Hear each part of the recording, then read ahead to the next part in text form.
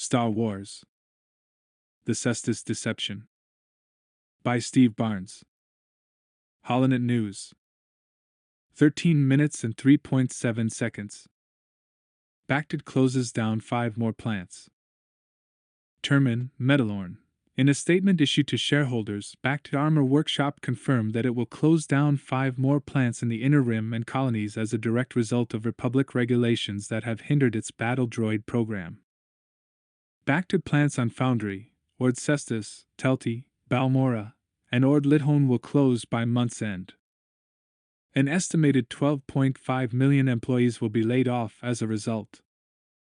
Legislation passed by the Senate 8 years ago forced the disbanding of the Trade Federation's security forces, the largest single consumer of Bactid's combat automata and vehicles. Further licensing restrictions on the sale of battle droids made the purchase of such hardware prohibitively expensive for most of Bactid's clientele. 1. For half a millennium, Coruscant had glittered, a golden-towered centerpiece to the Republic's galactic crown. Its bridges and arch solaria hark back to ages past, when no leader's words seemed too grand, no skyscraper too spectacular, and titanic civic sprawls boldly proclaimed the rational mind's conquest of the cosmos. With the coming of the Clone Wars, some believed such glorious days were past. Whether the news holo spoke of victory or defeat, it was all too easy to imagine flaming ships spiraling to their doom beneath distant skies, the clash of vast armies, the death of uncounted and uncountable dreams. It was almost impossible not to wonder if one day war's ravening maw might not envelop this, the Republic's jeweled locus. This was a time when the word city symbolized not achievement, but vulnerability. Not haven, but havoc. But despite those fears, Coruscant's billions of citizens kept faith and continued about their myriad lives. A flock of hook-beaked thransos flew in perfect diamond formation through Coruscant's placid, pale blue sky. For 100,000 standard years they had winged south for the winter, and might for yet another. Their flat black eyes had watched civilization force Coruscant's animal life into inexorable retreat.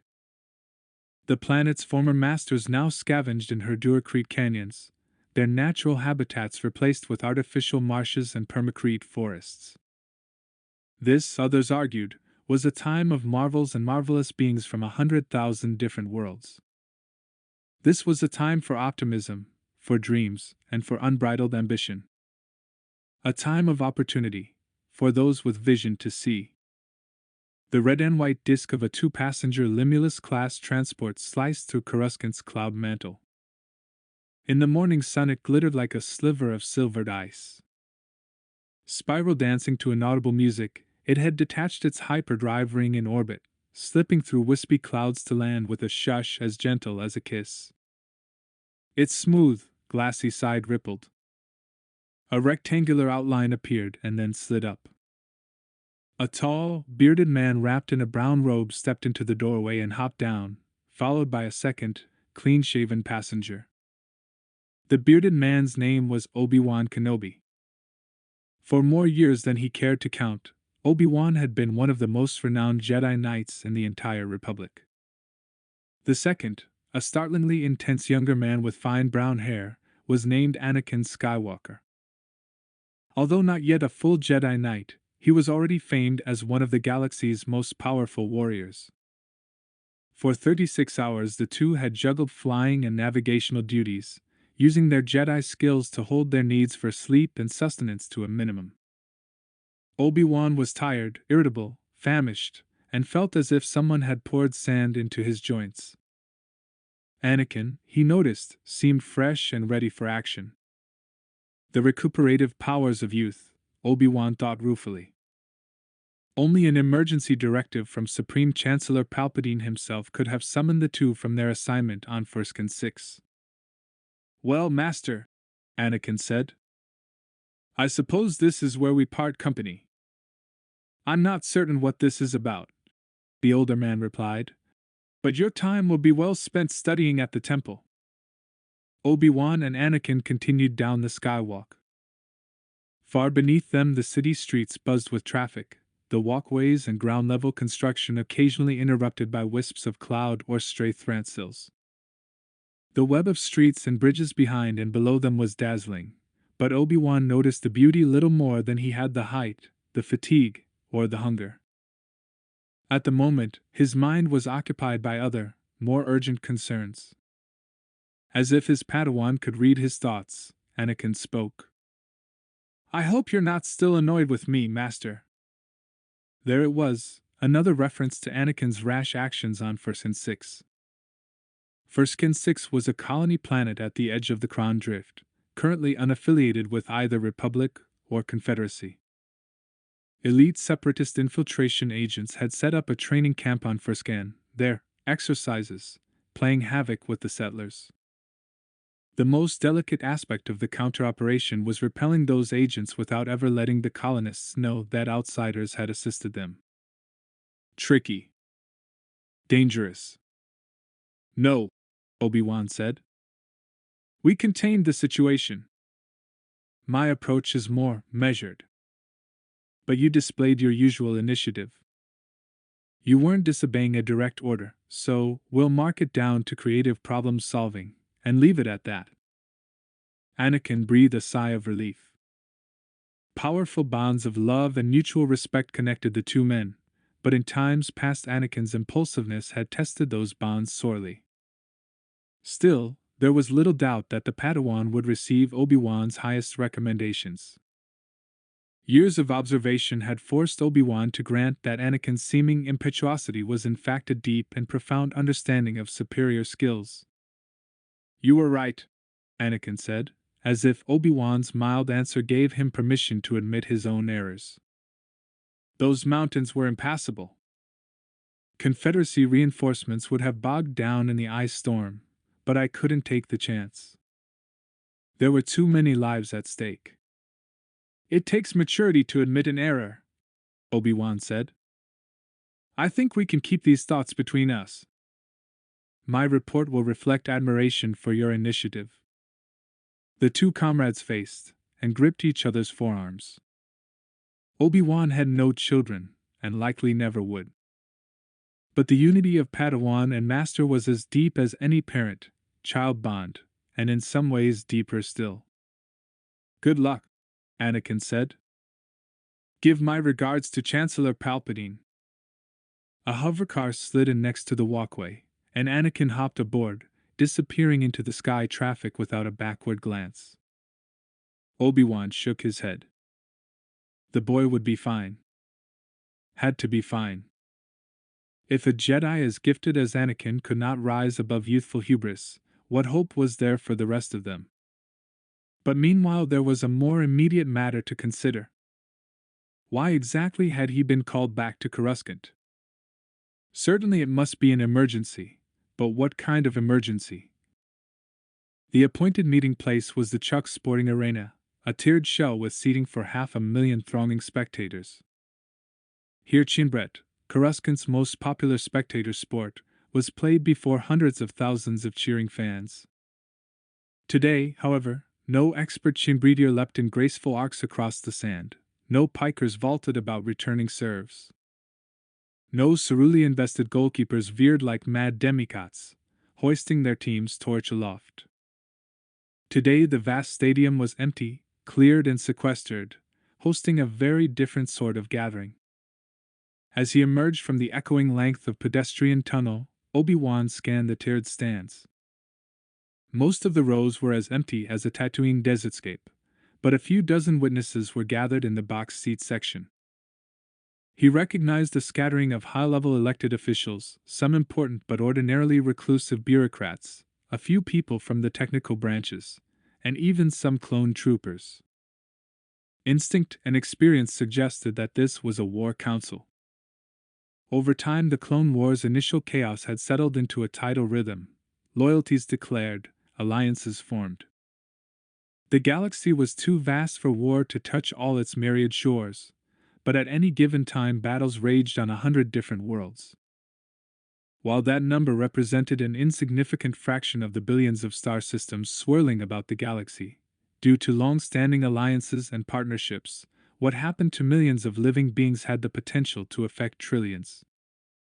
Already kingdoms, nations, and families had been ravaged by the wars. As the numbers grew and weapons inevitably became more and more powerful, devastation might well spiral out of control, offsetting the countless eons of struggle that had finally birthed a galaxy-wide union. The labor of 1,000 generations vanished? Never. Lines had been drawn, separatists on the one side, and the Republic on the other. For Obi-Wan as well as many others, that line was drawn with his own life's blood. The Republic would stand, or Obi-Wan and every Jedi who had ever strode the temple's halls would fall. It was a simple equation. And in simplicity there was both clarity and strength. 2. Chuck Arena's sand-covered floor was empty save for a pale, slender humanoid female. She wore a white technician's cloak, and her black hair was cropped short. She stood tinkering with a gleaming chrome hourglass-shaped construct that Obi-Wan found a bit puzzling. It looked more like an edgy work of art, a Mavinian cluster wedding organ, or perhaps a Juzian colony marker, than anything dangerous enough to concern a Jedi. Rows of narrow pointed legs at the base were the only apparent means of locomotion. What in the thousand worlds was this about? The technician fiddled with the device, running various wires from it to a pod at her waist. Perhaps it was some sort of advanced med droid. The audience grew increasingly restless as she detached the wires, then turned and addressed them. "My name is Leto Shan, and I thank you for your patience," she said, ignoring their obvious lack of same. "I believe that our first demonstration is ready for your graces." Shan gave a little bow and swept her hand toward the gleaming construct. "I present the JK-13. To demonstrate its prowess, we have selected a Confederacy destroyer droid, captured on Geonosis, and reconstructed to original manufacturer specifications." The JK stood chest-high with a glassy finish, aesthetically pleasing in ways few droids ever managed. A child's toy, a museum display, a conversation piece, some fragile and delicate bit of electronics, perhaps. On the other hand, the black, will-like destroyer droid looked comparatively primitive, battered and patched, but still as menacing as a wounded Acklay. With a hiss of compressing and decompressing hydraulics, the destroyer droid rolled forward, crunching the sand into tread ridges as it did. The JK model hunched down, gleaming, but in a strange way seemed oddly helpless. It seemed almost to quiver as it crouched. The impression of helplessness was reinforced by the size differential. The JK was perhaps half the battle droid's mass. At first Obi-Wan wondered if he was simply to witness another demonstration of destroyer droid power and efficiency. Hardly necessary. He still carried scars from the blasted things. No, that was an absurd assumption. Palpatine couldn't possibly have summoned him from Furskin for so mundane a purpose. In the next instant the destroyer droid rolled within 5 meters of the JK, and all questions were answered. In a single moment the JK divided into segments, assuming a spider-like configuration. In that instant its pose seemed less of a cowering leaf-eater than one of those cunning creatures that mime helplessness to lure their prey into range. The destroyer droid spat red fire at its adversary. The sand rippled as the JK projected not a single force field, but a series of rotating energy disks that absorbed the blasts with ease. That was a surprise. Typically a machine required less sophistication to deflect energy than to absorb it. This display implied some kind of advanced capacitance or grounding technology. The attacking droid continued its rain of fire, unable to comprehend that its pure power approach had proved inefficient. Like most machines, it was powerful but stupid. Obi-Wan's eyes narrowed. Something unusual was happening. The JK sprouted tentacles from the sides and top, tendrils snaking out so swiftly that the destroyer droid had not the slightest chance of evasion. Now Obi-Wan, and indeed most of the witnesses, leaned toward the action as the war droid struggled helplessly in the JK's tentacled grip. Initially, the tendrils were thick and ropey. Even as he watched, they grew thinner, and then thinner still, webbing the attacker with fibers that finally reduced to an almost invisible fineness. The tendrils chewed into the destroyer droid's casing like hundreds of silk-thin fiber saws.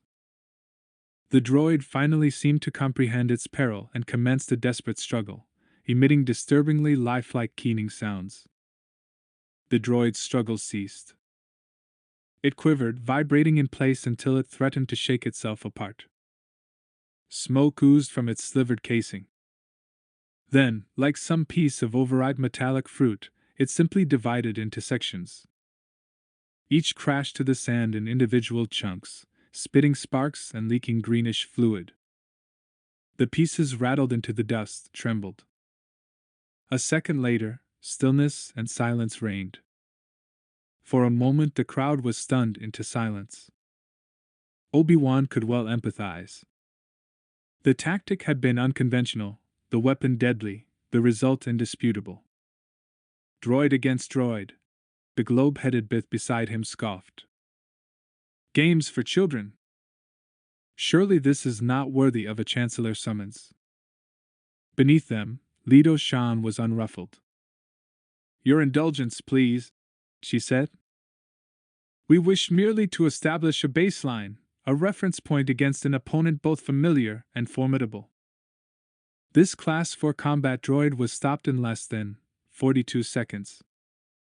Behind Obi-Wan, an amphibious Aqualish's translation pod gargled a question. But what of living opponents? The technician nodded, as if she had anticipated such a query. Our very next demonstration involves an advanced recon commando. On cue, a single clone trooper, a commando in full battle armor, armed with an infantry-grade blaster rifle, stepped forward from his hiding place beneath the lip of the arena wall. Clone commandos were specialized troopers. They had been modified from the basic trooper template to allow for specific training protocols. A blast helmet concealed his features, but his posture bespoke aggressive readiness. An uneasy mutter wound its way through the crowd. The amphibian seemed taken aback. I would not wish to be responsible for a death. The technician fixed the Aqualish with a pitying gaze, as if every response had been anticipated. Don't worry. Her motions were measured and relaxed as she manipulated a few controls. The machine is calibrated for non-lethal apprehension. Although that pronouncement quieted most of the witnesses, Obi-Wan felt even more uneasy. This droid, with its ethereal beauty and unconventional lethality, had something to do with his mission. But what? What exactly is the trooper's objective? Obi-Wan called down. The corners of Leto Shan's lips pulled upward. To fight his way past the JK and capture me. The muttering witnesses regarded her with disbelief and something more disturbing, anticipation. They knew they were about to witness something memorable. But which did they desire most? The JK defeated, or this snooty technician given her comeuppance? The trooper edged forward warily until he was about 24 meters from the creature. Obi-Wan shook his head. Creature? Had he really done that? Thought creature instead of droid? What had triggered that? The trooper raised his blaster to his shoulder and fired a crimson bolt of light. The spinning absorption discs reappeared, sucking the energy bolts with a liquid crackling sound. But the mere fact that the droid needed a force screen seemed to encourage the trooper. He feinted to the right, and then rolled to the left, sprang nimbly off his shoulder to fire again, repeatedly changing position as the droid continued its defensive action. Obi-Wan opened his senses, stretching out with the force. He could almost feel the man's racing heart, taste his nervousness, sense the choices weighed as he wove his evasive web. Left, right, left. The next move would be to the left again. As the great Jedi watched, the JK spat out a webbing of strands as thick as his small finger, ensnaring the clone helplessly in mid-leap. He might have been no more than a wounded Thransil, bagged by any musk merchant with a net. The timing was superb. No. More than superb, it had been perfect. What kind of programming made such precision possible? Obi-Wan could swear that the aim had been almost precognitive, almost. But that was impossible. Struggling in the net as the JK dragged him closer, the trooper pulled his blaster around to draw a bead on the technician. Obi-Wan's eyes flickered to the technician. She seemed unconcerned. In the moment before the barrel would have fixed on her, an orange spark flowed out along the tentacles. The trooper rocked with a single hard, violent shiver, thrashed his heels against the sand, and then lay still.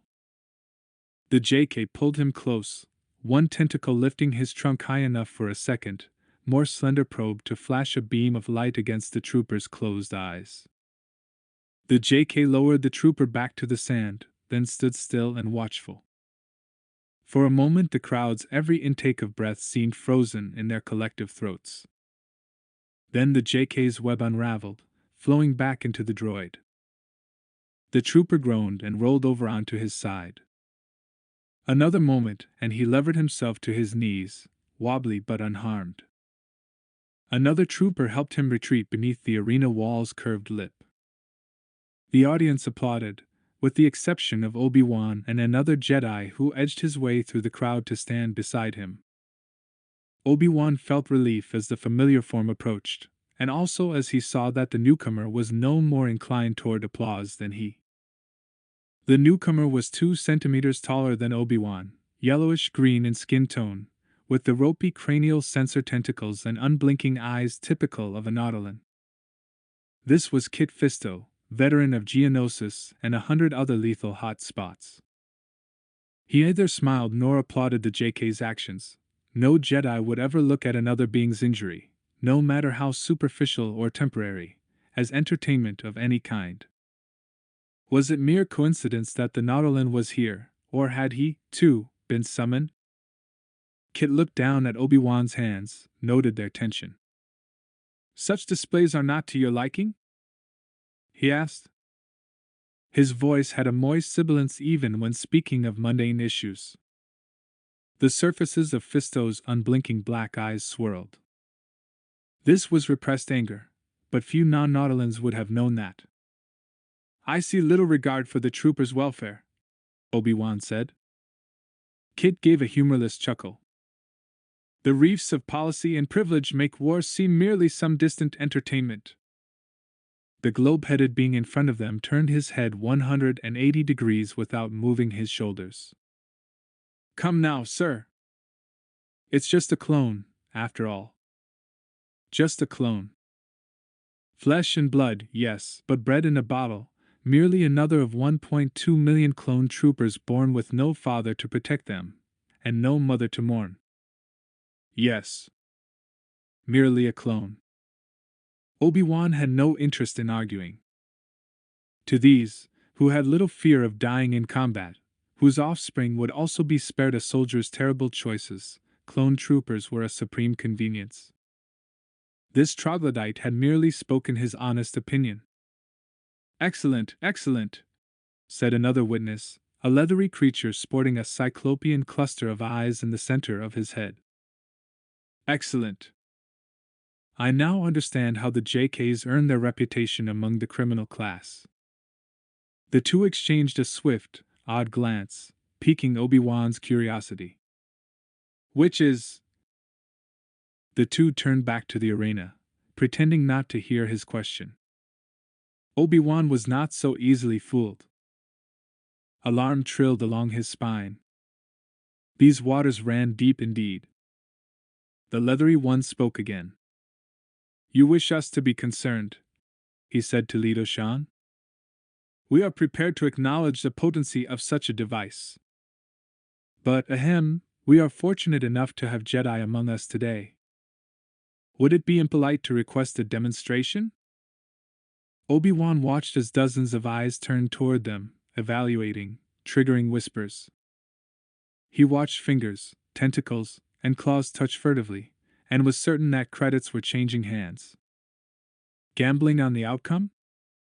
Kit Fisto leaned closer without ever looking directly at him. What do you make of this? Obi-Wan shrugged. I've little urge to satisfy their curiosity.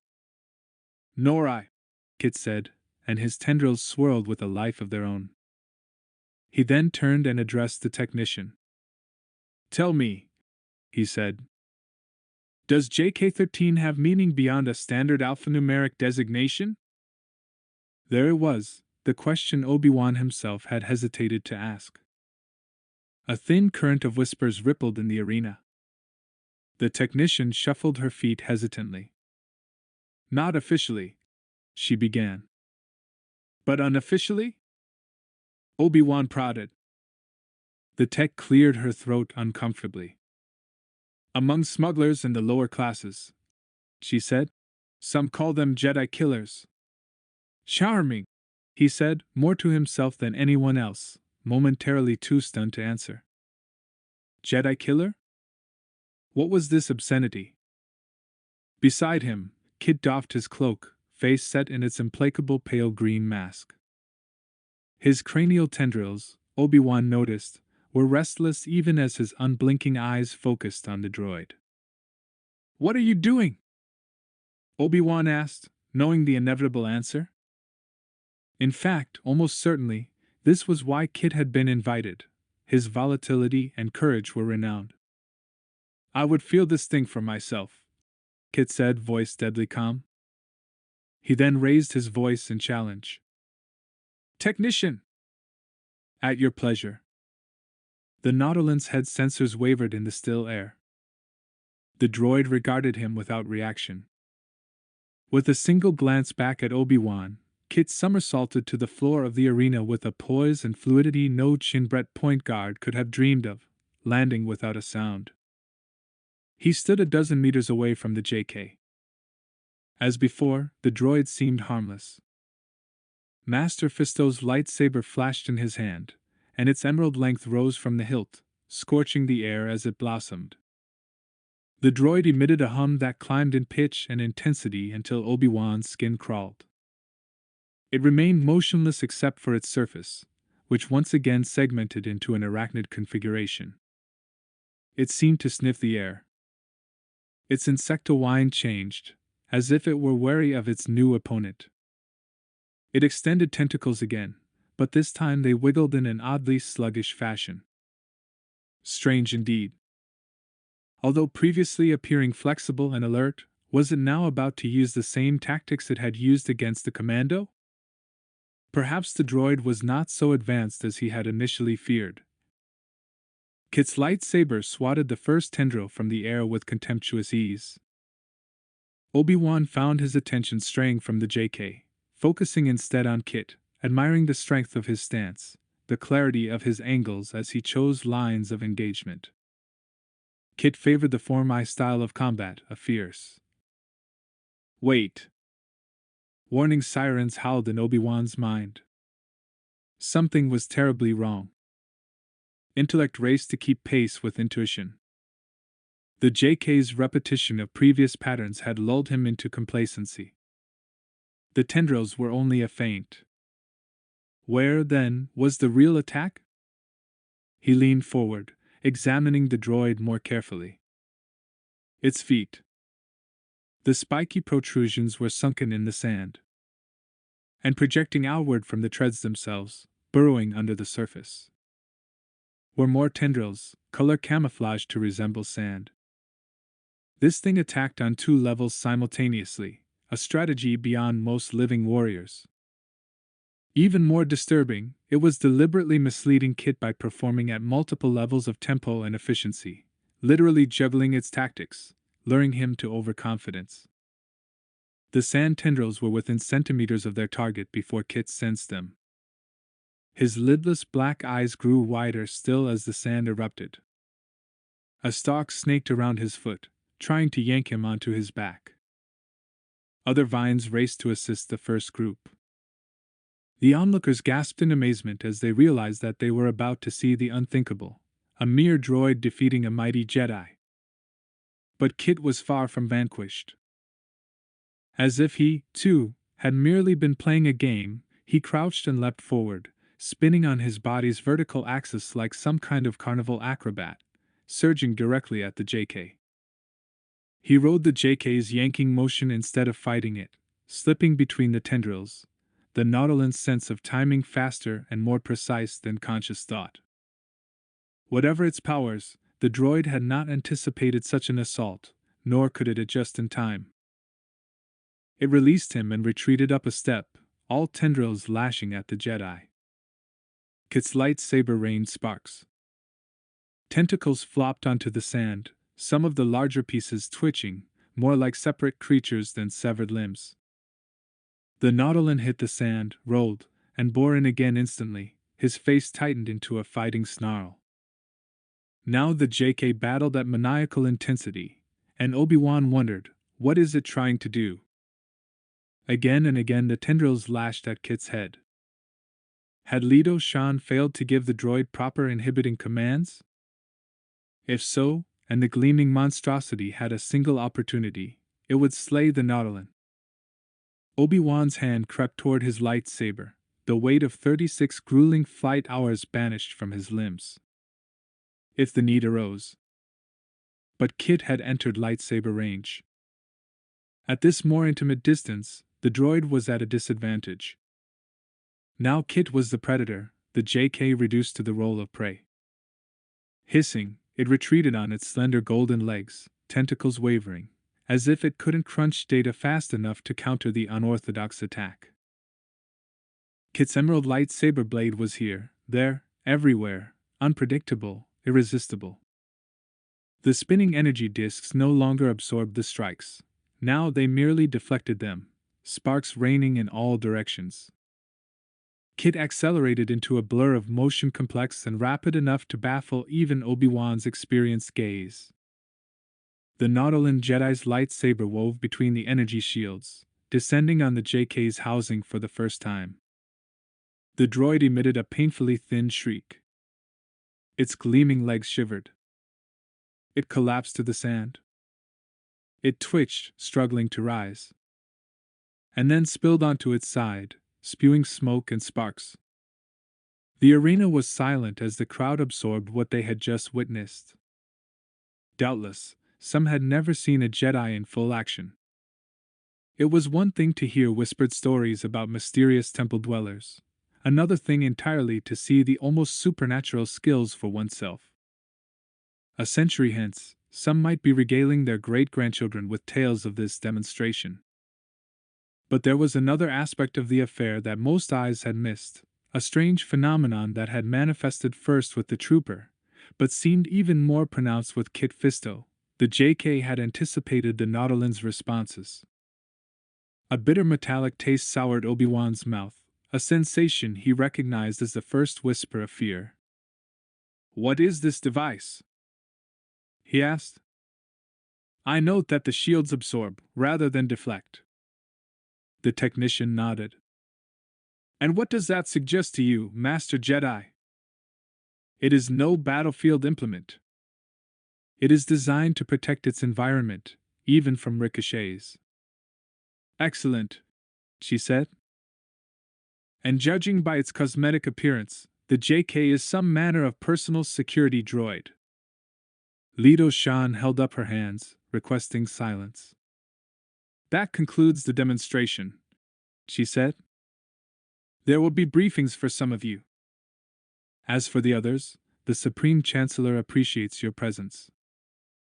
The crowd drifted away, a few of them pausing to congratulate Kit. Perhaps they had considered descending to shake his hand or slap his back, but neither gesture seemed appropriate given the tightness around Kit's dark, unblinking eyes. Obi-Wan jumped down from the stands and handed the Nautilin his cloak. Without a word Kit accepted it, and together they walked up the stairs toward the exit. Obi-Wan looked back at the sand, where service droids were still vacuuming up oil and fluids. What would he, Obi-Wan, have done given the same challenge? He allowed himself no doubt that he would have emerged victorious, but simultaneously realized that Kit's chaotic, unpredictable approach had given the Nautilin an advantage against the machine. Obi-Wan's own more measured response might well have proven less effective. On their way out, they passed a knot of troopers, all carved from the same rock, all with the same broad shoulders and shielded faces, the same military bearing and polish. With surprising tenderness, they cared for their defeated brother, and Obi-Wan wondered. The Nautilin's tendrils lifted and Kit turned, seeming to read his mind. Obi-Wan? For a moment I wondered if I had met him before. And I realized how foolish that thought was. Foolish? Kit asked. Yes. I've met every one of them. True enough. Yet watching them caring for one of their own as if none of the witnesses existed, he wondered if he, or any outsider, really knew them at all. 3. The Chancellor's briefing room was as tall as 4 Wookiees, its marble ceiling supported by massive Durecrete pillars. Its vast bay window peered out on Coruscant's magnificent skyline. The Bonadan Embassy and revolving Skysitter restaurant were directly across the avenue. The dense Durecrete forest conveyed a sense of grandeur that impressed dignitaries from the outer rim, but always left Obi-Wan wondering if something more productive might have been done with the space. At the moment, a cluster of scaled and emerald-eyed Quadi dignitaries busily exchanged formal pleasantries and goodbyes with the Chancellor and his robed assistants. The 2 Jedi stood in a corner of the room as the ambassadors executed elaborate ceremonial bows. As they waited, Obi-Wan noted that Kit seemed a bit ill at ease. "Are you all right?" he asked quietly. "Did the droid come too close for comfort?" In truth, he could not remember Kit ever seeming other than utterly self-possessed. "My life does not revolve around comfort," the Nautilin said. Still, it was, as I've heard humans say, a close shave. And strangely, even those words told Obi-Wan how challenging the JK had been. That last statement was as revelatory as the Nautilin Jedi had ever been. As the diplomats exited the room, Supreme Chancellor Palpatine finally addressed them, his broad, strong forehead creased with worry, lips drawn into a thin, tight line.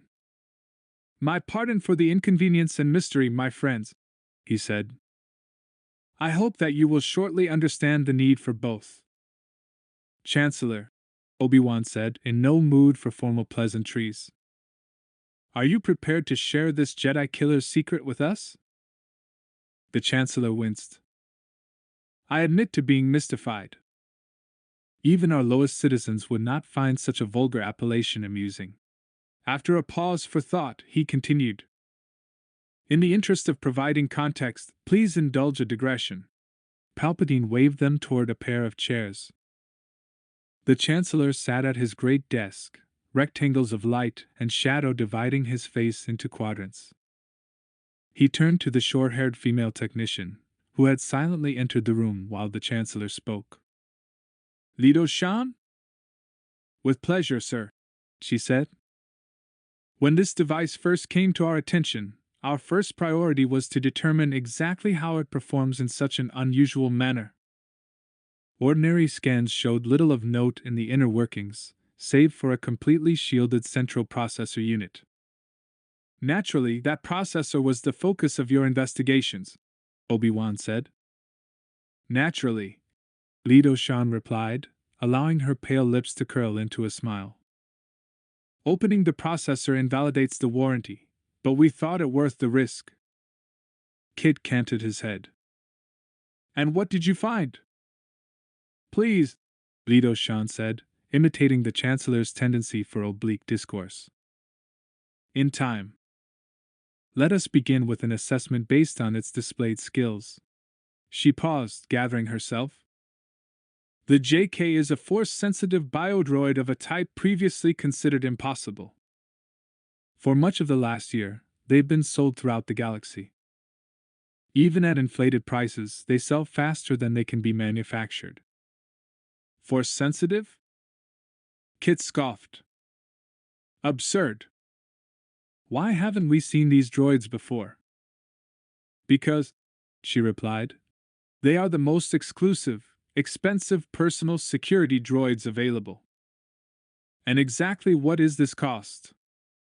Kit asked. 80,000 credits.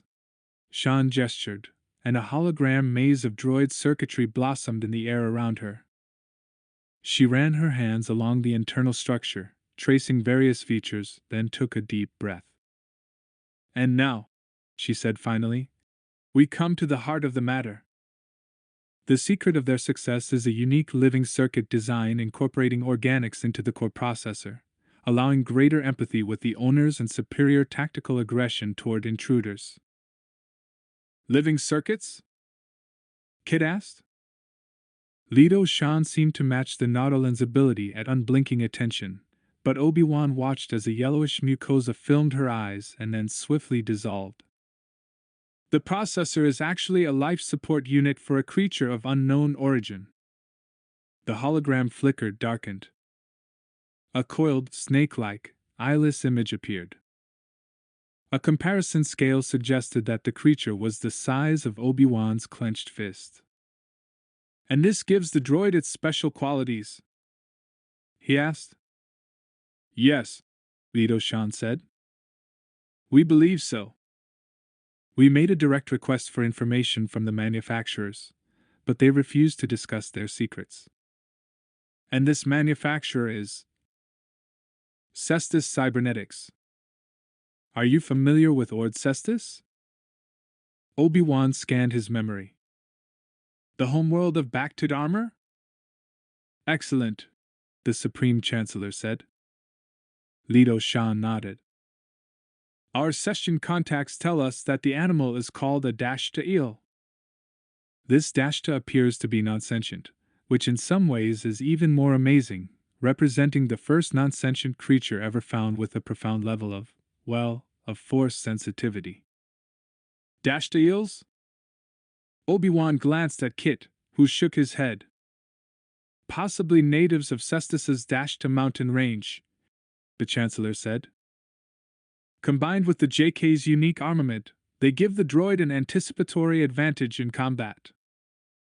We have tested it with a variety of opponents, and you, Master Fisto, are the first to prevail. Kit bowed fractionally, the only sign of his acknowledgement or pleasure. For that reason, the Chancellor said, Master Fisto's thoughts would be invaluable. Kit Fisto pursed his lips for a moment, as if reluctant to give an unconsidered answer.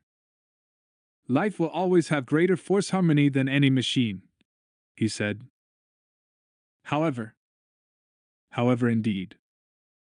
The Nautilan's swift, worried glance revealed the rest of his thoughts as clearly as a shout. When did these Jedi killers first appear on the market? Kit asked. About a year ago, Palpatine replied.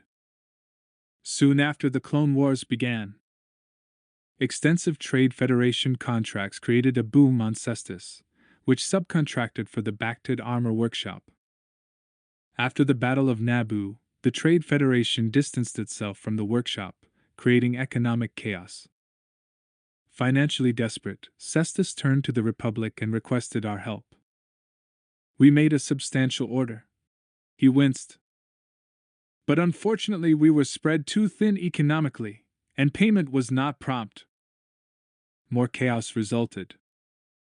We may have misjudged the importance of this small planet. Leto Shan, he said. Speak of the Gabanas. Leto Shan sighed. As soon as the war began, we placed certain highly important technical parts on restriction. Among these were Gabana memory crystals, used by Cestus in the manufacture of high-end Cestus security droids, its most famous non-military product prior to the introduction of the JK line. And how did that lead to the current situation? Obi-Wan asked. With the restrictions, Shan said, Cestus's rather delicate economic balance shifted to the negative. Gabanas are the only memory crystals fast enough to power a Class 5 personal security droid. She said this flatly, perhaps supposing it to be common knowledge. Most battle droids are Class 4, and can run on less extreme hardware. The Chancellor shook his graying head. Cestus was unlucky and perhaps foolish to place so many of its cocoons in one hutch. I see, Obi-Wan said. Kit Fisto spoke for both of them. So, the situation is quite unstable. Cestus no longer trusts us. The Chancellor nodded. You are doubly tasked, my Jedi friends. I have consulted with the Senate and the Jedi Council, and we agree that you are to contact the Session Regent, one my dearest. Regain her trust by taking any necessary steps to preserve their existing social order. We must bring them back into the fold and stem the flow of these obscene Jedi killers. His mouth twisted, as if merely speaking those last words left a bad taste. So, Obi-Wan said, attempting to mentally reconstruct the timeline. To the Sessions, the Republic has twice caused economic chaos. I assume they appealed to the Trade Council? Indeed, and we tried to reach a compromise, even offering another, more lucrative military contract. And? Kit asked. Negotiations collapsed. Because? We were told that payment would have to be in advance. The Chancellor's face grew long. This we cannot do on a contract of such magnitude. Perhaps it is merely my ignorance of commerce, Kit growled. But surely the Sessions know they flirt with disaster. How can the sale of a few thousand droids be worth such risk? He leaned forward, his dark eyes swirling with intensity. Explain. Leto Shan closed her own eyes for a moment, and then spoke. The JKs themselves represent only a fraction of Cestus's total economic picture. But they've become fashionable, high-status objects, increasing the value of their entire product line. Of course, there are additional problems, Palpatine admitted. The lower-class population, which of course constitutes 95% of Cestus, is descended from, how do I say this delicately? He pondered, and then abandoned the effort to be politically correct. They are descended from uncivilized aboriginals and criminals, and inherited their forebears' unfortunate antisocial tendencies. The wealthiest families, and duly elected government, might well be thrown into turmoil and collapse if a proper solution is not found. Obi-Wan nodded to himself, thinking that there was much left unsaid here. Why is the situation so severe? Because Cestus is a relatively barren world, which cannot support its current population without importing soil nutrients, food, medicines, and supplies. Every drop of water consumed by an off-worlder must be carefully processed. I see. So, the first JKs appeared on the market, priced at a premium. This was noted, but was hardly something to be alarmed by. And then a second piece of intelligence reached us. That being? Kit asked. That the Confederacy had made an offer to buy thousands of these security droids. Perhaps tens of thousands. Obi-Wan was stunned. Has Count Dooku access to such wealth? Apparently, Palpatine said with obvious regret. Kit Fisto's black eyes narrowed. I'd assumed that such bioconstructs could not be mass-produced. We'd made that assumption as well, Master Fisto. Apparently, we were wrong. We don't know how, but we know why. They will be used as battle droids, Kit said. Battle droids. Obi-Wan winced. How can this be allowed? Certainly selling military ordnance to the Separatists is forbidden. Yes, Leto Shan said. But there are no laws against selling security droids to individual planets in the Confederacy, which is, technically speaking, all Cestus is actually doing. It's irrelevant that the JKs can be converted into lethal implements merely by substituting memory crystals. Obi-Wan hoped that his face concealed his thoughts, because his most primary emotion was dismay. The idea of biodroids being converted to death machines was alarming.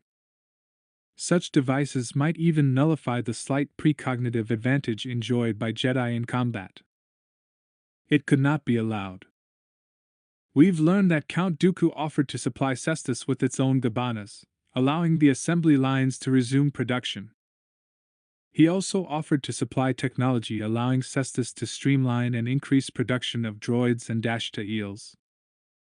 Cloning? Yes. The rumors suggest superiority to Kaminoan technology. Techniques that create endless colonies of living neural tissue, allowing their factories to production line a process that was once quite exclusive and expensive. Those who place profit above freedom, Kit said, generally end with either. He paused, sensor tendrils waving gently. Perhaps, like Obi-Wan, he envisioned a battle against thousands of machines, each as dangerous as the metal opponent battled on the sands of Chuck Coliseum. A terrifying wave of precognitive juggernauts. The Chancellor seemed encouraged that they so swiftly grasped the situation. Indeed, to Obi-Wan's way of thinking, it was the Chancellor himself who barely understood the difficulties ahead. Wise in politics he might be, but Palpatine was still a novice in the ways of the Force. Obi-Wan found himself thinking aloud. It might take a special decree to deny Cestus the right to manufacture and sell these droids. And meanwhile, Kit said, the galaxy waits and watches. Indeed, the Chancellor said. The light from the overhead window divided his face. If the Trade Council dominates precious little Cestus, we will seem like bullying thugs. Before things deteriorate to that level, I, the Senate, and the Jedi Council insist we try diplomacy. With a lightsaber? Kit asked. The palest of smiles crossed the Chancellor's face. Hopefully it won't come to that. My friends, you will travel to Ord Cestus and begin formal discussions. But the negotiations cover your other purpose, to convince Cestus, and through them the other interested star systems, that Count Dooku is too dangerous to deal with. And our resources, sir? Kit asked. And now, finally, the Chancellor's smile grew certain and strong. The best of the best. 4. 300 kilometers below, the ocean was quiet. From this peaceful vantage point, one would never guess that within those watery depths courageous soldiers were fighting, striving, slaying, dying. A steady stream of single-person capsules erupted from the sides of the troop transport ships, blazing their fiery trails down through the atmosphere. Within the transports, corridors surged with unending streams of uniformed troopers. The hallways buzzed with activity, like blood vessels bursting with living cells. The troopers wore not blast armor but flexible black depth suits. They ran in perfect order and rhythm, knees high and heads erect, heading toward their rendezvous with danger, perhaps death. Each stood exactly 1.78 meters in height, with short black hair and piercing brown eyes. Their skin was pale bronze, with darker variations among those who had spent more time in the sun. Every face was identical, heavy eyebrows and blunt noses prominent above strong narrow mouths. Clone troopers, everyone.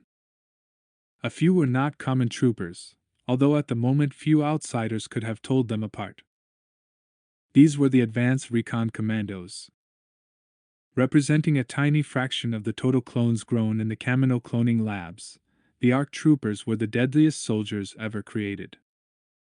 Contrary to popular belief, even a standard trooper was not merely a mindless shock troop or laser cannon fodder. Trained in a wide spectrum of general military disciplines ranging from hand-to-hand combat to emergency medical techniques, they were also graded from basic soldier to commander based upon field performance. Theoretically, all troopers were equal, but experience and tiny variations in initial cloning conditions inevitably made some more equal than others. Within one of those ships, the Nexu, ran a man whose armor sported the blue captain's color. His helmet and neck chip designated him A-98, known as Nate to his cohort. Although in other times and places he had led his brothers into combat, now he was merely one of identical thousands trotting to their destiny. The next clone in line locked himself into a cylindrical drop capsule, trusting Nate to do a spec check on the external monitors. Nate went through a mental list as familiar to him as the pattern of creases on his hard right hand. With a brisk, flat slap of that calloused palm on its outer wall, he pronounced the capsule sound and secure. Through the heat and shock-resistant plate he could see his brother's eyes. His own eyes reflected back to him. With a bump and a chunk, the eyes retreated as the capsule sank into the wall, joining the conveyor belt. He turned, nodded at the next trooper in line, and locked himself into a tube. The man checked Nate's settings, as Nate had a moment before for the man ahead of him. He heard the bang slap against the capsule wall. A comforting sound. To blazes with all the flashing lights, there was nothing more reassuring than another trooper's approval. The capsule, used on numerous previous drops, stank of sweat, and not his own, although the previous occupant had been a genetic twin. Nate detected traces of antiviral medications designed for functioning in an alien environment. He inhaled deeply, one part of his mind completely on autopilot as the rest of him went through his metal coffin's checklist. That smell. Sweet, sharp, and organic. Tryptophagia, he figured. Tryptophagia was a drug used to prevent fever on half a dozen planets he could name offhand. Only one of them was the site of recently hot action, and he figured that meant the previous occupant had been on Corteo within the last month. On a deeper level, he was aware that those thoughts were merely distractions from the drop's danger. Risk was always a factor. Fear was a soldier's constant companion. No dishonor in that. What a man felt mattered not at all. What he did meant everything. He was one of the few ARC troopers in all the galaxy, and as far as Nate was concerned, there was no better existence. The capsule juddered as it began to move down the transport line. The speaker in his helmet burped to life. "This is Control to Trooper A98. Estimated time of ejection 1 minute 24 seconds. 1 minute and 24 seconds, Nate repeated, and clenched his fist in invisible salute. 100%, he said, ARC speak for perfect. 1 minute 20. About 80 heartbeats, long enough for 1,000 ugly thoughts to worm their way into an unguarded mind. He'd learned 100 ways to deal with them, none more powerful than the personal ritual of his cohort meditation. He submerged in its comforting depths, shifting mental swatches of color and shape as he had since childhood, taking solace in the simplicity and beauty of each geometric pattern. He listened to his pulse as his heart slowed to 40 beats per minute in response. Chanted the 14 words engraved on his soul, "It's not what a man fights with, it's what he fights for that counts." Nate fought for the honor of the Grand Army of the Republic, and to him, that obligation was a thing of beauty. Some thought clones could not appreciate beauty, but they were wrong. Beauty was efficiency and functionality. Beauty was purpose and a lack of waste. Most equated beauty with effeminacy or lack of utility. Troopers knew better. Bump. Another capsule gone. He lurched left as the capsule shifted right, rattling closer to the end of the line. Bump. 50 seconds, Control warned. Bump. The shuddering became a hollow swooshing sound, felt in the bones more than heard in the ears. The capsule was moving along more smoothly now, and A98 took the time to check his settings. There followed a moment of piercing silence. He held his breath, quieting his nerves, finding the place within himself that needed this, that lived for the moment to come. Then thoughts ceased as his capsule was spewed from the side of the ship toward the ocean below. Acceleration slammed him back against the capsule walls. Nate had time to check his visuals. This model was better than his previous capsule, which had kept him in darkness for most of the ride. This one had view screens, one giving a view from the capsule's outer skin, the other on some kind of main feed from the Nexu, giving an entirely different perspective. From the perspective of the drop capsule, the Nexu was a gigantic, angular flat metal shape, bristling with weapons and antennae, capable of carrying 20,000 troops or megatons of weapons and supplies. Function at its finest. Then that view was lost, and A-98 was plunging down into Vanda 3's outer atmosphere. The capsule shuddered as friction warmed its skin to 2,000 degrees, heat that would have fried him in an instant if not for the thermoenergetic force screen that sucked heat into the capsule batteries. Nate checked his equipment as he plummeted toward the dark, churning ocean below. Sensors related the temperature, position, and acceleration. Tiny steering repulsors used the capsule's stored energy to keep him on target. Everything was fine. Nothing to be done now. Nothing but to fall, and fight, and win. Or die. His stomach rocked with the sudden vibration as his capsule began to decelerate, the repulsors blasting as sensors warned that they had reached critical distance above the swelling waves. Within 30 seconds, the capsule jolted again as he struck water.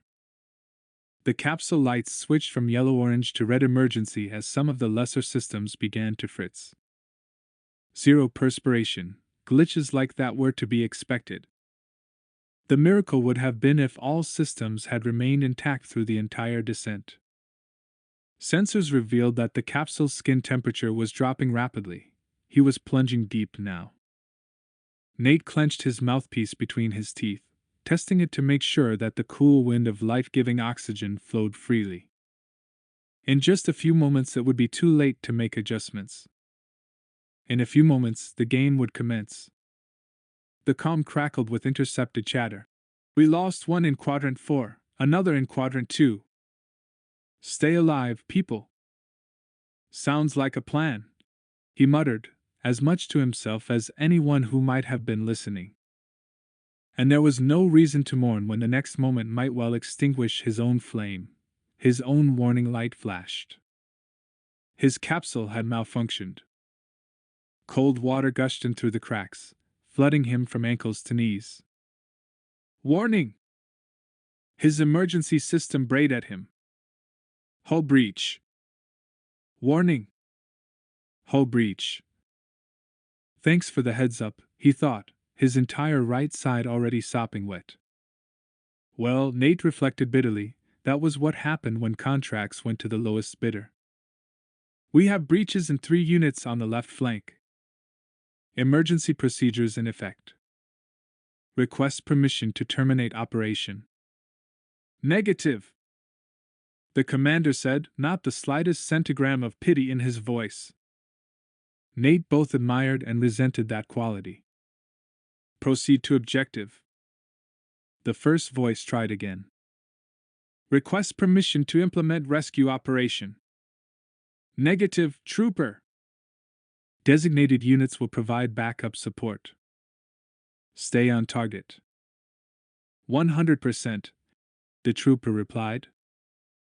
Claustrophobia and the caterwauling of doomed men would dismay most, but Nate completed his emergency checklist with machine-like precision, punching buttons and pushing levers even as rising water increased the air pressure until his head threatened to explode.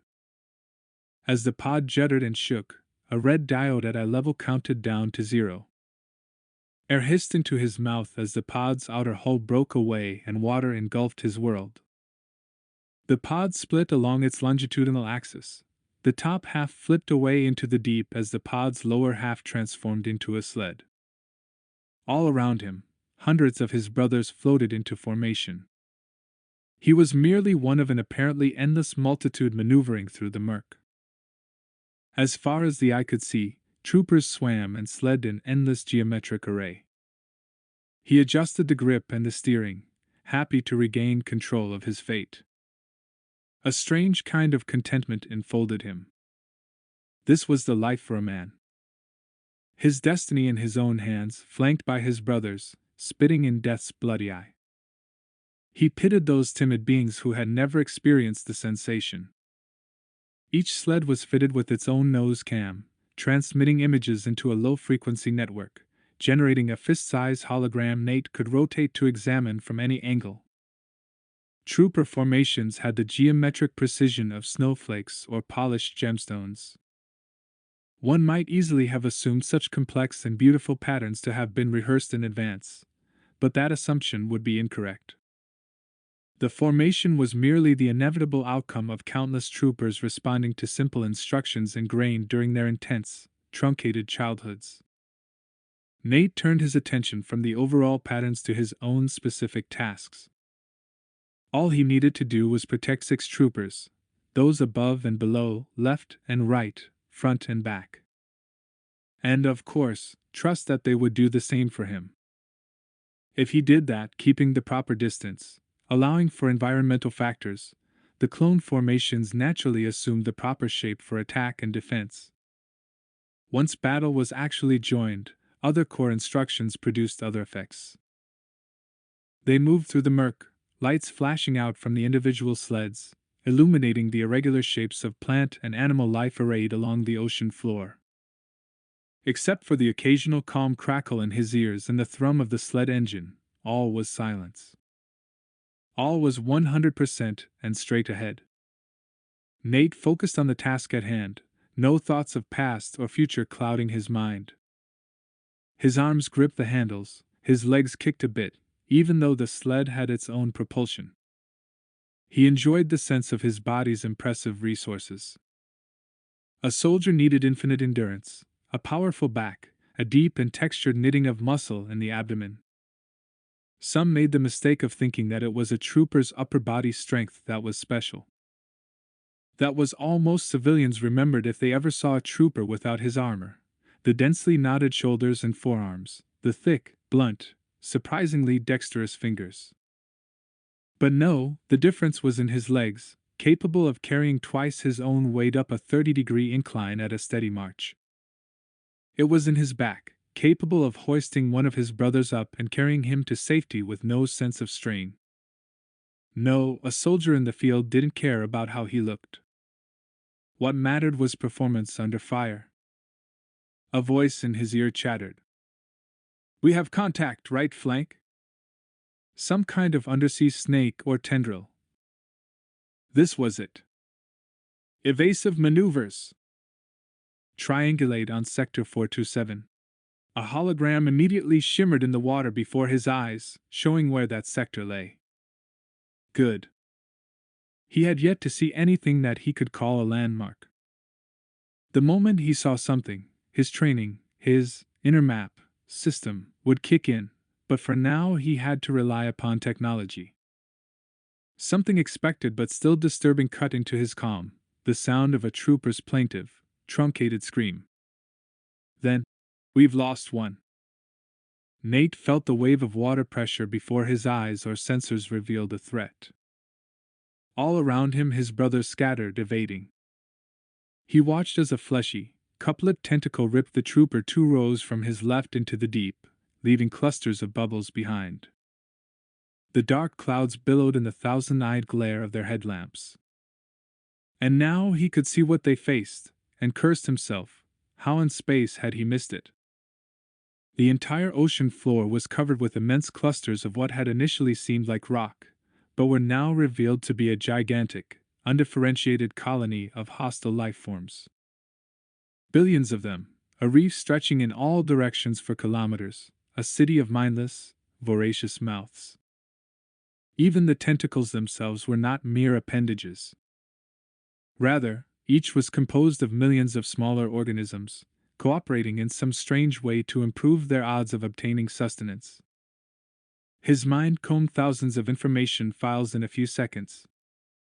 Seal gnome, he decided. Deadly? Native to only one planet, and it sure as space wasn't this one. Another voice in his ear. How many of these things are there? Just one freaking big one, enough to kill you if you don't shut up and do your job. Keep the channel clear. Right flank, tighten up. Watch each other's blind spots. Then there was no more talk, only action. Energy bolts sizzled through the water, freeing vast billowing gas clouds that threatened to obscure their view. Once again, their understanding and instinct-level programming proved invaluable. If he could so much as see a single trooper, he could estimate the position of others. If he could glimpse the ocean floor, he could guess the size and shape and position of the rest of the formation, and hence determine where and when and whom it was safe to shoot. When a man was sucked screaming into the depths, it tore no fatal hole in their formations. Those around him merely closed in and continued to fight. The creature at the ocean floor might have been a self-regenerating horror, a colony creature with no natural enemy save starvation, but the Grand Army of the Republic was its equal. The GR would live forever, the whole infinitely more durable than any individual part. "I'm clear! I'm clear!" Another voice called. "We lost another one! Watch your blinds, and cover your brothers. Tendril on your 9! Got it covered." Nothing about a seal gnome could be considered routine in the slightest, but Nate, although he had never faced such a challenge, already knew how to fight it. Again, complex behaviors arising from simple instructions. His blasters were calibrated for underwater combat and demolition. Nate squeezed the trigger in short, controlled bursts, swooping left and right, up and down, evading the searching tentacles. He and his legion of brothers danced to a martial melody, shearing chunks of tentacle until the water was a boiling froth of seal gnome bits. "We're the GR," he thought savagely, grinning as one of his brothers evaded a questing tendril by a hairbreadth. "You had no flaming idea who you were messing with, did you, you flak-catching, sewage-sucking?" A fleshy tendril's grip jolted adrenaline through his veins. Toothed suckers smacked at his sled. Its lights flickered and died. The tentacle chewed at his depth suit, mouthing at him as it fought to pull him down into the Selenome's gaping maw. Fear chilled his combat fever, and he clamped down on it instantly. What had Django said? Put your fear behind you where it belongs. Then blast everything in front of you into splinters. You'll do fine. 1,000 times he'd repeated those words, and he never needed them more. The tentacle squeezed powerfully enough to break an ordinary man's ribs and grind his spine to paste. Troopers were not ordinary men. Nate inhaled sharply. The captured air transformed his midsection into durasteel, capable of resisting as long as he could postpone exhalation. Like any trooper, Nate could hold his breath for almost 4 minutes. Of course, once he was forced to exhale, his rib cage would collapse and the seal gnome would crush him, then devour his shattered body in the darkness. He couldn't concern himself with that. He refused to entertain the possibility of failure. Instead, he freed his rifle and doubled over, firing in short, controlled bursts until the tentacle ripped free. The water boiled black. "Break off!" The voice in his ear bawled. He didn't know if that was a general order or one intended only for those in his wave, but it hardly mattered. He swam up through the cloudy water. Around him twitched floating chunks of seal gnome, and pieces of other things he had no intention of inspecting closely. Later, perhaps, in the inevitable dreams to follow. The ocean floor sloped up to meet him. In a few more meters his feet had traction, and Nate swam and then crawled his way to the surface. Now he towed his broken sled, instead of the other way around. Nate ripped the mouthpiece out of his lips and sobbed for breath as the waves crashed around him. He wasn't through yet. A quick glance to either side revealed his exhausted brothers, still crawling out of the waves in their hundreds, dragging their equipment behind them. He flopped over onto his back, spitting water and staring in paralytic fatigue at the silvered sky. The clouds parted. A disc-like hovercraft floated down, bristling with armament. Nate closed his eyes and gritted his teeth. This next part he could predict perfectly. "All right, keep moving," Admiral Baraka called down to them. "The exercise is over when I say it is." Baraka's hovercraft continued down the beach, repeating the same announcement over and over again. Two troopers at Nate's side spat water. They glanced up and shook their heads. "Keep moving?" one said in amazement. "I wonder how fast he'd drag his carcass off the sand if he just fought a seal gnome." "I'd give a week's rations to find out," Nate muttered. "How many of us made it?" the other asked. "Enough," Nate said, and pushed his way up to his feet, collecting his gear and pulling it up the beach. "More than enough." From his position on the hovercraft, Baraka called down, "Keep moving! This exercise has not concluded. I repeat, has not concluded." Admiral Arakakan Baraka was an amphibious Mon Calamarian. Mon Calamari were goggle-eyed and web-handed, with salmon-colored skin and a measured and peaceful manner easy for their opponents to underestimate. But the Mon Calamari warrior clan was second to none, and Baraka held high honors in its ranks. He didn't particularly like clones, but there were prices to be paid for remaining within the Republic's vast and sheltering arms. In one way, clones were an advantage. There was no need to conscript civilians or recruit the homeless. That led to an army composed only of professionals. Baraka heartily supported the notion of experienced, professional tacticians and strategists, supplementing Kamino's more theoretical training. After all, when it came down to it, the Kaminoans were cloners, not warriors. Baraka had won scars in 100 battles. Should all that hard-won knowledge die because the Chancellor wanted more of the power collected in his hands? Never. In a soldier, focus and experience reign supreme. The tide will slacken, the whirlpool will shrink, the Krakana will cower. Such is the power of a focused individual. Mon Calamari philosopher Tokler had penned those words 1,000 years ago, and they still rang true. So beings like Admiral Baraka came to Vanda 3, the second inhabitable planet in Coruscant's star system, one of many underpopulated worlds where clone training operations were commonly conducted. Clone troopers shipped out to work side by side with native troops on 100 different systems. They weren't bad soldiers. In fact, he admired their tolerance for pain and ravenous appetite for training. Destined to be a professional soldier from birth, as had his father and grandfather before him, Baraka feared that the birth of the clone army was the death of a tradition that had lasted for a dozen generations. His sergeant and pilot were both clone troopers, just two more broad-shouldered, tan-skinned human males. Beneath their blast helmets, they had the same flat, broad faces as those crawling from the surf below. "We estimate 1.7% mortality during these drills," the sergeant said. "Excellent," Admiral Baraka replied. "Clones are cheaper to grow than to train." Even he was appalled by the coldness of that thought, but was unable to generate a smidgen of guilt. All along the beach, he saw nothing save hundreds and ultimately thousands of troopers crawling from the waves, their wet, ragged tracks like those of crippled crustaceans.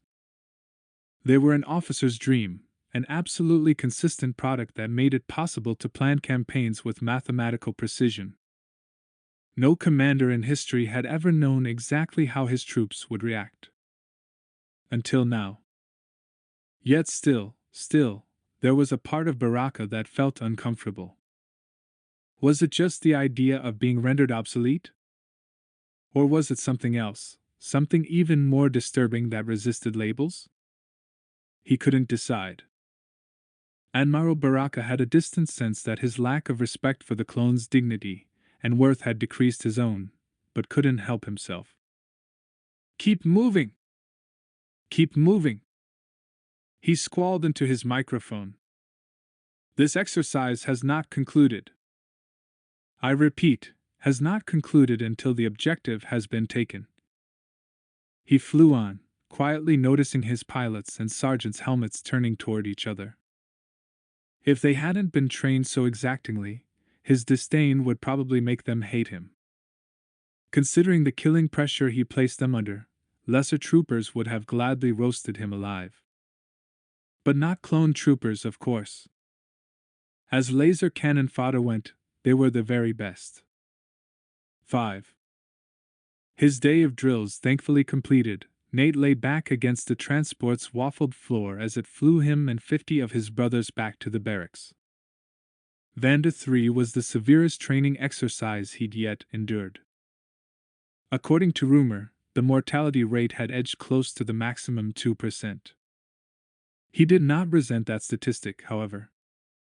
Nate understood full well that ancient axiom: the more you sweat in training, the less you bleed in combat. He and the other troopers were wounded and weary. Some still trembled with the after-effects of adrenaline dump. A few chewed nerve sticks, 1 or 2 sat cross-legged and eyes closed.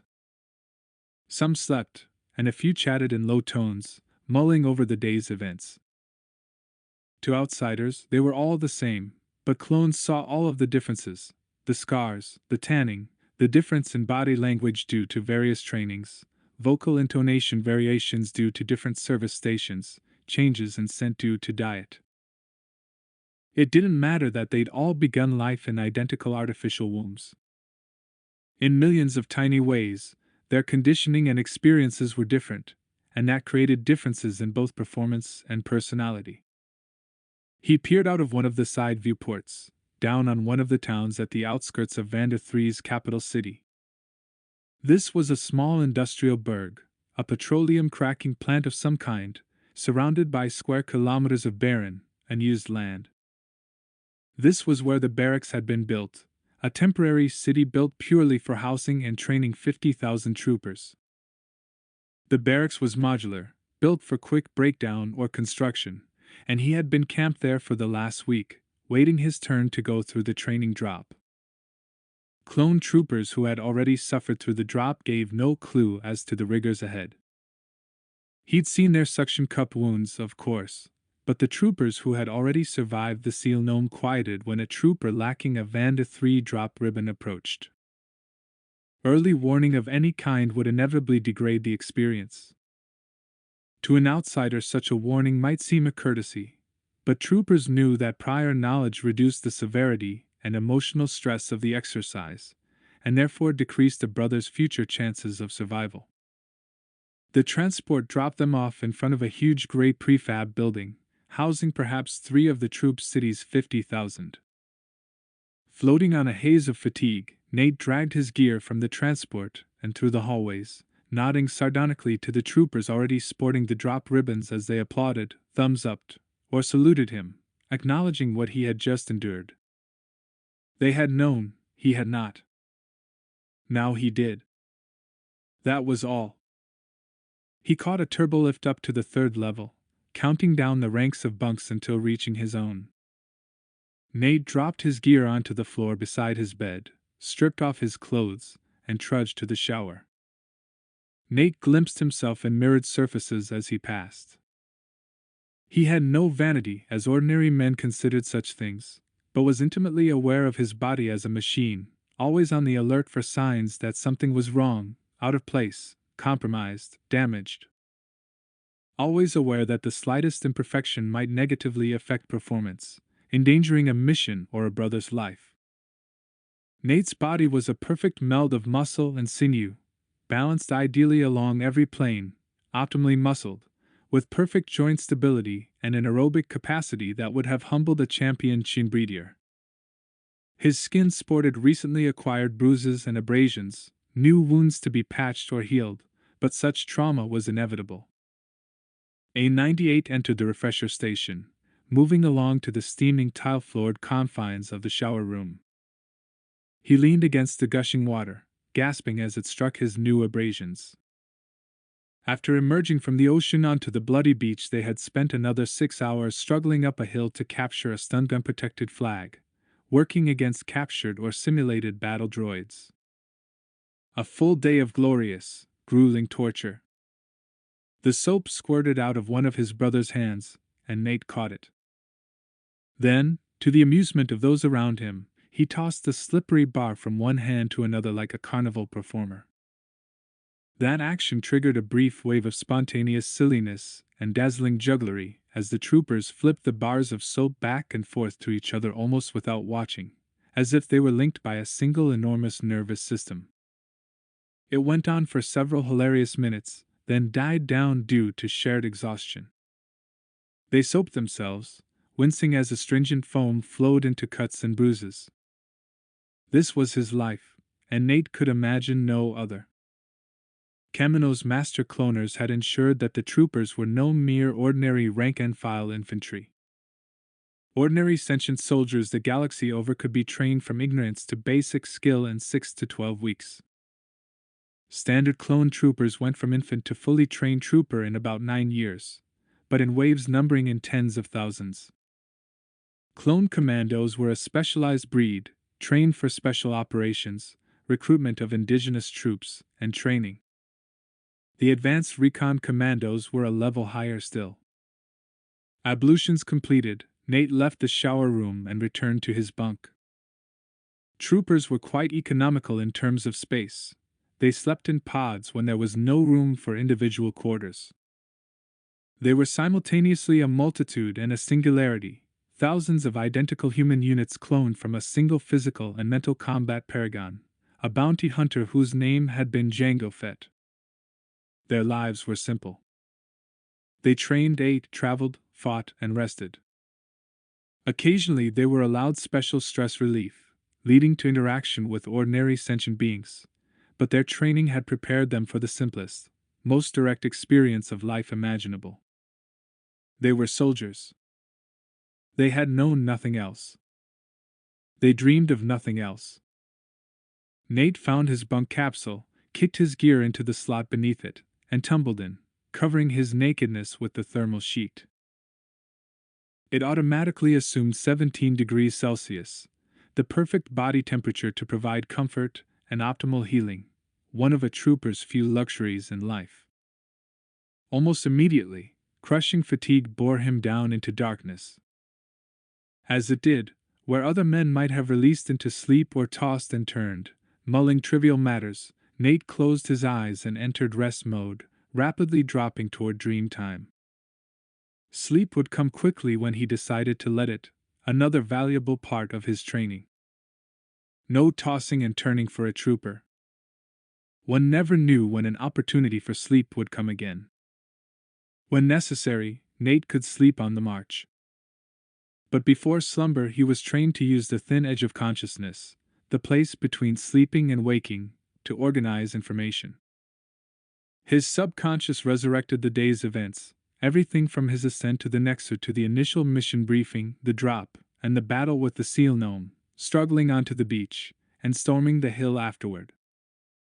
Recalled information flowed into pre-selected mental patterns for storage, contributing to the overall chances of survival and, even more important, of successfully completing assignments. He remained in this state for 50 minutes, as the tug of the day's fatigue grew more insistent. He could stave off that fatigue for unnaturally long periods of time, but saw no reason to do so. He had performed well, and deserved his rest. And anyway, his dreams would continue to evaluate and organize, even if mostly in symbolic form. That was good enough. A-98 surrendered consciousness, and allowed his body to heal itself. After all, tomorrow was another day. Best be prepared. 6. In the Jedi Temple's archives, Obi-Wan Kenobi and Kit Fisto studied their assignment, the industrial powerhouse known as Cestus. Obi-Wan found Cestus an interesting study, a relatively barren rock rich in certain ores, but miserable for most agricultural farming. Much of its surface was desert. The native life forms included a hive-based insectal people known as the Xteing, and a variety of large, deadly, and reputedly non-sentient cave spiders. The current population stood in the millions, with several advanced cities unsustainable without imported resources, fertilizers and soil nutrients, medications, and spices used to modify the water supply for non-natives. Dangerous, Kit said, studying at his side. A simple rationing drove them into Count Dooku's arms.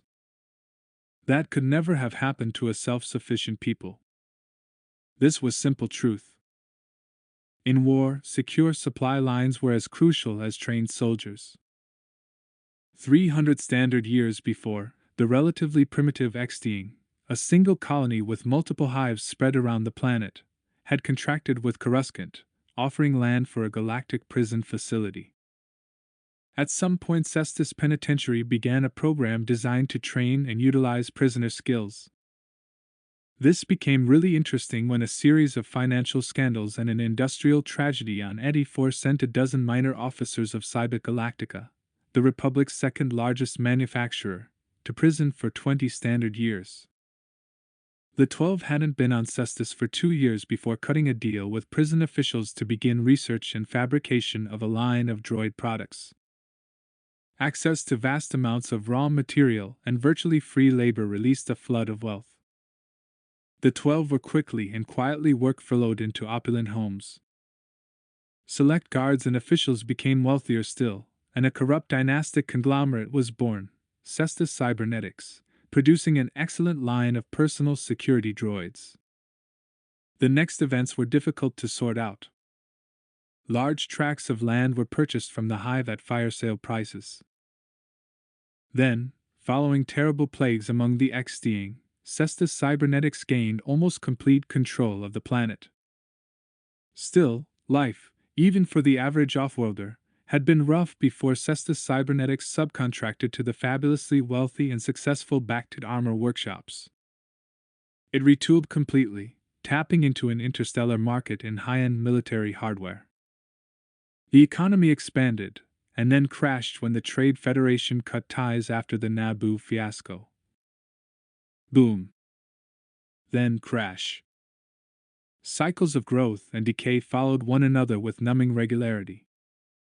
Obi-Wan scanned the roster of current leaders. Following last century's plagues, after the near destruction of the entire hive, the office of planetary regent was still held by one of royal Xting lineage, one Gmai Duras. Was this office elective? Hereditary? Was Duras a figurehead, or a genuine power? Another reference an hour later caught Obi-Wan's eye, mention of a group of guerrilla fighters called Desert Wind. Most of the surface farmers were poor, descended from the rank-and-file prisoners after their parole. Protesting a century of oppression, Desert Wind had sprung up 20 years back and tried to force Cestus's industrial rulers, a cabal of wealthy industrialists called the Five Families, to the bargaining table. Desert Wind had been crushed in the past year, but there were said to be a few left, still mounting raids on company caravans. The more deeply Obi-Wan and Kit peered, the more the truth of power on Cestus, and its delicate relationship with Coruscant, evaded them.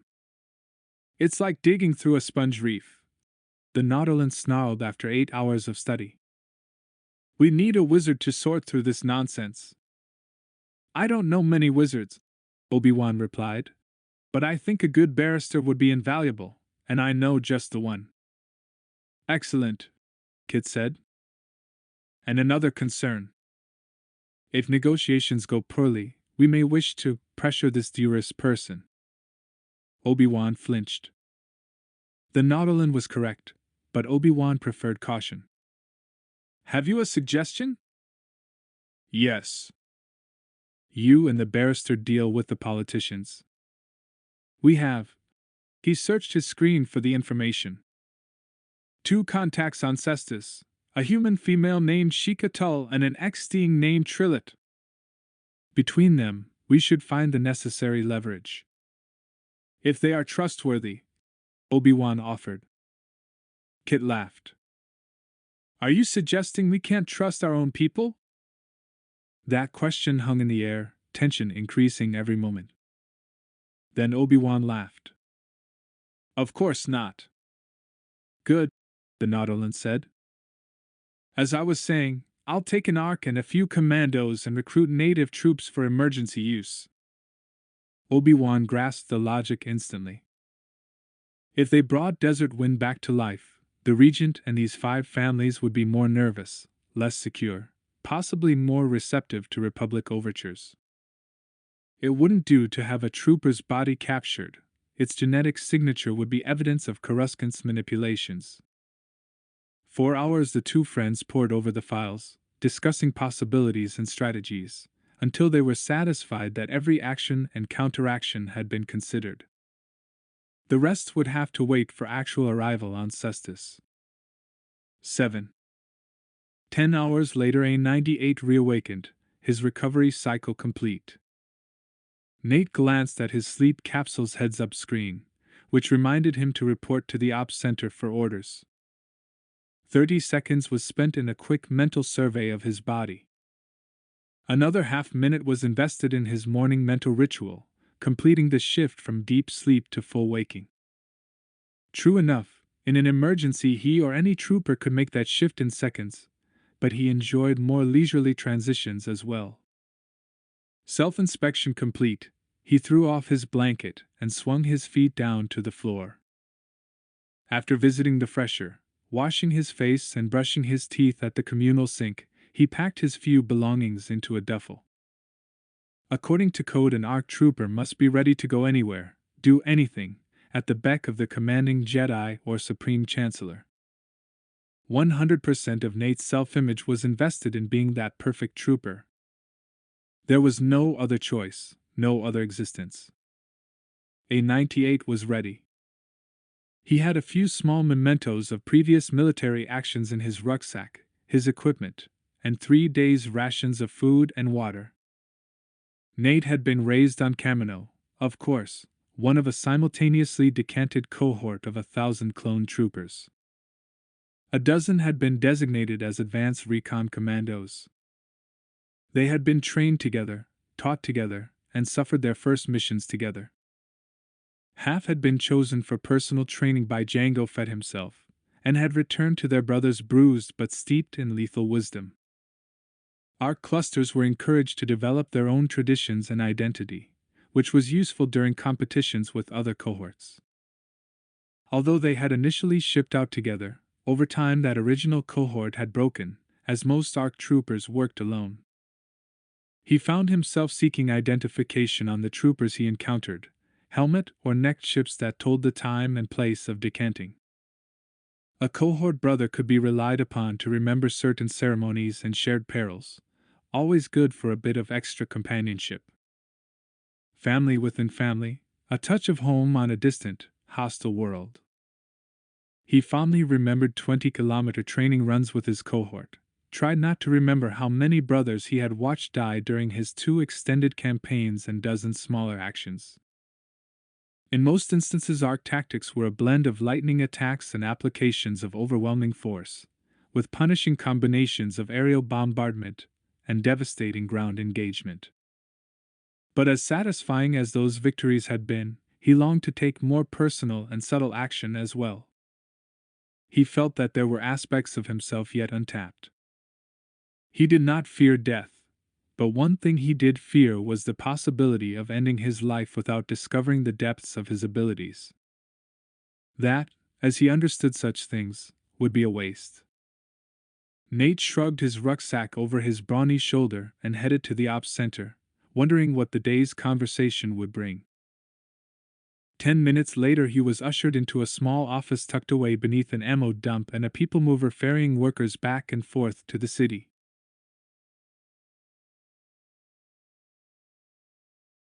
His commanding officer, a Mon Calamari major named Apted Squelch, sat hunched over papers when Nate entered, and for a moment seemed not to realize that she had company. Then she looked up. A98? Yes, ma'am? Take a seat, please. Nate did so, easing into a hard-backed chair of densely veined Corellian hardwood. He ran a thick thumbnail along the arm's grooved channels as the major finished reading the screen, and then folded her hands to speak to him. You performed admirably during yesterday's exercise, she began. Your unit had a 50% reduction in both genuine and sim casualties, with no loss of speed or efficiency. That's what we like to hear. Thank you, ma'am. I have a new assignment for you, Major Squelch said, blinking her huge dark eyes. I assume you are prepared? Not a real question, but a bit of ritual byplay. 100%, ma'am.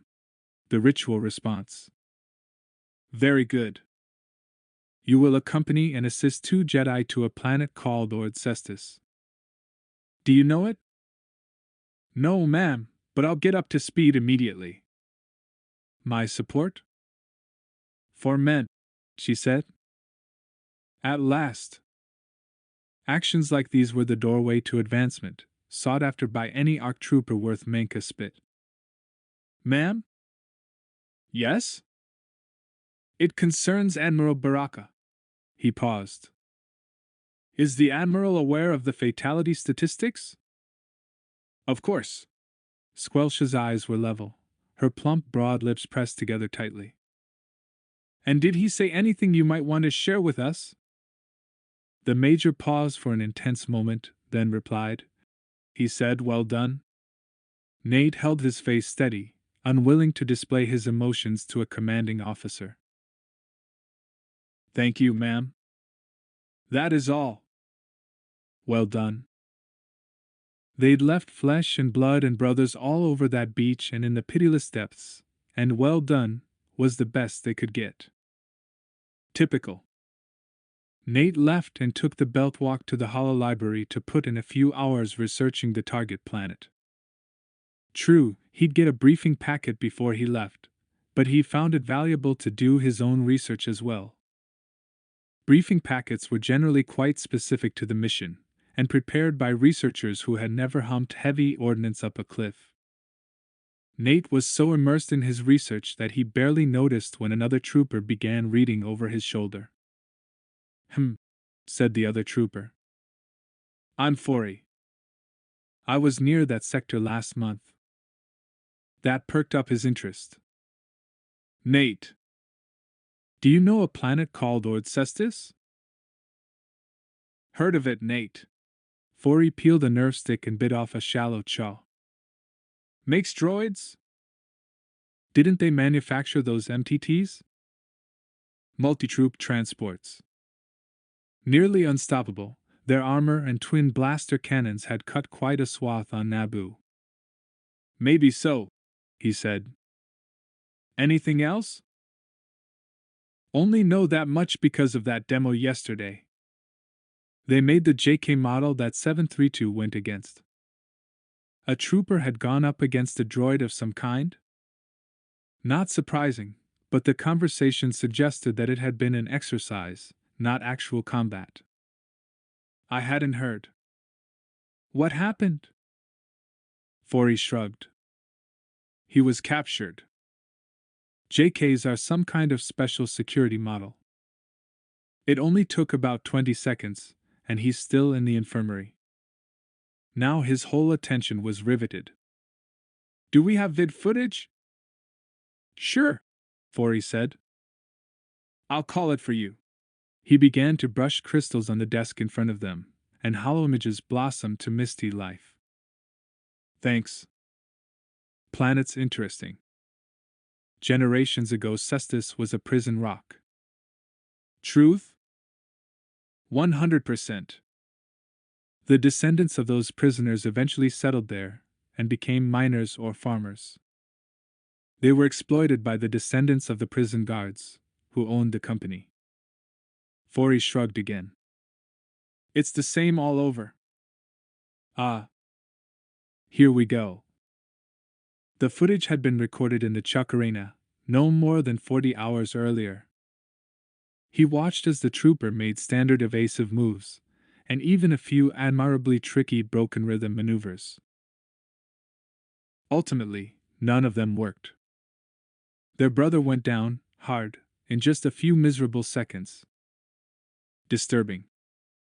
You go up against, better zap it from a distance. They watched a replay. Fast, Nate said. As a Jedi? Faster, Fori said. But speed isn't everything. Look at this. He hit other controls. The footage of a Jedi with protruding head tentacles appeared. From Glee Anselm, Nate said. Don't see many Nautilans around. Jedi, eh? Who else would use one of those archaic light sticks? They shared a good laugh at that. The Jedi were awesome fighters, but their adherence to illogical quasi-spiritual beliefs was beyond Nate's comprehension. Why would a fighting man trust anything beyond a steady eye, a strong back, and a fully charged blaster? He examined the Nautilan Jedi's image again. So a Jedi actually came down from the temple and rolled the dice. And? Watch for yourself. Nate triggered play, and together they watched as the Jedi not only stood his ground against the JK, but actually forced it into retreat. Nate inhaled sharply as the Jedi beat the thing at its own game. In some ways his tactics weren't that different from those attempted by the trooper, but the results were impressively superior. Beat it. Fori clucked admiringly. Did you see that timing? Uh-huh. Never seen reflexes like that either.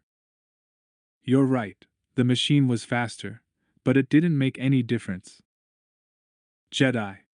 Fori laughed. It was hard to say whether the laughter was bitter or admiring. Perhaps a touch of both. So they watched a trooper go down, and just had to get down there and show off. Nate caught the implication. The Jedi might have even programmed the droid. How could the droid move faster and still lose? Unless it was instructed to lose. Nonsense. They both knew a Jedi would never do such a thing. This was nothing but lingering unease, a defensive technique to hide the slight feeling of inferiority troopers sometimes felt around temple dwellers. They beat Jango, both of them said simultaneously. These 3 words were almost a litany.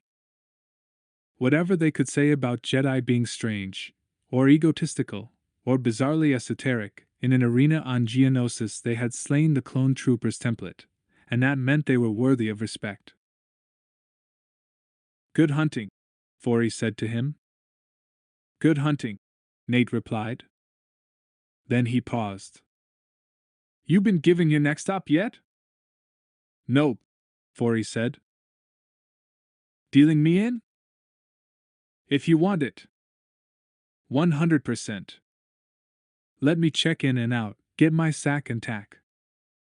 You'll have orders within the hour. A crushing handshake, and Fori went his way. Brother gone, Nate opened a window. Request status. A moment's pause, and then medical stats blurred past. He nodded in approval. CT-36/732, nicknamed Surdy, had not been wounded by the JK. His nervous system had been momentarily overloaded, and he had consequently suffered a few hours of irregular heart rhythm. Nothing alarming, but of course he had been taken to a med droid for observation. Surdy would be in fighting shape soon, and would make a perfect team member, the only trooper who had fought the JK. Special request CT-36/732 be seconded to the Cestus operation. Request approved, message bleeped, and then the screen closed. 4 hours he studied, trying to get the kind of random background intel never covered in standard TAC briefings. One just never knew which bit of data might save one's but once the capacitors started sparking. Nate himself would be dead now, blown to jelly in the battle on Geonosis, if he hadn't studied power cell recharge cycles and subsequently recognized when one of the wheel droids was entering a reflux pattern. Its capacitor's whine was barely audible, but he'd taken a chance, leapt from cover, and blasted it, saving 5 of his cohort. That little maneuver resulted in a week's free food at the base cantina and a fast track to his captaincy.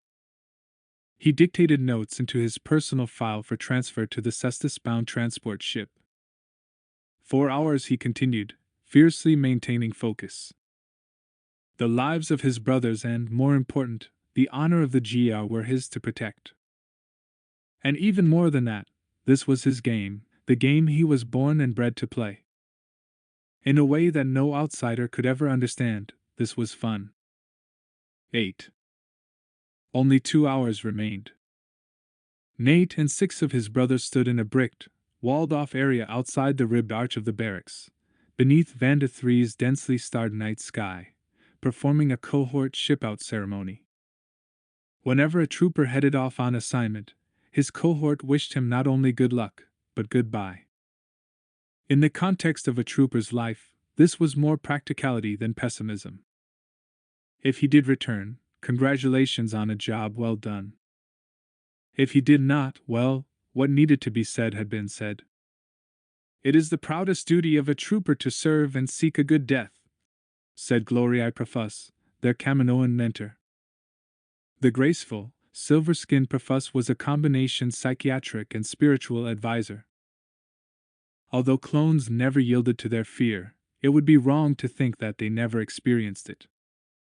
Emotion was as valuable as blasters and bombs, death an inevitable part of war itself. No trooper could, through any amount of skill or strength, avoid that unpleasant reality. And always, on all planets and through all times, soldiers had asked the same question: what if I die? And for a trooper, the most comforting answer was, you will die. But the GR goes on forever. The Kaminoan gracefully arched his long silver neck and raised his cup, brimming with Tullian wine, the finest in the quadrant. His voice was cultured and comforting. From water you are born. In fire you die. Your bodies see the stars, he said, the ritual words that had comforted 1,000,000 clones before they marched to their deaths, and might comfort 1,000,000,000 more. They raised their cups as one. We see the stars, they said together. And then they drank. 9. The Jedi Temple dominated Coruscant's cityscape for kilometers around, its 5 towering spires piercing the clouds like a titan's outstretched fingers. Within the countless hallways and corridors, the lecture halls and exercise yards, libraries and meditation chambers were all designed with an intrinsic grace and flow. Within them, even the least gifted were sensitized to contemplate that force binding the universe into a single organism. The council itself met in chambers less prepossessing but no less dignified than those of the Chancellor. Its arched walls and hangings had been created by the galaxy's finest craftspeople. Such richness would cost a fortune to reproduce, but most of the furnishings were gifts from rulers and merchants whose lives, wealth, and honor had been protected by Jedi skills over the millennia. Obi-Wan had long since grown accustomed to the opulence, and gave it little notice as he stood at ease before the council, awaiting their pronouncement. Master Yoda's wizened head tilted slightly sideways as Obi-Wan Kenobi and Kit Fisto consulted with them. These are confusing times, Obi-Wan said. In many ways, our former mandate has been suspended, and much of our authority curtailed. Strife changes many things, Yoda said. Unpredictable these clone wars proved to be. But now I am sent on a sensitive diplomatic mission, involving treaties on multiple levels, such complexity that we require a barrister just to sort them out. Obi-Wan considered his next words carefully. I have never refused a mission, but must tell you honestly that I feel ill-prepared for this maze of commerce and politics. Master Yoda frowned. Worry I do. No longer may Jedi look to the words and actions of masters past for their guidance. Strange new times are these. The other Jedi in the room nodded in agreement. This subject had been debated long and hard, but in the end, the Jedi were obliged to fulfill the Senate's and the Chancellor's wishes.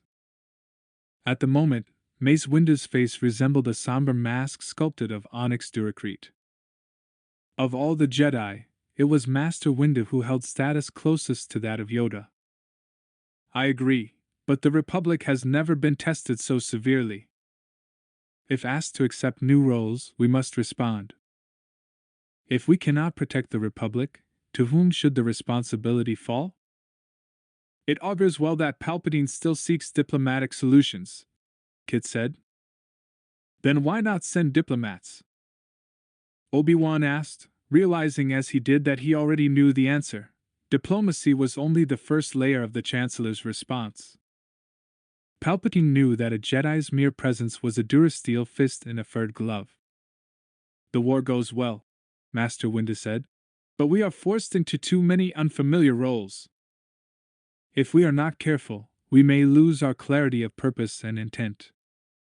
Too often, lightsabers are required where once words alone sufficed. Yoda nodded.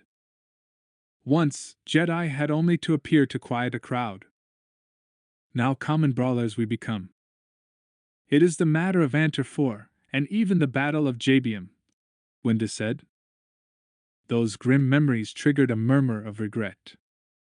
There have been more victories than failures, Obi-Wan reminded them. I agree, Master Windu said, but the maintenance of social order requires both myth and reality.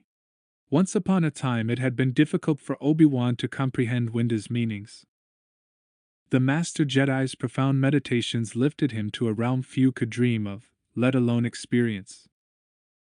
But in more recent years Obi-Wan had begun not merely to appreciate these pronouncements, but almost to anticipate them. And the myth has been fractured, only the reality remains. This situation on Cestus is delicate, and involves these force-sensitive droids. Ultimately, a swift and clear resolution would save many lives. He leaned forward and fixed Obi-Wan with a gaze that might have cut diamonds. Whatever misgivings you may have, Master Windu said, you are asked to accept this mission with your usual integrity and commitment. Master Kenobi, Master Fisto, for every conceivable reason, you must not fail. Kit Fisto bowed, and his sensory tendrils wavered eagerly, like sea fronds in an invisible current. I gladly accept. I also accept, Obi-Wan said, then added, I will bring Lord Cestus back into the fold. We will end these Jedi killers. Yoda's eyes glowed warmly. With the Force as our guide, into peace war may yet transform. 10. For 3 hours Obi-Wan lay in his cubicle's hard bed, slowing and synchronizing his body's rhythms to maximize the restorative benefits. Where an ordinary mind and body wavered in and out of the mental and physical zones of recuperation, every minute spent in this extreme state was worth 3 minutes of ordinary slumber. He emerged rested and ready, packing his gear and rendezvousing with Kit for the flight to Cestus. In the temple's communal dining hall, the two Jedi shared a meal of thranso pate and hawkbat eggs. While eating they spoke in quiet voices of trivial things, understanding that the days ahead would be intense. Memories of such quiet times were sustaining. They took an air taxi out to Centralia Memorial Spaceport. The port was one of Coruscant's oldest, some of its older pads actually preserved as monuments even as the rest of the spaceport expanded out into one of the galaxy's most modern facilities. There awaited the Jedi a refurbished Republic cruiser, its scarlet skin panels open at the aft wing as technicians made last-minute adjustments to the fuel atomizer cone and radiation dampers. They'd half-finished supervising their ship's loading when a military shuttle arrived, its tri-wing configuration folded for docking. 5 troopers in gleaming white armor exited. If Obi-Wan was entirely honest with himself, he had to admit that large groups of clone troopers made him slightly uncomfortable. Easy to understand and explain away. One factor was the fact that they were the absolute image of the notorious bounty hunter Jango Fett, who had come within a hair of killing him on 3 separate occasions. More disturbing still was the fact that, although genetically human, they had not led human lives. Clone troopers were born and bred purely for war, without the nurturance of a mother's embrace, or the safety of a father's loving discipline. They looked human. They laughed and ate and fought and died like men. But if not human, what exactly were they? General Kenobi. The trooper saluted. CT-36/732 reporting. May we take your gear, sir? His bearing and attitude were clear and crisp, his eyes guileless. A memory floated to mind. Hadn't CT 36/732 been the trooper who'd fought the JK? The young man seemed healthy. No slightest gesture betrayed physical or emotional pain of any kind. Remarkable. Yes, please stow it in our cabin. With admirable ease, the trooper slung his gear over his left shoulder, a nod his only response. Obi-Wan was surprised by his slight aversion. It mirrored the prejudice he knew some others to feel, people who treated the troopers as if they were little more than droids. This was unworthy of him, of any Jedi.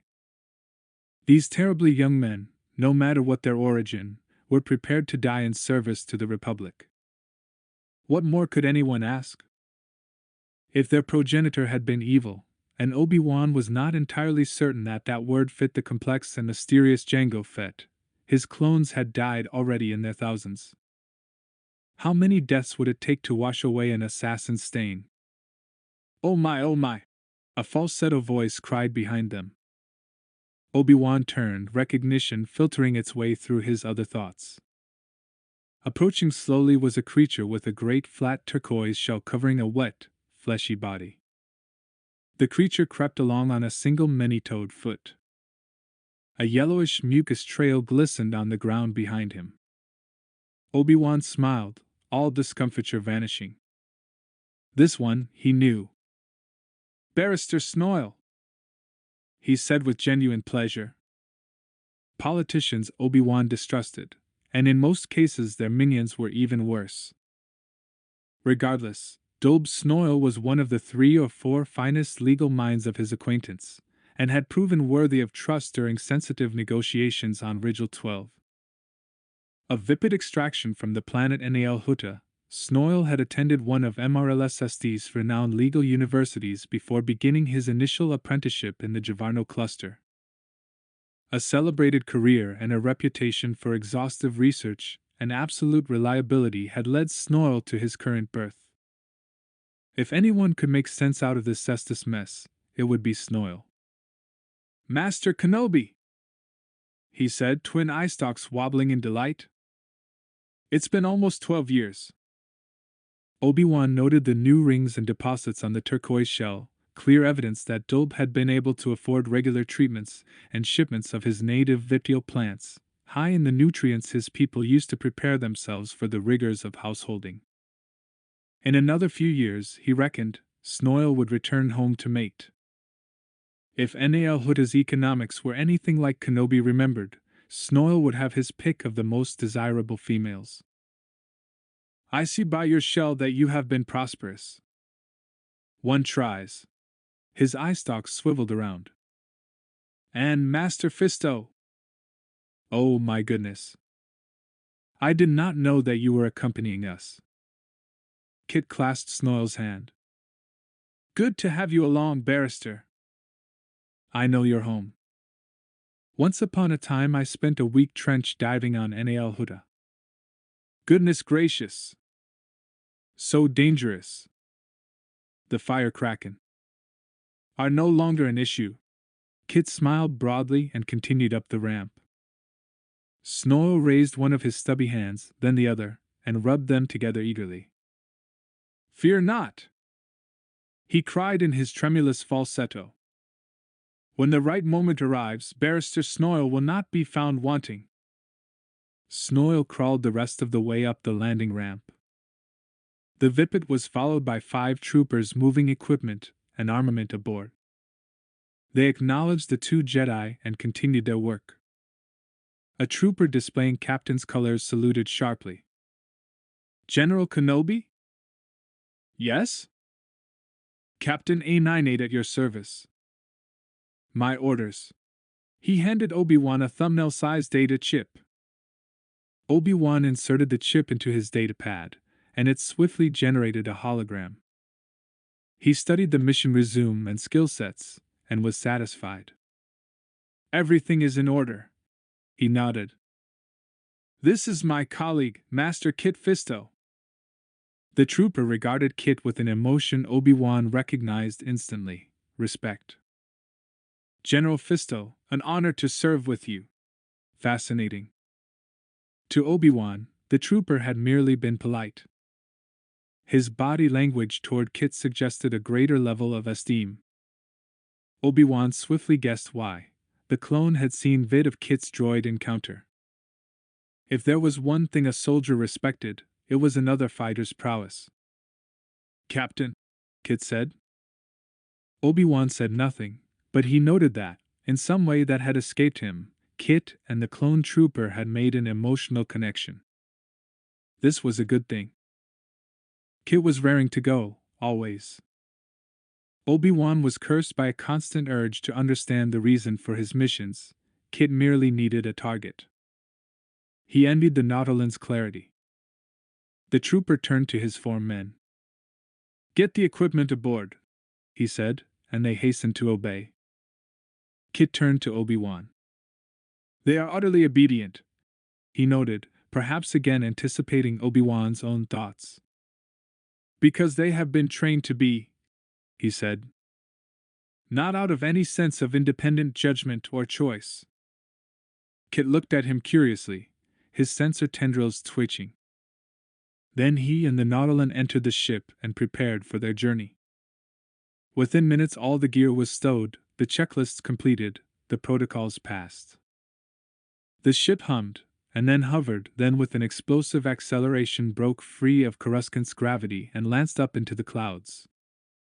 Obi-Wan winced. His voyage from Fersken 6 was gruelingly recent, but that was preferable to flying with a stranger at the controls. Better still was simply staying on the ground. Obi-Wan found his way up to the nose of the ship and settled into an acceleration couch as the ship rose. The clouds gave way to clear blue. The blue itself faded and darkened as they entered the blackness of space. Around the horizon's graceful curve hovered 12 giant transport ships, shuttling clone troopers from Coruscant bunkers to Vanda 3, the second most populous planet in Coruscant's system. He'd heard that Vanda 3's ocean was a brutal clone testing ground.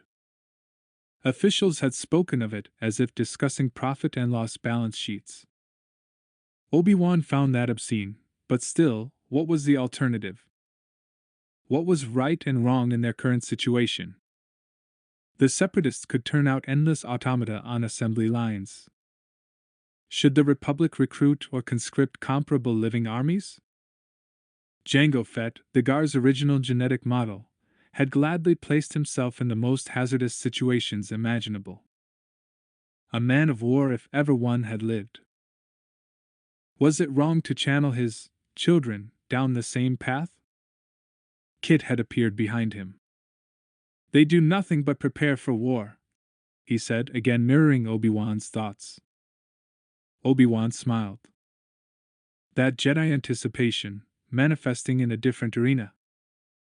He found himself relaxing, hoping now to be able to take advantage of Kit's sensitivity in the trying days ahead. "What manner of life is this?" "A soldier's," Kit replied, as if this was the only possible, or desirable, answer. And perhaps it was. Of course, he himself had left enough tissue about the galaxy for Kamino's master cloners to have created quite a different army. And if they had, to what purpose might it have been put? He laughed at that thought. And although the Nautilin arched an eyebrow in unasked query, Obi-Wan kept his darkly amused speculations to himself. 11. For 2 hours Obi-Wan Kenobi and Kit Fisto had practiced with their lightsabers, increasing their pace slowly and steadily as the minutes passed. The cargo bay sizzled with an energized metallic tang as their sabers singed moisture from the air. A Jedi's life was his or her lightsaber. Some criticized the weapon, saying that a blaster or bomb was more efficient, making it easier for a soldier to kill from a distance. To those who reckon such things statistically, this was an important advantage. But a Jedi was not a soldier, not an assassin, not a killer, although upon occasion they had been forced into such roles. For Jedi Knights, the interaction between Jedi and the life form in question was a vital aspect of the energy field from which they drew their powers.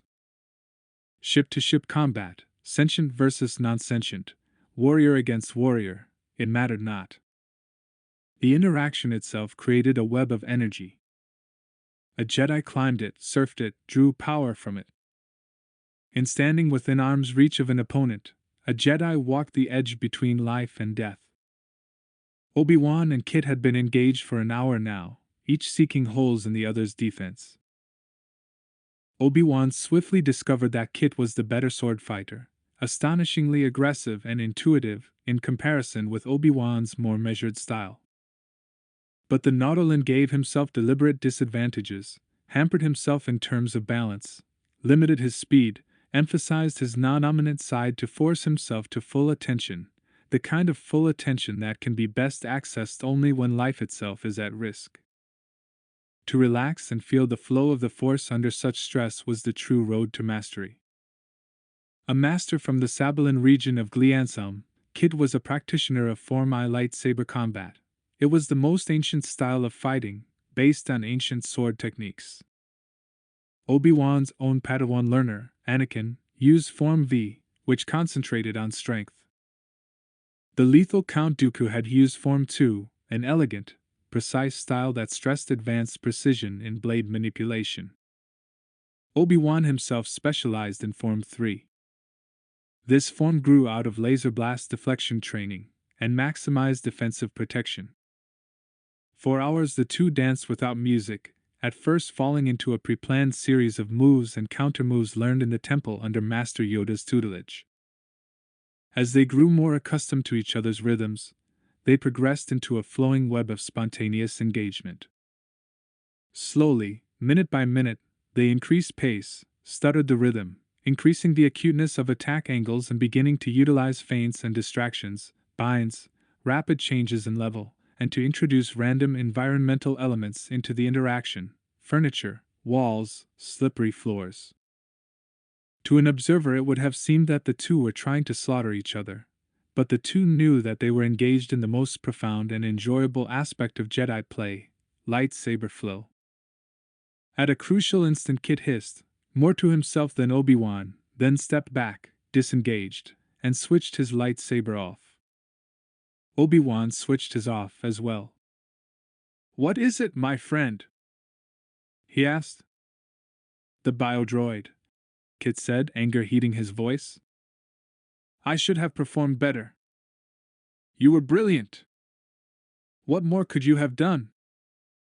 Kit sat heavily, his smooth green forearms resting on his knees, sensor tendrils curling and questing like a nest of angry sand vipers. "I should have gone closer to the edge," he said, the irises within the unblinking eyes expanding until they appeared to glow. "Released myself into the Force, become more unpredictable. More random." Obi-Wan heard the concern in the Nautolan's voice. Form I was wild, raw, and deadly. It also required too much emotional heat for Obi-Wan's taste. "That would have been dangerous," he said, choosing his words carefully. "Not to your body, perhaps, but to your spirit." Kit looked up at him, irises contracting again. "It is the way of Form 1. And here Obi-Wan knew he needed to tread softly. Combat style was an exceedingly personal choice. "Agreed," Obi-Wan replied. "But Form 1 represents greater risk to you as well, my friend." Kit said nothing for a time, and then slowly, almost imperceptibly, nodded. "We all take risks." That simple truth momentarily silenced Obi-Wan. There it was, Kit knew that Form I placed him in greater jeopardy, but his sense of duty made it worthwhile. In that moment Obi-Wan's respect for the Nautolan rose to the highest levels. For now, the best thing that he could do was help get Kit's mind off the subject. He stood briskly slapping his palms together. "But come," he said. "If our ruse is to succeed we must practice a while longer. Then I need to get back to work on the light whip." That seemed to lift Kit's spirits. "When will it be ready to test?" Obi-Wan sighed. "I've never actually built one, but saw a bounty hunter wield one once, in the Cornac cluster. The theory is clear enough, and I found a diagram in the archives. Just remember, if covert action becomes necessary, all suspicion must fall on Count Dooku. If you are seen wielding a lightsaber, you'll be identified as a Jedi. Less conversation. Kit grinned. More practice. They returned to their dance, each sensitive to his differences but comfortable in them as well. On and on they went, until exertion drove all thought from their conscious minds, until all discussions were forgotten, and all that remained was a pure joy of moving, separately and together, in the way of the Force. 12. Concluding his practice session, Obi-Wan freshened himself and donned a new robe. He then went out to the lower deck lounge. There, in a more comfortable environment than the formal dining room, just four of them, he found Barrister Snoyle studying at two computer workstations, each of his eye stalks engaged with a different holographic display. A useful skill, Obi-Wan said, just behind the barrister's right ear. You comprehend both simultaneously? Snoyle turned startled. Master Kenobi! I didn't realize you were there. As to your question, yes, my people can split attention between sides of their brain, he said. The full reintegration will not take place until sleep tonight. Genuine concern creased Snoyle's glistening face. Actually, I am glad you are here. I was hoping we might confer. On what matter? These treaties. His falsetto rose to a squeak. A nightmare. Lord Cestus was never supposed to be a major industrial power. When it was initially set up, Coruscant granted it quite favorable trade terms. The point was for the prison to be self-sufficient, and not a burden to the Republic. And now? And now the prison exists as a legal fiction only, a definition expanded to include the entire planet. Cestus markets goods under a corrections license. Snoyle paused, eye stalks wavering almost hypnotically. He canted his head slightly to the side, as if considering a new thought. When he spoke next, his voice sparked with renewed enthusiasm. Delicate. Delicate. If we threaten a suspension of activity while their status is re-evaluated, that should panic them. Right into Dooku's arms, Obi-Wan said, and shook his head. Hardly a desirable outcome. True, the Vipit replied, then lowered his voice. I was actually more concerned about another subject. That being? Well, it is my time, he said, emphasizing the last word. For children? Snoyle nodded emphatically. Oh yes. Master Obi-Wan, I am so happy you called me. For years I've owed you a great debt. Obi-Wan laughed. We're friends. You owe me nothing.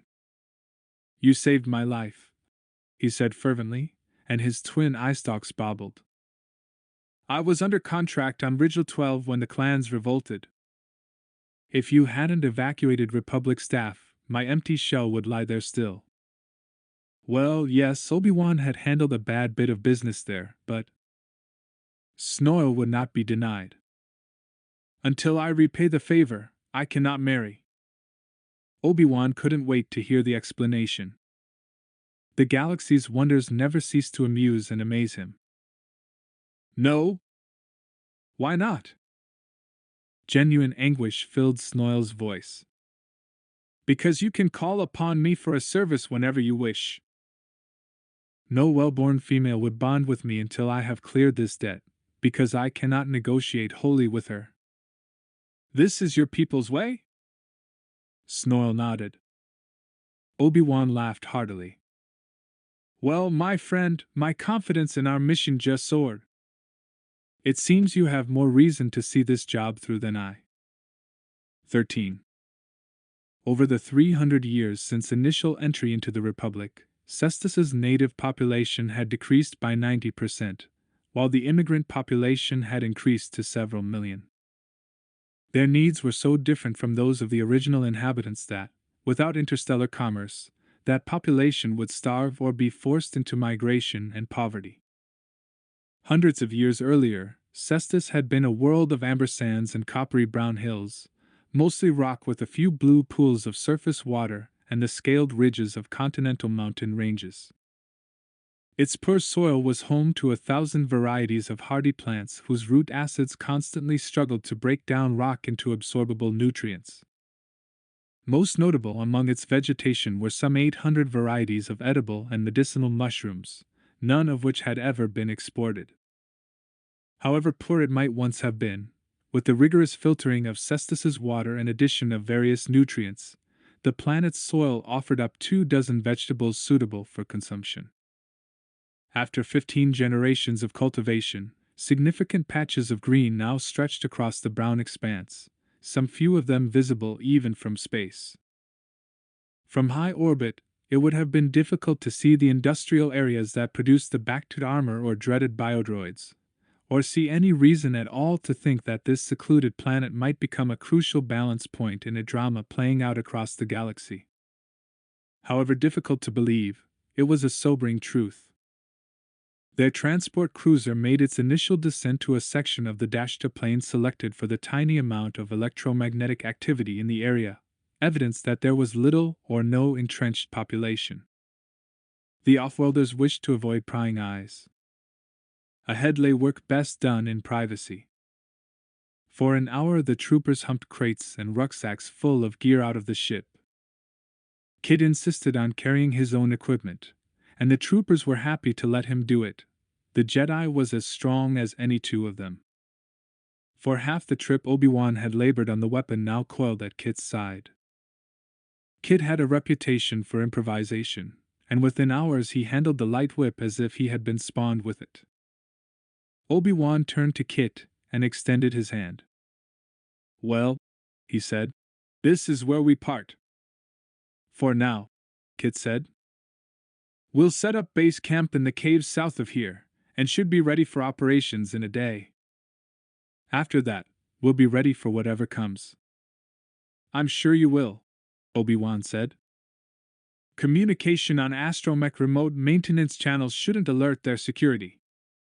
We'll disguise our conversation as modulations of the basic carrier frequency." Kit nodded, but the smile on his lips didn't reach his eyes.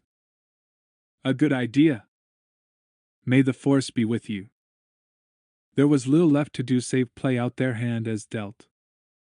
Obi-Wan stood, looking out at the horizon, at the dust devils spinning and churning.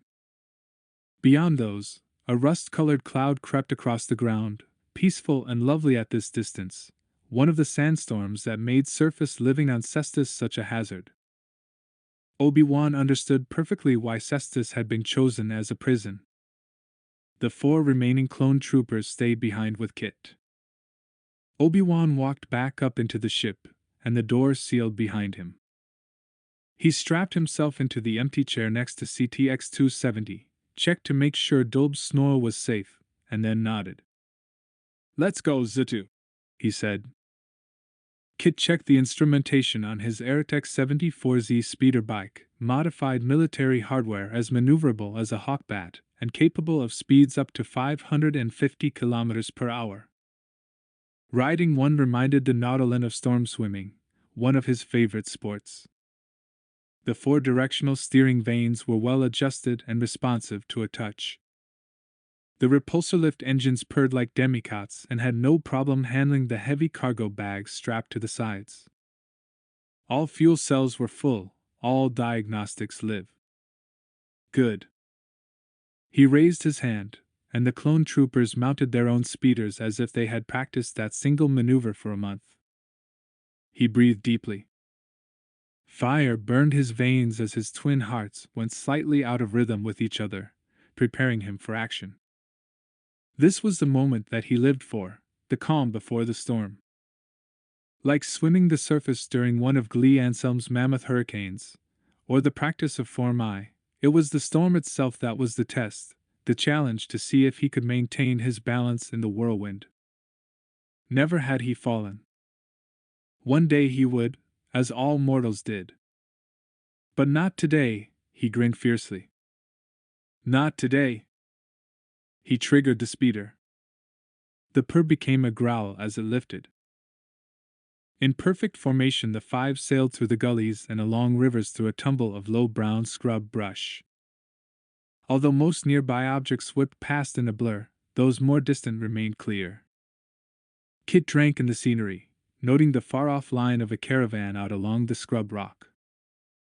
The speeder bikes traveled too low to be seen, low enough for the speeders behind him to be swallowed in the storm of dust particles, baffling scanners.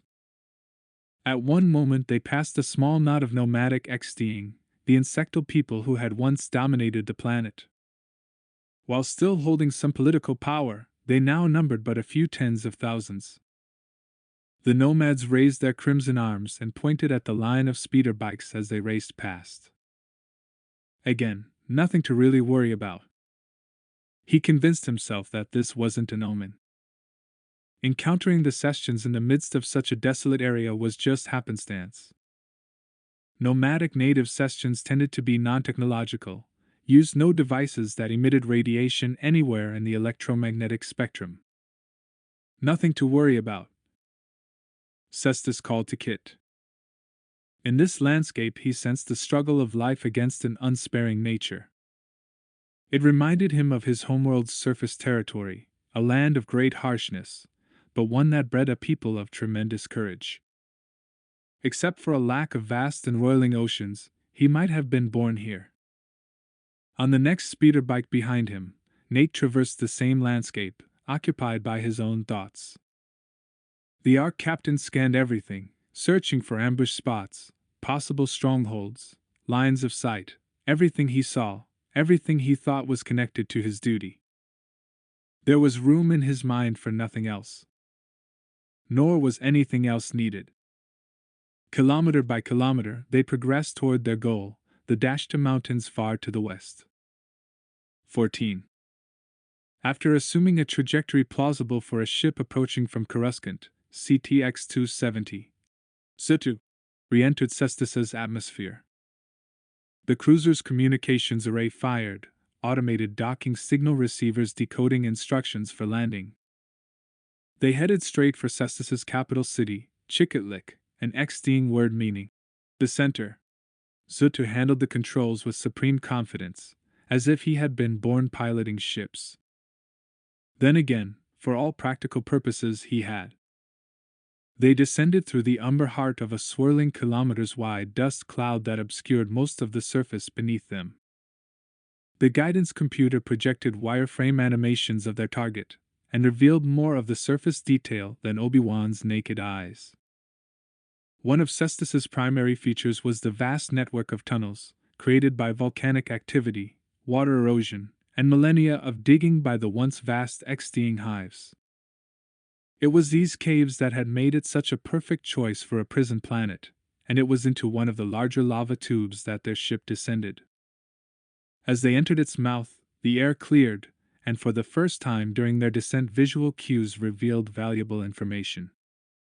After a few seconds the sides became pleasantly painted and sculpted.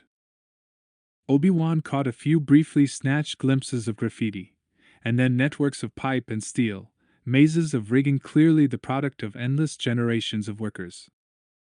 He noticed also that the laborers seemed to have done everything in their power to keep a sense of the original beauty, and he admired that.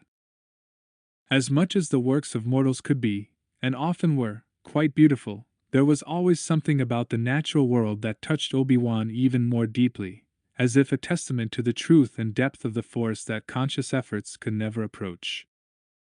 They zoomed down another tunnel and turned left. Artificial light reflected around the corner. For a moment he was blinded.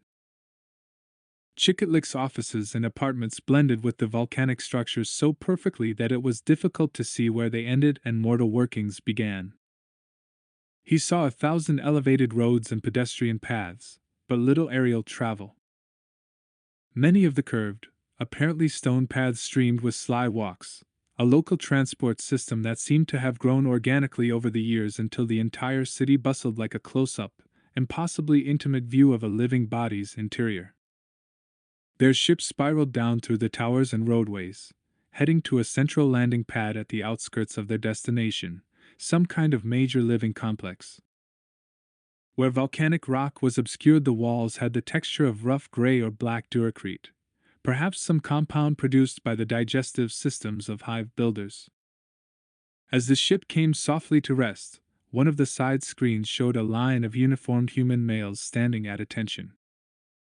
Obi-Wan knew that Zutu had already killed the main engines so that no stray heat or radiation would spoil the approach. Dobe Snoil's emerald eye stalks quivered with excitement. "Look at the honor guard!" "Yes," Obi-Wan replied. "It must be rare to see representatives from Coruscant out here on the rim. I fear that this has more than mere business significance." "Ah," Snoil said. "I would expect some aspects of hive politics to survive. Expect complex, confusing social interactions, Master Jedi." Obi-Wan laughed. It was true, no longer was he a mere peacekeeper. Today he was an ambassador, an envoy from the central government. Like it or not, he would have to accept that role. The guards were near human Kiffer, who immediately snapped to attention as the door opened and the ramp touched down.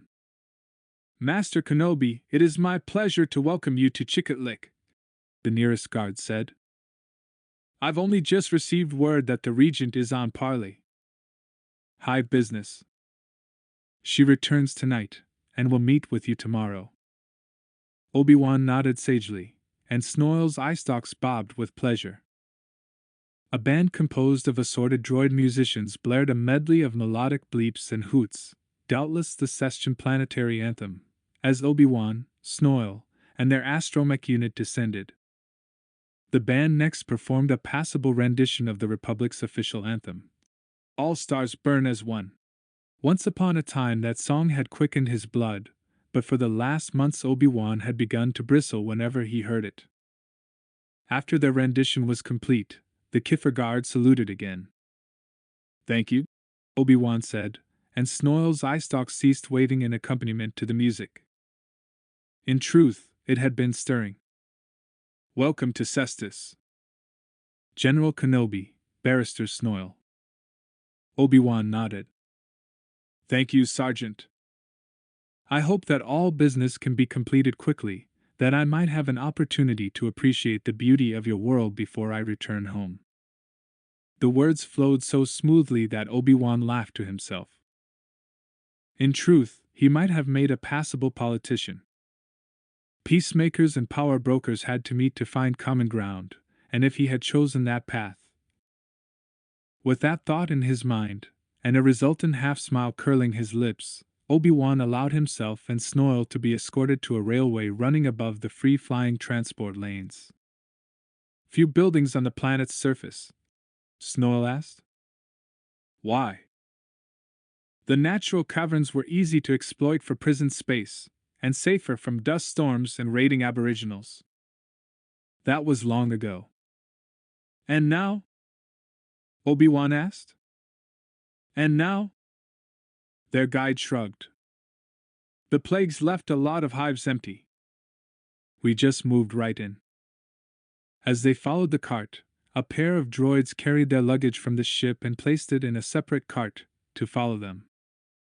Many of the buildings and structures were themselves imitations of stalactites and stalagmites, but there were flashes of different artistic or architectural movements as well, angular areas, evidence of 100 different cultural influences. They approached a particularly large and beautiful expanse of carved rock wall. Only on a second look did it resolve into a building. "Our destination," the guard said. "What is it?" Obi-Wan said. It was almost a kilometer across, one of the largest city constructs Obi-Wan had seen on a rim world, so enormous that at first he had mistaken it for an organic part of the overall structure. "The Grand Chicotlick was the first actual prison building built here," their guide said. "It was converted 50 years ago, and now serves as our finest hotel." He could see it all more clearly now. A few hundred years of constant rebuilding, one apartment, and cubicle grafted onto another had been smoothed into an overall design that was somewhere between a kind of insect hive and a gigantic office complex, something that transcended either artificial or organic design. Impressive.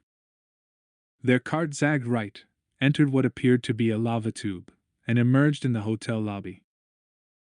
The interior was quite literally cavernous, a lobby built around a luminous natural hot spring, lift tubes thrusting up through cascading shelves of frozen limestone. The silvery protocol droid concierge approached them, fairly shivering with excitement. "Welcome! You are now guests of the most luxurious hotel on Ord Cestus." Snoil's fleshy lips curled in appreciation. "After days on the shuttle, it's good to have a room, not a cabin," he squeaked. Two X-Team attendants materialized just as their luggage cart appeared behind them. The X-Team were dull gold, with oval bodies and thin, apparently spindly legs. "Show these two very special guests to their accommodations," the droid said. Perhaps fantasizing about generous tips from the distinguished guests, the attendants eagerly carried their luggage to droid carts, then guided the carts to the turbolifts.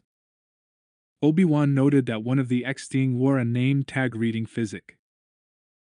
The lifts rose along the cave's internal wall, rising rapidly but smoothly, then rotating so that the walls slid open to disclose a hallway. The X-Team attendants unloaded their luggage and carried it into the suite. The droid bowed. "I hope that these lodgings will prove satisfactory, sirs." Obi-Wan found himself answering more to the attendants than the protocol droid.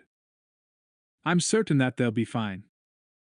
You may wish to explore the city in the time before the lady arrives." "Very considerate. I'm certain we can entertain ourselves." The protocol droid left, motioning for Physic and the other X-Team to leave with him, and they did.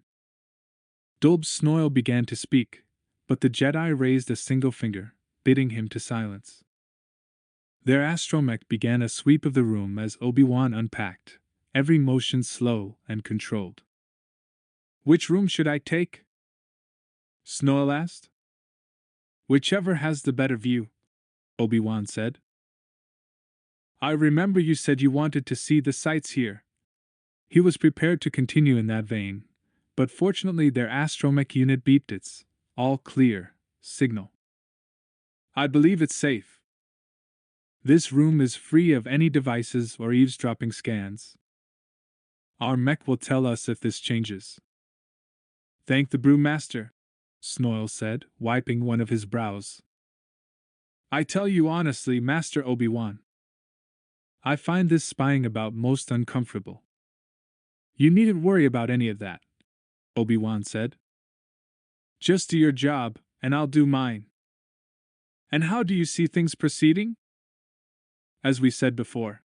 He sat near Snoil, putting his own thoughts in order as he tried to incorporate what he had seen and heard since landing. "We go to court, and see what there is to be seen. And if our entreaties are ignored? Then," Obi-Wan said thoughtfully, "then things get tricky." 15. Kit Fisto, Nate, and his three brothers had arrived stealthily, making their initial surveillance of the Dashta mountain region specified by their mysterious contact, Sheik Atul. Tull had designated a cave hidden beneath an overhanging rock shelf, opening onto a broad, flat stone theater that could be used as an emergency landing zone, although for security, the main staging area was located hundreds of meters downhill from the cave entrance. On first glance the cave looked ideal, but Kit entered gingerly, sensor tendrils tingling. The shaggy, desiccated body of some four-legged mammal half the size of a speeder bike lay just inside the cave. There were no immediately apparent wounds, had it simply crawled into the cave to die. He nudged the body aside and took another step forward. Nothing living to be seen. Side tunnels stretched off in multiple directions. Cave birds and some membranous reptilians flitted about overhead. Moss and old dusty webbing clotted some of the corners, but he found nothing alarming. "There might be something here," Nate said, coming up behind him. Perhaps we should find another cave, CT-12/74 said. His nickname was Seafer. Not until we make contact with Tull, Kit said. Here in the shelter of a craggy valley almost completely devoid of all but the simplest vegetation, they spent the first hours building their base camp and sleeping quarters, assembling sections of modular housing. They were so engrossed in their work that they barely noticed when the first of the cave spiders appeared. Kit cursed himself for not recognizing the webs or the ragged, furry, desiccated corpse for what they were, but when the first 8-legged monstrosity bounced out of the shadows to leap onto Surdy, the Nautilin moved instantly. The spider screamed as his lightsaber seared through a leg, then the trooper bucked it off, putting 3 shots into the beast before the body hit the ground. They hardly had time to congratulate themselves. 6 cave spiders of equal size crawled from the darkness. Kit ordered the troopers into perfect square formation, shoulder blasters at the ready as their 8-legged attackers emerged. Somewhere back in the caves was a nest, pure and simple, and they had responded to the challenge for their territory. No time to regret. This was action. A cascade of cave spider silk jetted toward the trooper diagonal from Kit. Nate. The trooper shoulder rolled and came up to firing position, blasted the rocks above the spider's hiding place. As stones rained down on the unfortunate creature, Nate rolled again and ran to one of the speeder bikes. Fleeing? Absurd. In the Guard's short, spectacular history, no trooper had ever shirked duty, fled a battle, or even disobeyed a superior's order. But immediately behind him a great shaggy 8-legged beast hissed and leapt. Kit pivoted, lightsaber singing. The spider bounded out of the way, landing in a crouch. It bounded again, spitting venom. Kit dodged to the side, lightsaber swatting one of the caustic greenish gobs, and the fluid erupted into searing steam. The rocks before them rustled, and a swarm of young spiders, no higher than Kit's knee, crawled out, their shining eyes hungry, and venomed fangs dripping. He glimpsed movement and turned to see a gigantic red female, half the size of a banda, crouching in the shadows, watching, her glowing eyes fixed on him. A general, directing her troops. This Kit could understand. Well, as of the commencement of the Clone Wars, Kit Fisto was a general as well, and he had his own troops. Come on! He snarled silently, irises expanding. He set his feet in a wider stance for balance, and waited. Nate's speeder bike started instantly. Under his expert hands it leapt off the cave floor and ran in a tight circle, buzzing the shadows, turning tight corners, drawing out the spiders. They spit silk and venom at him, and every time they did, his brothers below got a better fix. Incandescent laser bolts and the howling of Kit Fisto's lightsaber filled the cave as the spiders fought back, casting bizarre, distorted shadows against the walls. The arachnids jumped, leapt, and crept. They spit venom that burned through armor, and sticky silk that threatened to bind arms and legs together. But nothing they did broke the Geonosis square, a tactic that maximized the impact of both aggressive and defensive fire. The trooper wove, using the speeder bike's maneuverability to confuse the spiders. Their 8-legged adversaries were quicker on the ground, but seemed baffled by this high-flying tactic. General Fisto gave a whistle so loud and high that it rattled Nate's ears at 20 meters. The other troopers broke for their speeders, and within moments the cave was filled with screaming, dipping, blasting speeder bikes. Nate laughed aloud, loving this moment. It was like being back with the seal gnome. You didn't know what you were messing with, did you? His laughter died as another row of arachnids crawled out of the top cavern. What in space? They must have stumbled into the largest breeding ground in the entire mountains. This was the worst, what troopers called 10%, but it was too late to curse fate. Little to do now but fight. At least 6 of the large spiders, and dozens of the smaller ones, had perished in blasts, lightsaber strokes, and showers of falling rock before they retreated shrieking into the caves. The largest, the enormous red-furred female, protected the others as they fled. The troopers started to pursue, but the general raised his hands. "No!" he called. "They're broken. Let the brood go." The female locked eyes with the general. Surprisingly, she lowered her head as if making obeisance, then backed into the shadows and disappeared. The troopers landed their craft, peering into the darkness to be certain no mistake had been made before holstering their weapons. "Perimeter sensors up immediately," General Fisto said. "So we're staying here, sir?" Nate asked. General Fisto's answering smile was not pretty. "Might as well assume all these caves are spider-infested. At least we know this one is clear. Besides that," Surdy whispered to Nate when General Fisto turned away, "we fought for it. It's ours." As the others set up in the cave, Kit Fisto carried his broadcasting unit a kilometer out to a completely desolate area with no line of sight to their new camp. There he triggered his beacon and sat in wait. After 5 seconds he turned it off.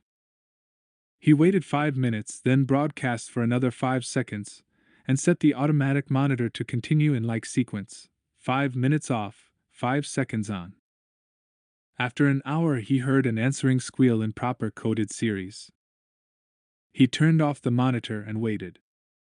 The sun was nearing the western horizon when a battered cargo ship appeared from the south. It flew in a slow, groaning circle and then settled toward the ground, frying the underbrush as it did. That thermal inefficiency implied an older model, and in merely adequate repair. The panel door opened and a ramp descended. Kit heard a bleeping sound, and then a human female appeared at the top. Kit had few standards by which to assess human beauty. Based on her movements and posture, however, this female was in excellent physical condition. Her unblemished black skin and lustrous short hair suggested a healthy immune system, and she seemed quite aware and alert. Good. They would need these qualities to successfully implement their plans. The woman studied Kit, her expression one of exasperation. "A Nautolan. Pretty far from an ocean, aren't you?" The Jedi was unamused. "I'm waiting," he said. She rolled her eyes. "No sense of humor." "All right, Alderaan has 3 moons. Demo's 4 but 2, Kit replied without hesitation. She nodded as if he had confirmed more than identity. "Name's Shikatul. I was told to expect you." "What precisely were you told?" She scuffed her toe across a line in the ground, raising a tiny plug of fine, dry dust. "They said if I helped you, certain things in my past would be forgotten." "That right?" She looked back up at him, defiance sparkling in her eyes. He nodded, and she seemed relieved. "So, what do you need?" "What I need is a reliable contact."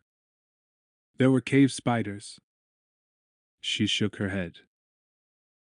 "There are spiders all through these mountains, but I didn't see any when I checked out that cave." "Sorry." Kit locked eyes with her, a test of wills. Was she telling the truth? She was his contact, given by the Chancellor's most trusted tacticians. Trust was his only option. "Very well. I must speak to the anarchists known as Desert Wind," he said. "They took quite a beating last year," Chikatul said. "What do you want with them?" "You have no need to know that," he replied. "No." Her eyes narrowed. "That is exactly what I need to know. If you won't tell me, I can't help you." "I wouldn't dare." Kit watched her. If he had known her longer, he might have determined if she was telling the truth, or bluffing. A useful ability, but again, calibration was everything. He had to make a field decision, one that was tough no matter how he looked at it. We need to create an effective force capable of sabotage and deception, in case the government needs to be overthrown. He knew that his words rocked her, but she hid her flinch very well. Well, thanks for the honesty. You can take us to Desert Wind? No. But I can take you to the people who know them. Fair enough. After you're finished here, you never heard of me. She stood with her small fists balled against her waist. Fair enough. She nodded, and drew a little circle in the dust with the point of her toe. All right then, she said. Time for you to meet Spin Dragon. 16. The insectal session's name was Physic, and at the moment he was at his most aggressively ambitious, in the peak of his species' 3-year cycle between male and female genders. In his current state, the coursing of masculine hormones was a nerve-dulling intoxicant, and made him willing to take almost any risk to obtain the medicine that would balance the hormones more smoothly. The plant capable of easing, or even accelerating, the transition was called Viptial, native to a world called Nal Huta. Far too expensive for a mere hotel attendant. And that was why Physic decided to sell his soul to his distant brother Trillet. He waddled his bright gold oval through the crowd until he found a certain alley, disguised as a minor lava tube. Everywhere, the walls were slathered with promotions for various exhibits and attractions, and both flat and holographic commercials attempted to lure stray credits from unwary pockets. Physic had not been here for a year and a half. If there were a few who might have recognized him, they probably failed due to the fact that he had been female the last time he had passed this way. Once, hundreds of standard years ago, the planet had belonged to the Xtiing, who had driven their only rivals, the Spider clans, into the distant mountains.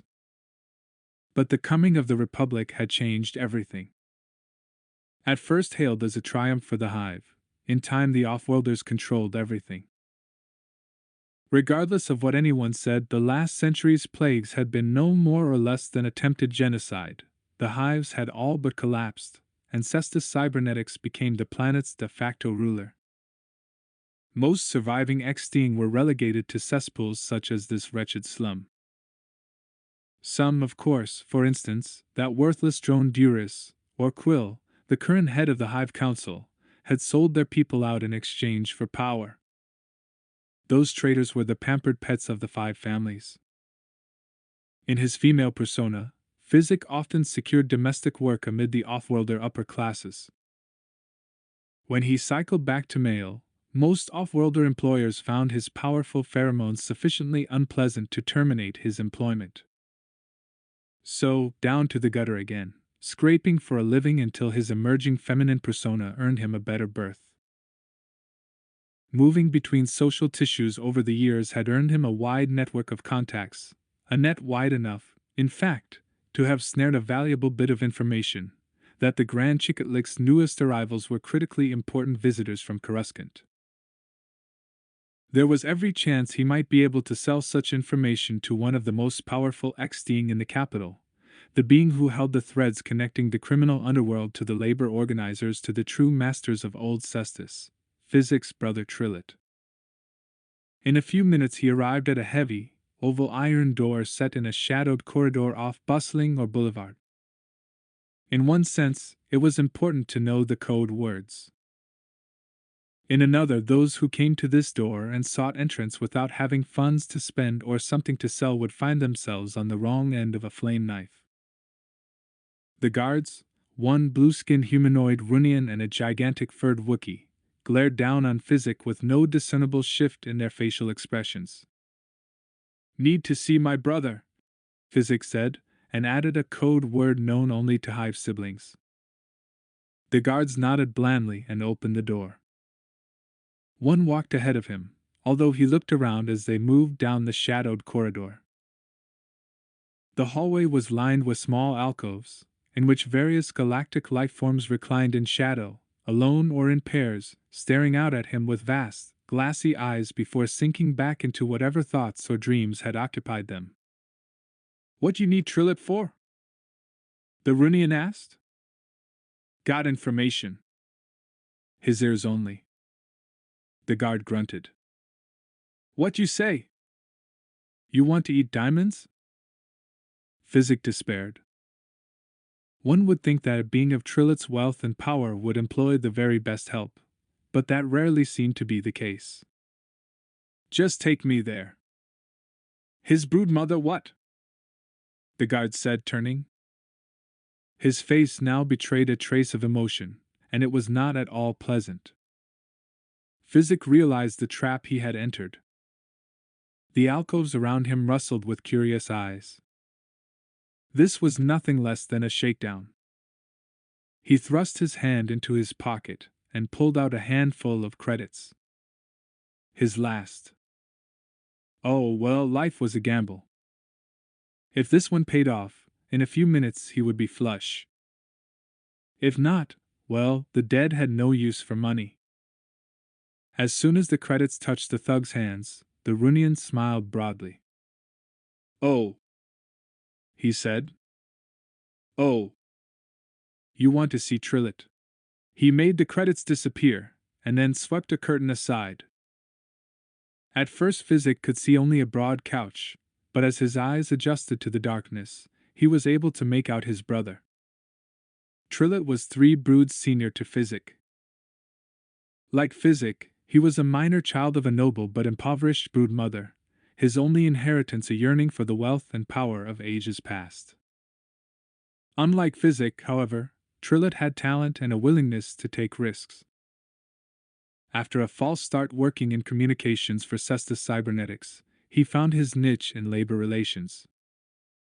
Trillet's 3-year cycle between male and female personae tended to keep his immigrant opponents and rivals slightly off guard. Physic knew that, unlike most ex-steing, Trillet used an imported cocktail of vitriol and other exotic herbs to collapse the month-long breeding period at either end of the gender cycle into mere hours of numb transformation. No incapacity, no fertility. No mewling grubs for one as ambitious as Trillet. 5 years later Trillet had proven his worth to a local 10-law syndicate, and 2 years after that he resigned from Cestus Cybernetics to work directly for the overboss himself. A mysterious series of tragic accidents had cleared the way for Trillet's ascension. Well, unexplained as long as Trillet himself chose not to comment. Everything that followed was almost preordained. Seeing Trillet's utter ruthlessness and perhaps sensing the inevitability of his ascension, the overboss fled Cestus, leaving the power in Trillet's capable hands. It was too little, too late. The overboss met with an accident, almost as if someone wished to ensure he would never return to attempt to claim what had once been his. Trillet's power in Chicotlic had never really been challenged. Were he not cautious, such a challenge might come in the lethargic month-long transition between genders suffered by most of his kind. Another motivation to use the illegal vitriol cocktail that allowed him to make this transition in a single painful night. Trillet was aggressive at all times. In the twilight zone between labor and management, between white and black market, between upper and lower class, between off-worlder and ex-steing hive council, there was no fixer like Trillet, and everyone knew it. Like most male ex-steing, he was a deceptively delicate, insectal creature. His every motion seemed as carefully cultivated and pondered as a master's game of Dejeric. A high, crystalline brow over faceted eyes and an elongated oval for a body gave the impression of vast intelligence and great gentility.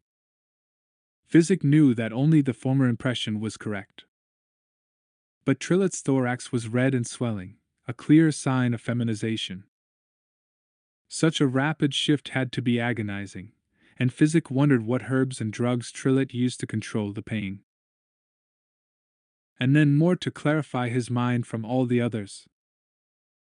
And then more to protect himself from the toxic effects of the previous dosages. And then more. Physic was dizzy just thinking about it. Trillet spoke to the guard in a clicking, popping language that seemed out emerging from his strangely prim mouth.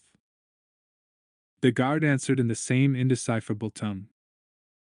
Then his head pivoted to face his guest. Ah. Physic, he said. Physic had heard more warmth and welcome in the voice of an execution droid. It seems you have information for me. Ah, come along. No, no. Of course, if your information is sound, there will be compensation. I wish only to serve my elder brother. Physic lowered his eyes respectfully. Ah. Trillet's body seemed to move one section at a time, so that one part of it always remained still while the rest was in motion. It was unnerving to watch. Although of the same species, Physic had never possessed such plasticity.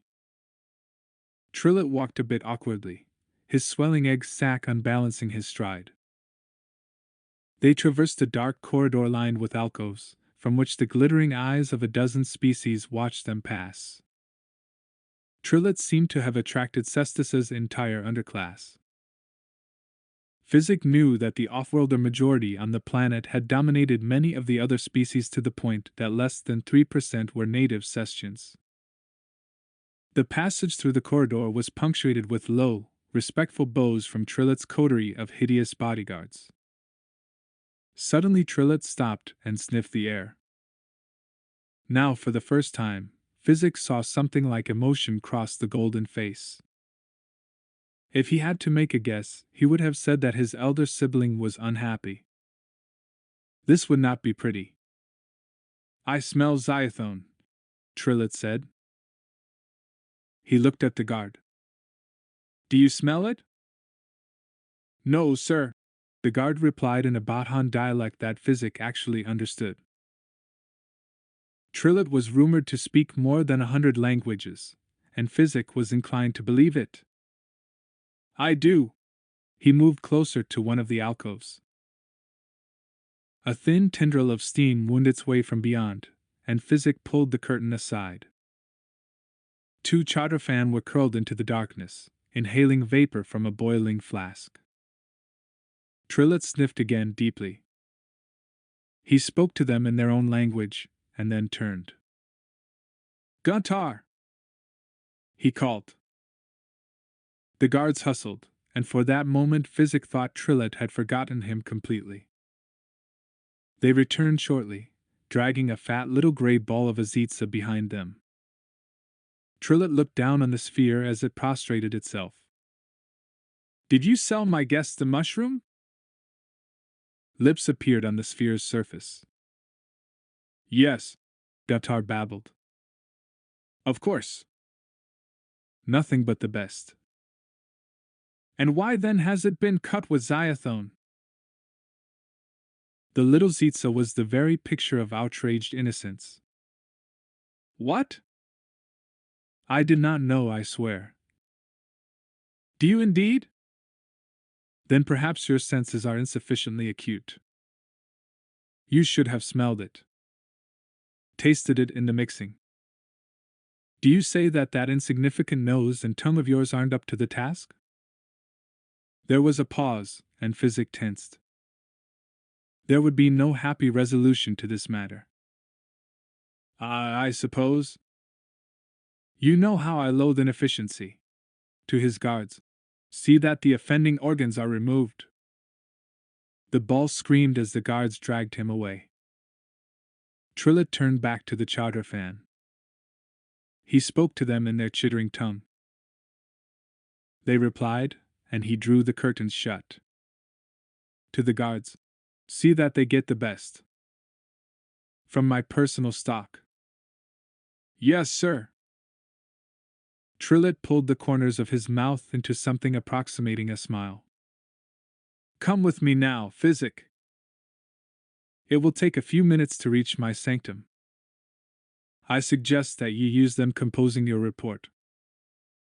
After all, from somewhere in the darkness behind them echoed a stomach-curdling scream. You know how I loathe inefficiency. 17. For hours the clone troopers had busied themselves in the cool, deep shadows of the Dashta Mountains. They glued, fitted, and welded, joining together hundreds of preformed durasteel sections, melding them with native materials to create the nucleus of a fine command center. "So where's our first strike?" Forey asked Nate as they worked. He shrugged in response. "Give me a spot weld right here." Their astromech unit extended a soldering probe. "First of all," he said, shielding his eyes against a bright, sharp shower of sparks, "there's reason to think we might not get used at all. General Kenobi's supposed to protect the entrenched political and economic forces." "Yeah, right," Surdy said. "But if it does go down?" Nate grunted. "Then I'd guess we'll hit Cestus cybernetics." "Sounds like a plan." Their comlink bleeped. A tone said that they'd be expecting friendly visitors in a little under a minute, and they were not to respond with force. That beacon triggered long before they heard the distant but distinct swoosh of air. A few seconds later, General Fisto's speeder bike appeared. Nate wandered out to the pad, feeling loose, dangerous, and satisfied. In a matter of hours, they had turned this mountain hole into a reasonable headquarters. He watched the Nautilus speeder glide over the smooth and jagged rock surfaces, heading north. Nate followed on foot, arriving in time to watch a cargo ship arrive on the open spot they'd chosen as their secondary landing zone. The door opened, and the walkway extended. A dark-skinned human female exited, following Kit back up toward the cave. Nate saluted as Kit passed.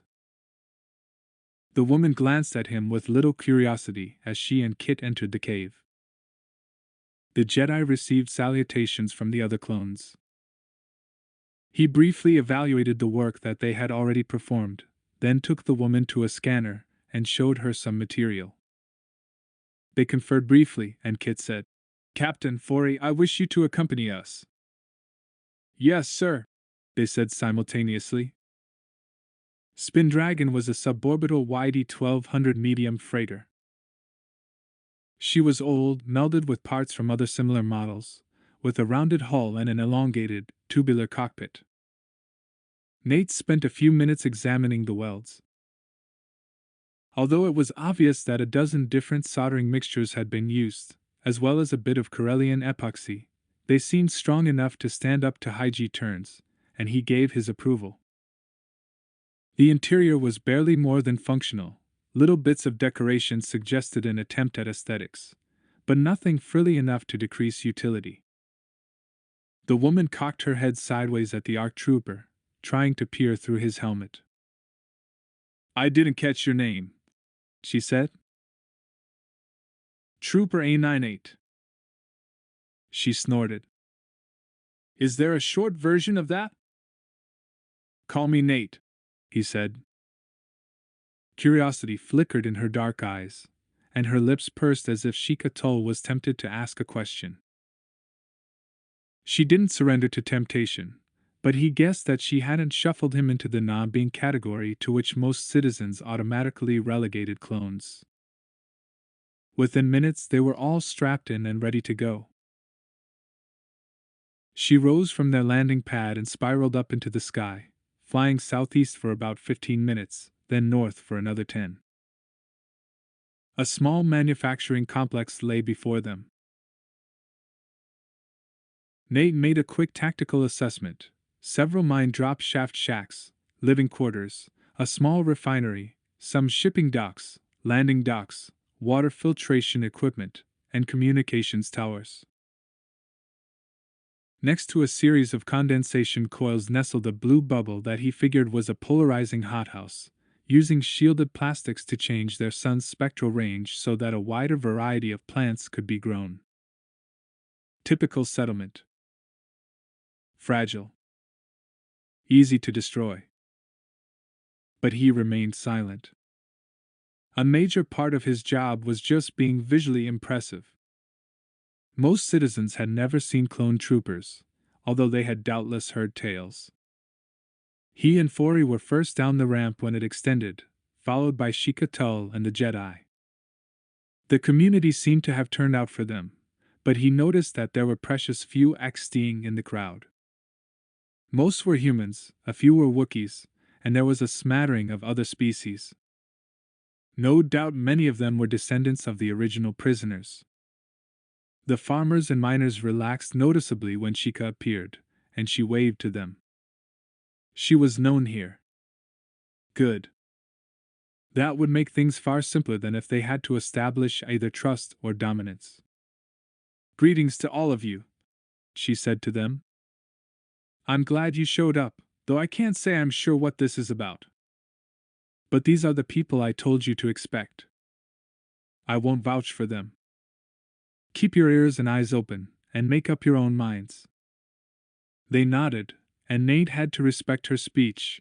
Tull might be willing to bring them here, but even whatever leverage the Republic had upon her could not force her to sell her honor by pretending friendship. Good. He liked her more all the time. General Fisto stood at the bottom of the ramp and raised his hands. His tentacles curled and coiled hypnotically. Miners! He called. You harvest ore from the soil. You transport, refine, and manufacture. You are this world's heart. The faces were doubtful, but intrigued. Nate noted that several of the younger ones looked at him as well, studying him as if wishing his helmet were transparent. You stir the tides of commerce, the general went on. It is your hands that hold the materials, skills, equipment, and raw material to build their luxuries.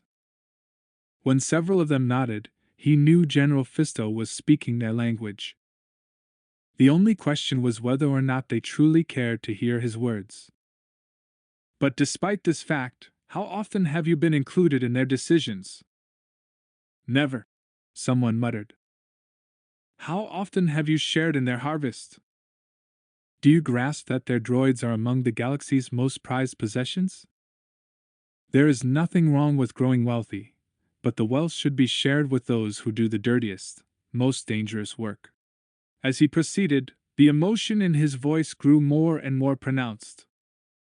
Your ancestors came here in chains. For all the power you wield, you may as well wear them still. He had their interest now, but he would need far more to make this gambit successful. Even now your masters court war with the Republic. This triggered a series of gasps and ugly murmurs. A few of them might have had no love for the Republic, the kind who might automatically side with Cestus against the strength of a 1,000-ship fleet. Others felt no such bravado, and shifted nervously from foot to foot, as if fearing they stood in a bandit trap with closing jaws. Why are they doing that? An older woman asked. The wind stirred the tips of her gray-streaked hair. They sell these deadly droids to the Confederacy. They will be modified and used against the Republic.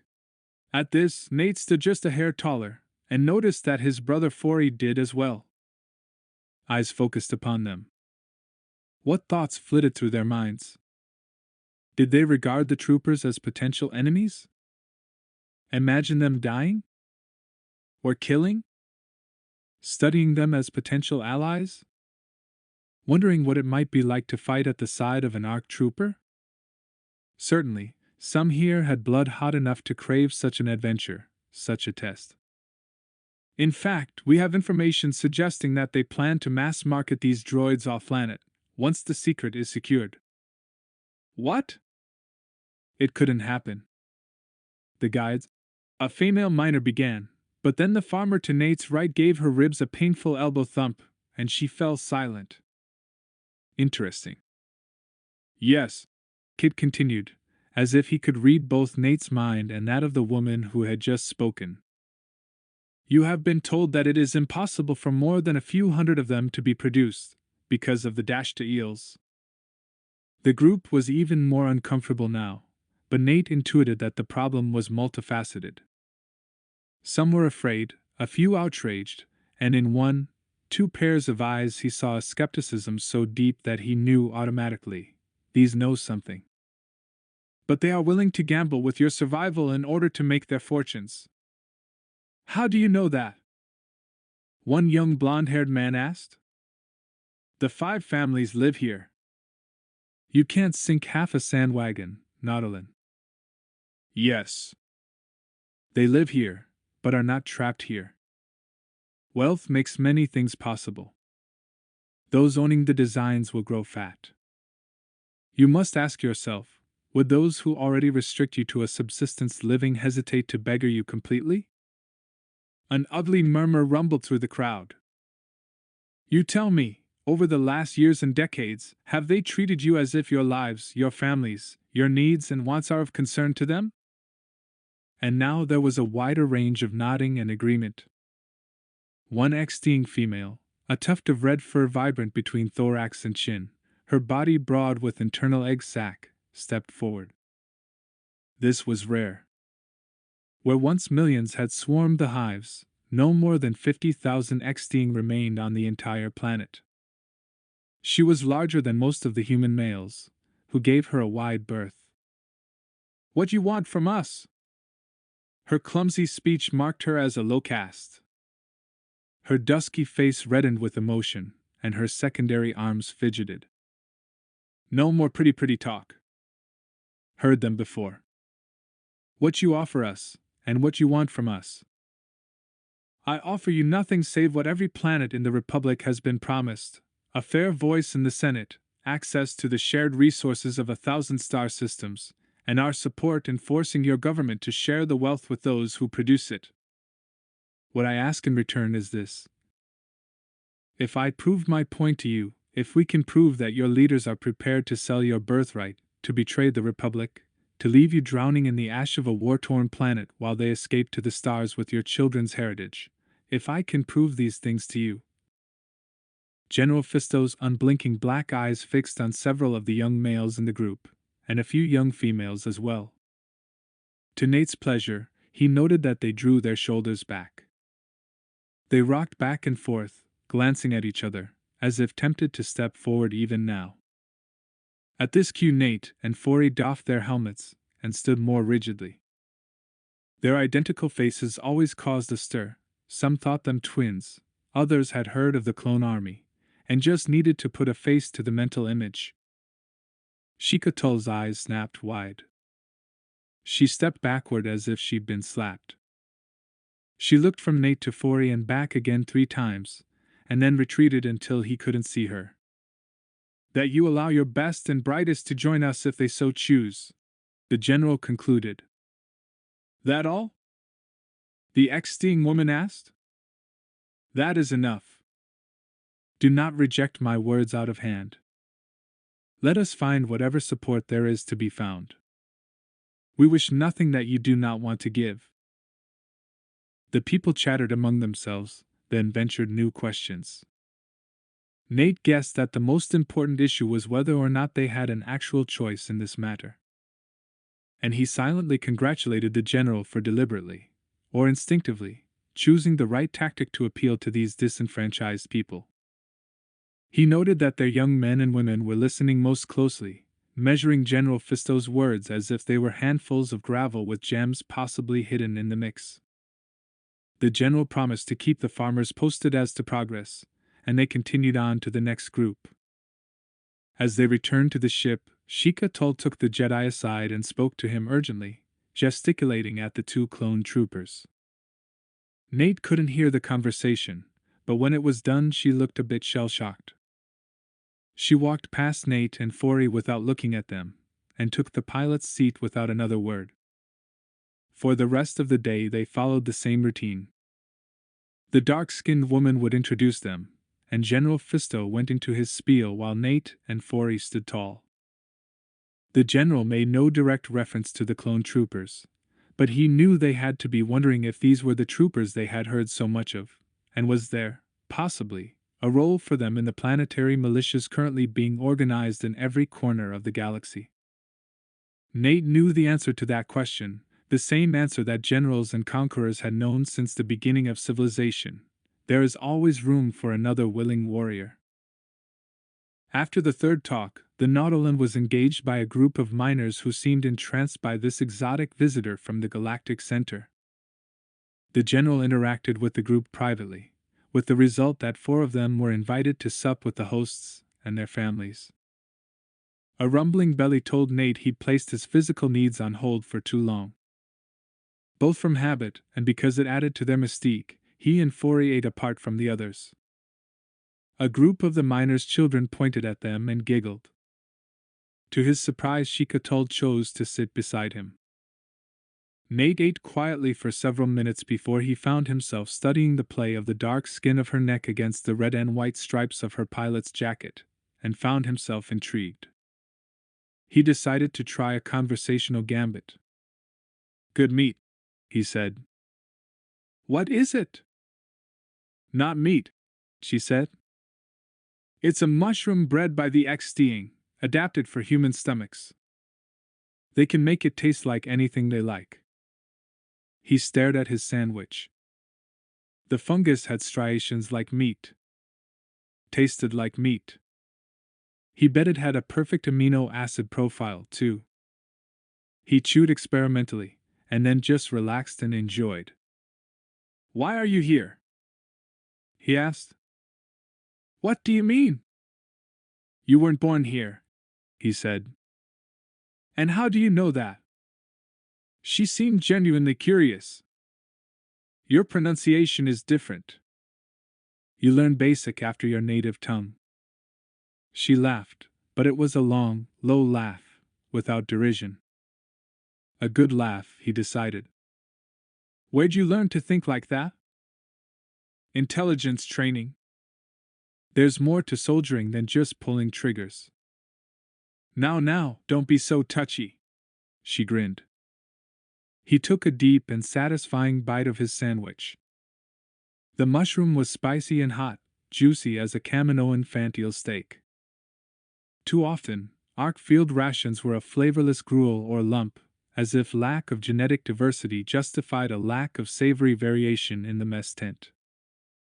"So, how about my answer? How'd you end up here?"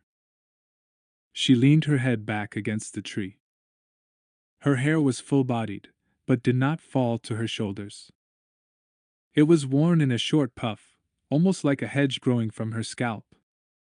"Sometimes I feel like I've been everywhere, and done everything," she said. There was silence for a minute, and Fori went to fill his mug a second time. Nate caught Sheikah looking at him with what he supposed was approval, but still as if she had some sort of secret. She studied his face almost as if. He managed to focus his thoughts. "Where's your family?" Why in space had he asked that? It was none of his business, and worse, it opened the door to potentially embarrassing personal questions. "My birth parents?" "You're not a clone, are you?" He meant it as a joke. Her face hardened. "Yes. I had parents." "You lost them." It wasn't a question. Looking down the hill, he could see the elders gathered around General Fisto, whose gestures were simultaneously measured and sweeping. For more than a minute she said nothing, and he hoped his words hadn't offended. Then finally, speaking so softly that at first he mistook her words for a trick of the wind, she began to speak. "A range war on a Trivis 7, she said. It was a bad time." She stared down at the dirt. He couldn't imagine what it would be like to know war was coming, to feel it raging all around, and not have the skills to lift arms and join the fray. He hoped he never found out. She went on. "Maybe I was attracted toward Cestus because it was so isolated. So far from the hub. I guess it wasn't isolated enough. I met someone." Something in her voice caught his interest, made him look at her more carefully. "A man?" She shrugged. "It happens," she said. "A miner named Yender." "You fell in love?" he asked. Her mood lightened. "That's what they call it. You understand love? He frowned. What kind of question was that? Of course, he said, and then reconsidered. It was possible, of course, that she meant something that he did not include among his own definitions. It wasn't just him, she continued, now locked in her own private world of memories. It was his 3 children, too. Tarl, Tenot, and Midhale. His whole community. She glanced away from him for a second, then back again. I fell in love with all of them. We married. Yender and I had 4 good years together. More than a lot of people get. Something caught in her voice, and he cursed himself for invading her privacy. Then in the next thought he wondered why she had allowed herself to be questioned if the questions so obviously triggered pain. Finally he managed the simple words. I'm sorry. So am I. Shikatul sighed. So anyway, I'm raising his kids. Never had a lot of family. I want to raise the one I have now. That's why I'm willing to take the chance to help you guys. Clean up my record. What leverage do they have on you? She shook her head. Maybe when we know each other better. When? Not if. Interesting. Does your new family live near here? Again she shifted evasively, and he sensed that he had touched on a sensitive topic. No. Not here. With their aunt and uncle. A fungus farming community. It's just scratch, but we like it. Scratch? They make enough to feed themselves, and a little to barter, but not enough to sell. So, she worked to care for her adoptive family, who lived with the miner's brother and sister. She was reticent to discuss the children or their location? Hard to say. Interesting. As he came out of his thoughts, again he had the sense that she was staring at him, and this time he felt uncomfortable. Why do you look at me that way? She shook her head.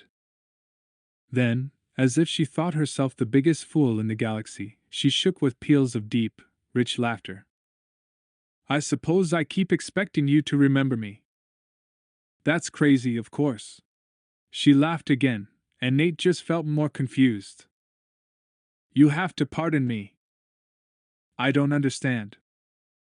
I suppose I should have told you before. I knew Jango Fett. He didn't quite believe what he'd heard. Worse, he wasn't sure how to react. You did? She nodded. Yes, 20 years ago, in quite another life. Seeing you was kind of a shock. When you took those helmets off, wow. Her laugh was throaty and vibrant.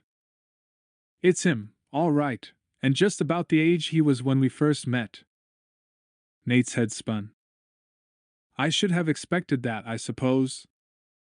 Certainly some of my brothers have also encountered people who had known him. I've just never spoken to one. Wow. She scratched in the dirt with her toe, drawing another of the little symbols, and then scratching it out again. Well, wonders never cease. How'd this happen? And the other troopers, they're all little Jangos. He bristled, and she laid her hand on his arm. Just a joke. You know, joke? Finally he nodded, sensing that she meant no real harm. The Republic called for a clone army, he said, and recited the words that he had heard and said 1,000 times before. They needed a perfect role model for a fighting man. In all the galaxy they found only one, Jango Fett. Oh, he wasn't perfect, but he was a serious chunk. Her smile grew more mischievous. And he's now the father of a whole army of bouncing baby clones. What does he think of that? He's dead. The pause that followed might have swallowed a decent-sized star cruiser. How did it happen? She whispered. I suppose I always knew that Jango was too intense to last forever. And yet, Her voice trailed away. And yet what? Nate asked. He always seemed invulnerable, like nothing could get to him. She shook her head. Stupid. My heart didn't want to believe what my head already knew. The happy music of children singing and playing wafted to them. 1, chitlets basking in the sun. 2, chitlet kissed in the stew. 3, leave a little bit for me. An odd song. Of course, young clones sang on Camino. They sang mnemonic tunes, imprinting the subconscious with recipes for explosives, ordnance manuals, equations for lines of sight and windage, and anatomical vulnerabilities for 100 major species. Of course there were songs and games. But these rhymes seemed merely concerned with the day, and the sun, and the world about them without specific instructions on the art of survival or death. He had never heard a ditty like that, and it intrigued him. How much do you know about him? Sheikah asked. He straightened his posture a bit, and again spoke words that had crossed his lips 100 times. He was the greatest bounty hunter in the galaxy, a great warrior, an honorable man. He accepted a contract and stuck with it to the end. But how exactly did he die? Nate cleared his throat, surprised to find it more constricted than he thought. One of his clients was a traitor. Jango Fett didn't know this when he accepted the contract, and once he had given his word, there was no other choice. It took a dozen Jedi to kill him. At least, that was what Nate had always heard. Pride surged through his veins. There was no shame in what Jango had done. In fact, in the current decadent world, where most promises weren't worth ban the spit, he was proud to be the offshoot of so deadly and honorable a fighter.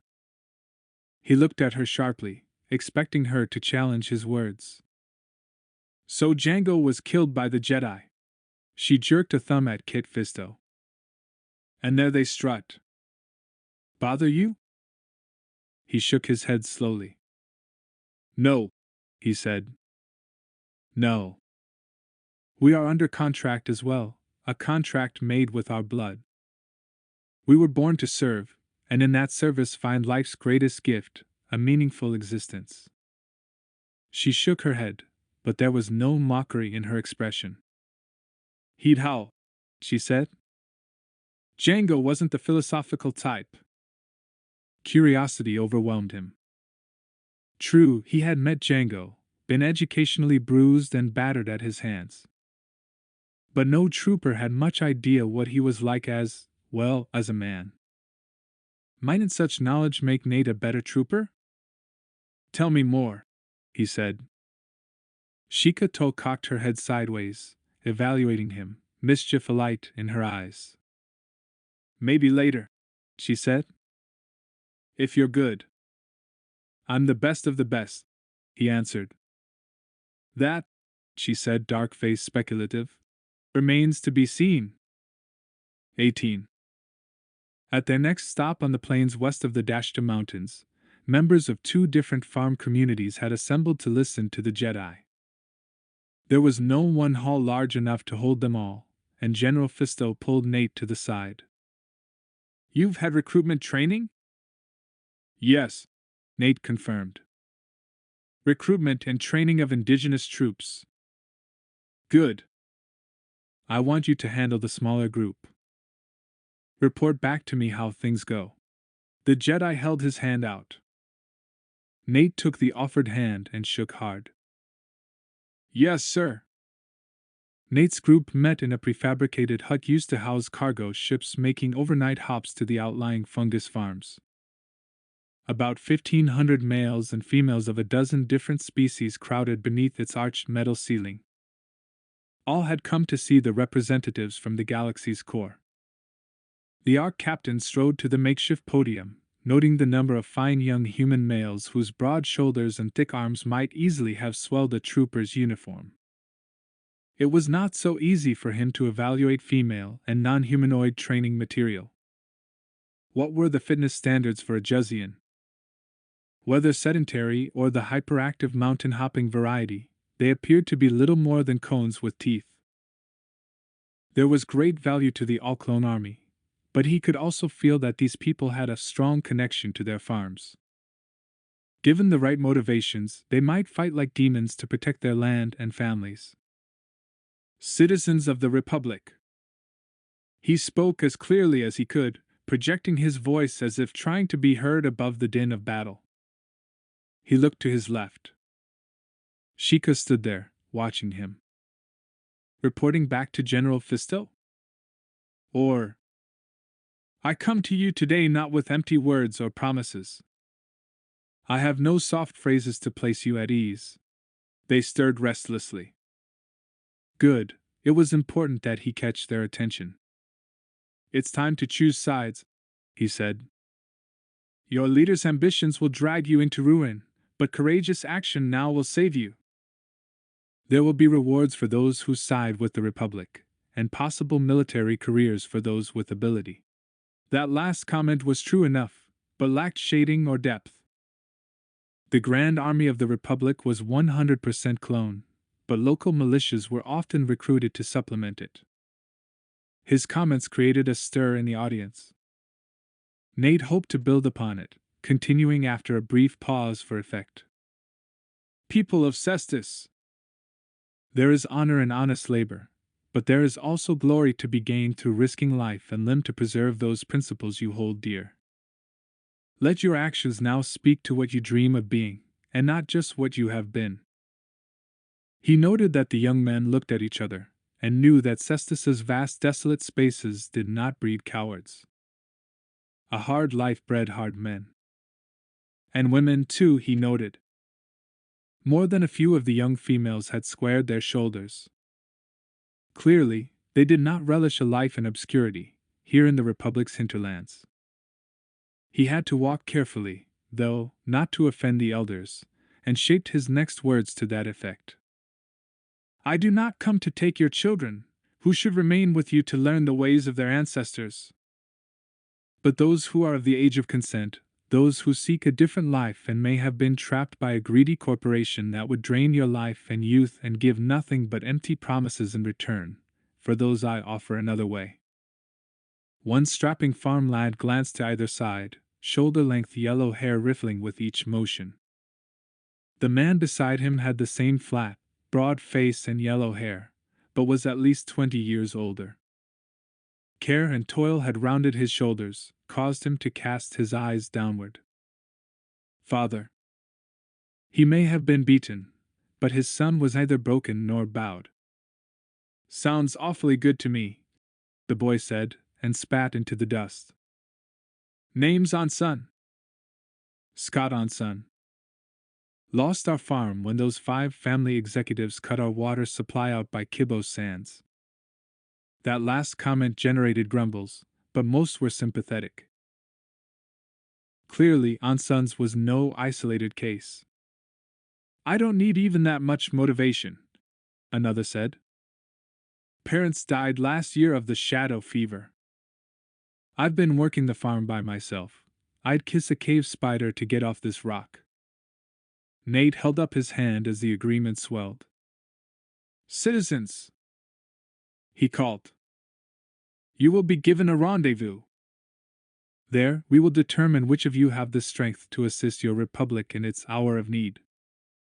He stepped back from the podium and listened to them as they argued. Passionate and opinionated, the discussion might rage for hours.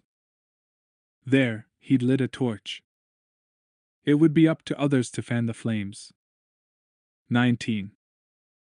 From rug to translucent ceiling, every centimeter of Obi-Wan's suite was designed for optimal luxury. Considering the weeks in the jungles of Fuskin 6, Obi-Wan had initially found it charming. As the hours passed and Snoil hooked into Cestus's core computers, spending hour after hour absorbing mountains of legal data, Obi-Wan began to feel positively stifled. Snoil was researching when Obi-Wan finally surrendered to sleep, and was still at it when the Jedi awakened in the morning. Obi-Wan was aware that their every move was being watched, by forces loyal to the government, and perhaps spies for the five families. That ruling group he was certain lay behind what he now considered a puppet regency. Governments came and went, but old money kept its influence through one administration after another, weathering them as mountains weather the changing seasons. Other eyes were probably on him as well, some of them unfriendly and unofficial. Cestus had a highly developed criminal class, many of its leaders descended from the hive that had once controlled the entire planet. They would have tendrils everywhere. Snoil's eye stalks wavered. He seemed to be fighting panic. "Never have I seen such a tangled web," he said. "Master Obi-Wan, it might take months just to dig out the actual power structure. Everything is owned by legal fictions, every treaty not with individuals but councils or corporations with no corporeal identity. My head hurts. How about this regent? Would you say she has real power?" "Yes and no," Snoil said. "My dearest represents a sop thrown to the remnants of the hive. After all, the original contracts were all with the Xting, so any survivors have to be honored. My guess is that she has public power, but takes orders in private." "From who?" The Vipit's head bobbed side to side. "Probably these five families." Then the air blossomed before them. A blue Zitza with elongated lashes bobbled politely. "The regent has requested the honor of your company," she said. "Will you be able to attend?" "With pleasure," Obi-Wan replied, and stopped pacing. "An air taxi will arrive for you shortly," the Zitza said, and disappeared. "Good." Obi-Wan brightened. "Time for the real work." Obi-Wan helped Snoil polish his shell, a communal activity among Vipits, and soon the barrister was ready to leave. They descended to the lobby as their air taxi arrived, and were soon zipping along the city's periphery, arriving at the throne room within minutes. Set in a cave large enough to comfortably hold the interstellar cruiser that had brought them to Cestus, the throne room was rather modestly furnished, less ostentatious than the Supreme Chancellor's own quarters. After all, Cestus was honeycombed with caverns both natural and hive-rendered. And if these had been formed by natural processes rather than hive activity or mining, then in a way this was merely an expression of Cestus's natural beauty. Here in this marble-tiled chamber the Hive Council met, and group meetings with the representatives of the guilds and various clans took place. Because of the small size of the day's audience, the room looked even more immense than it actually was. A tall, broad Xting female with a pale gold shell sat on the dais, and Obi-Wan recognized her immediately as Regent Duris. She was said to have worked her way up through years of service and talented politicking. Her reputation was strong and honest, and her face, though unwrinkled, was grooved with the kind of deep, mild smile lines that suggested a serious and steady disposition. Even seated on her throne, she radiated power, her expression polite but stern. So, this was to be a formal encounter. My dearest traced her ancestry back to the original Hive Queen, but only tangentially. The direct lineage had died out during the plagues. Still, considering Cestus's current situation, that qualified her. She rose, primary and secondary hands pulling her voluminous robes across her broad hips and thorax like shadows across a sheltering valley. This being carried herself with the regal pride and confidence that came only from generations of scrupulous breeding. "Greetings, Master Kenobi. Pardon the delay. Allow me to welcome you to our world. I am Gmaiduris, Regent of Cestus." Obi-Wan bowed. "Supreme Chancellor Palpatine sends his greetings," he said. "This is gratifying to hear," she replied. She was watching him very carefully, her faceted green eyes intense. "I was not certain there would be sympathetic ears in the Senate. We have gone so long with no sign that our problems or people were understood." Was there some hidden meaning behind her words? Obi-Wan sensed that the stresses upon Duras ranged beyond the normal. "When you meet him," he said carefully, "and I am certain that one day you will find the Chancellor to be a man of supreme understanding. He empathizes with your plight, and hopes as much as you to find some kind of peaceful solution. There." He, too, could speak on multiple levels. The question was whether he had read Duras properly, and whether she could respond. "That would be my fondest wish," she said. "But make no mistake, Master Jedi, my people's welfare is my highest priority. More than my office. More than peace. More than my own life." Obi-Wan nodded, pleased with her. Although this meeting had been days in preparation, he was satisfied with the connection. This being was astute. "I can understand how you came to power. Your clarity on the responsibilities of office is admirable." My Duras nodded in turn. "Let this be the beginning of a deeper and more satisfying relationship between Ord Cestus and the rulers of the Republic." Obi-Wan held up a gently chiding finger. "The Republic has no rulers. Only custodians." "Of course," Duras said, bowing her head. Snoil spoke for the first time. "I am Barrister Dob Snoil, representing the Coruscant College of Law. I make my case as clearly as possible," he said in his soft, high voice. "By both treaty and tradition, Cestus is a signatory to the Coruscant Accords. Although technically Cestus Cybernetics sells nothing illegal, we believe that the JK droids will be modified and used to kill Republic troops." "So you say," Duras replied. Snoil continued on unfazed. "Therefore, it is with greatest respect that I request you to cease production and/or import of any such droids as mentioned in Part 2, Paragraph 6 of the primary document." A knee-high blue sphere rolled forward. "The Zitza who had sent the hollow?" Duras bent so that the creature could whisper in her ear. She listened intently, then studied several readouts of various documents floating in the air before them. Snoil continued to speak for almost another hour, citing Republic treaties and what he had come to understand of the current legal status of Cestus Cybernetics, the 5 families, the production of security droids, and possible repercussions. Duras responded with admirable clarity. She was an encyclopedia of legalities, always firm, never impolite, intelligent and strong. But Obi-Wan knew much of this was artifice. She had to be utterly terrified. An ex-Sting of her station, more than anyone, understood the concept of extermination. History told her more than she wanted to know about what might happen should politics end and devastation begin. He hoped that it would not come to that this time that rarest of miracles would happen, people of goodwill would resolve conflict without violence. 20. In any recruitment operation, the ultimate question was, how many would respond? It was one thing for youthful would-be warriors to cheer in the fading warmth of a fine speech, quite another to rise the next day, after a night of dreams or nightmares, dress, and travel a distance to the place where they would be trained to lay down their lives for the Republic. The first prospects arrived before daylight the next day, when Nate and the commandos were getting the morning brew going over an open fire and finishing their breakfasts. The first to arrive was the tall, broad-faced young man with yellow hair named Ansun. Only a few steps behind him walked another boy, shorter but even thicker across the shoulders.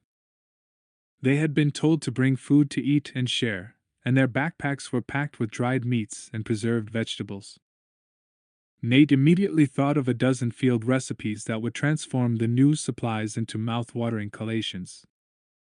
The newcomers were invited to rest at the fireside and share the brew. They had barely begun to speak when they heard a rolling roar, and a speeder bike whizzed by. A rough-looking ex-Sting female doffed her helmet. She smoothed her upper thorax's tufts of red wiry fur with her primary hands, dismounted from her speeder, and strode over to them, throwing a coarse-clothed sack onto the ground. When she spoke, The roughness of her words reinforced her lower caste image. "I Resta," she said. "Own farm 'bout 100 clicks south of Chicketlick. Resta on same power grid, and they raise juice price so high husband have to take job in mines." There was not a shred of self-pity in her blazing, faceted green eyes. "Husband die in mines. Now Resta losing farm, and also that power can go to some 5 fam fun place. Resta sick to death of backing up. Resta not backing up no more," she added. "Gotti problem?" To the miners and farmers around her. Challenge rolled off her like heat waves dancing above a desert mirage. Nate struggled to interpret the words. Apparently, due to the opening of some 5-family vacation spa, the price of power had soared, driving Resta into poverty. "She don't belong here," one of the miners grumbled, triggering a wave of muttering. Nate approached her and took her red-skinned hands in his, examining each of her 4 palms in turn. Thick calluses over the chitinous flesh. Broken nails. This female had struggled with Cestus's poor soil for decades. Most of her surviving people had been driven into the wastelands, but not this one. She was tough enough, and good enough, assuming that she could pass the tests. This female would despise soft words. "You'll do," was all he said. He turned to the complainer. "One more word and you can pack and leave. This fight is for all sessions with heart. Close yours to this one, and you're gone. This is her planet more than yours." The man tried to stare Nate down, not realizing that it was impossible. Within moments he dropped his eyes, muttering an apology. All that morning a steady stream of arrivals heartened them, until there were almost 200 prospects. Fine. Nate knew that General Fisto was off slinging more recruitment speeches. It was up to the troopers to turn these farmers and miners into fighters, unless they wished to leave clone protoplasm scattered incriminatingly about. Throughout the last days the troopers had labored to build an obstacle course. As the morning's shadows shortened they ran the recruits through their paces, forming them into lines by height, dividing them into 4 groups so that they could compete against each other. Running narrow rails, suspending themselves from overhead bars, lugging rocks back and forth across a field until they puked from exhaustion, the recruits suffered through standard trooper field training. During the sun's waning fury added calisthenics, and more running, jumping, and carrying. Nate was pleased to see that every one of the new prospects was game. For some reason he was especially pleased to see that Resta was keeping up with the off-worlders. She might have been a bit slower, but she was as strong as a Nogri, and seemed to have an unquenchable tolerance for pain. By the time they broke for rest and food, only 10 of them had dropped out, trudging home with heads down. One, Nate noted with pleasure, was the miner who had complained about Resta. Good. The first day's grueling schedule was designed to make about half the group quit. From then on, those who remained could consider themselves tough, fire-breathing survivors. It was the kind of thing that bred camaraderie, the most important factor in a combat unit. After the meal break, his brothers began to divide the recruits into smaller units, testing them again and again. Not one had picked up a weapon of any kind. It was not yet time. Spin Dragon arrived when the day was halfway done, ferrying General Fisto back to camp. The Nautilin asked tersely how many recruits had come and how many had survived the early training, then retreated to the cave for whatever mysterious preparations or planning Jedi indulged in. Sheikah herself watched the recruits' exertions and frowned. "Why all of this?" she asked. "Django used to say it took months to get someone into real shape." He smiled and lowered his voice conspiratorially. "Gives us a chance to observe them. See who fits in and who doesn't. Who can handle physical pain? Fear? Fatigue? We've got no time for dilettantes. She nodded, as if she might have already anticipated such a response. She seemed an interesting woman, pilot, stepmother, galaxy-spanning wanderer, and former girlfriend of the immortal Django himself. Sheikah interrupted his thoughts. You told me what the army says about Django. But there is always more than one way to look at a story, right? Yes. So there are other people who say other things. Of course there were. Always.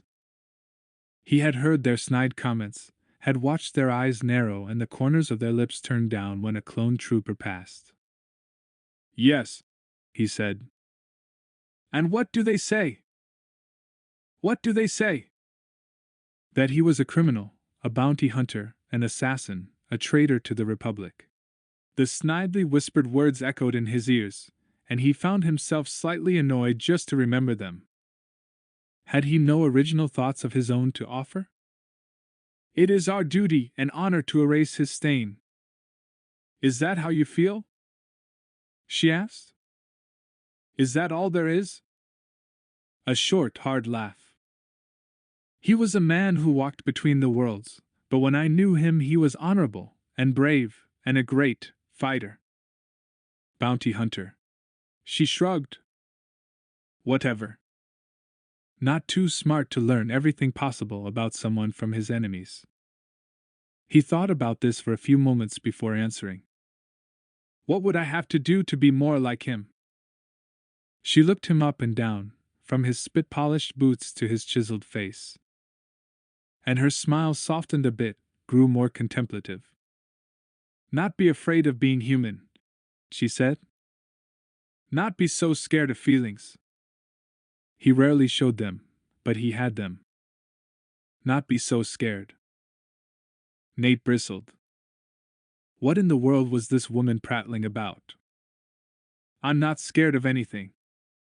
She barked laughter. Despite his anger, he admired its clarity and timbre. Ban the spit, she said. I've been watching you and your brothers. You're afraid of everything. Of saying the wrong things. Feeling the wrong things. Probably of dying in the wrong position. There it was. Thank the cloners that troopers had no such prejudices. You don't know anything about my life or my death. Of course, that never stops civilians from judging, does it? The last emerged as something very close to a snarl. Nonetheless, she was completely unshaken. Who's generalizing now? She asked.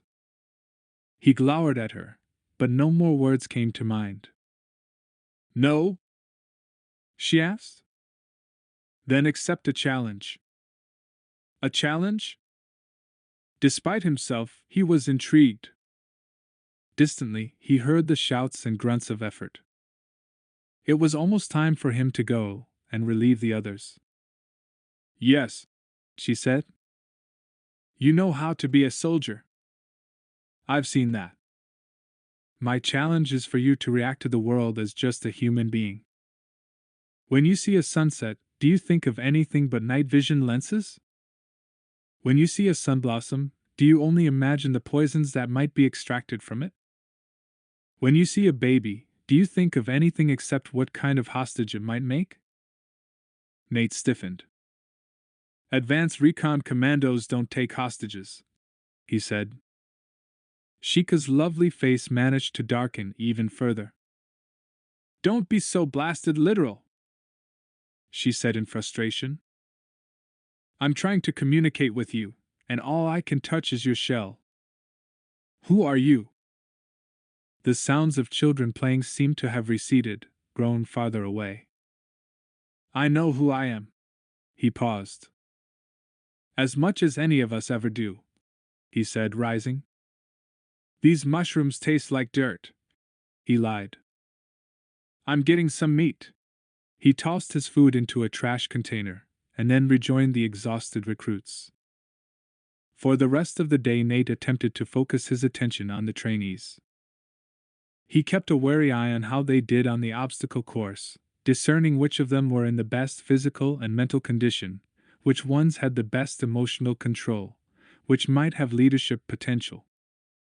But every few minutes he broke concentration and scanned the entire craggy area, as protocol directed.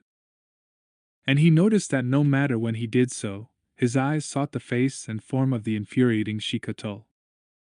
Sometimes he found her beneath a rock overhang, sometimes helping with the food. Once he glimpsed her interacting with General Fisto, and pointing in the direction of her ship. And once, when he didn't see her at all, he felt a strange disappointment. That lasted but a moment. Nate rested his attention back to the task at hand. As the day rolled on, trainees were presented with an endless series of sweaty, torturous obstacles. Invariably, the clones negotiated the tests first, with a level of agility and effortless ease that made the Cestus volunteers shake their heads in disbelief. Child's play, for one who spent his childhood in the training rooms of the Kamino cloners. By the day's end, 40% of the volunteers had quit. Those remaining were a hard, tough lot who glared at each other and cursed under their breaths at the troopers, but they cursed as a group. They had survived the best that these armored sadists from Coruscant could offer. They were ready for the next level. Nate organized his thoughts and made his report to General Fisto.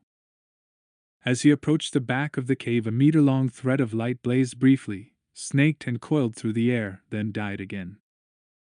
The strange phenomenon repeated. His nose itched with the stink of burning metal, and the glare of the flexible line hurt his eyes until he had to turn his head away. When General Fisto heard his approach, the light disappeared, and he pivoted with a loose-limbed adroitness so smooth that he might almost have turned inside out, seemed to flow through himself. Yes? We've concluded the day's testing. And I believe that we have 48 good recruits. Something like light glowed in the depths of the general's unblinking eyes. This is good. And tomorrow? We'll pick up a few more. I can either accompany you in recruitment, or stay here and continue training. Continue the training? General Fisto said after a moment's consideration. Divide them into groups according to day and time of initial recruitment. Allow those who enlisted first to have the greatest status. Yes, sir, Nate said. The general was underestimating Arcs if he thought that such a hierarchy was not already part of their command structure. On the other hand, it was not his place to educate or correct Jedi. For some reason, that thought made him think of Shika-Tul again, and her insolent evaluation of him. There was something about her he found almost unendurably irritating. He wandered back outside the cave, and without telling his feet what to do, they headed in the direction of Shika-Tul's ship. After all, the day's work was completed. His 3 brothers would take care of any cleaning of weapons or policing of the obstacle course area. He could take a few minutes. Just a stroll, he lied. He found Shika at a folding table outside her ship, scrubbing at the rust on one of Spindragon's Corellian flux converters and enjoying the stars. She didn't seem surprised to see him, but didn't hail him until he came closer. Nate, she said. And how do you know that it's me, and not one of the others? He challenged.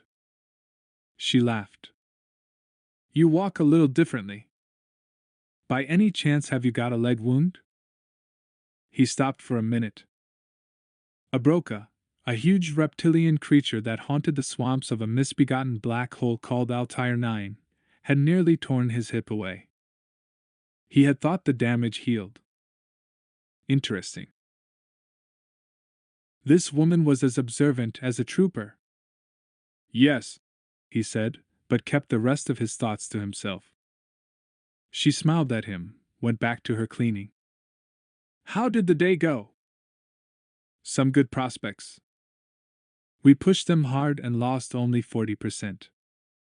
Strong stock on Cestus. Shika smiled again, evidently pleased with his answer. She went back to her cleaning, and he just sat, watching the stars. He knew that many of those blazing orbs had planets of their own, and wondered how many would be embroiled in battle before the Clone Wars ended. After a time, her attention returned to Nate. He felt content merely waiting for her to speak. When she did, her question surprised him. "What do you see when you look at me?" She chose that moment to yawn and stretch a bit, and for the first time he felt the impact of her as a woman, and was surprised at the fierceness of his reaction. Nothing male and humanoid could fail to notice her mesmerizing meld of strength and softness, the long, elegant lines of her legs, the delicate arch of her neck. Nate stopped himself, remembering that she had asked him a question. He searched, found one answer that bordered on the obscene, and subsequently edited himself. Finally he said, "A human female whose skin tone matches that of General Windu." "Who?" She laughed. It was rich and deep, and he realized that his first sense of being mocked was completely wrong. He found that he admired her laugh. It was warming to him in a way that let him reduce emotional control for a few precious minutes. Interesting. He found himself asking a question before he had stopped and evaluated it. "And what do you see when you look at me?" Almost instantly he regretted saying it, because that smile softened, became wistful and a bit sad. "The shadow of the best." She paused, as if changing a word in mid-sentence. "Best fighter I ever knew." She reached out and brushed her hand along his jaw, then rose as gracefully as a sunblossom spinning in the solar wind and returned to her ship. 21. After the first few days, the stream of newbies had slowed to a trickle. Therefore, Nate was surprised to see a group of lean, dirty men and women approach. They arrived in a motley variety of battered hovercarts dusty enough to suggest they had hauled far more ore than passengers. Their apparent leader was a tall old red-bearded human male who looked wide across the shoulders and loose in the gut, well-weathered and deeply tired. "We want parley with your leader," he said. Surdy looked him up and down. "And who makes this request?" "Name's Thak Valzing," the newcomer said. "You're looking for me," Nate said, stepping forward. Thak Valzing looked from Surdy to Nate, and a humorless grin split his face. His teeth were broad, cracked, and brownish. "Recruits, sir?" Surdy asked. Valzing's expression soured. "Didn't say that." "Well then?" "We're Desert Wind, and if we like what we see, we're here to fight." So. These were the anarchists who had been so brutally crushed by Cestus's security forces just months ago. If they were even a quarter of their former strength, he was a Jawa. And they were ready to fight again? Brave if not smart. "Even Coruscant has heard of your courage." Thak Valzing nodded, satisfied by that answer. "You know who we are." "We're not so sure about you yet." The men and women behind him nodded. Nate scanned their clothing and armaments. Old. Badly patched. Their skin was ragged from fatigue and malnutrition. It looked as if their weapons were in better shape than they were. Still, tired and half-broken they may have been, but these were people holding a serious grudge. "Every one of us is prepared to die to overthrow this decadent system." Ah, then. They had every reason to blame the government for their problems, but he couldn't use Desert Wind in its present form. They were too brittle and angry. This was a delicate situation, and he had to play it carefully. "Maybe you've misunderstood our intentions," he said. "We're not here to overthrow the legal government. We are here to ensure that that government obeys the Republic's rules and regulations. As citizens of the Republic, you have full right to redress of grievances." Thak Valzing pulled at his crimson beard with his fingers and spat into the dust. "The families couldn't care less about your rules. You talk pretty, and offer us nothing." That was a perfectly accurate answer, and Nate felt a bit flustered. The Jedi suddenly appeared behind him. I offer the opportunity to serve your republic, General Fisto said. Nate had been so fixed on the members of Desert Wind that he hadn't heard a sound. The vast dark pools of the Nautilin's eyes captivated the anarchists. Thak Val Zing was the first to break out of the trance. The others followed swiftly and began to grumble. Serve how? Come, the general said urgently.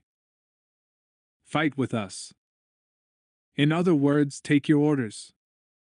Be our comrades. The sincerity in his words was mesmerizing, his Nautilan charisma doubly effective on this desert world. Most of Desert Wind's ragged members seemed to feel it like a blow to the chest. Most, but not all. Thak Val Zing shook his head. Nope. Don't like this. We've heard enough promises, and taken enough orders. We'll win our own freedom. If you act on your own, you become common criminals, Fisto said. With us, you are patriots. Hard words, but these folk were at the end of their resources. They had nothing to lose. The ragged members of Desert Wind looked from Thak Val Zing to Kit Fisto and back again. One devil they knew, one they didn't. Like most creatures, they went with what they knew. They would continue to harry the government, and they would be eventually caught, or jailed, or killed. And that was the end of it, with nothing that anyone could really do to stop it. General Fisto extended his hand to Thak Val Zing. Wait, he said. What? Val Zing was tired, but also proud. I could offer your people clemency if they work with us. When our job is complete, your crimes will be expunged, and you'll return to your mines and farms and shops. I would not have you throw your lives away. Nate knew Val Zing had to be warring with himself. This was a good man, but too weary to have much optimism left in him. He had been told too many lies to believe a Jedi, or a Jedi's clone soldiers. He could hear the old man's thoughts as clearly as if he spoke them aloud. What do the others say? General Fisto asked. They say they trust me, Thak Val Zing said, puffing his chest out. And I don't trust you. I only came here because they asked me to. But now that I've seen ya. The general gazed across the faces of Desert Wind, then turned back to Thak Val Zing. These are your people. How did you win their hearts? By blood, he said. Nate could see it in Thak Val Zing's eyes. Despite his bravado, the man wanted to believe, but couldn't. I see, the Nautilan replied. There might be another way, Thak Val Zing said slowly. The battered warriors straightened and stared at him. They looked at each other as if the confrontation was about to turn into something physically unpleasant, and then Thak Val Zing's shoulders slumped.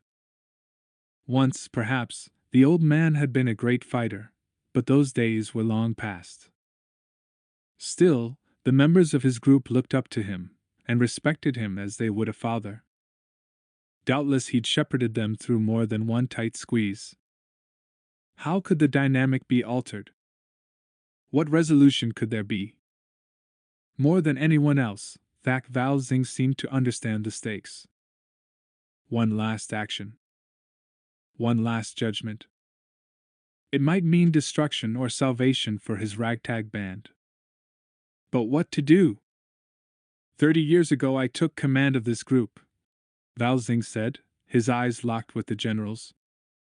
You could guide them, if you were willing to pass the same test. Test? He nodded. Brother Fate? He said quietly. A gray-tufted old Exting male in brown robes walked over. He was accompanied by a somewhat bulkier Exting female, also in brown robes. They carried a woven reed basket suspended between them. The basket was large enough to hold a human infant, and that was what Nate initially supposed it held. He had heard of extremist groups who worshipped some child or infant, supposing it the avatar of a god, or the reincarnation of some sacred soul. But a moment later he realized he had made an error. Whatever lay in that basket was nothing human. It weighed more than an infant as well, perhaps 10 kilos. And it hissed. The basket wobbled slightly, and from their efforts to keep it balanced, he knew that there was something moving in there, something serpentine. "Will you trust us as you ask us to trust you?" the old Exting female said. "What would you have me do?" "Place your hand inside," she said. And then we will see." General Fisto looked at her, and then at Thak Val Zing. Nate held his breath. This was a test of both courage and intuition. Trust and common sense. What was in the basket? The woven sandreed container was large enough to hold any of 1,000 venomous creatures. And if it bit the general, what then? Was Kit Fisto supposed to magically transform the poison within his body? To charm the beast so that it would not bite? Or was this entire thing some kind of an elaborate assassination plan? Whatever it was, he could not repress a hint of apprehension. What would the Jedi do? General Fisto's expression didn't change, but he nodded his head. Yes. The old Exting couple laid the basket down.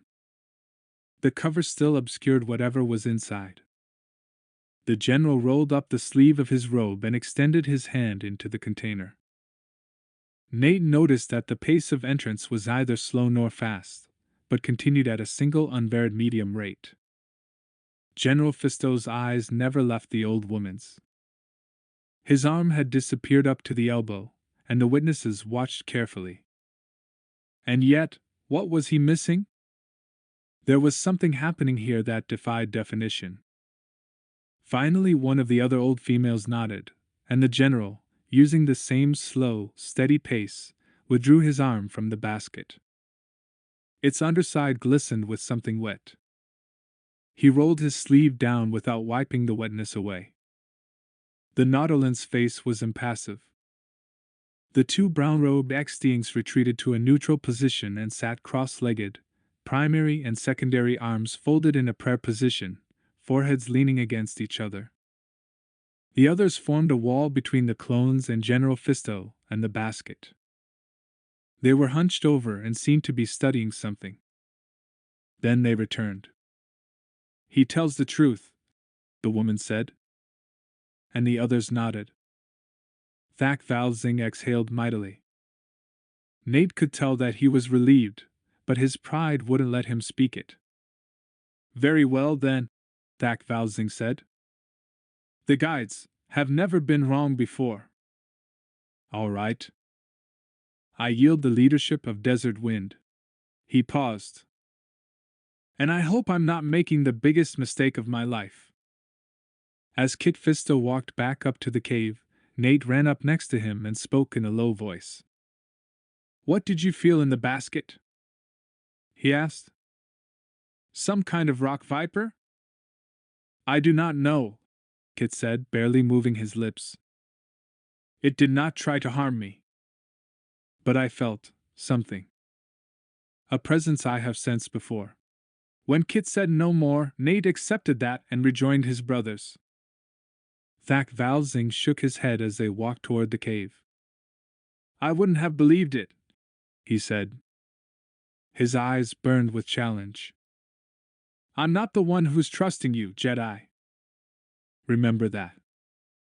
"I will," Kit promised. "Well," he said, scratching his head. "A promise is a promise.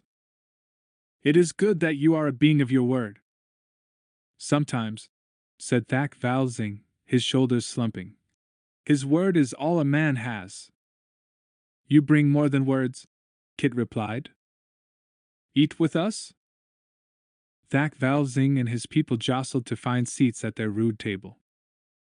As steaming platters heaped with fresh meat, mushrooms, and hot bread were placed before them, he turned to Kit again. "We haven't had a good meal in a week. Can you?" "All you can eat," Kit said. Thak Valzing and his people attacked their plates ferociously, bolting down their food like starving huts. Finally they slowed, belching and laughing, and it became possible to speak with them. I have read the files, Kit said, but I'd like to know your views. What happened on Cestus? The story's an old one, Thak Valzing said. I probably look like a minor by now. Truth is, I was a history professor. Lost my job when the government cut social programs and utilities to the outlying areas. The elected government? The Regent Kmaiduris? He snorted. She's not the real power here, Starboy. Better play catch-up. Anyway, I went to work in the mines. The rest, as they say, is history. He grinned. Look. Old story. You have oppressors and the oppressed. That was true before the Republic ever found these people. The Xting drove the spiders into the mountains, and probably exterminated some others who were gone before we ever arrived. We bought land from them for a few trunks of worthless stones, and a couple of 100 years later some mysterious plagues killed about 90% of them. Convenient, eh? Extremely. You think these plagues no accident? Valzing snorted. There's no evidence you could trouble your precious Chancellor with. Any prison cramming together species from around the galaxy is a forcing ground for exotic disease. Let's just say that the 5 families weren't heartbroken. Thak Valzing tore a great chunk out of a roasted bird and chewed as juice ran down through his beard and onto his shirt. Maybe my great-grandfather laughed about it, but it's not funny now. The 5 families own everything. Those of us at the bottom barely have enough bread. Our babies cry in the night. I thought Cestus Cybernetics was wealthy, Kit said. Yes. But precious few of those credits make their way to the bottom. We're gonna change that, Scott Onson said. Overthrow the government, take back our world. Our world, Kit thought. And just whose world was it? The 5 families? The immigrants? The Xting hive? What about those wretched spiders the troopers had driven into the dark? He was sorry to have taken their cave now, but happy to have restrained the troopers from pursuit. 22. Obi-Wan and Barrister Snoil hadn't left their apartment since returning from the throne room. The attendants seemed to hover around them, hoping for tips, bringing them food and rather clumsily trying to overhear their conversations. Finally, Obi-Wan had to ask the hotel's management to solve the problem. Snoil had an unquenchable appetite for work. The Vipit rarely ate and never slept. He pored over documents, consulted with Sestian legal minds, relayed communications through their cruiser to Coruscant for second and third opinions. Through it all, Obi-Wan sensed not desperation but a kind of joy at having an opportunity to discharge his old debt through excellent performance. If he could just find a way through this legal warren, understand the path that might lead to peaceful resolution, they might all leave Cestus happy. Obi-Wan helped where he could, offered advice, tried to take some of the burden from Snoil's shell, but in the end he felt almost useless. Their next meeting with Kmaiduris was in no more than 18 hours, and as of yet they had no ammunition to turn the tide. But something would come up. Something always did. 23. 300 kilometers northeast of the command base stood the saw-toothed expanse of the Tolmia mountain range. Its tallest peak, Tolmitek, rose 32,000 meters from the valley floor, its snow-capped summit a gleaming beacon for the adventurous. Only within the last 100 years had any non-native managed to climb without rebreathing apparatus. The very word Tolmitek meant, untravelable, in Xting. The lesser mountains were of the same inhospitable disposition, stark inclines and flash storms, making the entire region too dangerous for casual travel. An ideal for clandestine activities. Within the shadow of mighty Tolmetech nestled another landing pad, also hidden from chance observation.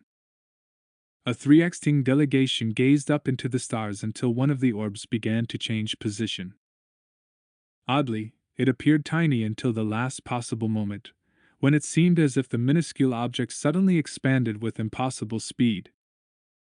The greeters waited at their places, unmoving. Two wore shadowy robes, one a recently acquired off-worlder style cut for an insectal X-ting. A narrow landing ramp descended from the shining ship. A female humanoid appeared in the doorway. She wore a floor-length cloak and was clearly visible only in silhouette, but what they could see made them hold their breath. The cabin behind her was dark. Her profile was clean-shaven, with a skull both symmetrical and large enough to suggest formidable intellect. The pale skin covering it was so clear and flawless as to be almost translucent. 6 knife-shaped tattoos were arrayed on each side of her head, daggers pointing at her ears. She seemed to sparkle a bit, as if with some inner radiance. Doubtless, a trick of the light.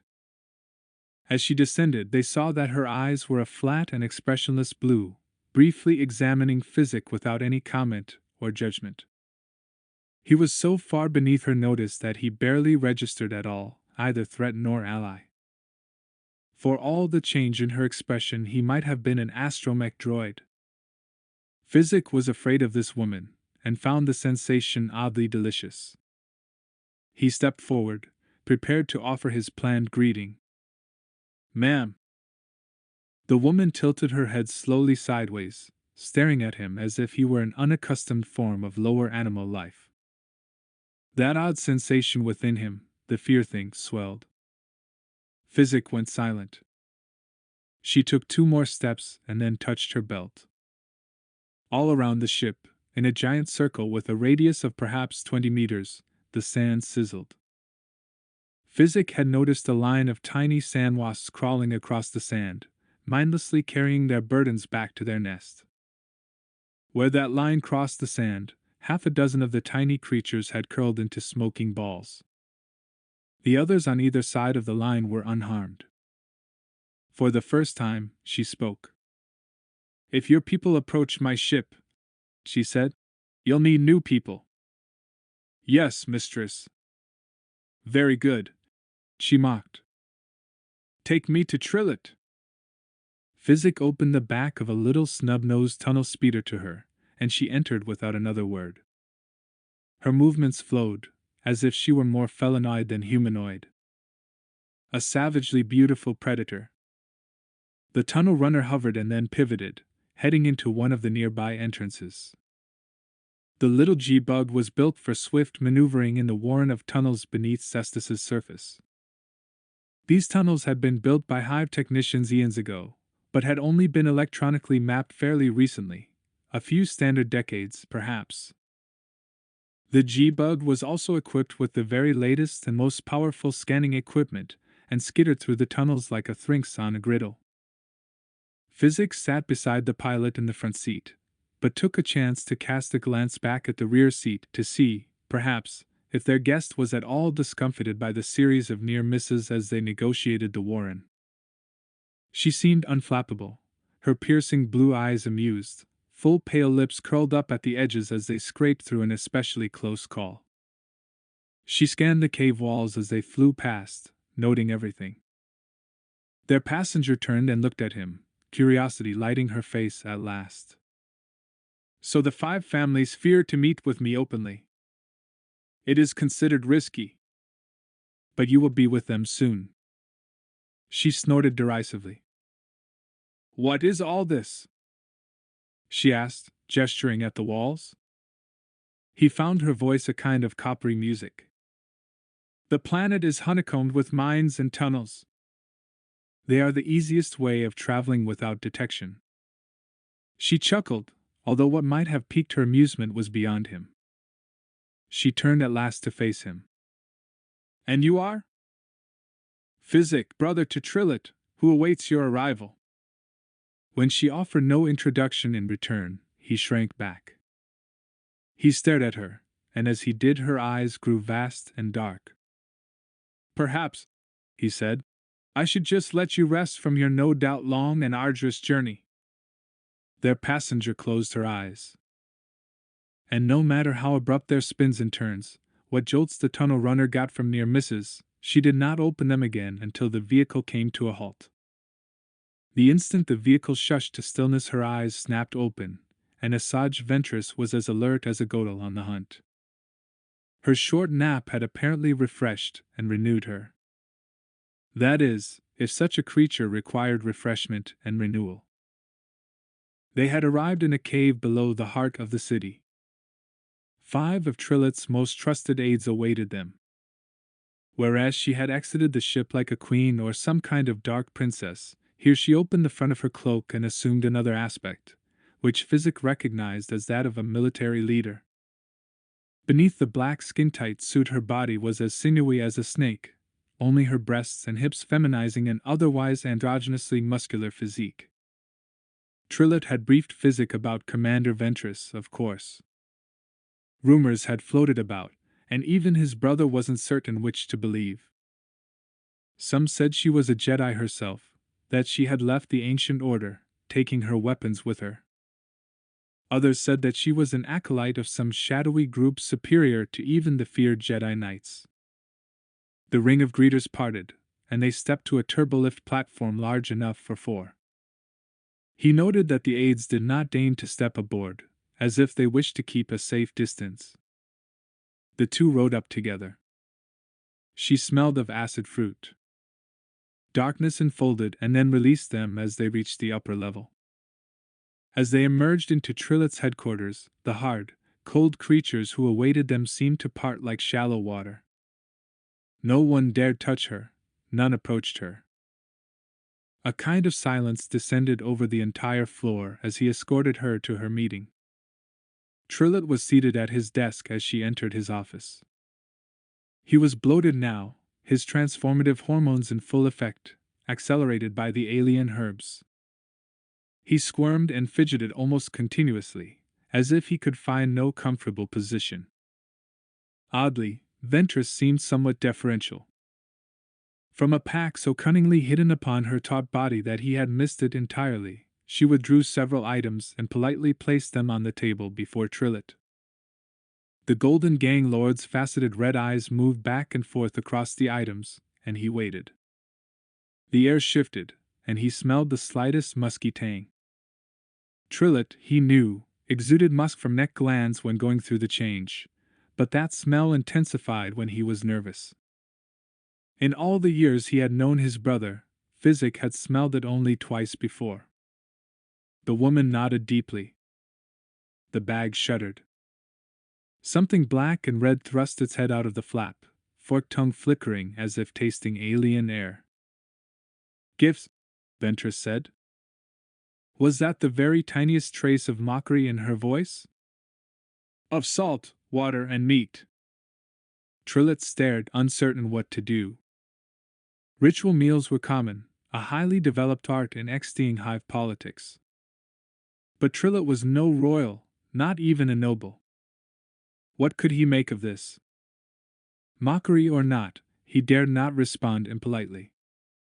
His gaze shifted to Ventress, and then back to the table. The red and black head proved to be the head of a banded snake, emerging from the bag slowly. No, it wasn't a snake.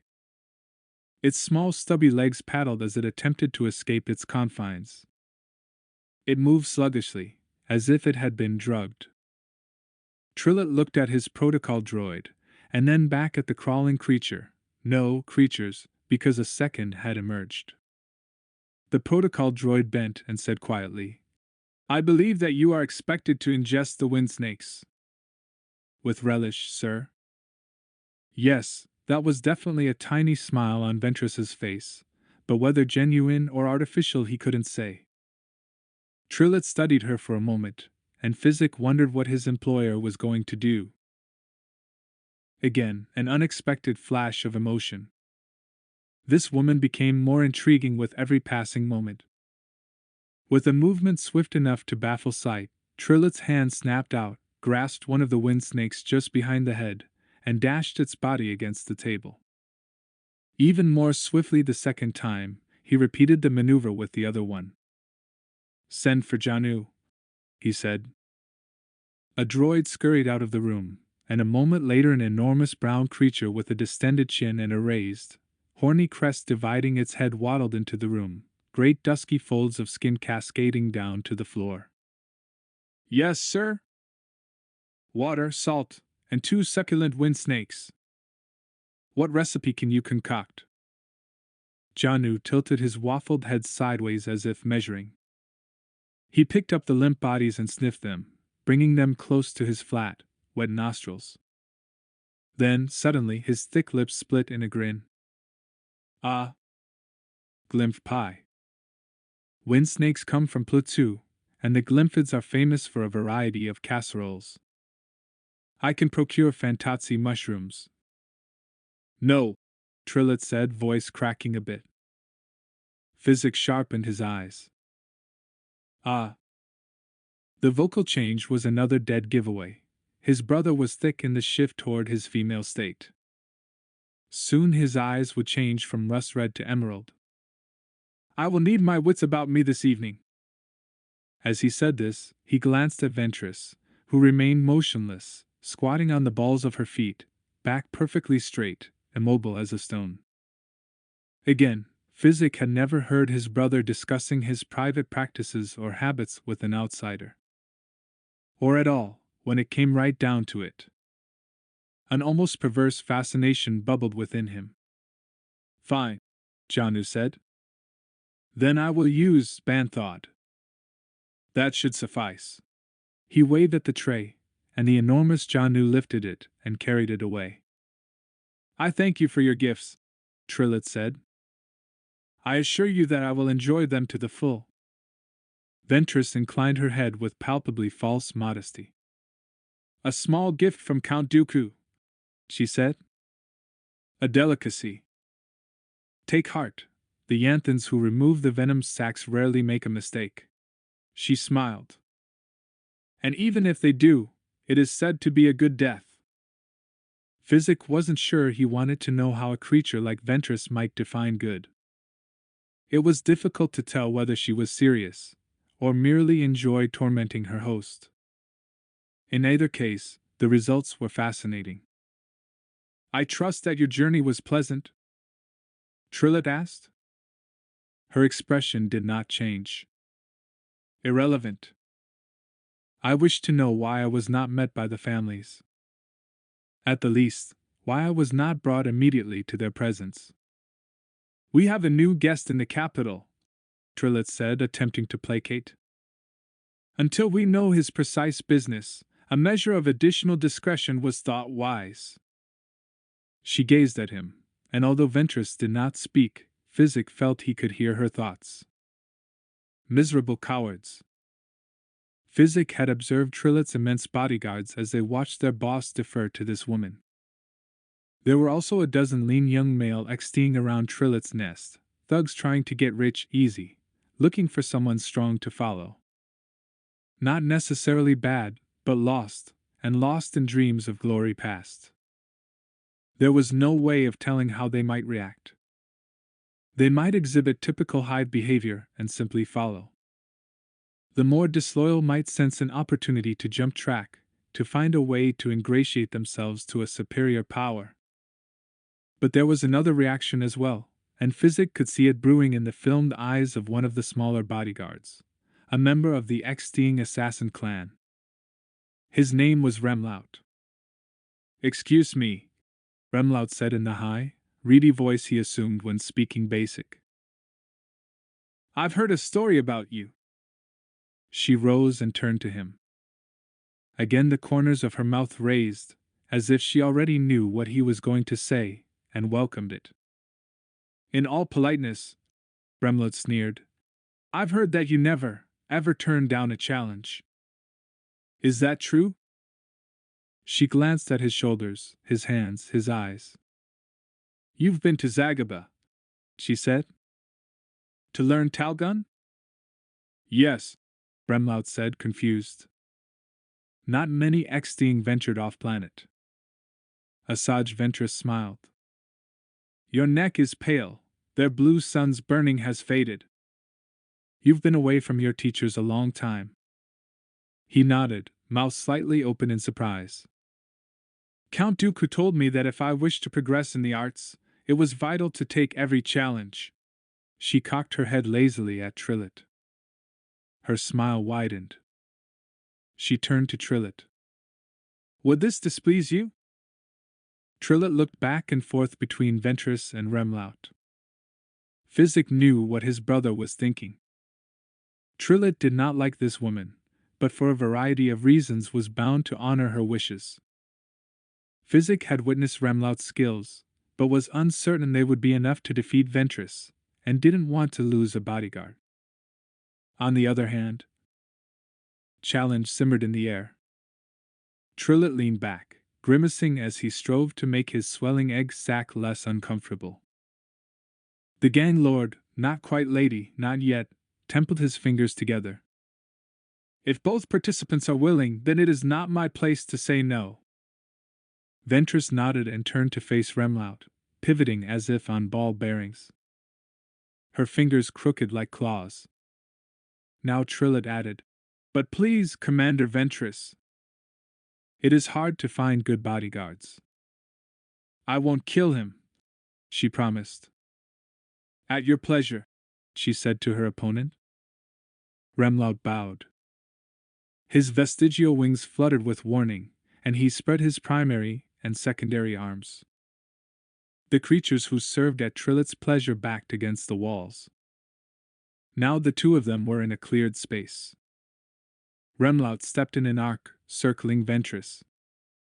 Remlaut cartwheeled, and then balanced on his primary hands, his feet tracking Ventress as if they were skin detectors.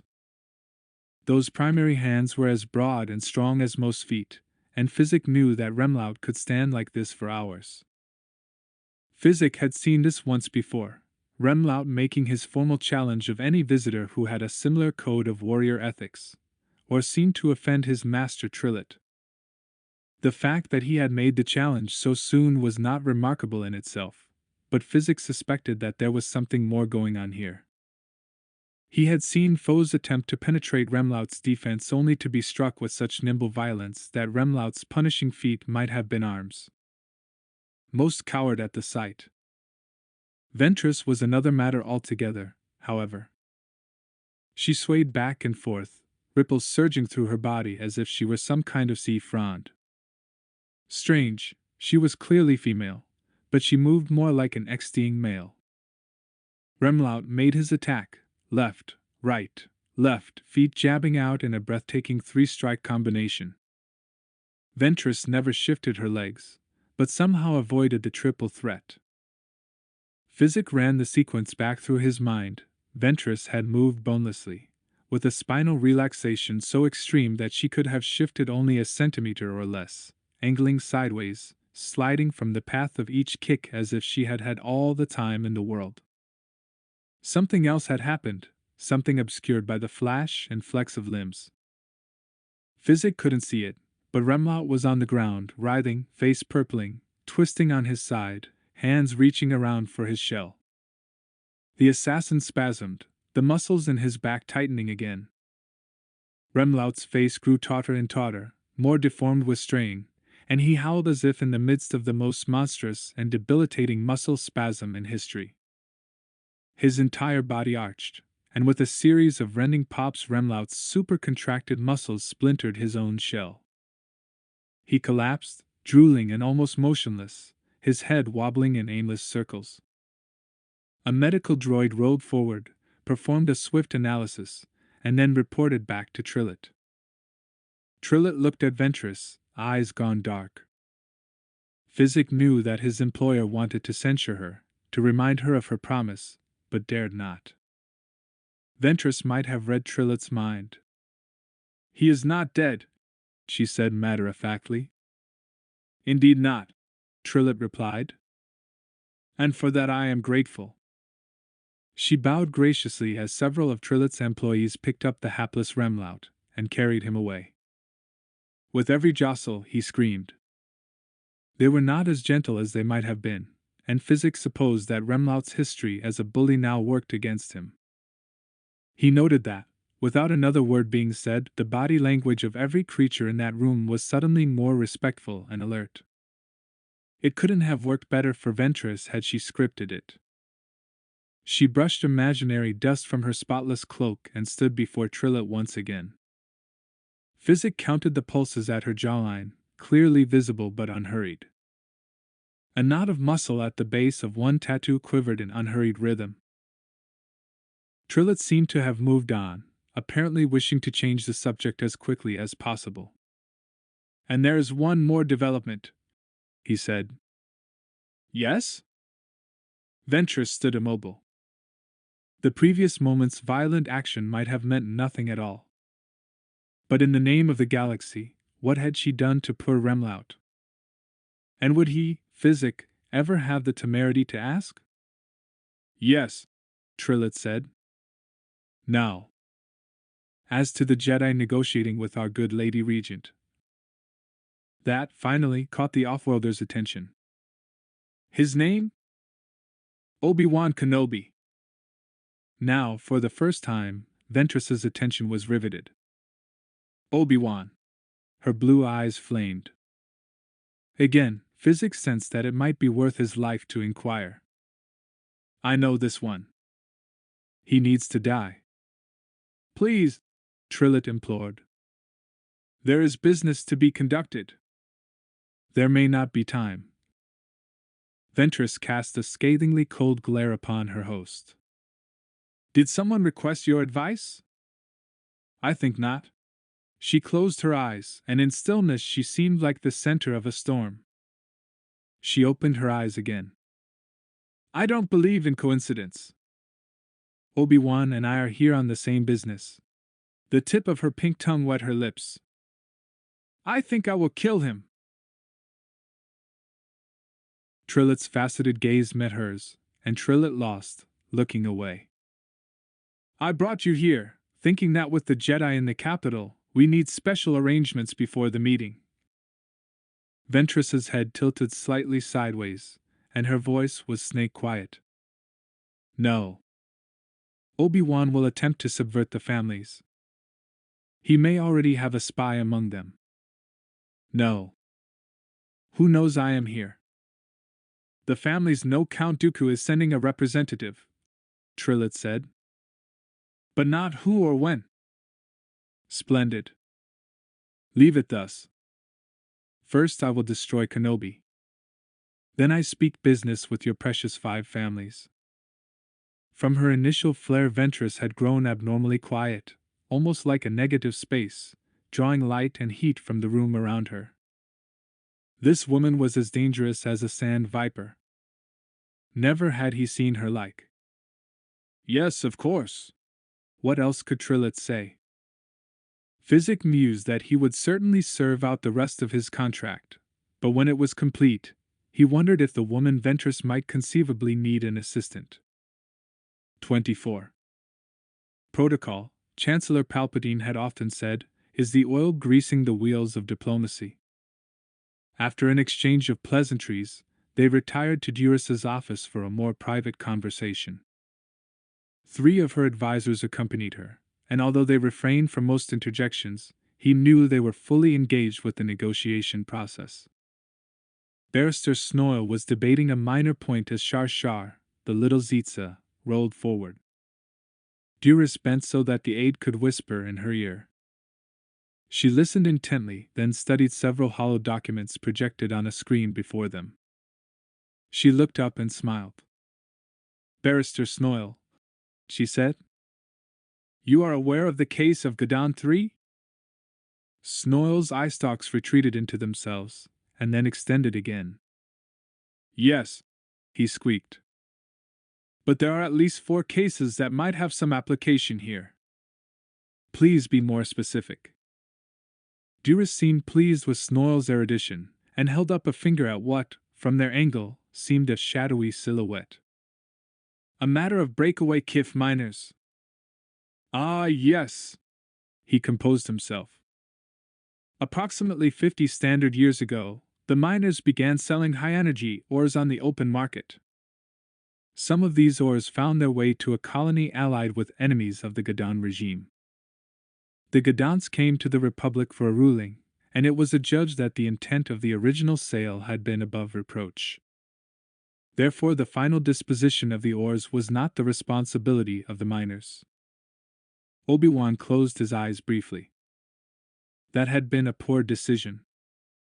The Republic hadn't penalized the miners, because a similar situation was brewing in a non-allied cluster of planets the Chancellor hoped would provide the Republic vital raw material.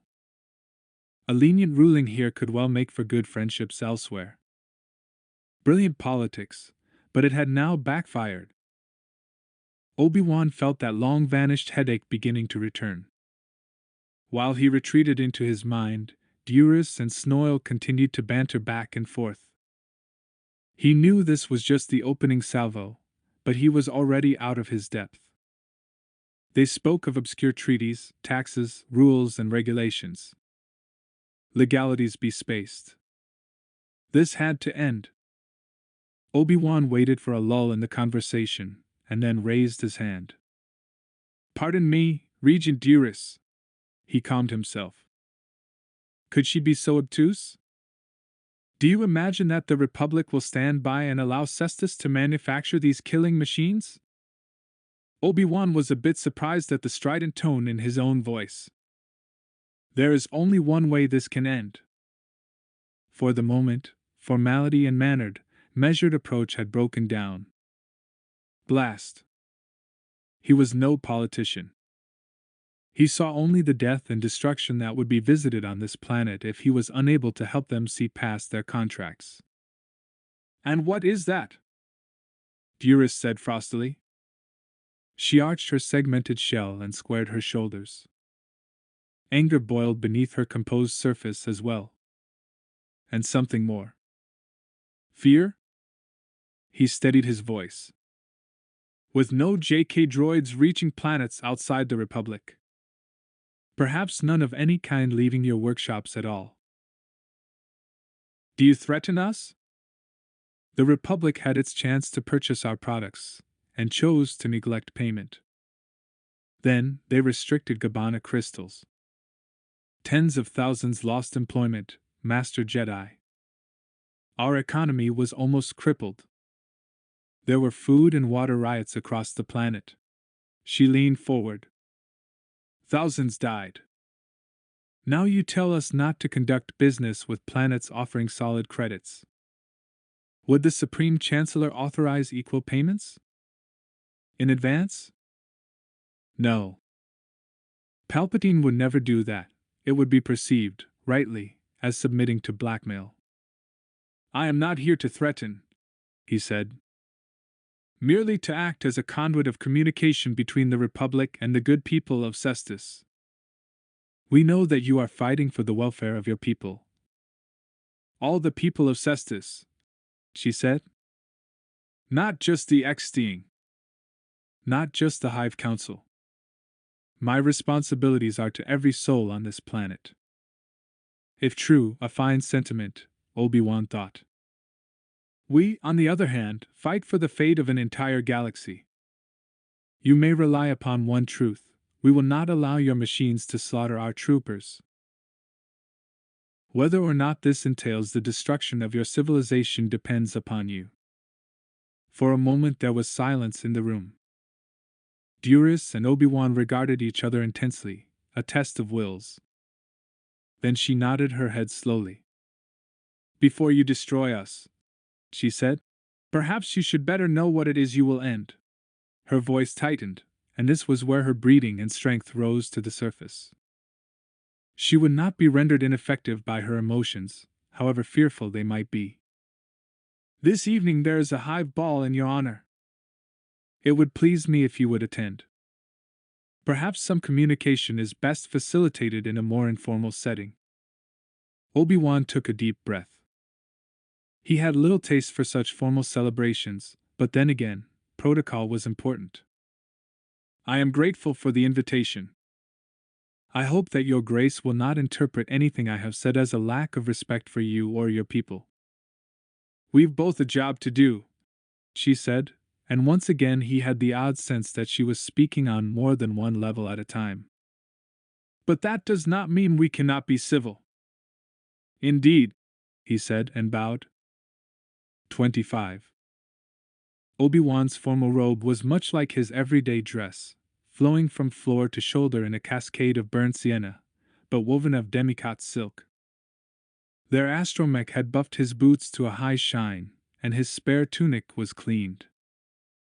Snoil's flat shell gleamed, and the folds of his skin were scraped clean of mucus and buffed as highly as Obi-Wan's boots.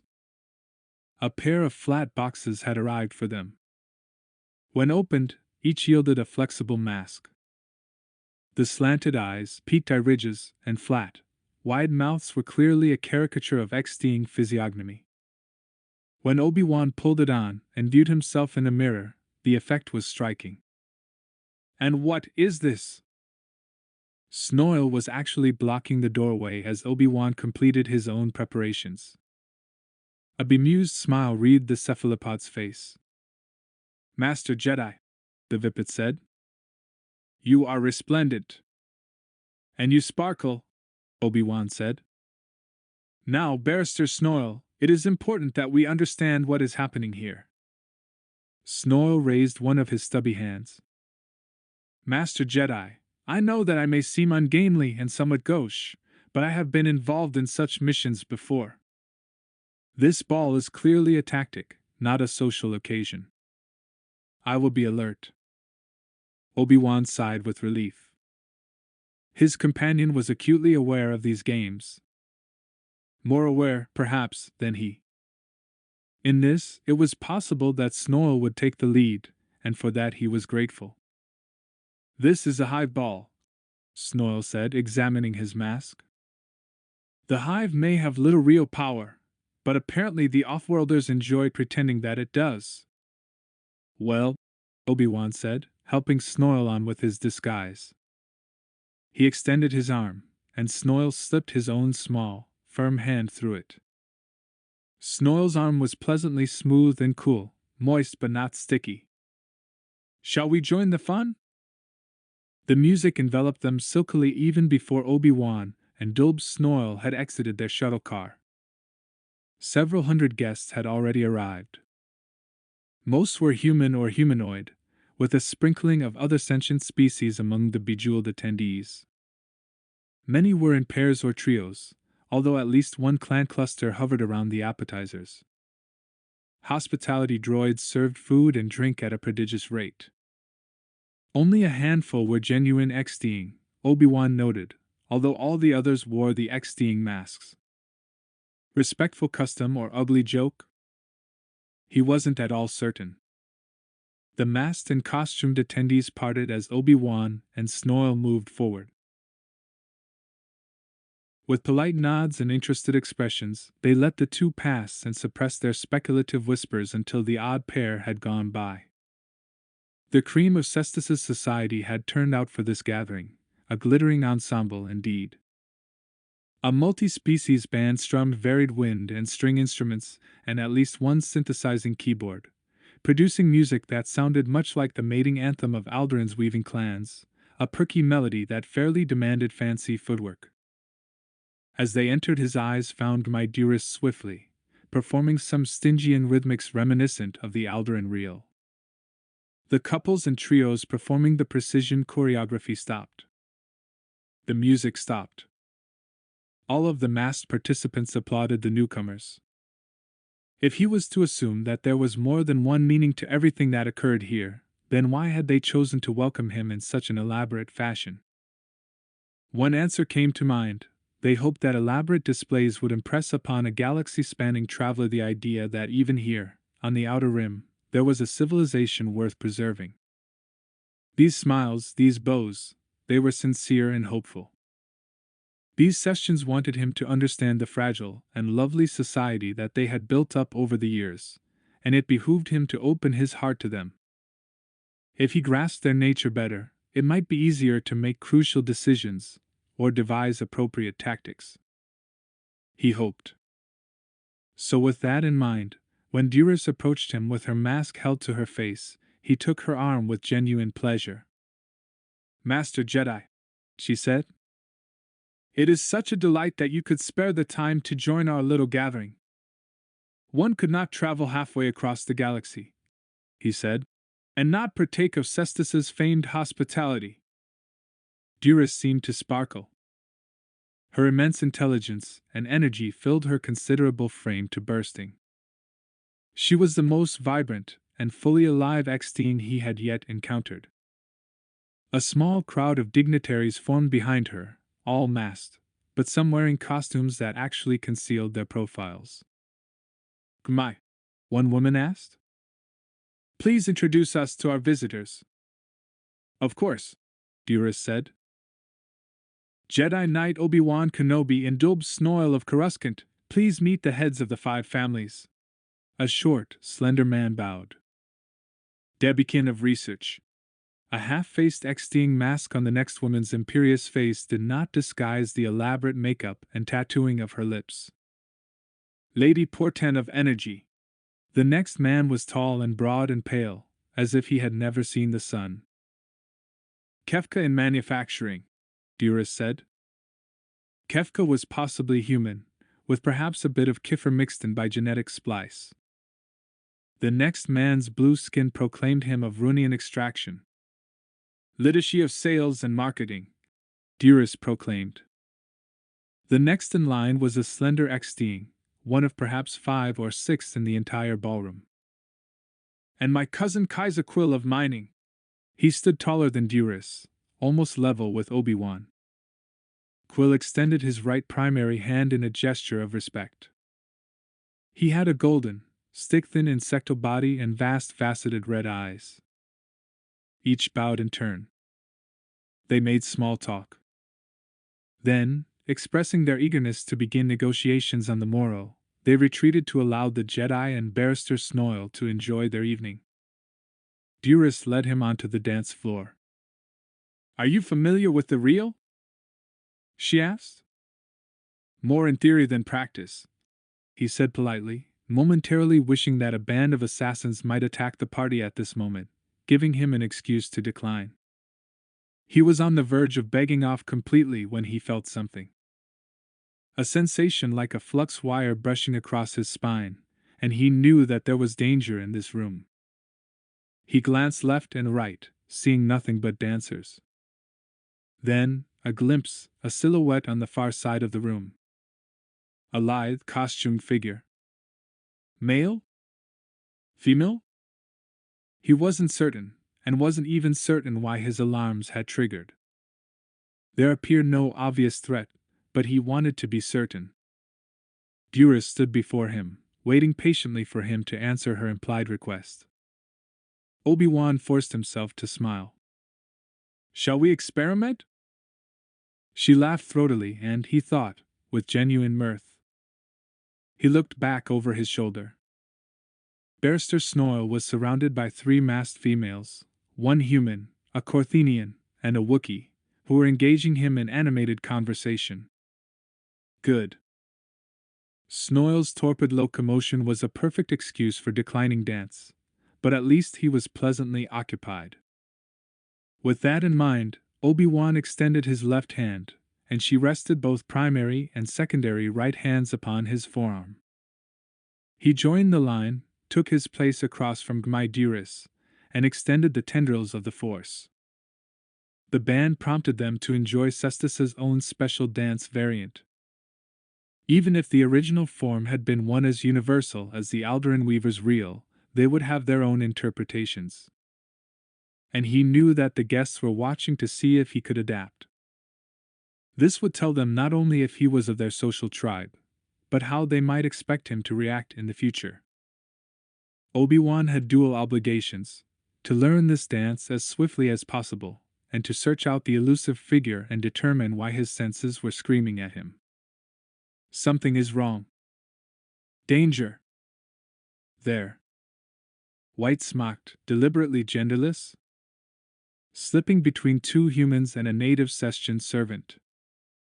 Human? No. Extremely fluid in motion. Then Duras squeezed his arm. Master Jedi!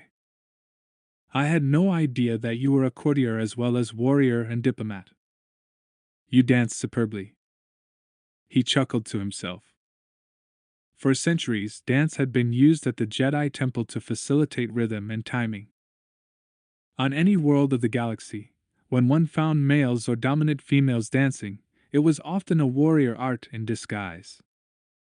Obi-Wan knew the movements of a dozen fierce and beautiful traditions. I merely follow your lead, madam, he said, smiling as he focused over her shoulder, seeking the elusive figure. Gone. The room swirled and Obi-Wan glided along with it, his Jedi reflexes and coordination drawing admiring glances almost at once. He remembered his childhood in the temple.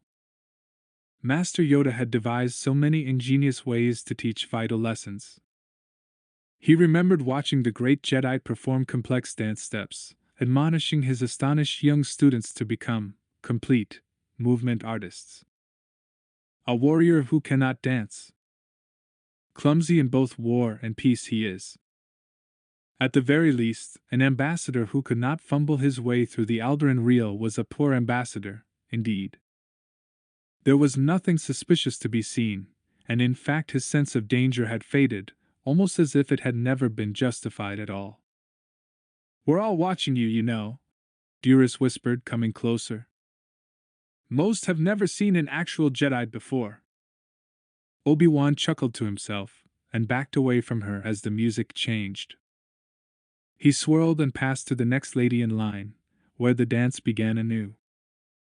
At the first opportunity he retired from the line, and on the pretext of seeking refreshment again scanned the entire room, from stalactites to stalagmites. Nothing. As if there had never been anything at all. Asajj Ventress hurried down the tunnel toward her waiting hovercar, discarding her X-Sting mask as she went. Physic awaited her there, in a chauffeur's coat, and none of the guests trickling out of the ball paid them any attention. Did you see him? Physic asked. She laughed mirthlessly. Of course, she said. He almost sensed me. For months Count Dooku had taught her the Quitek meditations. It was good to see the result. Her grin was as feral as a kraken's fixed and meaningless smile. Obi-Wan Kenobi. She settled back into her seat and closed her eyes. The game is mine. Wasn't that very risky? Physic said. She opened her eyes and gazed at him, perhaps wondering whether her pleasures would be best served by killing him here and now. Life is risk, she said, and then turned to watch the buildings flow past. For a moment her face assumed an unaccustomed softness as her thoughts deepened. Perhaps death as well. At that, Physic fell silent. Ventress closed her eyes, laying plans. Jedi. She'd killed many Jedi, and yet did not hate them. Rather, she hated the fact that they had lost their way, that they had forgotten their true purpose in the world, becoming pawns of a corrupt and decadent republic. While most Jedi were discovered in early infancy and raised in the Jedi Temple, Asajj Ventress had been discovered by Master Kai Narek on the desolate planet of Ratatak. An orphan child starving in the wreckage of a war-torn city, Ventress had clung to anyone offering her hope, and over the next years came to worship the formidable Narek as a father figure. He had groomed the Force-strong child, uncovered and developed her potential. At that time she imagined that one day she might travel to Coruscant and stand before the Council, become part of the Ancient Order. Then her master was murdered. The Jedi Council, who had abandoned Kai Narek to his fate, now became the object of her blind rage. Consumed with vengeance, she became a destructive force beyond anything her Jedi master could have dreamed. It was Count Dooku who discovered her on the Outer Rim. She had attacked him, been defeated and disarmed, but rather than slaying her he took her as an accomplice, completed her training, and set her feet on the proper path. It was Dooku to whom she owed total allegiance, as she owed nothing save death to the ruthless, corrupt Jedi. Yes. She had clashed with Jedi. Killed many.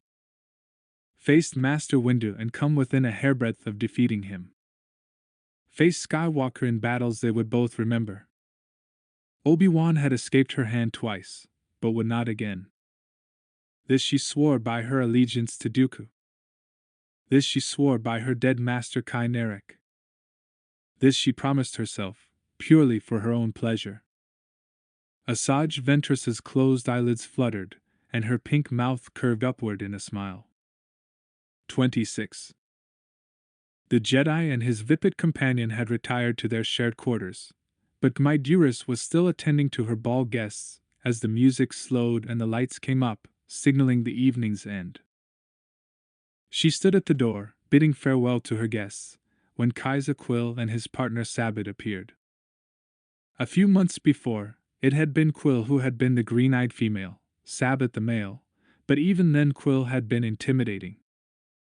At his weakest, he was more intimidating than Duras was at her strongest. Now, at his most aggressive, the weight of his pheromones was almost overwhelming. He leaned over her, exuding his scent. "Don't think that I don't know you're trying to cultivate the Jedi as an ally," he said. "Don't think for a moment that I will tolerate that. Remember what happened to Filion." She stiffened. How could she forget?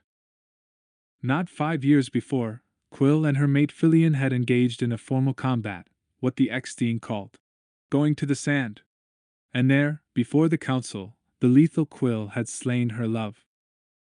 If she lived to 1,000, she would never forget the sight. "Do not weaken," he said. "Do not waver, or you will suffer." And then he was gone. Khmai Duras bid the rest of her guests farewell and took her shuttle back to her apartment. She had loved Filion completely. As they had spiraled through the eternal dance of male and female, each moment and way of being had been, in its turn, exquisite. But he had died before the fertilization dance could begin.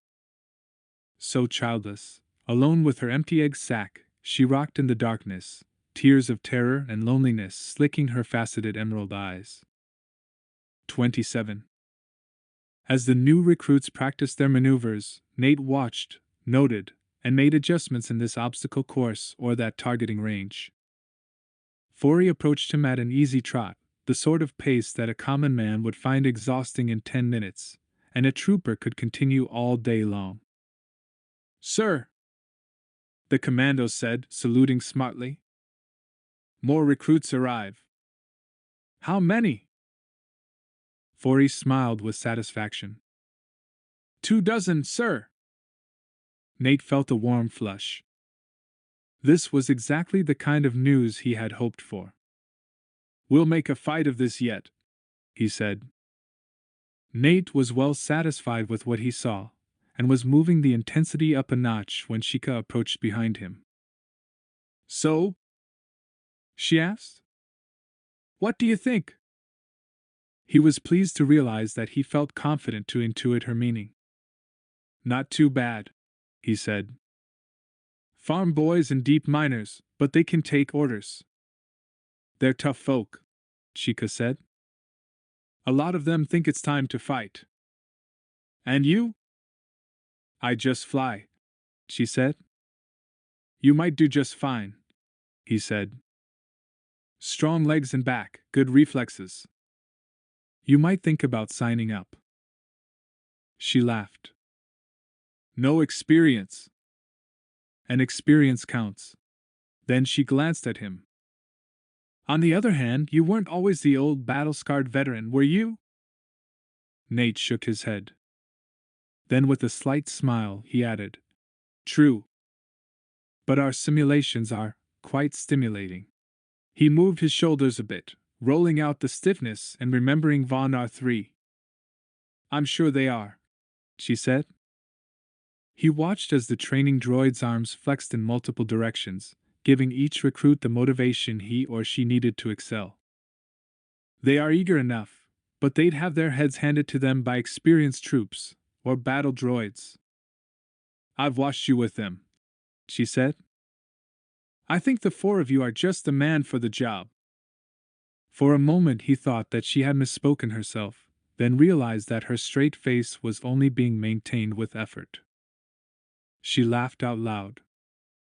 Nate felt his own lips twitching, understanding her joke, and that even though it was at his expense, he appreciated it. Yes, we are, he said. With that, he left her and went down to take a more personal hand in the training. It was not entirely lost on him that he squared his shoulders just a little more rigidly, that he moved a bit faster in demonstrating unarmed combat moves, that he was a hair more alert, because he knew Sheikah was watching. And although he felt a bit absurd for it, at the same time he enjoyed her attention, and hoped that she would be there when the day was done. 28. In Chikatlik, diplomatic operations proceeded at a glacial pace. Snoil spent the mornings and much of the afternoons poring over contracts, and finally twined his eye stalks in frustration. I've lost 10 years' growth on my shell, he whined. Have you seen these? What? Asked Obi-Wan, who was working to establish secure communications with Coruscant. This necessitated linking through Sutu at their docked ship. So far, a solar storm seemed to have distorted the link. The little cracks and fissures here where the new chitin is forming. Snoil craned his long neck to look back at his flat shell's attractive curls and swoops. In truth, he was accurate. There were new cracks where the thinnest, newest shell segments should have been forming. Ah, yes, I see, Obi-Wan said, distracted. What does it mean? Snoil's eye stalks coiled in distress. Stress. Stress, I tell you. Well, I don't want to add to your burden. Oh, please. The hololink suddenly cleared, and Supreme Chancellor Palpatine floated in the air before him. Snoil immediately quieted. Chancellor, Obi-Wan said. My Jedi friend. What news have you? I believe that the Regent is of good heart, but fears for her life if she acts her conscience. And what do you think her conscience would dictate? That which is best for all Cestus, suspension of manufacture. Then what is the problem? I believe the real power is in a group called the Five Families, owners of Cestus Cybernetics. And they think of little save profit. Then you may need to take matters to the next level. I believe you were given reliable contacts. Have you used them? I believe Master Fisto has met with one. I meet with the other tonight. I wish you fortune, Master Kenobi. Remember, little time remains if we would avert disaster. Yes, sir, Obi-Wan said, but before he could speak further the Chancellor was gone. He sighed, turning to Snoil. Barrister, he said. If you had a wish list of secure documents, what would be at the top? Dobe moaned. Oh, what shall I do? What shall I say? The truth. His eye stalks twined around each other. I think I would ask for the original papers of incorporation and land purchase. And oh, the purchase orders themselves between Cestus Cybernetics and Count Dooku or his intermediaries. Will do. He slapped Snoil's shell with the flat of his hand. If anyone asks, just tell them I'm sampling the native cuisine, he said. Take care. And with that, Obi-Wan left their suite. Obi-Wan was able to slip into an empty room down the hall, and from there to exit through a window unmonitored by the security forces which doubtless kept a long-distance view of all his activities. He climbed up to the roof and rode a service chute down to the street, landing in an alleyway with his knees slightly bent, cushioning the shock. 3 steps and he blended with the crowd, none of whom took the slightest notice of him. Obi-Wan had heard of other planets that had begun as prison colonies, but never actually visited one. He was heartened by the overwhelming sense of energy and aliveness. Everywhere he looked, the streets were filled with milling, thronging offworlders.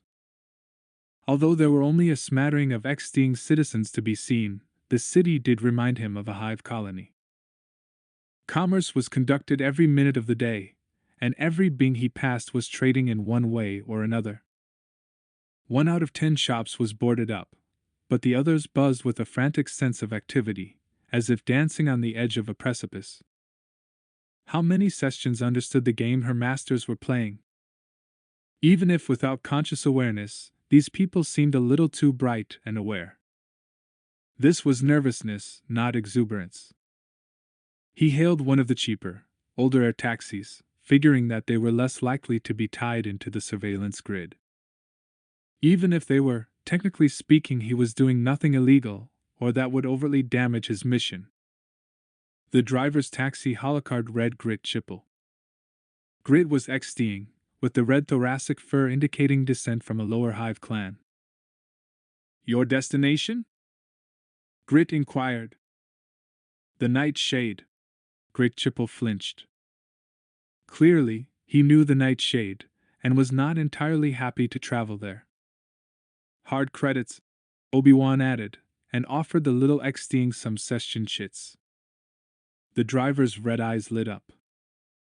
The chits were on planet, and therefore easier to change, and not tied into the galactic credit grid like the Republic chits. Untraceable. Avarice overwhelmed fear. He said, and they zipped away. You Jedi? Obi-Wan nodded. He was not disguised, but had hoped that he might avoid notice. Then I heard of you. You want ride back from Nightshade? That might be good, yes. The little one made a spitting sound that Obi-Wan interpreted as pleasure. Then I wait for you. You be careful. Sometimes offworlders not safe. Another spitting sound. Sir? The car had been riding along the side of the vast cave, but then leapt into the maelstrom of Chicotlic. The complex was dizzying even to one who lived in the fabled Jedi Temple. The driver floated through the maze as only one born to a planet could do, and Obi-Wan thought that Anakin might well have appreciated the little XDing-S facility. 5 minutes' travel brought them to a darker, grimmer section, one set off from the main business districts. This was a place where reputable citizens strayed on only the most disreputable of business. Where in other parts of the city he saw only a few XDing per 100 citizens, here, finally, the insectal beings were plentiful. The driver handed him a triangular holochip. Trigger this when you want ride, he said, and the door opened. Obi-Wan tipped Grit handsomely and exited. The tattered little taxi cruised off, leaving Obi-Wan alone. Following memorized instructions, Obi-Wan approached the door guarded by the 2 massive XDing guards. Females, no doubt. The males were smaller and more lethal, but the females were more intimidating to offworlders, who often failed to realize that much of the bulky body was mere egg sac. You wish? The larger of them asked in a surprisingly cultured voice. He spoke a code word, then said, I have an appointment with Trillet. Not exactly the truth, but he knew that their contacts had warned the XDing gang lord to expect him. A minute, the smaller said, and slipped back through the entrance, emerging a moment later to hold the door open. Enter. Eyes measured him, not all of them respectful. A few were curious, wondering if he was typical of his kind, wondering if the Jedi were as strong as their supporters said, or as weak as the Separatists claimed. The den was dark, and alien eyes glimmered at him from the darkness. No one guided him, as if they expected him to find his own way. He could tell by the body language of the beings he encountered, their posture and expressions, which way through the maze Trillet lay. If this was some kind of a test, he intended to pass it with flying colors. On every side of him wafted the smells and sounds and sights of an utterly corrupt habitat. Clearly, these were social dregs, yet, to be so close to the inner circle of the powerful Trillet, they had to have resources, if nothing other than Trillet's trust. So Obi-Wan might as well consider this the gangster's hive, a place the ex-teen kept for his own comfort, something that reminded him of his own grubhood, even if it demanded the destruction of other beings. He recoiled at the thought, but kept his thoughts and feelings to himself. At the end of the corridor was another door, and before this one stood a second pair of ex-teen bodyguards braced at attention. Males this time, and genuinely lethal. They opened the door as he approached. It took a moment for his eyes to adjust to the interior. Trillet sat perched on a tall cushion, puffing contentedly on a pipe of some kind, long thin vapor curls spiraling from slits in the side of her neck. The swollen thorax, ready to be filled with fertilized eggs, told Obi-Wan that Trillet had completed the swing from male to female. Jedi, Trillet said, her faceted eyes fixed on Obi-Wan. Welcome to my abode. Mistress Trillet, Obi-Wan said, and then bowed slightly, reciting a complex series of sounds in ex-teen. Trillet's eyes glittered. You are very cultured for a human. Please. Come sit by my side. Obi-Wan did so as Trillet took several more puffs. I would not insult a Jedi, she said, by publicly offering the fruit of Fantasy. The implication was obvious. Kenobi smiled. We have business, he said. Fantasy clouds the mind. Trillet nodded. But also sharpens the senses. We both know why I am here, Obi-Wan said. War sweeps across the galaxy. Cestus is not immune to its touch. War or peace, Trillet said with a deep and evidently satisfying puff. Either way, I make my profit. Bluff. Not if that war destroys Cestus's industrial capacity. Then there are no workers to exploit. Then you suffer as well. Trillet nodded slowly, as if Obi-Wan had indeed made an important point. I wish to avoid travail if that is at all possible. I believe it is. Then I will listen. What is it that I can do for you? Good. Avarice was a useful lever. My friends on Coruscant say you have a finger on everything that happens here, he said. Trillet tittered. How perceptive. Obi-Wan lowered his voice slightly. I wish to know the secret codicils between the families and the Confederacy. At that, Trillet seemed to be taken a bit aback. Indeed? Such information would be hard-won. I have resources. Do you? I have resources as well. I would be loath to endanger them on such a mission. I was told that if anyone could reveal the industrial system's weakness, it would be you. Trillet inhaled deeply. A long, thin stream of smoke escaped her shallow throat slits.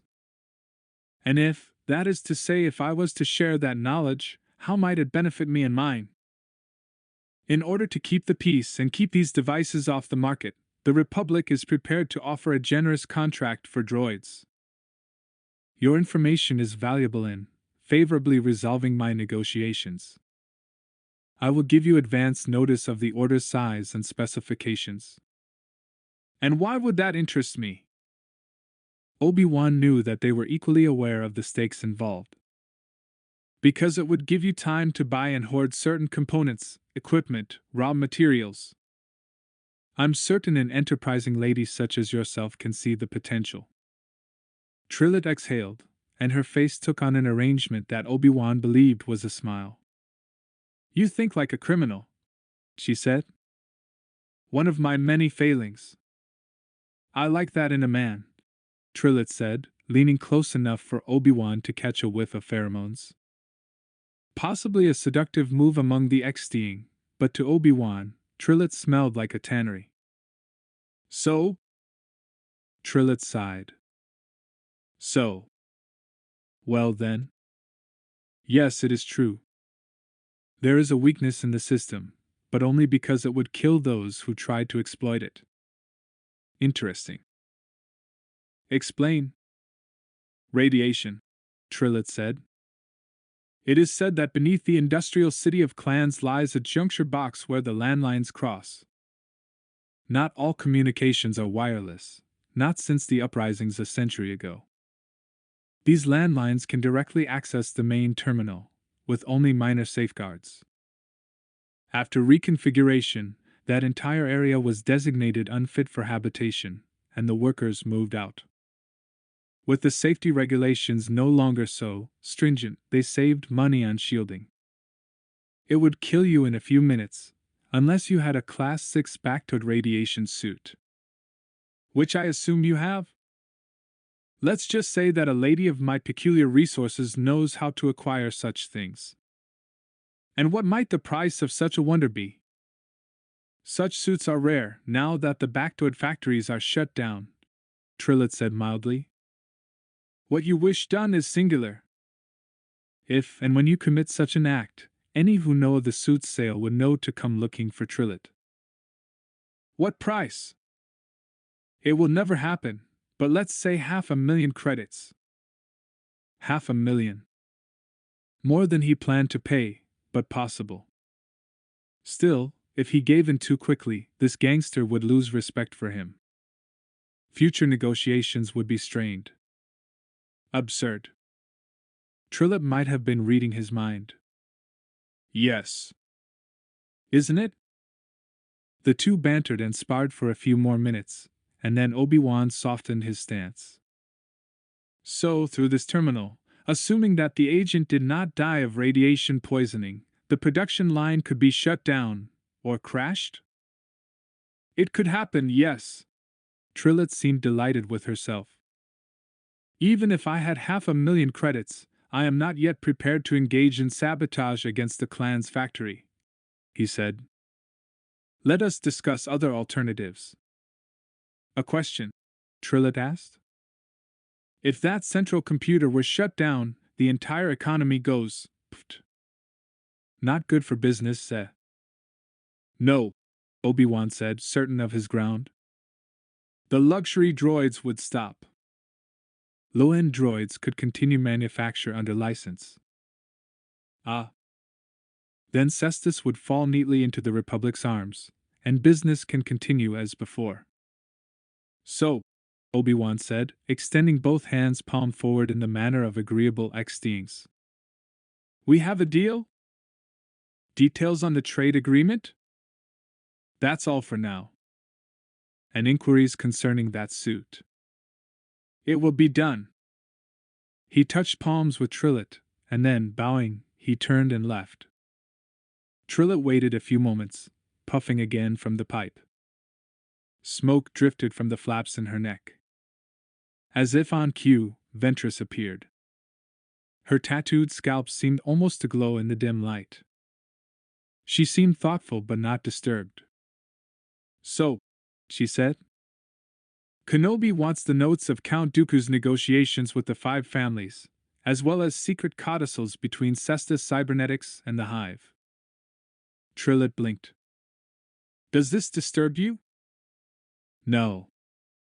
It excites me. She closed her eyes and smiled, lost in her own speculations. Obi-Wan and I have an appointment.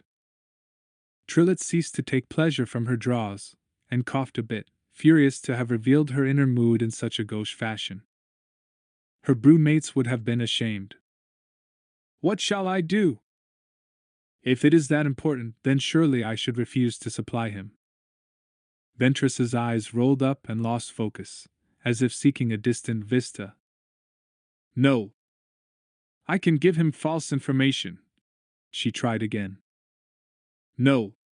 Ventress had focused again, and was even more certain this time. He may have other sources. This may be nothing more than a test. If you fail it, he will never trust you again. She paused a moment, and her eyes shivered side to side in their internal search for truth or clarity. And, she continued, I think that before this is through, it will prove to be good that he trusts you. She considered, and then the first smile creased those thin, pale lips. Yes, I believe that is true. 29. Obi-Wan Kenobi slipped out of Trilith's den. With every step it seemed as if layers of a toxic curtain were lifting from his mind. Grit Chipple was waiting for him even before he triggered the little chip he had been given. The taxi driver seemed a bit off-put. "Sir Jedi," he said. "I got a flash. Asked me to link you to another taxi." Obi-Wan's eyebrows raised. "Yes? Don't know who. Link you?" This was interesting. Who would attempt such an unusual contact? "By all means." The X-Sting driver dithered over a fingerboard, and an indistinct face appeared. Not male or female. It was deliberately obscured for gender and species. The voice was masked as well.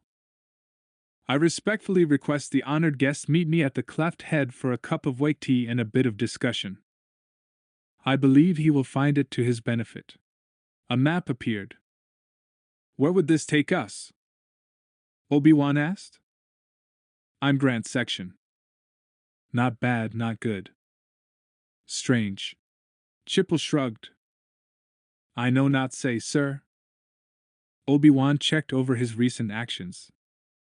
He didn't recall anything unusually suspicious. So if it was a trap, why not stay their hand until something actually occurred? "Let's go," he said. But as they rose and flew away, Obi-Wan felt comforted by the weight and heft of the lightsaber at his side. Obi-Wan entered the cleft head through a door that resembled a quartet of X-Sting hive cubicles. As he crossed the threshold, Obi-Wan heard a raucous scream. The mob of X-Sting and Offworlders backed away, giving two combatants room. Two young X-Sting males circled each other, and then one lunged.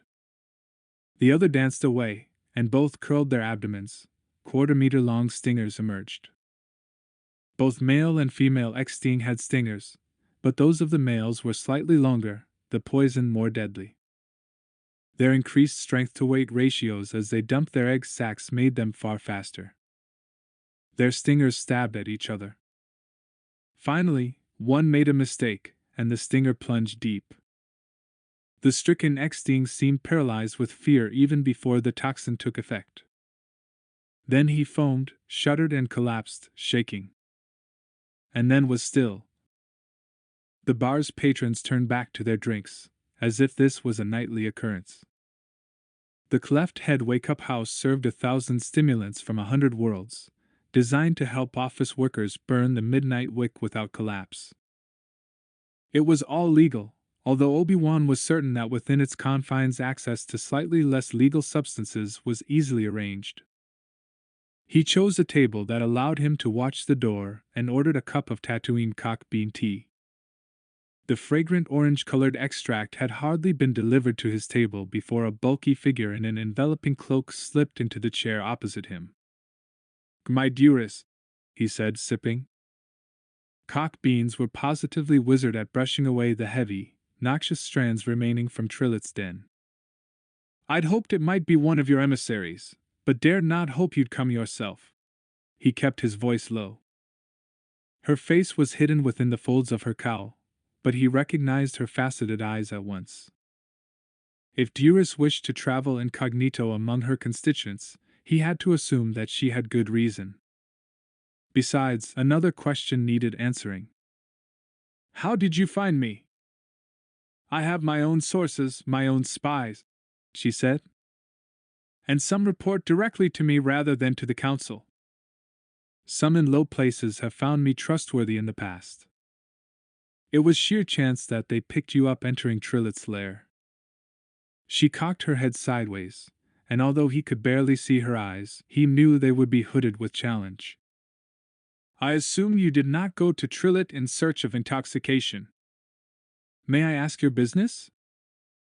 "Perhaps when we know each other a bit better," he said, buying himself time. "Perhaps." She laughed, and he thought it sounded more genuine and unaffected than any she had made in her public mode. "This is Chicketlick's immigrant section. They came during our boom days, and now many of them are trapped on planet, without enough credits to get home. They're more concerned with finding jobs or transport than listening to conversations. They don't pay attention, Master Kenobi. At times, the best hiding place is in plain sight. So then. The cleft head bar, indeed. I was hoping that you might sneak out. And that if you did, I might be able to meet with you. Obi-Wan nodded. Now that I understand your method, perhaps you can enlighten me as to your intent. For the first time I can speak freely. She paused. Or almost freely, at any rate. He chuckled. You have my attention. Regardless of what you may think, Cestus's regency is a sham. Governments come and go, but the 5 families who controlled the early droid and armor works, mining, fabrication, sales and distribution, research, and energy, actually control everything. I believe they favor the Confederacy. You believe? She sighed. I have no real proof. I am related to the Hive's royal house. My cousin Quill is royalty as well, but since he killed my mate and stole Hive Council leadership, she cast her faceted eyes downward. I am no longer privy to the inner workings of the 5 families or the Hive Council. I no longer know if their decisions are made by vote, or if someone or 2 of them have taken power. No one knows who holds the ultimate power. No one can pierce the melded corporate veil. Corporate veil? Obi-Wan mused. More of a family veil. True. No outsiders know the business of those meetings. What of the planet's other original inhabitants? Its aboriginals? She shrugged. Most are dead and gone, or pushed to the Badlands. The spider folk were once strong, but I doubt there is a single intact clan left on the surface. The buzz of the cleft head rose, and then ebbed again, a current that washed over them in waves. I am afraid, Master Jedi. I see no good way out of this. Might they replace you as regent? No, she said flatly. I am regent for life. She lowered her head. He would take the regency himself, if that would not so baldly proclaim a conflict of interests. He controls the Hive Council, and is in turn controlled by the 5 families. And what does this mean? It means that the checks and balances that should protect the indigenous peoples are non-existent. It means that the original contracts with the Hive can be manipulated in any way profitable to the families. This was ghastly. And you cannot stand against him?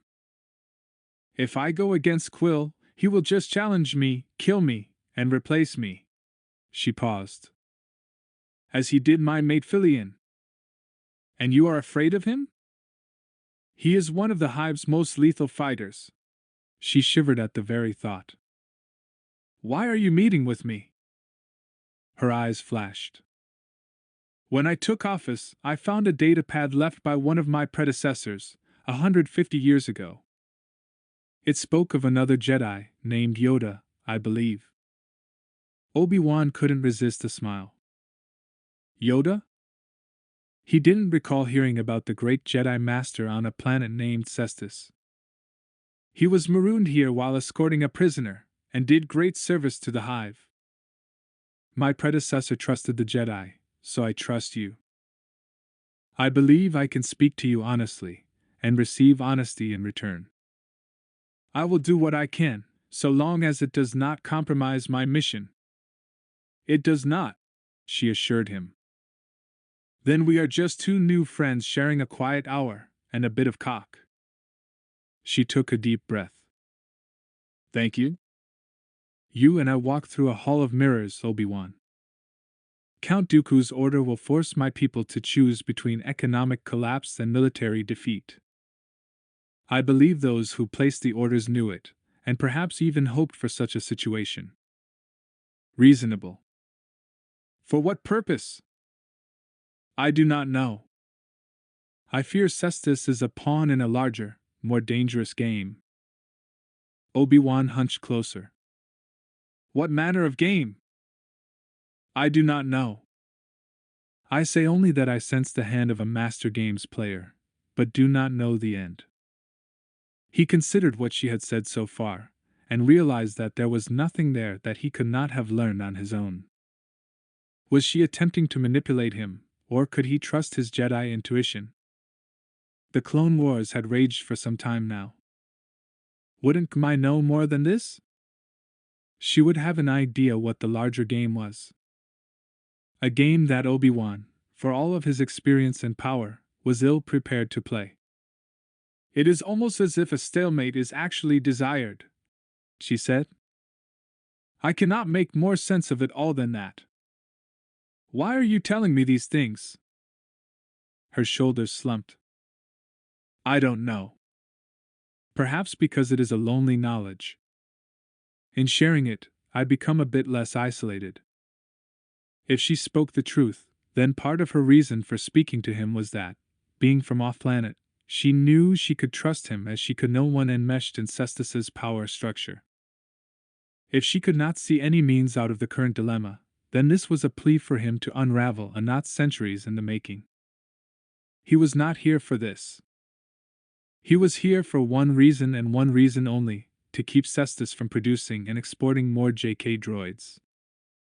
The cleft head cantina was filled wall-to-wall with stimulant-seeking customers, and it was not difficult for Ventress to blend in, again using a portion of her Force energy to shield herself from Obi-Wan's keen senses. He was one of the most powerful Jedi she had ever met. She believed herself stronger, but was not so certain as she had once been. Nevertheless, his strength made the taste of her inevitable victory all the sweeter. Ventress blended seamlessly into Cleft Head's multi-species milieu, observing without being observed. She enjoyed this risky game, shielding herself from Obi-Wan, gliding close until she could feel his awareness flutter, then backing away again, playing with the edge of his perceptions. The moment was so dangerous that it filled her senses, was more potent than any fleshly pleasure or drug could ever be. This was danger, in its rawest sense. To play with the senses of a master opponent tested the limits of her emotions that she kept under tight control. It was intoxicating, yes, that was the word. There. She came closer for a moment, allowed a bit more of her attention to flirt with the exterior shell of his aura, which flickered in her sight like a field of soft small lights. In one sense, there was little risk. She could watch him, would know if he was beginning to focus his attention on the exterior and away from his conversation, and had every confidence in her ability to withdraw before he became aware. Delicious. Ship, she whispered, so softly that she could not actually hear her own words. South close. So easy. He doesn't even know you exist. A sharp uptake of breath. No. No, there, he almost sensed something, but you were gone before he noticed. He will scan. He will see nothing. You are nothing. She could see that there was some thread of communication growing between Obi-Wan and Dearest. Well, it didn't matter. Whatever he tried, Ventress stood ready. Whatever his plan, she was prepared to counter it. In fact, whatever it was the two of them had in mind, she would use it to lure him into her trap.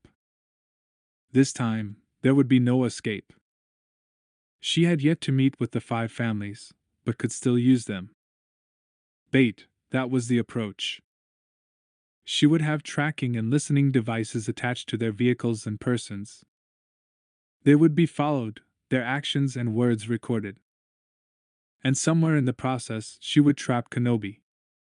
She could feel it. This was the planet, this was the time. Obi-Wan Kenobi would be hers. Delicious. Twice since landing on this planet, Obi-Wan had felt something. Not quite enough to fully bring him to attention. Certainly not enough to clearly identify. Comprehension eluded him, as if he were groping for an object just out of reach. But although none of his senses could touch such a phantom object directly, the mere withdrawal left ripples in water, or in the air. And now there was a ripple in the force. A not presence. Something withdrawn. Something missing. He did not feel it consciously. In fact, the more consciously he searched, the more it slipped away, as if he had imagined the entire thing. So he concentrated on the conversation with Gmai, leaving only the slightest sliver of attention, a merest mote, to scan the surroundings, searching not for a presence, but another, lack of presence. Yes. Another sense of withdrawal. It was too small to integrate itself into his consciousness at the moment. Not until later, in the depth of his Jedi meditations, might this small trap bear fruit. But he could wait. 30. For a dozen generations the leaders of the 5 families had ruled as if by divine privilege. So long as ore flowed to the foundries, and those foundries fed the factories creating droids and armor, channeling credits to Cestus coffers, that power might last for generations more. The trappings of royalty provided what the actuality did not, a lavish wealth of art, fine subtle sense, and furnishings that might have done credit to any office in the Republic. If Cestus could not come to civilization, civilization had indeed come to Cestus. At the moment, however, some of the conversation in the throne room was far from polite. For hours now the arguments had raged, and although on the surface the words used were polite, there was no mistaking the fierceness beneath them. Every event can have multiple meanings as well as consequences, said Lidishi, whose family had sprung from the daughter of an ore miner and the son of a murderer. I am aware of this, Duras said. Quill, the room's only other ex-being, stood. The Hive is upset that the Republic Senate has declared planets have no right of secession. The 5 family leaders were arrayed in a semicircle about Duras's throne. In theory, the forces they represented were no more powerful than hers. In practice, of course, Duras was almost completely under their control. They are not fools, Duras said. If Palpatine interferes with our right to commerce, it will drive more planets away. Quill bore in. If the Republic offers violence as a means of persuasion, the situation worsens. Duras sighed, and remained silent as her esteemed guest spoke. It had been a week now, and as Obi-Wan presented his case to yet another group of the 5 families' representatives and barristers, she began to despair that a true consensus would ever be reached. I stand before you with a fair and just offer, Obi-Wan said. We can stop the Gabbana Crystal blockade and advance funds to purchase 2,000 units of your Class JL and JK droids. Gmai paused. This offer was new. She knew, of course, that Obi-Wan had been communicating with his Coruscant masters. In fact, some of those communications had already been intercepted and decrypted. The ex-being was similarly taken aback. That might, he said, then emphasized, might be enough to secure our market position. Debikin nodded. I am willing to believe that this Jedi speaks honorably. Obi-Wan inclined his head. A fact noted and appreciated. Lady Porten's nephew raised his skeletal hand, as if warding off expectations of easy settlement. But even this offer is risky. The cost of the war mounts. Taxes soar. The central government offers payment in credit bonds, to be redeemed at a later time. Such bonds can be traded for goods, but usually at a lower rate than face value. Obi-Wan had kept his voice and manner even, but he found the entire discussion dreadful, dull, and exasperating. Time was short, and there was a limit to the tricks he could pull, a limit to the negotiating room extended him by the Supreme Chancellor. And if he ran out of maneuvering room, he shuddered to think of the cost. Perhaps sensing his mood, Snoil bent down and whispered to him. Time is running out.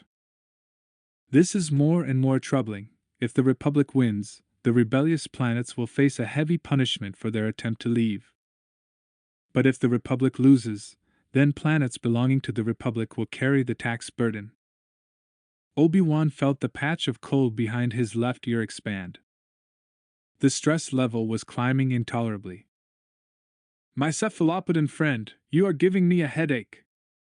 You, and the sense that Duras may be correct. In what way? Snoil asked. The 5 family executives were so busy arguing with each other that for the moment, no one seemed focused on them. This may all be misdirection, he said. I fear that lack of clarity will haunt me yet. Duras raised both primary and secondary hands, requesting quiet. We have an obligation to conduct these negotiations with good faith. I believe my honored associates hold the financial welfare of Cestus Cybernetics closely to heart, as they should. I represent the planet of Cestus, with all its citizens, and the hive, and its interests. Cestus Cybernetics could conceivably move to another planet, whereas this is our only home. Save the squabbling for another time. Our survival is at stake. There was stunned silence for a moment, and then the discussion began anew, this time with a less argumentative tone. After the hours of negotiation were past, the Jedi and the barrister returned to their lodgings. The other members of the 5 families packed their docufiles and left, but Quill approached Duras. You have blocked me for the last time, he said, seething. I have spent a lifetime arranging a deal just such as this, and I will not tolerate your interference. Appear before the council tonight. You may end your own life, or you can go to the sand. Those are your only choices. He leaned closer. Personally, I hope you choose to fight. It would be good to kill you, as I did your mate. He died begging. I would like to hear those same words from you. Smell your surrender. Quill paused. Then, of course, I will kill you. 31. In the dead of night, Trillet's people delivered the documents Obi-Wan had requested. Between those and the official records, Snoil had access to enough information to keep a research staff busy for years. They didn't have years. He absorbed, scanned, noted, summoned up abstracts, and worked well into the night. As far as Obi-Wan could determine, the Vipit hadn't slept since they arrived. Because he was uncertain of Vipit physiology, he wasn't sure whether this was exceptional. Still, he had grown more and more concerned until the hour when an exhausted Snoil informed Obi-Wan that he was ready for sleep. Snoil crawled into his bedroom and was not seen again for 10 hours, when he appeared in the doorway with an enormous smile splitting his face. Dilb? Obi-Wan asked. Snoil was radiant. Obi-Wan! He called. Obi-Wan! While I slept, the 2 halves of my brain talked to each other. I've found it. Found what? He asked. Look here, he said, feverish with excitement. In this document, executives of the Cestus Cybernetics boast about the fact that the land was purchased with synth stones. They actually laugh at the ignorant aboriginals. Venality. Offensive in all its forms. And? Technically, synth stones represent counterfeit money. Snoil's eyes gleamed. Follow me here, Obi-Wan. Cestus Cybernetics was a licensed subsidiary of the prison. The prison was constructed and operated under a Republic contract. Yes? And? He still couldn't see where this was leading. Obi-Wan, Snoil said in exasperation. Cestus Cybernetics was at that point a representative of the Republic, held to the same standards as any ambassador. A purchase made with counterfeit currency is no purchase at all. This nullifies the original sale. The land beneath every factory on Cestus still belongs to the hive. Obi-Wan's head spun. If this information got out, the 5 families were finished. Coruscant would take control of the situation, and only the hive would profit. Great for XDing, but if the economy crashed, the water and food shortages might kill millions. So it was a dreadful, last-minute leverage, barely better than an all-out bombardment. But it was better.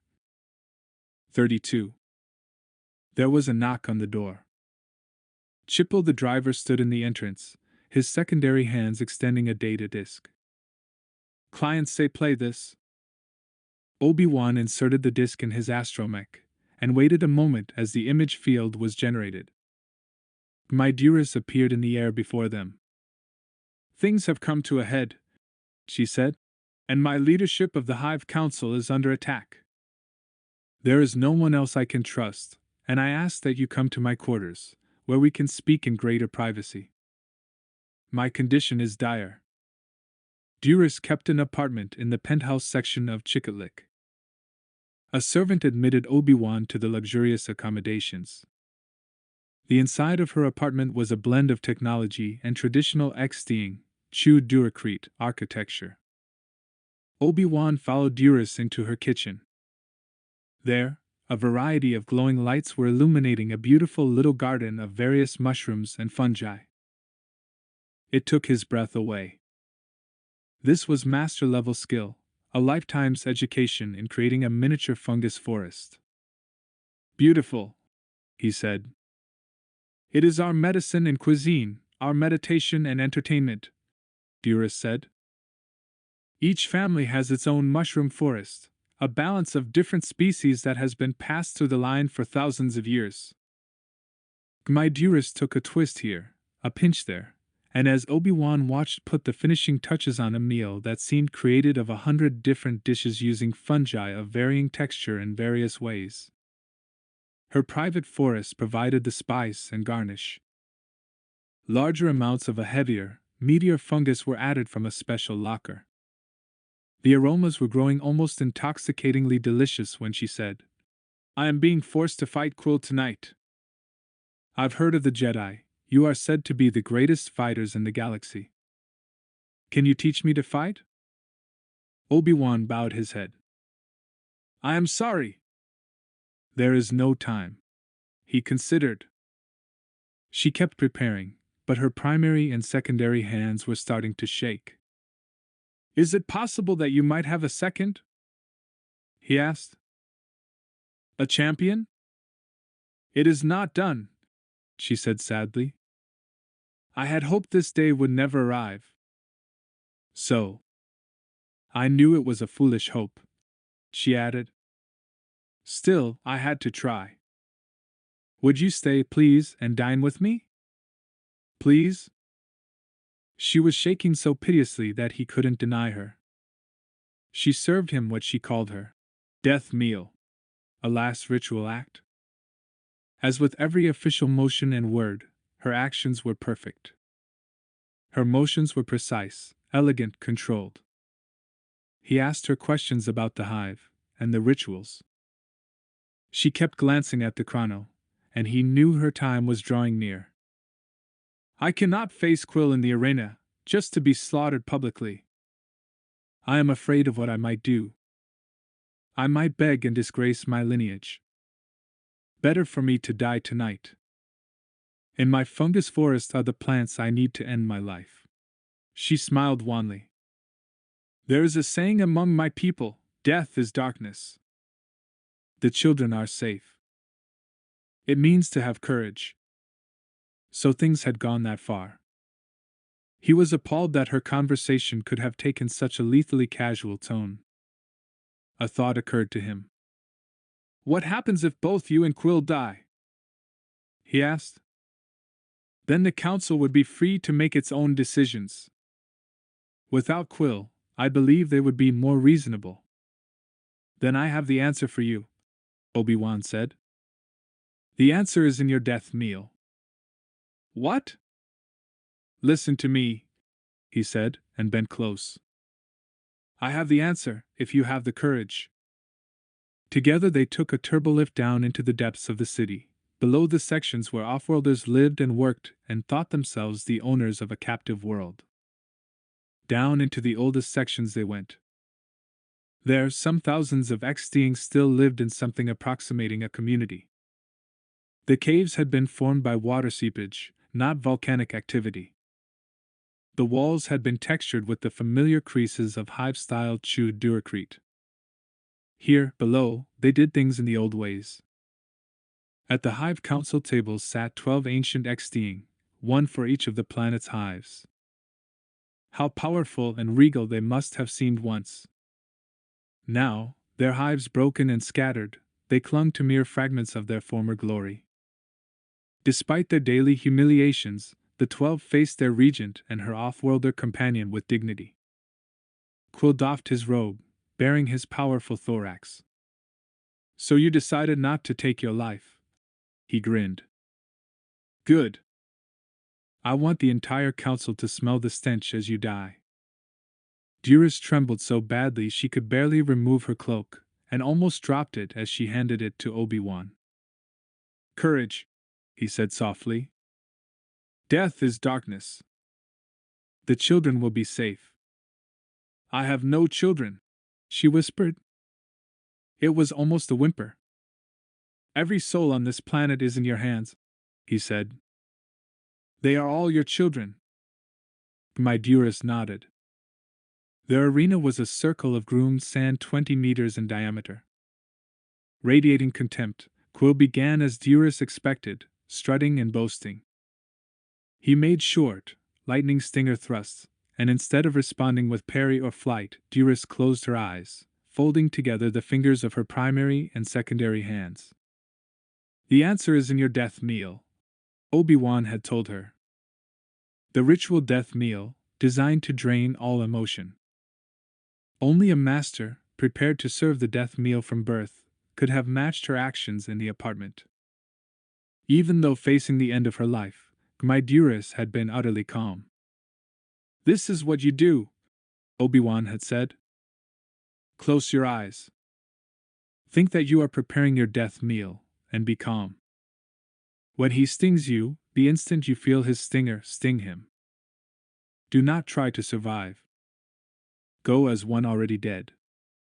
Quill approached her, and she merely waited. He turned this way and that, trying to frighten her. Nothing he tried worked. "There is a secret to the warrior arts," Obi-Wan had said. "One that has nothing to do with training. Nothing to do with fancy movements. It is the willingness to trade lives with your enemy. To never fight for anything you would not die for.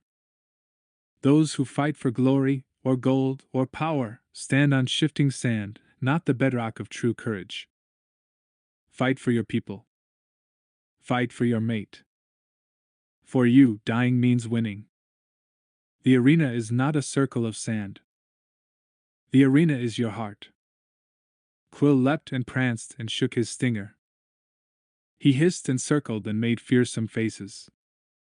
And through it all, Gmaiduras merely stood, waiting to share death with him. At last Quill stopped, stupefied, for the first time his mask of confidence cracking. Beneath was fear. Gmaiduras stood, eyes closed. Waiting. Quill's mouth quivered, and he lowered his eyes to the sand. I concede," he said, radiating hatred. The eldest Xtian on the council stood and spoke.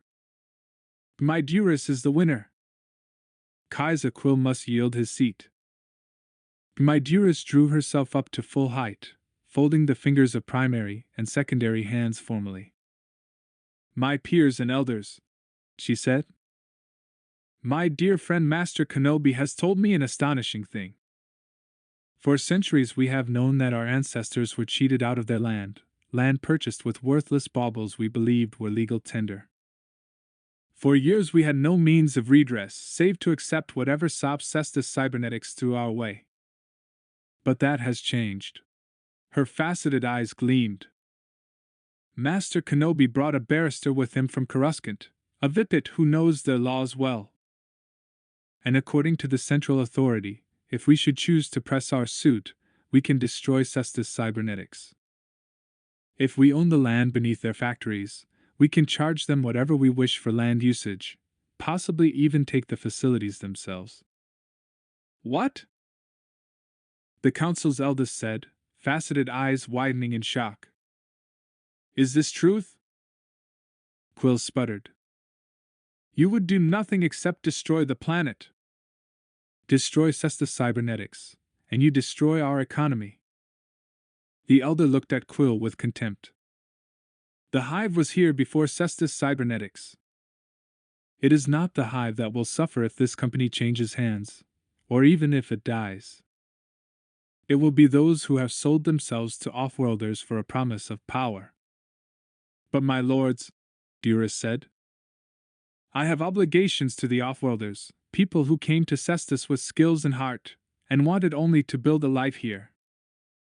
We cannot use this opportunity to destroy. We must use it to build and heal. The elders nodded, as if pleased by her empathy. Quill quivered. You have won nothing, Duras. I will block you, I swear. Regardless of what you think you have, what you think you know, this isn't over yet. He stormed out, humiliated and enraged. Can he do that? Obi-Wan asked. Perhaps. Any member of the 5 families can veto any specific business deal. If he believes it is in his best interest, or just for the sake of hatred, he will try. An alarming thought occurred to her. He might try to keep you from sending Palpatine this information. Perhaps you should send it immediately. Reluctantly, Obi-Wan shook his head. The Chancellor will use it to shut Cestus Cybernetics down legally. No one wins. I think our best bet is to use this bit of information as final, emergency leverage. He looked at that supposition from every angle he could, and saw no flaw in his logic. So, nothing about this assignment was to be easy. But the families have thought of all this as finances and politics. So long as they do, they can make decisions based upon ledger sheets. It is time we changed that, time we made their dilemma more personal. Late that night, Obi-Wan had a very secretive conversation with Kit Fisto. Things are balanced precariously, he said. I wanted your counsel. Obi-Wan, Kit said. I know that you are uncomfortable with deception, but these people have no idea how dangerous Dooku can be. If a few theatrics can save lives, I believe we must go forward. Obi-Wan sighed. There was truth there, but he wished he didn't have the sense that Kit was actually looking forward to the coming action. All right, he said finally. We go. You'll have all the Magcard details in a few moments. More important, have you been practicing? Of course, Kit answered. Be ready for the performance of a lifetime. 33. Wisps of Fantazzi smoke snaked through Trillet's catacomb maze like fire-cracking tendrils. Little droids hustled about, serving all, since the crippling of Trillet's bodyguard Remlaut. A nervous group of underlings had suggested that perhaps their mistress would prefer to have the disbursement of the various salves and intoxicants under her direct control. At the moment, though, Trillet felt like she had anything but control. She was struggling to keep her voice and body language neutral as she spoke to Ventress, who stood before her as motionless as if she had grown there, eyes turned slightly upward, hardly aware that Trillet existed. What strange realms her mind might have been moving in, Trillet had no idea at all. Do I have to tell Kenobi the truth? Trillet asked again, fingers of primary and secondary hands fidgeting together. Only if you are fond of breathing, Ventress replied. He will know that you are either lying or incompetent. In either case you are of no further use. Ventress's cold blue eyes widened like a chasm between worlds. The glands beneath Trillet's arms began to ooze surrender pheromones, and she hoped Ventress would not scent her distress. She bobbled her head eagerly. Yes. Yes, of course. Madam? Yes? She cleared her throat. If I might be so bold as to ask, Why is this single Jedi so important? Certainly we have greater. Another withering glance. At that instant, one of her bodyguards thrust his head into the room. He's coming! Trillet had turned for only a moment, a bare flickering of her head, but when she turned back, Ventress was already gone. Obi-Wan entered the pit, breathing shallowly to limit the effects of the noxious atmosphere. And yet, there was something in the air that made him want to breathe more deeply. He dared not, knowing that there was a limit to what his metabolism was capable of processing. That scent, he said. Scent? Trillet asked. Yes. Ban the musk, and something else. Used as a body scent by certain 5 family females, or... He could feel the gears turning in his head. Certainly some members of Cestus's female upper class might visit Trillet's den. Hardly surprising. But he doubted that he was merely reacting to such a casual, if corrupt, interaction. What then? This was not good. For some reason, he had felt off balance since first arriving on Cestus. In the city, at the ball, in the chambers, here in Trillet's chambers, at the cantina. Was there a connecting thread, or was he just tired? Trillet's mouth twisted. Well, you've caught me. A vile, conspiratorial smile. I do have a few friends among the upper class. I hope you can keep a secret. Obi-Wan kept his thoughts to himself. What perversions passed for entertainment among Cestus's upper crust were hardly his concern. And yet... Of course. Yes, surely that is it. Perhaps I caught that scent at the ball. Now. He exhaled, centering himself. This is what I wish of you. Information. On? The subterranean transit system. I assume you can provide? Of course. A beam of light projected from Trillet's chair. She made a few brief hand passes through it, and a web of nodes and moving lines materialized. Obi-Wan walked into the middle of it and concentrated. Now, for the first time in days, he felt completely immersed in his plan. Perhaps, after all, his disturbance was mere nerves. Here, he pointed. And here. Hours later, Obi-Wan's astromech, using a scrambled technical link, beamed the map to the training camp, where it was evaluated by the commandos and a brooding Kit Fisto. To here, Nate concluded. The campfire crackled behind them. The training had been going well. They had the fighters they needed, trained to obey orders even under considerable stress. To the credit of the Cestians, their men and women had adapted to military discipline with admirable speed and efficiency. That is the whole of it then, the general said, his unblinking eyes reflecting the map, the firelight, and the stars above them.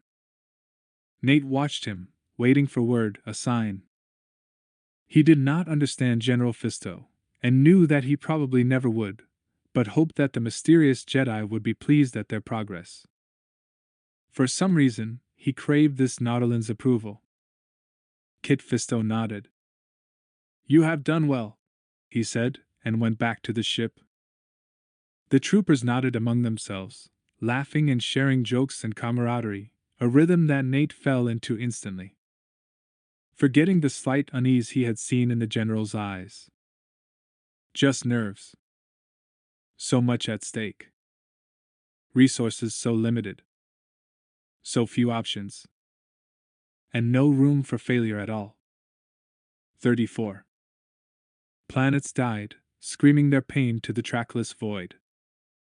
Stars exploded into halos of fire, nebulae imploded into black holes. Ships filled with screaming men ruptured, admitting pitiless vacuum. Lying flat on her back, lids closed, body motionless, Ventress dreamed, her spirit stalking a universe of infinite rage. She dreamed of Olmedion, the moon of Naboo where she had first encountered Obi-Wan Kenobi. The operation had devolved into a slaughterhouse. She had sorely underestimated the Jedi's courage and intelligence. Ventress was walking the true path that the Jedi had abandoned. Master Dooku had told her, taught her. The galaxy needed order, and the decadent Jedi had forgotten their primary obligation, to the Force itself, not to a corrupt and selfish regime. She had not made that error. Would not ever. Without preamble, Asajj Ventress awakened and came to a sitting position. The dreams had been the usual, nothing special about them at all. They were, indeed, merely her mind attempting to work out a problem of vectors and resources. She had given her fealty, and with a woman like Ventress, once word was given, there was no other course. She defined herself in terms of her obligations and contracts. There was no deeper identity to cause emotional dissonance. She simply did what had to be done. Somehow Master Kenobi was central to the problem. But as yet she had no idea what to do. Just outside her door, Trillet glided away, head aching. She had offered the terrifying Ventress a stateroom in her catacombs, and the creature had accepted. She had intended to spy upon the mysterious Count Dooku's messenger, but those efforts had taken an unpleasant turn. Trillet felt infected when her visitor dreamed. She closed her eyes and saw images of death and destruction on a horrific scale. Fear ran so deep it was like a living creature burrowing through her stomachs. Hadn't she done everything possible to make Ventress happy? Supplied all information? Provided accommodation? Planted tracers on Quill and Lady Porten? She had done all this and more. So why was she still so terrified?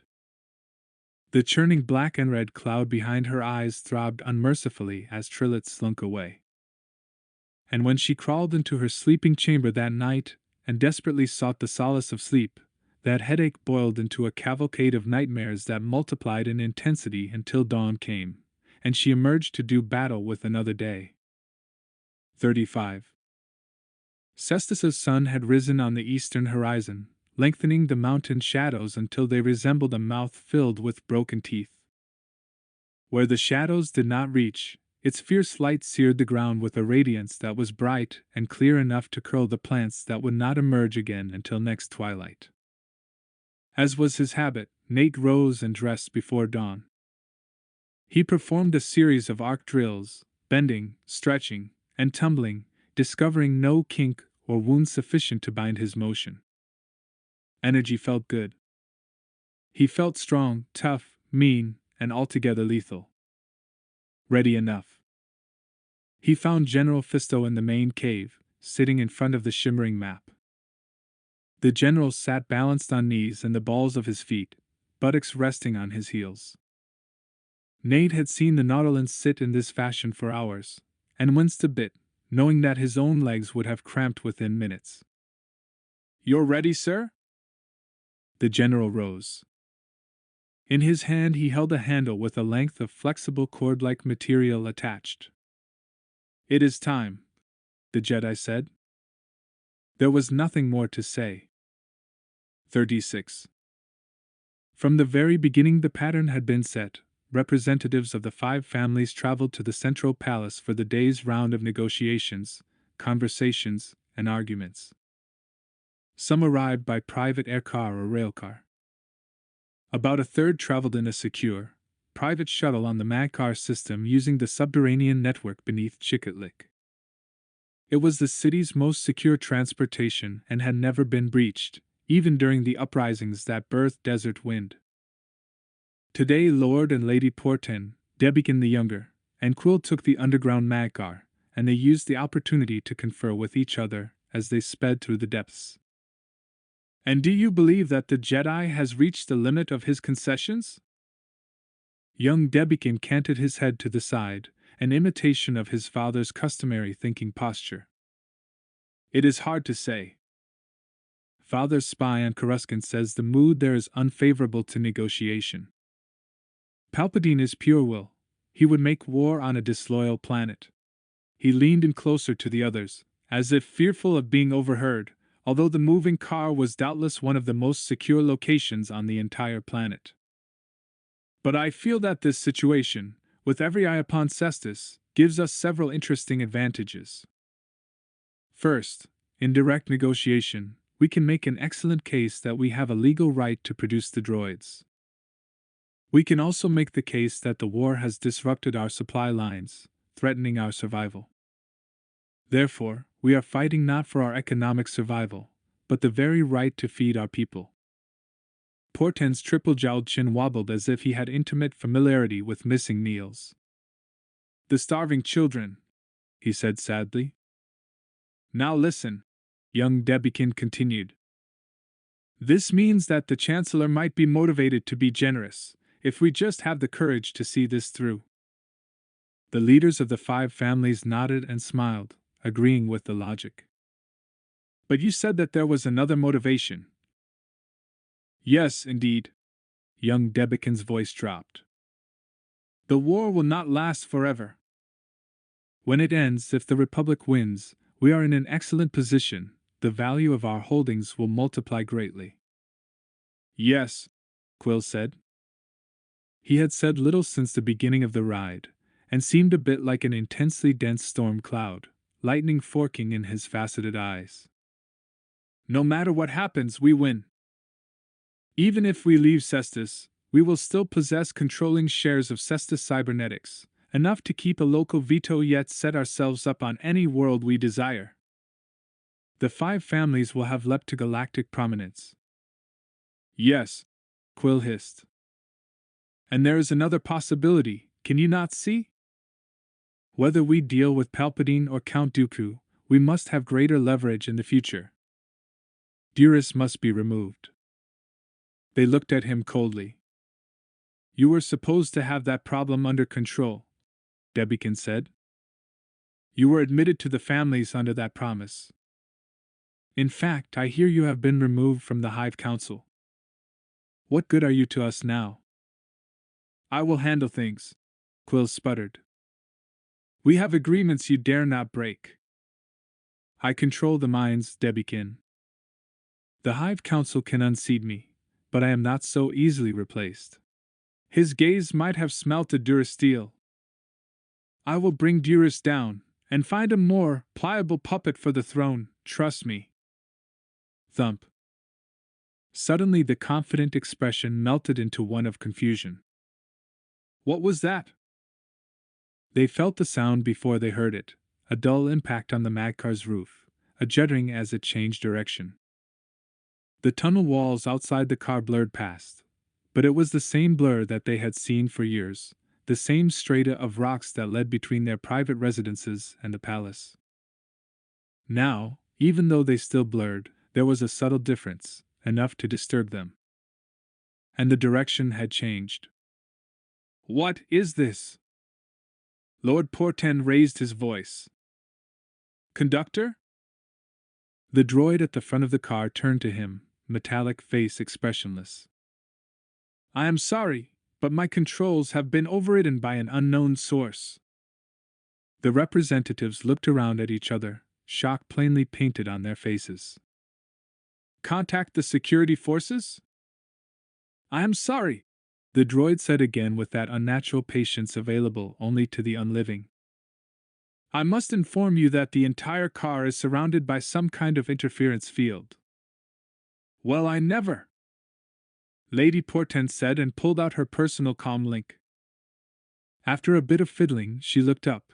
All the color had drained from her narrow face, her customary haughty manner muted. He's correct. Where are they taking us? Debikin asked. The droid paused for a moment before answering. We have taken one of the obsolete tunnel systems and are currently being shunted onto a mine track. I project that our probable destination, based upon information dealing with other kidnaps/murder scenarios. Murder? Lady Porten shrieked. Ignoring her distress, the droid continued. I regret to inform you that there is approximately a 13% chance that the intent of this action is, ultimately, The death of every person in this car. The 5 family executives glanced around at each other, mouths quivering in shock. The car went a bit farther, made a sharp right turn. It stopped, and then slowly, inexorably, they felt it sink beneath them. Yes, as I anticipated, one of the mining tracks. This is not good, as it is not a part of the central system, and therefore may not show up on the maps. If the beacon has been disabled, which is probable, I project our chance of being rescued as approximately 1 in 12. 1 in 12? Yes. Unless you would like the chance of us both being rescued and of all of you being recovered alive. In which case the chance is closer to 1 in 650, based upon kidnap and homicide statistics. Shut up! Lord Porten roared and stood. The car had finally come to a stop. Now they could hear footsteps on the roof, their eyes following them as one portentous thud at a time. They moved back to the rear, and then stopped. They glanced at each other, and Quill had opened his mouth to speak when a figure with thick ropes of tentacle wriggling from his head swung lightly down and smashed through the roof's plastin partition. Jagged shards scattered as he landed without a sound, in marked contrast to the heavier tread heard up on the roof. A Nautilin. But what did he want? His eyes were huge and black, with no apparent irises, but with a filmy coating that seemed to shift in opacity from moment to moment depending on the angle of light. He was empty-handed, but there was a handle tucked into his belt, and Debikin knew instantly that it represented a threat of some kind. Who are you?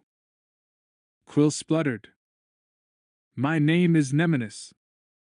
Greetings from Count Dooku, the Nautilin said. What do you want?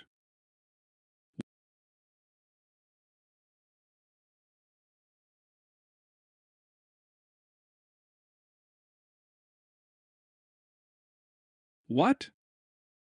What are you talking about? The intruder turned, so slowly that he seemed like a machine in low gear, a disturbing contrast to the terrifying speed with which he had smashed through the roof. You must learn that there is no place you can hide. A deal was struck. Those who renegotiate price may find other matters transformed as well. Although ordinarily the most imperious of men, Porten completely melted before the intruder's molten gaze. What are you talking about? The intruder came closer. His lips thinned.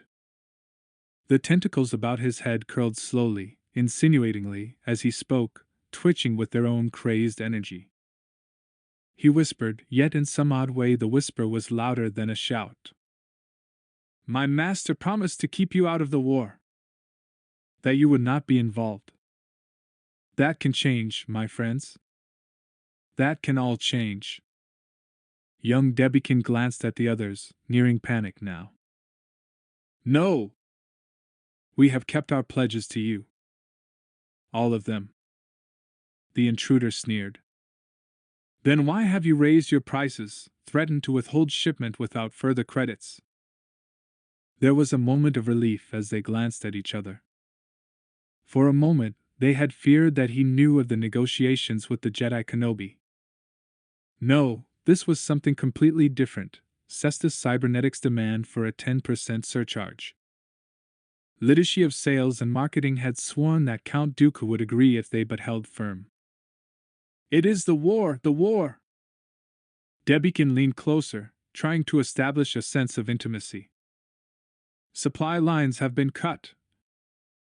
The intruder was unimpressed. We have made other arrangements for you. Yes, but the timing is off, and we have to buy additional products so that all of the equipment matches. We are proceeding, but everything is taking longer, and therefore more expensive. The intruder raised his palm. Although he hadn't so much as touched them, the force of his personality drove them backward into their seats. You cannot be trusted. Quill was using his secondary hands to reach stealthily for the little holdout blaster always attached to his wallet. They knew that he was descended from an assassin clan, and that those skills had been passed from one generation to the next for half a millennium. If their kidnapper made but a single mistake, the blaster would be out, the Nautilin would be dead, and they had a chance to regain control of the car. And Quill, incidentally, would have redeemed himself. How can you say that? Our dealings with you have placed Cestus in jeopardy with the Republic. We would not betray you. If we did, we would have no one. The intruder's back was to Quill. The blaster was almost in hand. Tension crackled in the air. Debikin kept his eyes on the intruder, striving not to reveal by a movement or the slightest tremor of voice that anything was amiss. For the first time, the intruder seemed to change expressions. The film over his black eyes swirled. Your families need a lesson. The best I can imagine is one written in blood. Quill's blaster was out and moving to the level, its tiny gleaming barrel rising to sight at the intruder's back. But without turning, the intruder's hand flickered. The gleaming handle at his belt blurred. Something that looked like a coil of glowing wire suddenly flexed, lashing backward toward Quill's blaster. 3 meters long it was, and thin as a thread, wrapping around the barrel. With the slightest twist of the intruder's wrist, the blaster was sliced in half, the grip suddenly glowing white-hot. Quill dropped the blaster, howling from singed fingers, and thrust them into his mouth, sucking and nursing them. Now then, Kit Fisto smiled grimly. Shall we negotiate? 37. By the time Obi-Wan arrived at the palace, the halls were in an uproar. He was hustled into Gmai Duris's presence to see the regal Exting hunched in her seat listening to the words of a round, short-legged Zitza with a very worried expression. Regent Duris, the leathery blue creature said in conclusion. Her stubby arms pointed at a glowing map hovering in the air. Her eyes traced the map with concern. Excuse me, Shar Shar, Obi-Wan said as softly as he could. If there are concerns with the transportation grid that necessitate the postponement of the day's negotiations, perhaps I should return at another. Duris glanced up, an expression of surprise and then tears of gratitude overflowing her faceted eyes. Master Jedi, she said.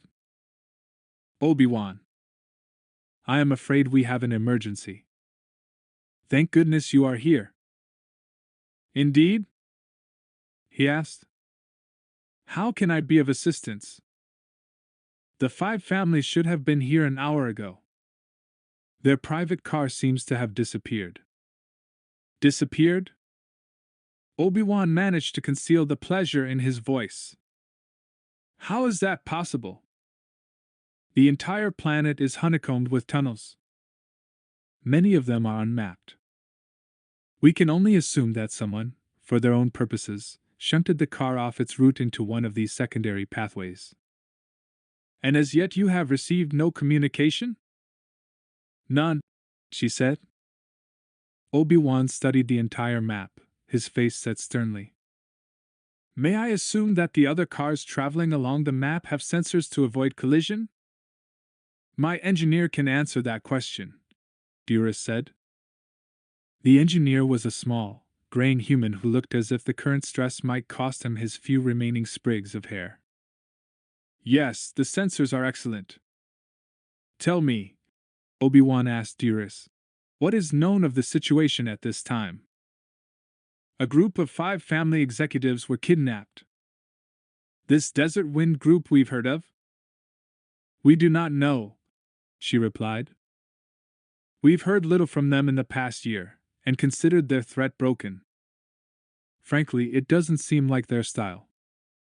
Obi-Wan closed his eyes and counted to 5, and then opened them again, retaining his most serious expression. Can you holomap the entire system? The engineer nodded. Well, of course, but why? In order to do something like this, to make the car disappear, they have to have removed it from the grid. The individual mag cars should react to the absence of a moving object, slowing and speeding themselves in compensation. The degree of disruption will increase the closer we get to the point of departure. But they have clearly affected our computers. They left no trace. They left no direct data trace. But can the phantom car influence proximity sensors on other system vehicles? Well, the engineer's mouth suddenly widened as he grasped Obi-Wan's implication. No. The safety system is off the main grid, a backup system to prevent a single mistake in Central Command from causing a system-wide catastrophe. Good, Obi-Wan said, as the complete system sprang to life in a floating web of glowing silver threads. Now I want you to filter for proximity feedback from the cars themselves, showing their actual positions and their projected positions according to schedule. The engineer blanched. But we are not on Coruscant, sir. We have no computer fast enough to find the original point of departure. Obi-Wan raised his hand. I am not searching for a thing. I need to sense something that is not there. Where computers falter, the Force may prevail. Please. Give me the images. The engineer gawped at Obi-Wan. Then Duras nodded her head and waved her primary hands, and he performed as requested. Soon every image on the grid was doubled. Make the projected images red, and the actual ones blue, Obi-Wan said, his voice dropping low. Duras remembered stories of these mystic warriors, and fought to repress a tremor of almost supernatural awe. She nodded to the engineer, and a series of ghostly overlay images began to form. Impossibly complex, all of it, because as each car accelerated or decelerated to compensate for the missing car, they began to interfere with other cars on the tracks, causing them to slow or speed in a widening ripple effect. Obi-Wan stood in the middle of the vast rippling maze, his eyes half-lidded, arms outstretched as if actually feeling the entire web of motion. Then, slowly, he turned and pointed to a stretch of tunnel between one of the outer rings of luxury apartments and the central city. This, he said, is where the phantom car originated. It is therefore here that the real car went offline. Duras glanced at the engineer, who hunched his shoulders. Perhaps. The Jedi traced a line along a branching tunnel. And it went here. The tunnel branched again. He traced his finger along one of the paths, and then backtracked and took the other. And then here, where it slowed and changed levels. The throne room was blindingly silent. The quiet heightened the impact of each word almost unendurably. And then it began moving again until... He cocked his head sideways. This is strange. There is no track indicated here. Should there be? The engineer cleared his throat. In fact, he looked a little frightened, regarding their guest with something halfway between dread and awe. Well, he consulted a hollow rotating above his briefcase, and when he raised his head again a moment later, that tense crease of his lips deepened. There is a utility corridor that was taken off the map because it was in bad repair, and not up to recent safety standards. Obi-Wan's eyes were still closed. But in fact, if it is still up to the former specifications, it could take the load safely. Again, silence. Obi-Wan nodded. Here you will find your missing car. The engineer swallowed hard. Regent Duras, he said. There remains the problem of reaching it. If we assume that the kidnappers are tied into the central network, they'll see anything we do to reroute a car. That reduces our options to acting off the grid. It will take hours to position a strike squad. Have we that much time? Obi-Wan looked at her. Duras chewed at her chitinous lower lip. If this was Desert Wind, then there was little fear for the lives of the 5 families. Desert Wind kidnapped, but had never killed in cold blood. Not their style. But they had doubtlessly made arrangements for their captives to be spirited to some more secretive place, and from there, no one could predict what might happen. Of course, it was always possible that it was not desert wind. On Cestus, misinformation was simply a fact of life. Glancing back at Obi-Wan, she realized that she had not, for even a moment, doubted that this amazing man had done what all of Cestus's computers could not. That by power of his mind and the mysterious force, Obi-Wan Kenobi had found their missing family members. With all that had happened in the last days, she felt dazed and confused as she had not in all her time on the throne, as if suffering from a mild form of shock. "You might be right," she said. "We may have no time, and the usual means will not serve. Master Jedi, have you a plan?" Somehow, she knew he would. "Tell your security people not to shoot until they've made an identification," Obi-Wan murmured. "What are you going to do?" Obi-Wan paused for dramatic effect, and then replied, "Something drastic." 38. Or cars, equipment shuttles, passenger vehicles, mining machines, and repair droids all flowed through the same labyrinth of mag rails and lev tracks, zipping past and moving around each other as if they were living, breathing things, individual tissue structures within a larger organism, cells in the body Cestus, drones in the technological hive. And atop one of those cars, clinging to the surface with nerves and muscles honed by decades of training, crouched Jedi Knight Obi-Wan Kenobi. He compensated for impossibly swift and sharp turns, accelerations, and decelerations with a profound understanding of the rhythms of the universe and its invisible currents. Sequestered in his rooms, Obi-Wan had privately absorbed the shuttle system patterns over the course of a long, sleepless night. In Gmaya's presence, he'd spent no more than a few minutes updating that research. Even if they had watched him spend hours immersed in study, what he was about to attempt would still have been impressive to them. With the secret practice and knowledge, his next actions would appear miraculous, putting his hosts, especially the volatile Quill, off balance emotionally. But first he had to actually do it, knowing as he did that sensors on the various vehicles observed his every move.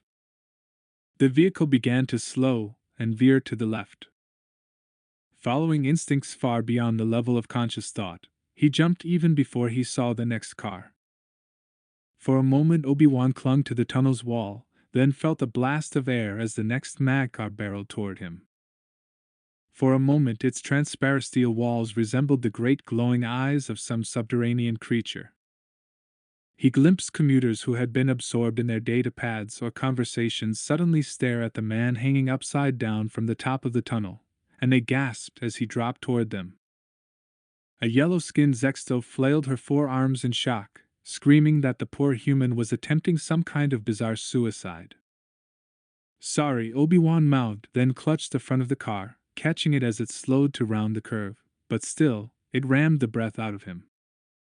He clung with desperate strength. 18 seconds until they reached the next point, and he counted them off to himself, smiling inwardly at the civilians gawping up at this strange apparition. Before any of them could react with anything but distress, he was gone again.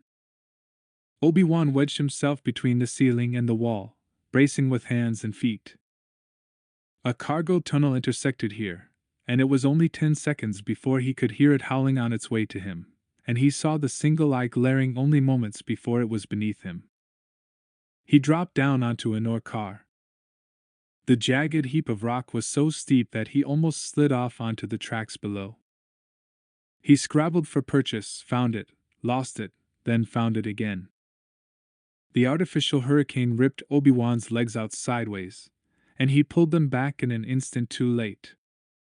His right heel slammed into a wall, whipping him around and back, ripping at his grip, forcing him to release his hold and then to regain it a few chunks back. The wind lashed him mercilessly, and there was nothing to be done about that, not now. He knew that session computers had modeled his force-based analysis of the system kinetics, and would have found it accurate.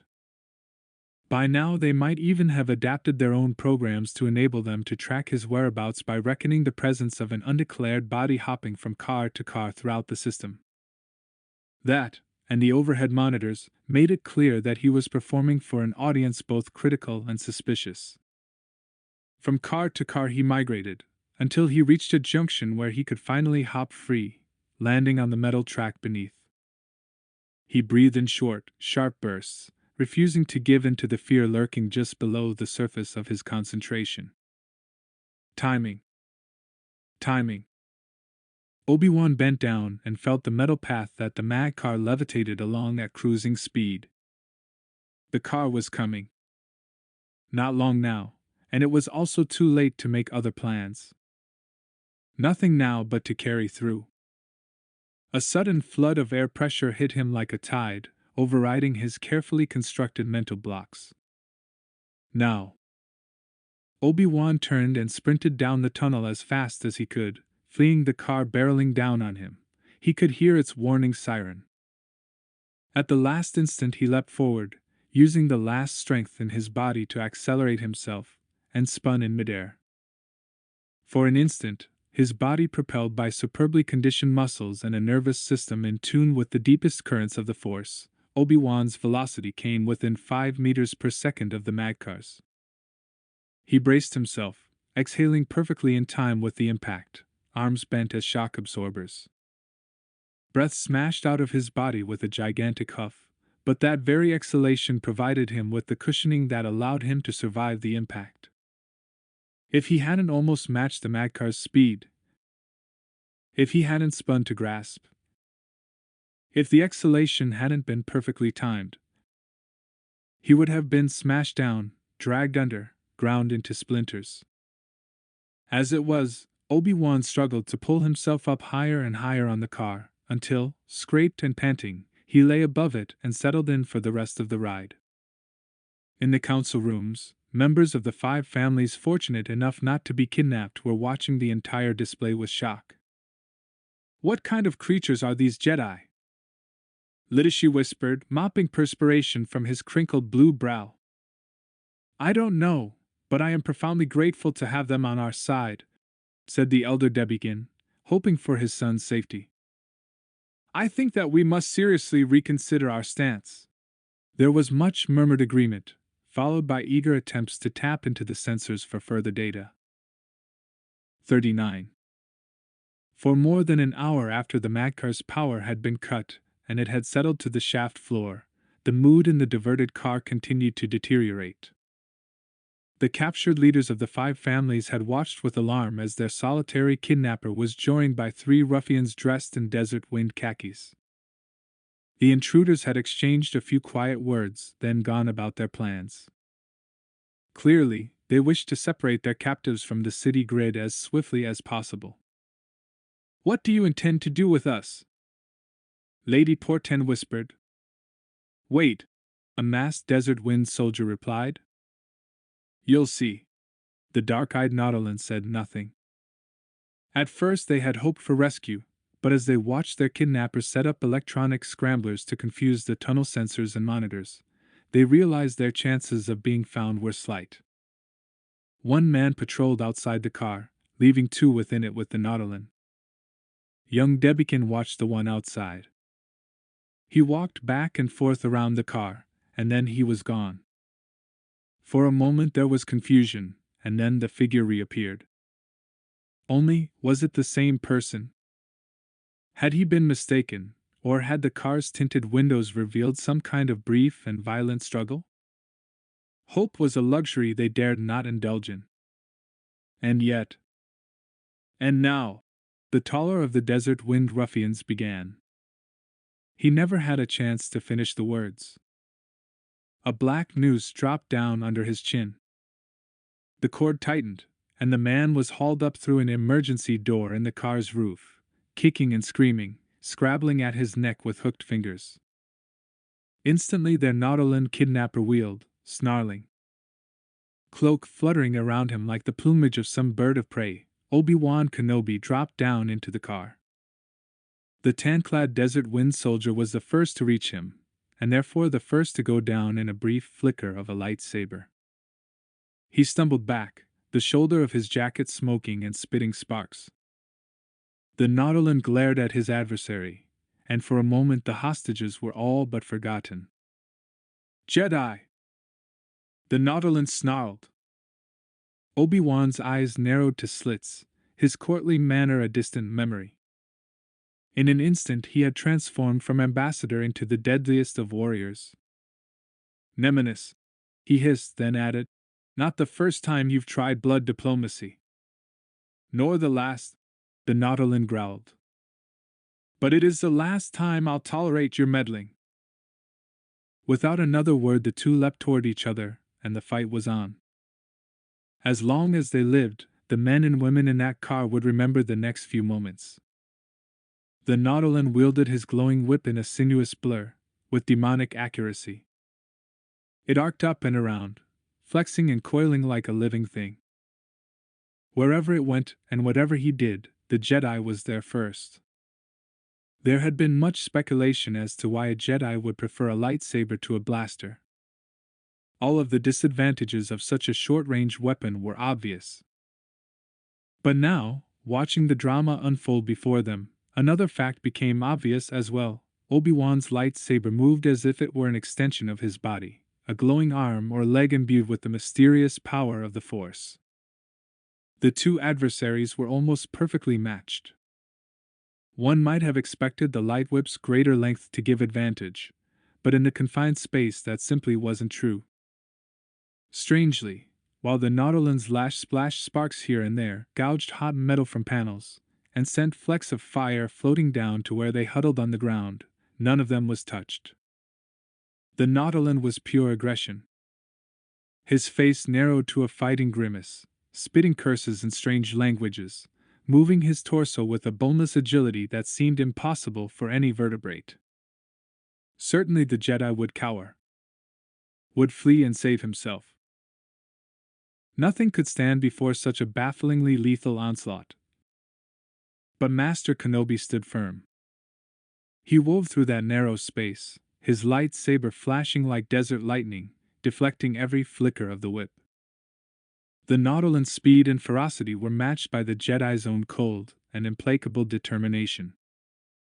They leapt and tumbled, wheeling through the confined space, somersaulting so that they were virtually walking on the ceiling as they evaded and attacked, achieving a level of hyperkinesis simultaneously balletic and primal. Master Kenobi was the first to penetrate the other's guard, such that the light whip was barely able to enmesh the glowing energy blade in time to deflect. The cloth along the Nautolan's arm flared with brief, intense heat. They saw the abrupt change in the kidnapper's demeanor. The Nautolan snarled, and fear shone in his face. The Jedi was winning. In another engagement, two at the most, Master Kenobi would have solved the light whip's riddle and go for the kill. The Nautolan lashed this way and that as if gathering his energies for renewed aggression. Then with a single smooth, eye-baffling motion he scooped up the wounded desert wind soldier, as if he were a mere child. The Nautolan bounded up through the roof, and was gone. They heard his footsteps pattering down the tunnel. And then, nothing. Master Kenobi turned to them, his face beginning to relax back from its battle mask. If he had not chosen to speak, there might have been no words voiced in that car for an hour. "Are you hurt?" he asked. Quill was reduced to mere babbling. "No." That was amazing. I'd always heard stories of the Jedi, but never. I just want to say thank you." "Thank you so much." Master Kenobi ignored him and went from one of them to the other, checking to see that all were well. Then he examined, analyzed, and disconnected the override device. Within moments light returned to the car. The droid began to wheel and pivot as if awakening from drugged slumber. He looked at Kenobi. "Ah, Master Jedi. I assume it is you who has returned my function." "That's true." "And your orders?" "Get these people back to the capital. At once, sir. The droid fit his action to his words. The rescued hostages gave a ragged cheer, even Quill, whose faceted eyes shone withal. Young Debikin tugged at their savior's robes again. Master Jedi, he asked, how can I repay you? The Jedi smiled grimly. Tell your father to remember his duty, he said.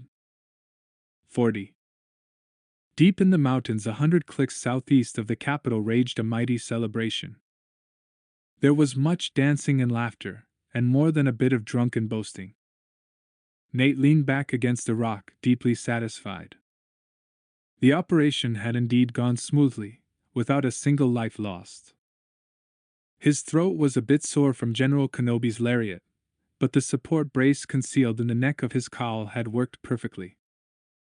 The extra padding in the shoulder of Anson's Desert Wind uniform had protected him from the carefully judged swipe of General Kenobi's lightsaber. In every way. From obtaining the crucial intelligence from the criminal Trillet to transferring it. From evaluation to creation of a plan, from penetrating the transport security network to diverting the car, from impersonating the exhausted forces of Desert Wind to subduing resistance among the 5 families, from simulating combat with General Kenobi to effecting their eventual escape. Every step had gone off without a hitch. There was another, additional bonus. From his perch atop the roof of the car he had been able to witness the duel between the 2 Jedi. Nate had thought that he had seen and learned everything about unarmed combats. Now he knew that, in comparison, Kamino's most advanced martial sciences were mere back-alley thuggery. Nate knew that the Jedi had something that would keep troopers alive, if he could only learn more about it. But how? That thought burning in his mind, he sat back and looked up at the stars, deliciously content to replay each motion of lightsaber and whip. Sheikah Tull had landed Spin Dragon a safe distance away, and walked into camp under a burgeoning double moon. She had just completed a tiring run connecting 3 of Cestus's 6 major city nodes, delivering volatile cargo illegal to ship through the subterranean tunnels. A familiar unhelmeted form in dark green fatigues approached her, waving his hand. Ah, Sheikah. Good to see you. From brown skin to tightly muscled body, everything was familiar, but still she looked at him askance. You're not Nate, she said, although the trooper's casual dress lacked military insignia or other identifying marks. Fori blinked, then transformed into wide-eyed innocence. Who else would I be? She grinned and pointed. Nice try. He has a little scar right here on his jawline. You don't. Surti came up behind Fori, laughing at their brother's efforts to fool her. Fori grinned ruefully. All right. You're right. Just a little game we like to play. He jerked his thumb. Nate's on the other side of camp. Nice try. She slapped him on the back and went to see her new friend. Were they friends? She supposed that she could use that word for their relationship. Friends with her dead sweetheart's clone. It was a bit morbid, but also strangely exciting. She found him leaning back against a rock, lost in his own thoughts. He smiled and raised a cup of Session spore mead as he saw her. What do we celebrate? She asked, suspecting that she already knew the answer. A little operation that went even better than expected. And no one is dead. She searched his face. Disappointed? He glared at her. Absolutely. I was hoping for human barbecue tonight. She leaned back against the rock with him. Touché. I shouldn't blame you simply for enjoying your work. It's what you were trained to do. Superbly, he agreed. She was relieved that these lethal, bottle-bred warriors had a sense of humor. And you've been fully trained in all matters of soldierly behavior? She asked. Fully. She paused, and looked at him more carefully. And do soldiers dance? Now he seemed to lose that smile and become genuinely thoughtful. Of course. The Jaquelian knife dance is a primary tool for teaching distance, timing, and rhythm in engagement. She groaned. Practicality again. No. Dancing. You know, man, woman. Dancing? He shrugged. The cohorts compete with each other in dance. Team and individual events. Sheikah found herself fighting a growing sense of exasperation. Haven't you ever done it for fun? He squinted. That is fun. You exhaust me, she said, and then held her arms out. Come on. He hesitated, and then came to her. The musicians were playing some fast-paced number with flute and drum. Their jig steps were bouncy and light.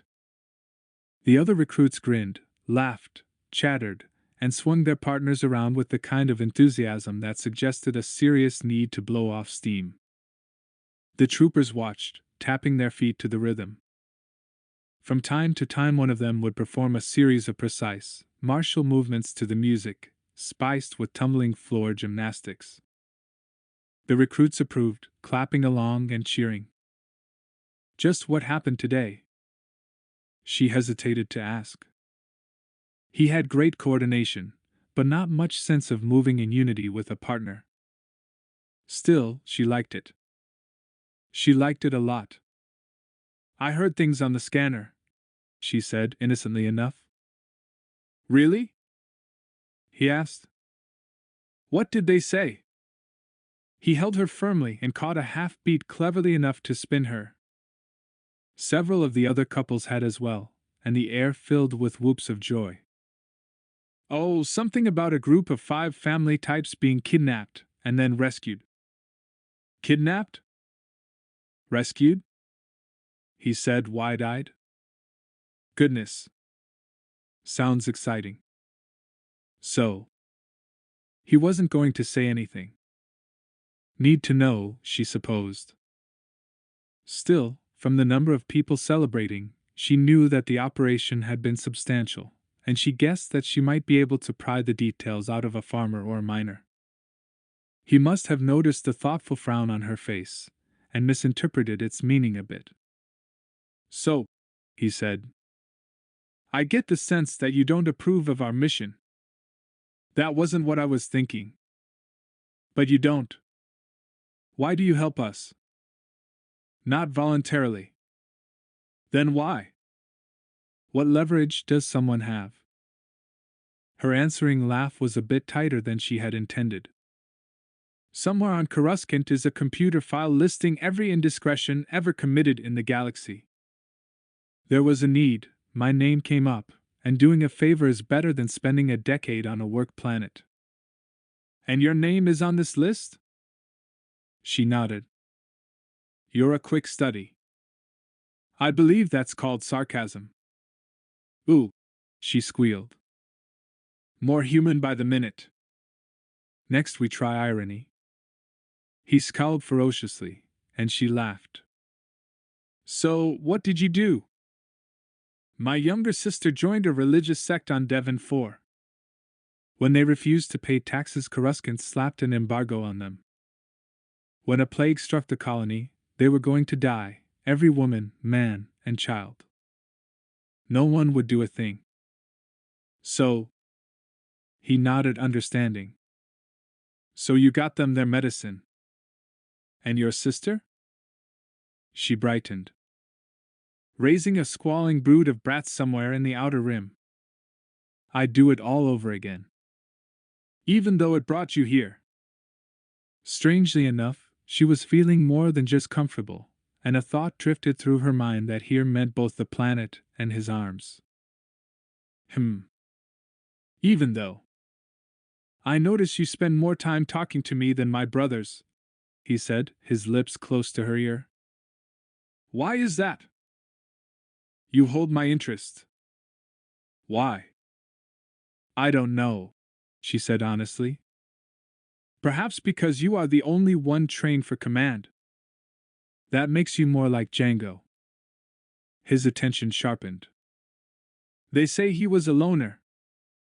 Yes, she said. But a natural leader, too.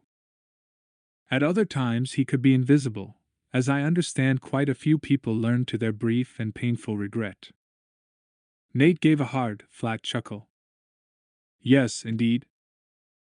But if he wanted, when he entered a room every head would turn. She paused a beat. Especially mine. Her voice grew softer. But that was all so long ago. I was 18 years old, and Django was 25. Was he a bounty hunter then? She closed her eyes, dredging up old memories. I think he was in transition. He'd only been free maybe 2 years since the Mandalorians were wiped out. I met him in the Meridian sector. He'd lost his armor somehow, and was searching for it. A ruminative smile. We had just about a year together. Then things got dangerous. We were raided by space pirates. Our ship got blown from the sky, and in the middle of a really nasty space battle we were forced to take separate evacuation pods. I never saw him again. She paused. I heard he survived, and got his armor back. I don't know if he looked for me. Sheikah shrugged. Life is like that, sometimes. Her voice had grown wistful. Then she chuckled, and he drew back slightly and looked at her in puzzlement. Why do you laugh? You do remind me of Django. He always locked his emotions away. But I can remember times when he let them out of their cage. Such as? Her sweeter, saucier side was bubbling to the fore, and she was happy to feel it. She'd feared she'd never feel that evanescence again. If you're lucky, I might tell you sometime. She knew he was curious now, and pardoned herself for the slight exaggeration. In truth, Django was a man of few words who kept his feelings in check.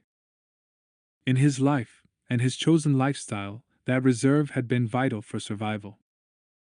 Just from their few conversations, she knew that for all his practical and lethal knowledge, Nate hadn't the foggiest notion about ordinary human lives.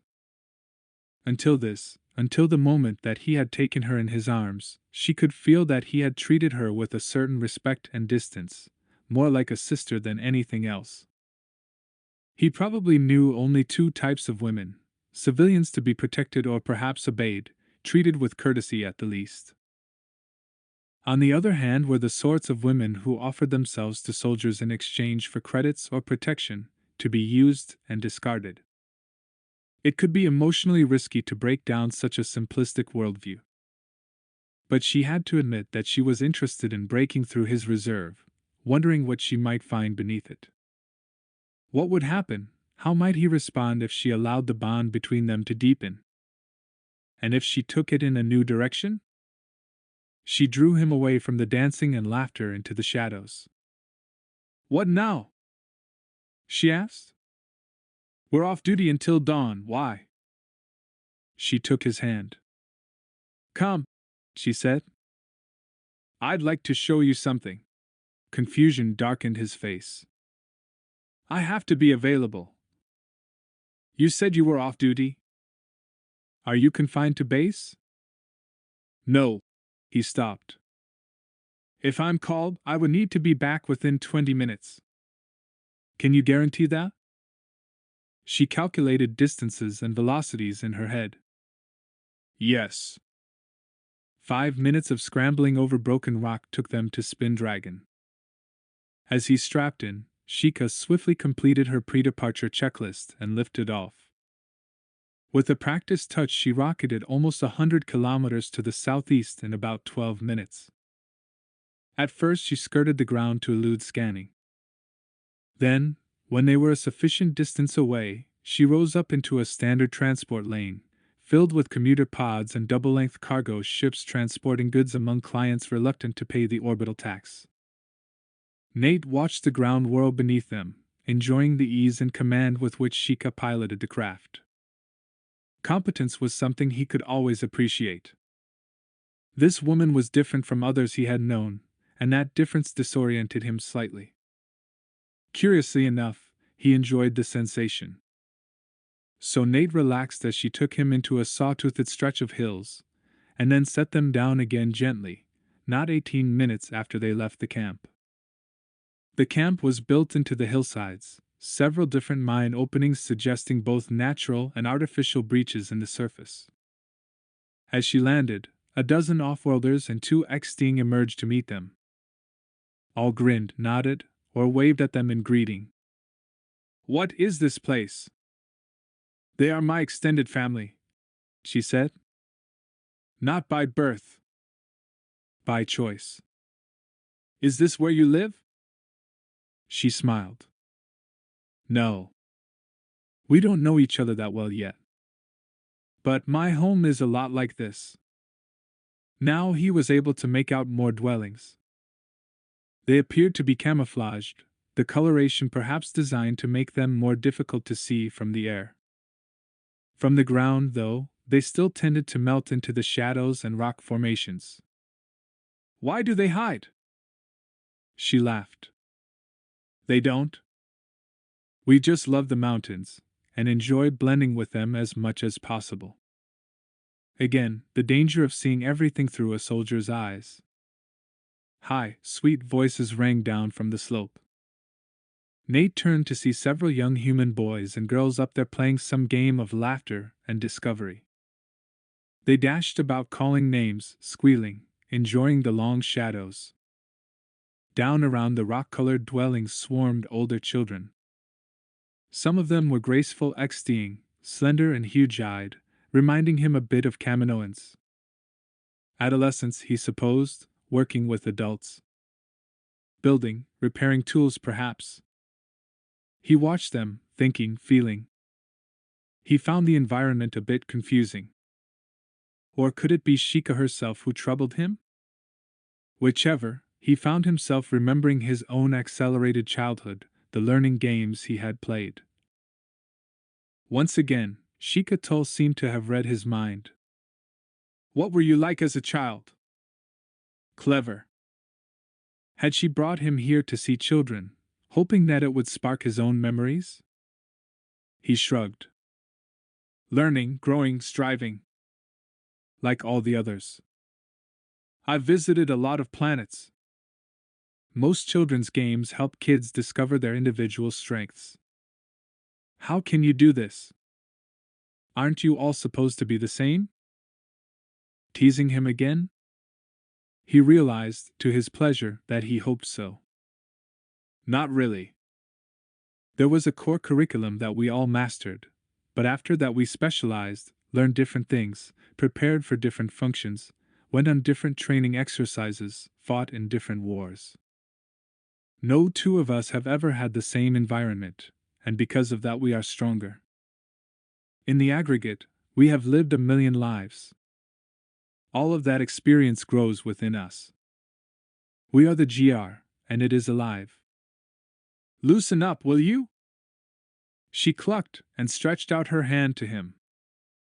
He hesitated, and then after checking his comm link to make certain that he could be reached in case of any emergency, he followed her. 41. A southern wind nipping at their backs, Sheikah led Nate up a worn, dusty hillside trail into the mouth of one of the tunnels. The mouth was about 4 by 6 meters, and once inside, the troopers saw that the shielded buildings outside were not the living spaces he had supposed them to be. Toolsheds, perhaps. Within was a large communal area lit by glowing fungi arrayed along the walls, nurtured with liquid nutrients trickling from a pipe rigging. The fungi rippled in a luminescent rainbow. When he brought his hand close to a bank of it, his skin tingled. Most places on Cestus, the offworlders pretty much dominate the X-Sting. Consider them primitive even though they give lip service to respect. But there are a few little enclaves like this one, where we actually try to learn from them. They have a lot to offer, really, if we just give them a chance.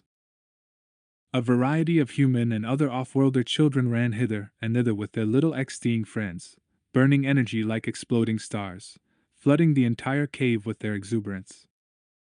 The day's major work had ended, but some of the adults were still fixing tools, laughing and joking in easy camaraderie. They greeted Sheikah warmly as she approached, glancing at Nate with tentative acceptance. After all, their attitude seemed to say, he's with Sheikah. The air churned with luscious smells. In several nooks, meals were being concocted from a variety of tangy and exotic ingredients. He found the jovial messiness oddly appealing. But as soon as that thought sank in, conditioning rushed forward to yank it back out. "What do you think?" Sheikah asked. He strove to compose an answer both accurate and in alignment with his values and feelings. "This seems a good life. An easy life. Not a soldier's life. It is not for me." Nate had assumed that she would accept such an answer at face value, but instead Sheikah bristled. "You think this is easier? Raising children, loving, hoping. You." A sharp, hard bark of laughter. "You're surrounded by the replaceable. Ships, equipment, people. A modular world. A piece breaks? Replace it." Her small, strong hands had folded into fists. "You never leave home without expecting to die. What do you think it's like to actually care if your children survive? To care? What do you think the universe looks like to someone who cares? How strong would someone have to be just to preserve hope?" Her outburst knocked him back on his emotional heels. "Perhaps, I see what you are saying." She continued on as if she had prepared this speech for days. "And how much strength do you think it requires to keep your spirits high when everything you've spent a lifetime building, that your parents and grandparents spent a lifetime building, can be destroyed by the decision of someone too far away to touch?" She paused a moment. "And men like you." It was his turn to bristle. "Men like me protect you. From other men like you."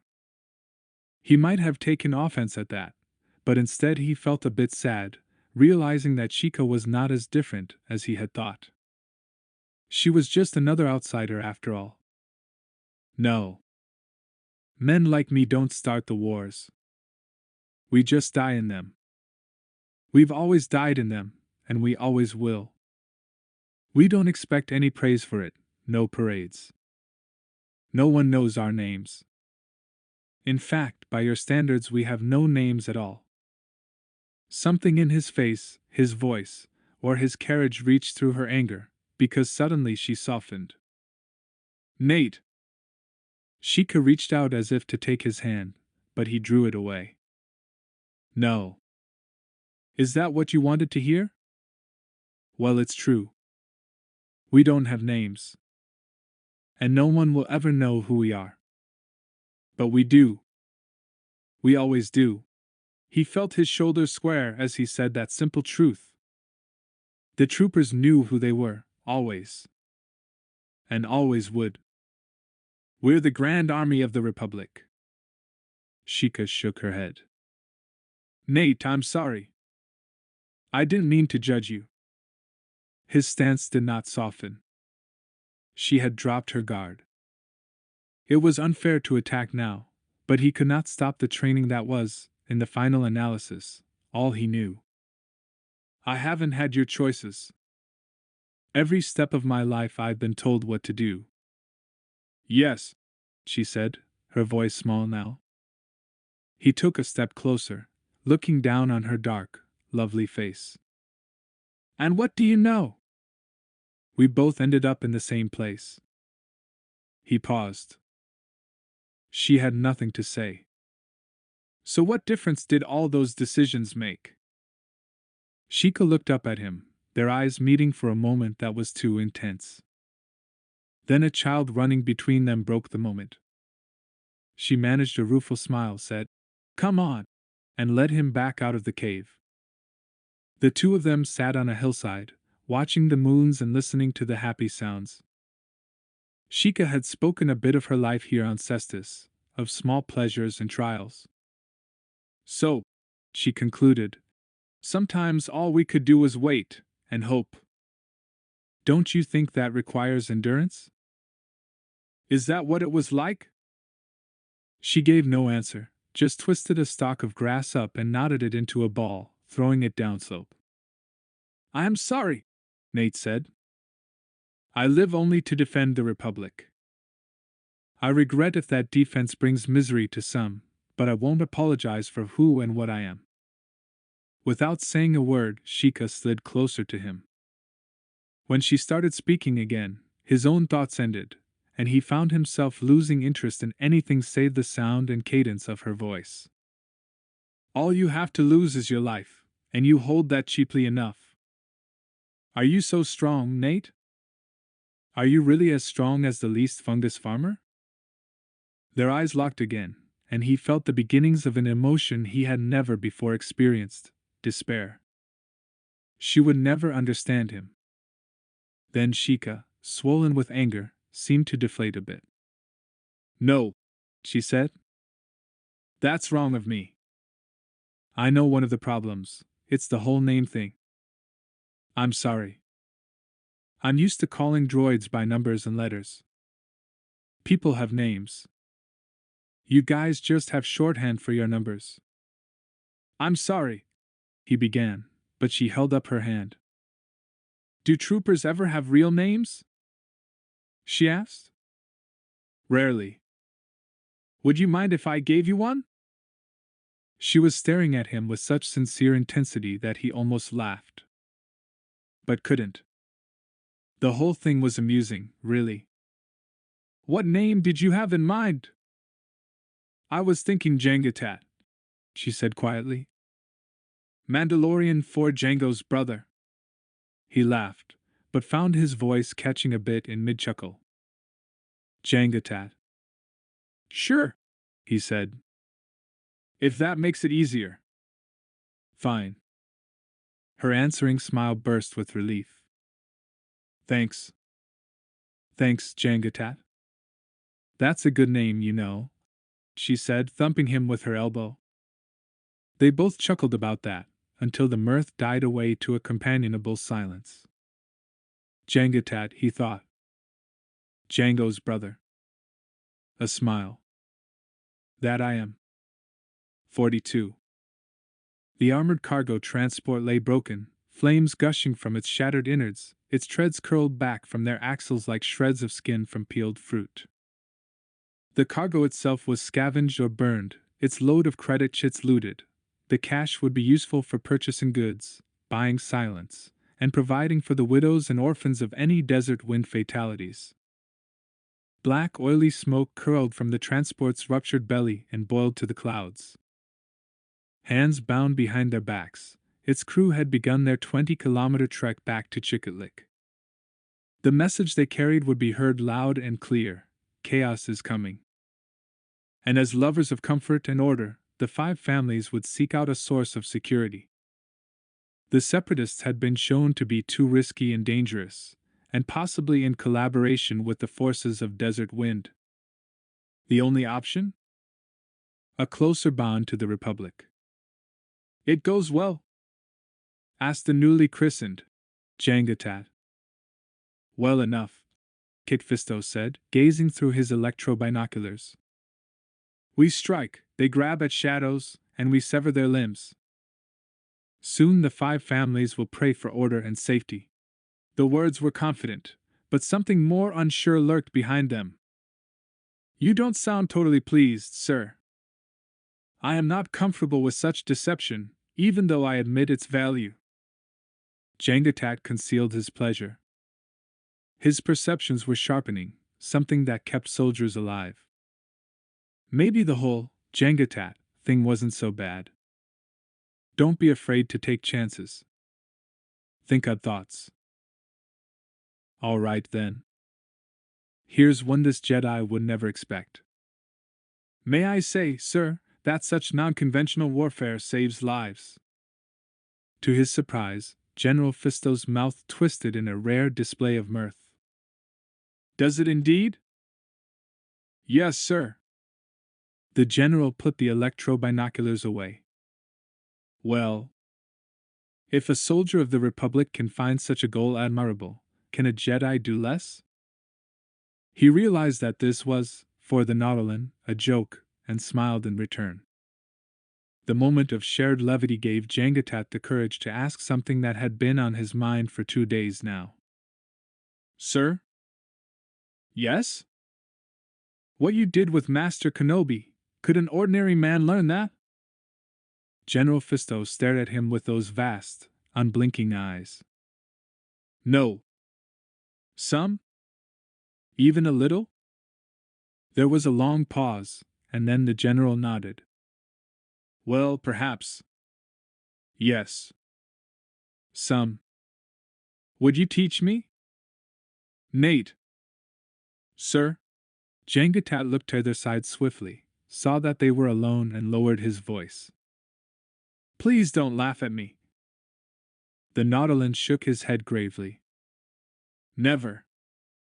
I'm thinking of taking a name. General Fisto's teeth gleamed. I've heard that some do. What name are you thinking? Be careful, he warned. Names can be powerful. The trooper nodded. So, a friend suggested, Jangatat. Brother of Jango. He narrowed his eyes as if expecting rebuke. Would that be a good thing? Kit Fisto did him the respect of genuinely pondering the question. Then, after almost a minute, he answered, Jango was a man of great strengths. A worthy foe. I would be proud to have his namesake at my side. He slapped the trooper's shoulder. Jangatat. Would you inform General Kenobi? I've already told my brothers. The Nautolan's eyebrow arched. And what did they say? Jangatat laughed. They wished they'd thought of it first. Kit Fisto seemed to look at him a bit differently. Among my people, the taking of a name is a serious thing, he said. An occasion for gift-giving. That isn't why I... The general held his hand up. You asked what it might be possible for you to learn. I have a small thing you may enjoy. I can teach you and your brothers some of the most basic exercises taught Force-sensitive children in the Jedi Temple. But I will never be as good as a Jedi, will I? This was said without despair or resentment. Merely a question. No, the Jedi said. You will not. But you will know yourself, and the universe, better than you ever have. The two of them shared a smile. It was a moment of genuine openness between these two unlikely comrades, a precious thing between them. Then let's get started, Jangatat said. The 4 troopers squatted in a circle outside their cave, crouching around Kit as he began his lesson. There is a thing I can teach you, the Nautolan said. A game taught to the very youngest Padawan learners. It is a thing called Jedi Flow. He paused. Do all of you wish this? They were so attentive and open that Kit couldn't resist a smile. All right, he said, then paused, considering. Jedi feel the Force as an ocean of energy in which they immerse themselves, floating with its currents, or directing its waves. For the average person, the subtle sensations of life are no ocean, but can still be a stream or river. Can you understand this? They nodded slowly. Your body holds memories of pain, anger, fear. It holds them in your tissues, conditioned responses that attempt to protect you from future injury. Like scar tissue? Fori asked. Exactly like it, he said, approving. Tight like a fist. It warps and twists you. When you collect enough of them, they are like armor. But Jedi wear no armor. Armor both protects and numbs. Jedi must expose themselves fully to the currents of the universe. I can teach you how to remove some of these wounds.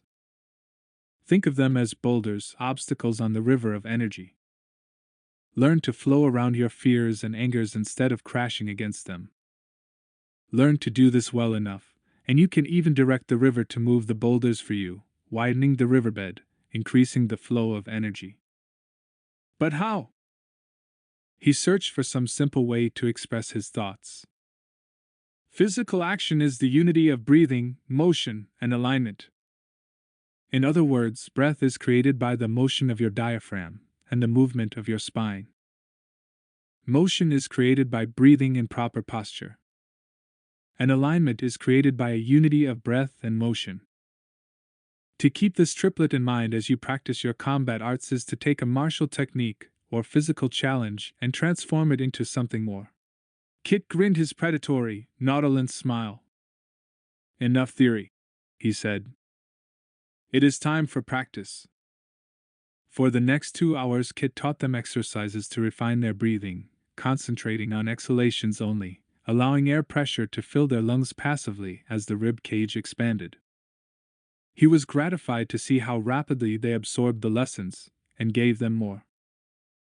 The Nautilin showed them how to turn two-dimensional calisthenics into three-dimensional gymnastics, moving static exercise positions through additional ranges of motion, turning poses into dynamic waveforms, and melding all with the triumvirate of breathing, motion, and alignment. He also demonstrated how to take those exercises and combine them, flow in and out of them, creating their own combinations to address any specific fitness needs. But always, preserving and attending to breathing, motion, and alignment. When he was done, they were sweaty but exhilarated, and begged for more. No, he said. That is enough for one day. Just remember, the point, the value is not in the exercises, or not exclusively there. The greatest value is in transitioning between one exercise and the next. All life is movement between states, between moments. Work to make every moment a symphony of these three aspects. Evolve into your excellence. Use external tasks merely to test your integration and clarity. That is the road to becoming an exceptional warrior. 43. In the innermost chambers of Chicotlic City, negotiations had moved into new and higher gear. Few in the capital knew anything but rumors. 5 family executives had been kidnapped, payrolls hijacked, transports destroyed, power stations sabotaged. The general mood suggested change, and major change at that. Things had been quieter than usual in the public section of Trillet's lair, and back in her private chambers a pall had descended over the usual revelry. It was late now, and barely a sound could be heard in the entire twisting, turning nest of catacombs. Trillet rested on her couch, puffing from one of her pipes, attempting to self-medicate. Accelerating the shift from male to female was a touchy process, this fungus to relieve stress, and that leaf to eliminate fatigue. Another to stabilize her mood. However unpleasant, Trillet found this preferable to the month-long fertility period as the cycle went from male to female. A time of almost overwhelmingly volatile emotions, XDing traditionally sealed themselves in their quarters for this period, preferably with a mate. No such isolation for Trillet. She had been awake for 4 days now, and although her system would eventually crash, necessitating 30 hours of coma-like slumber, for now she managed to keep the worst of it at bay. Meanwhile, spies brought her information from all over the city. She filtered it, deciding what was actionable and what she should pass on to Ventress, who had her own mysterious sources. The Holovid she had asked Trillet to pass to Quill, for instance. Still, Snoyle's discovery of the entire Sinstone business was disturbing.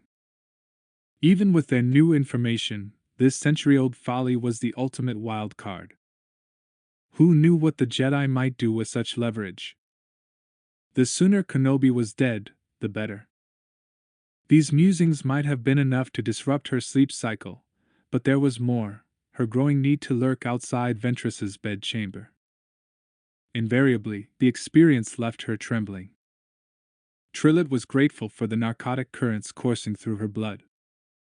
What might have been profoundly disturbing in a more sober mood seemed merely a matter of curiosity. Strange. When she chose, Ventress appeared able to shield herself from the most powerful Jedi. But she had such contempt for Trillet that she allowed her ugliest dreams to seep from her sleeping mind. Trillet took another puff and closed her emerald eyes. Instead of darkness, a fantasy of fire and blood repeated itself again and again. Warships rose. Towers fell. The Republic might dissolve, the Separatists trigger a wave of secession that washed through the entire galaxy. Consideration of profits, however enormous, might soon be moot. As might survival itself. Fire and blood, she whispered. The council chambers had been locked in verbal turmoil for long hours when Obi-Wan entered. He very nearly smiled. Since the subterranean kidnapping and battle, the major subject of conversation was not whether they should acquiesce to the Republic's request, but rather how they could most swiftly comply. This he knew even though he had not been present. A Jedi had means. Especially a Jedi with solid Republic credits to spread around. Yes, I was called? Snoil sat at the circular conference table across from the executives, half a dozen holodocks floating around his head. He gestured to Obi-Wan. We've had a breakthrough. They've decided to meet the Chancellor's terms. A vast relief. The sooner he put this distasteful situation behind him, the better. Excellent. The immense room was filled wall to circular wall with representatives of the 5 families. And not just the executives who claimed the top slots. There were 36 or more lower-tier Cestus cybernetics executives thronging the room, poring over their holodocks, arguing and proposing. They added signatures and thumbprints on the touchscreens for instant upload to legal computers all over Cestus, and from their broadcast to Coruscant for instant verification. The air before Obi-Wan flickered, and a holodoc appeared. He turned to Snoil. This meets your approval? He noticed the crinkles of exhaustion on the Vipit's stubby arms, and realized that Snoil must have found the past days of negotiation grueling. Absolutely. Obi-Wan signed as the Republic's representative, and felt vastly satisfied. He and Duras shared a smile. I assume that when the Supreme Chancellor reads the contract, he will approve. But barring some problem on that end, I believe that we have come to an agreement. And not a moment too soon, Master Jedi, she said. One of Duras's lawyers put a datapad in front of him. And now, Master Kenobi, we need your signature on the following documents. Suddenly and without formal announcement, Quill entered the chamber, waving a rectangular holocard above his head as if it contained the secrets of the universe. His faceted eyes gleamed. Wait. Hold the proceedings. Do not thumb that holodoc. Duras stared at Quill with suspicion. What is the meaning of this? Better we ask the Jedi the meaning of this. He placed the card in a datapad, smirking with triumph. An instantly recognizable image sprang into the air. It was not taken from a standard security cam, those had all been disabled down in the tunnels. It was, rather, an image taken by some unseen person who had reached the site even before Kenobi had arrived. Obi-Wan's gut churned sourly. How had this happened? And how had the unknown observer concealed his or her presence? To these questions, he had no answers at all. He did, however, know what was about to appear, and realized that total disaster was at hand. Floating on the player's projection field was the image of a desert wind fighter. A battle ensued between Jedi and Rebel, revealed very clearly from this angle to be a mockery, a fraud, with a lightsaber passing a quarter-meter broad of the target. The kidnapper fell down and flapped his arms theatrically. Obi-Wan attacked, another, this battle even more obviously staged. The mood in the room had grown frigid. No one made a sound. This was disaster beyond belief. The mission was utterly compromised, had perhaps been from the beginning. His unknown adversary had waited until the worst possible moment to sabotage him. Obi-Wan could think of nothing to say. "I understand now," Lady Porton said, "how the Jedi have attained their impressive reputations." My dearest stood, her secondary arms fidgeting nervously, her golden flesh gone pale with rage. Her immense form trembled as if in the throes of an avalanche. "You will leave?" "Immediately," she said. His mind had stuttered, searching for a way out of the trap, for some explanation, however ineffectual. "My," he began. She had drawn herself fully to her most impressive height, her bulk radiating power. "That is Regent Duras." Her voice cut like an Arctic wind. "You Jedi. What you cannot win by diplomacy you seek to gain by fear. And if not that, fraud." She colored a bit at that last word. He shirked all pretense and tried to speak as directly as he could, knowing that all was lost. "If negotiations will not come to a positive conclusion, war will touch your shores." "It already has," said Duras, wings fluttering with distress. She was in an impossible position, whatever personal gratitude she might feel for him neutralized by his perfidy. "There has already been destruction, and betrayal, and the death of hope. If that is not war, I do not understand the concept." She was trembling with rage and something more, fear. Her next words emerged low and hoarse. "I trusted you." "Trusted." Then Duras collected herself. "Go. While you can." Obi-Wan bowed low, his eyes sweeping the room. His eyes met Quill's, who didn't bother to conceal his venomous sense of triumph. From what unseen corner had the blow been struck? He left, and after a moment's snarl followed him out. His last image was of Gmai Duras on her throne. One of the most terrible things in this was not the war that threatened, not even the humiliation. It was the personal damage he had done to a good person, someone who had believed in him. She, more than anyone, understood what was at stake, and that she sat in the midst of a web of deceit. And now he had left her with no one to trust. No one at all. 44. Initially Trillet was nervous as Ventress swept into her chambers, but as soon as she saw her visitor's mood, the ex-sting relaxed. "So, it is ended? The Jedi leaves?" Despite her scathingly cold smile, Ventress shook her head.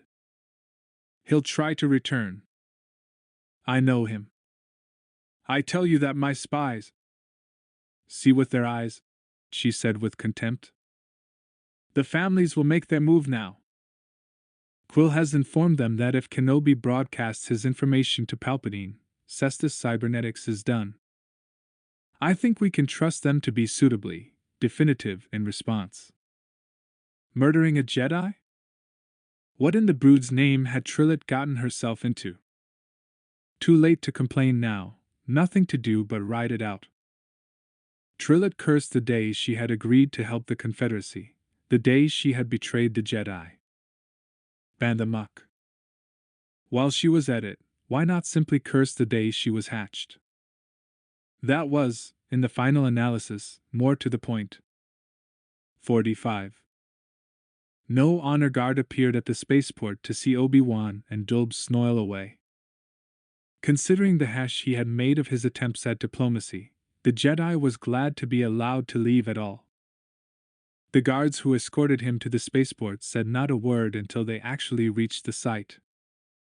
One of them turned as if to speak, then paused, looking down at the ground. He walked away, shaking his head. Obi-Wan walked up the landing ramp into the Republic transport ship. Behind him, Snoil shuffled along with only the slightest of slime trails on the track. "Obi-Wan," he said plaintively. "What happened?" "I am not certain, my friend," he said, and as the door closed behind him, he strapped himself in. His mind was still far away. Something was wrong, had been wrong since his arrival. No. Not then. But things had disintegrated soon after. What had been the trigger? He did not know. Blast. If only he knew the source of the incriminating hollow. He turned to the lawyer. "On Coruscant," he said. "Tell all that you know. You performed well. Whatever fault exists is mine." He paused, the vaguest of suspicions forming in the back of his mind. Or perhaps. What? Obi-Wan sighed. I don't know, but I felt something. From the beginning, there have been factors beyond my understanding. I have missed something, and that blunder made all the difference. Oh dear, Snoil said. All of that planning and work. I never dreamed things could go so wrong. Obi-Wan shook his head, but said nothing. He had no words to comfort his distraught friend. This was, in every possible way, a complete disaster. As soon as Zutu made the basic preparations, the ship lifted off. As it rose, Obi-Wan turned to Snoil. I've made my decision, he said. It is no longer safe for you on Cestus. You will go, but I must stay. My job here isn't finished.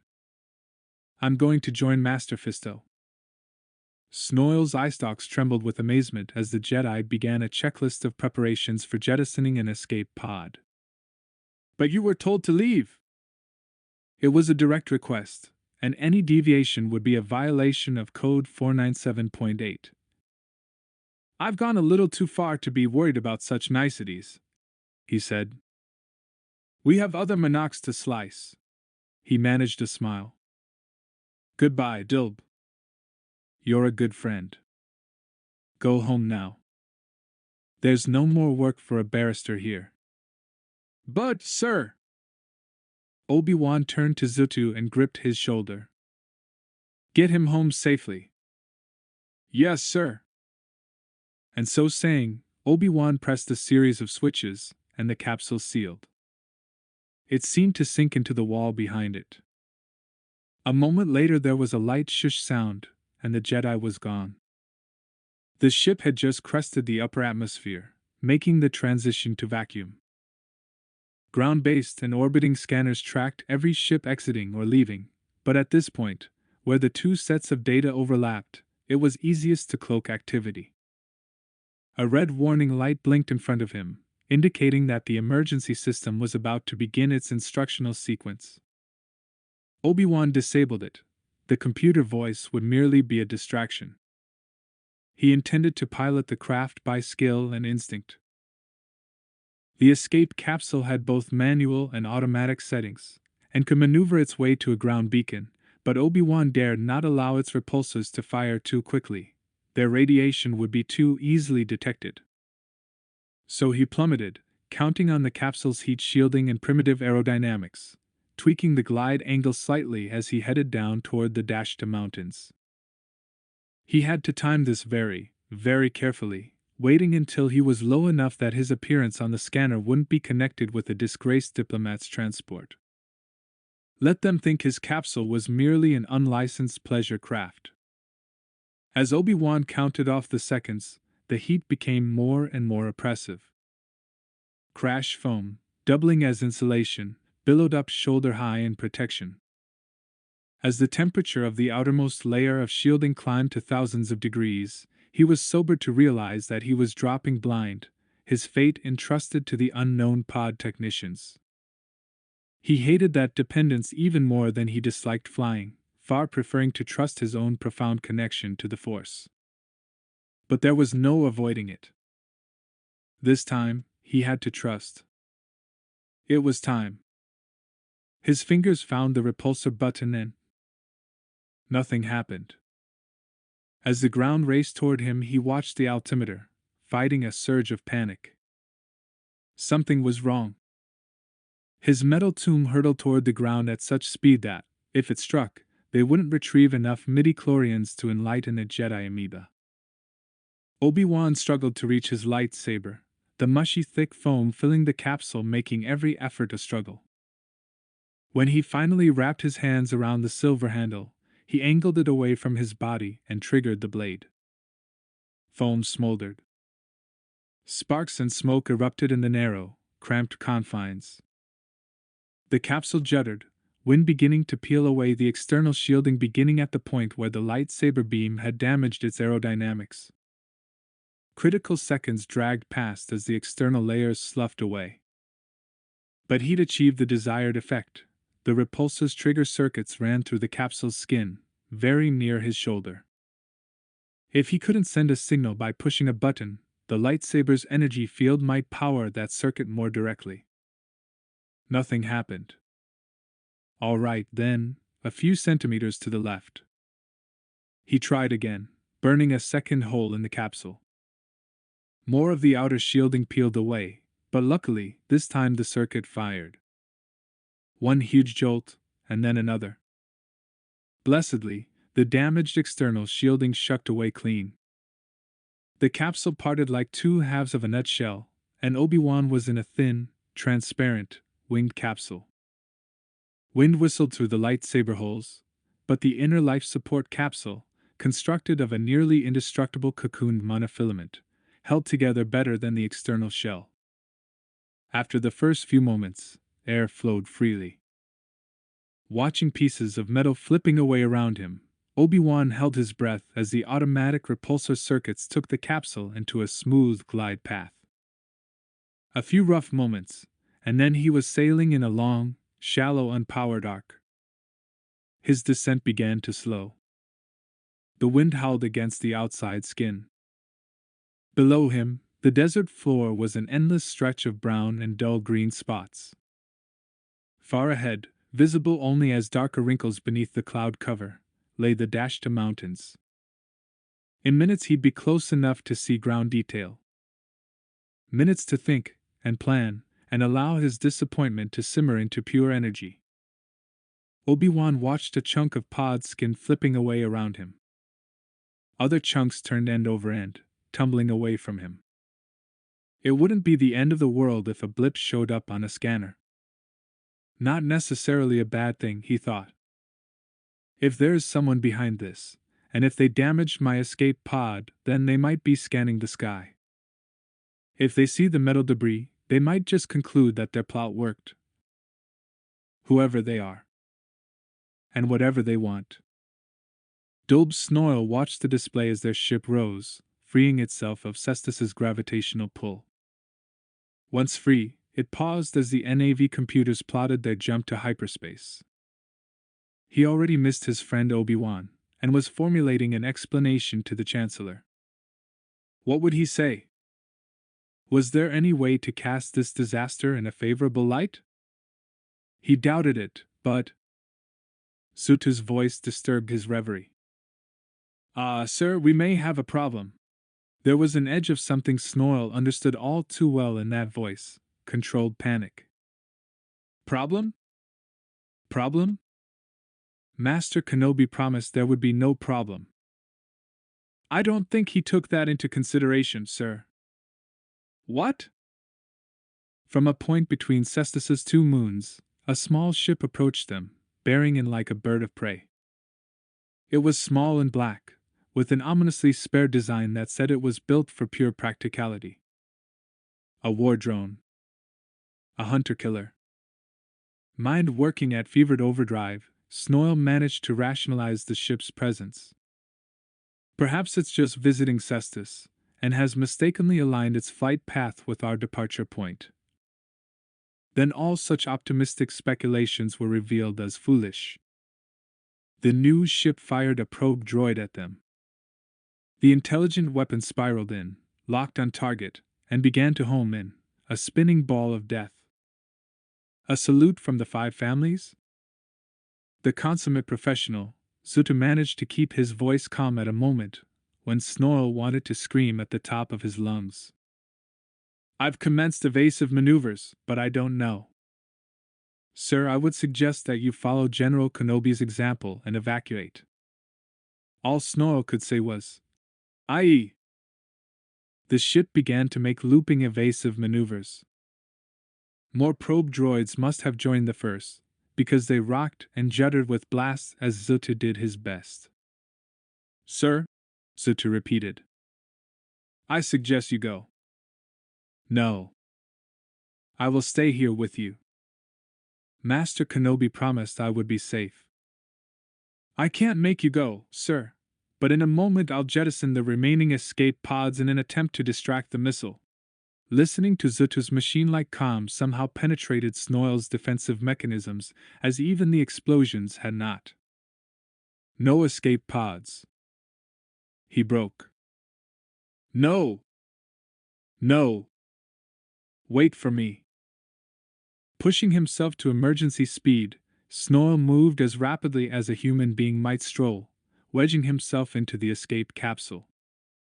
He pushed the automatic sequence button, and his eye stalks twined in anguish. Crash foam billowed up around him, and sight was lost. For a moment he could barely breathe. Then his lips found the emergency nozzle and air flowed into his lungs. Then things went black as his pod sank back into and through the ship's walls. He felt a rush, and then a jolt, followed by sudden, deep quiet. Then a sensation of floating. Snoil had no control at all. Everything was managed by the automatic emergency program. A screen opened up before his eyes, some kind of computerized display showing the exterior of the ship as 6 other escape pods burst free. 2 of them attracted probe droids away from Snoil as he plummeted toward the atmosphere, but the screen showed the ship evading 1, 2, 3 of the droids, and he began to feel more optimistic. Then the screen went very, very bright. When the light dimmed, only smoke and debris remained. Zutu and the ship were gone, destroyed. He stared, horrified but almost incapable of speech, watching as missiles streaked after the remaining pods. Snoil was frozen with fear as the pod descended. The pods spun crazily as evasion programs began to kick in.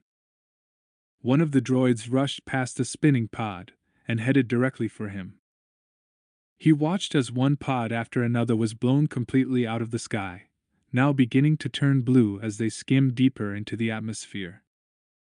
He heard something babbling in the background and became horribly aware that that sound was his own voice, raving out against the moment of expected pain and finality. "I'll sue! Or my heirs will sue! For damages and emotional distress." A probe passed immediately close to him on the left, in pursuit of one of his capsule's programmed distractions. The resultant explosion painted the sky yellow and sent his pod juddering to the right, coincidentally forcing another droid to miss its target.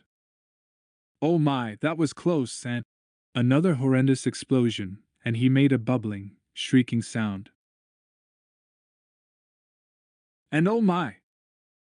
He turned to look back up, once he managed to determine which direction up was, and saw another missile heading directly for him. No, I was joking. I'll retract that complaint. I'll file a full admission of guilt or wrongdoing, or I. And in the instant before discourse would have become terminally irrelevant, one of the other escape pods swooped back in, intercepting the offending missile.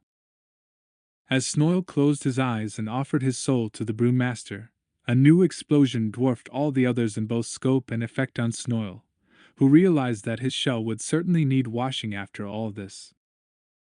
Then suddenly, there was nothing but silence from outside. To his wonder, he realized that he had survived the storm. Now there was just a little matter of the landing. A red warning light flashed on the control panel, and the capsule requested a series of manual operations, warning him in a calm female voice that certain explosive impacts have damaged the capsule's automatic systems. Please do not worry, as the manual backup systems can perform perfectly well. Please perform the following functions in the sequence requested. and one after another he did perform the tasks as requested, while simultaneously watching the ground explode toward him. The altimeter shifted towards zero with nauseating rapidity. Now disengage the external shields. A switch. And now please, within 5 seconds, disengage each of the primary source nodes, routing all of their power to the secondary chamber. Which switch? The altimeter dizzied him, but he dared not look at it, nor glimpse the ground spinning up at him like a vast hand rising to swat him from the sky. And now please trigger the main repulsor. Disaster was almost upon him now. Certainly nothing he did would make any difference. Surely this next moment would be his last. Surely.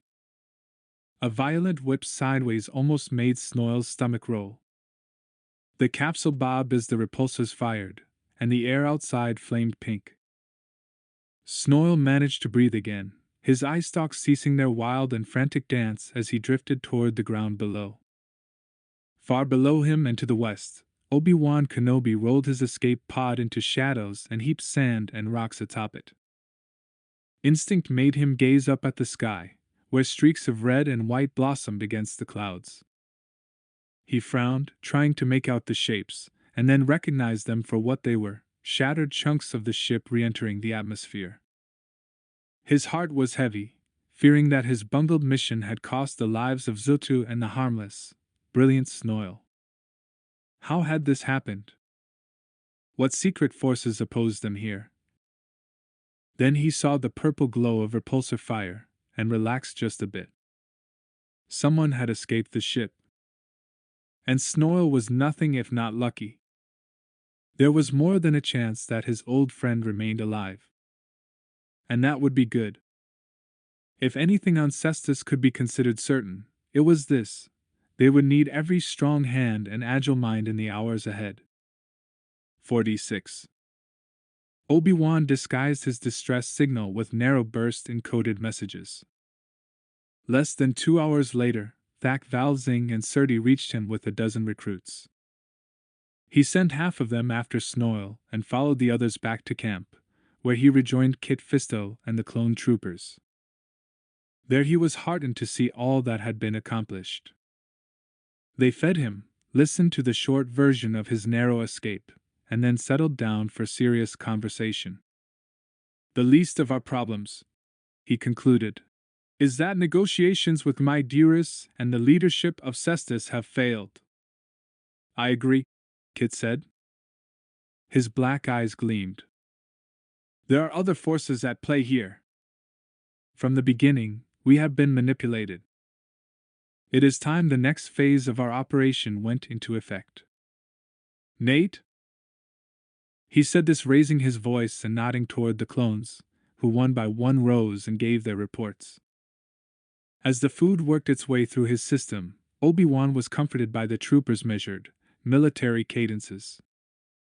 On occasion he found that emotionless precision irritating, but now it calmed him. The value of such competency could not be underestimated. Here, it might save all their lives, and the plan as well. All in all, he was pleasantly surprised by the commando's accurate, perceptive, and entirely admirable reports.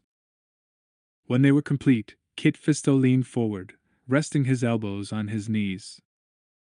Your thoughts? He asked after Obi-Wan had remained quiet for almost a full minute.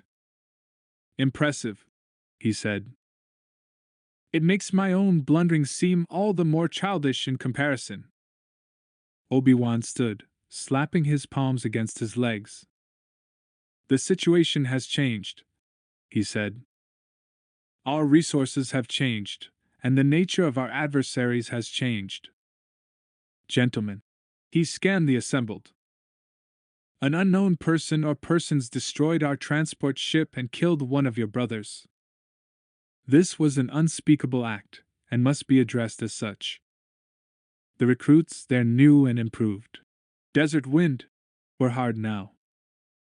Their grueling training had weeded out the weaklings and transformed them into a band capable of following orders, of marching courageously into danger. Still, a vital question remained: Were they really willing to kill or die? It was never possible to determine who would cower under fire.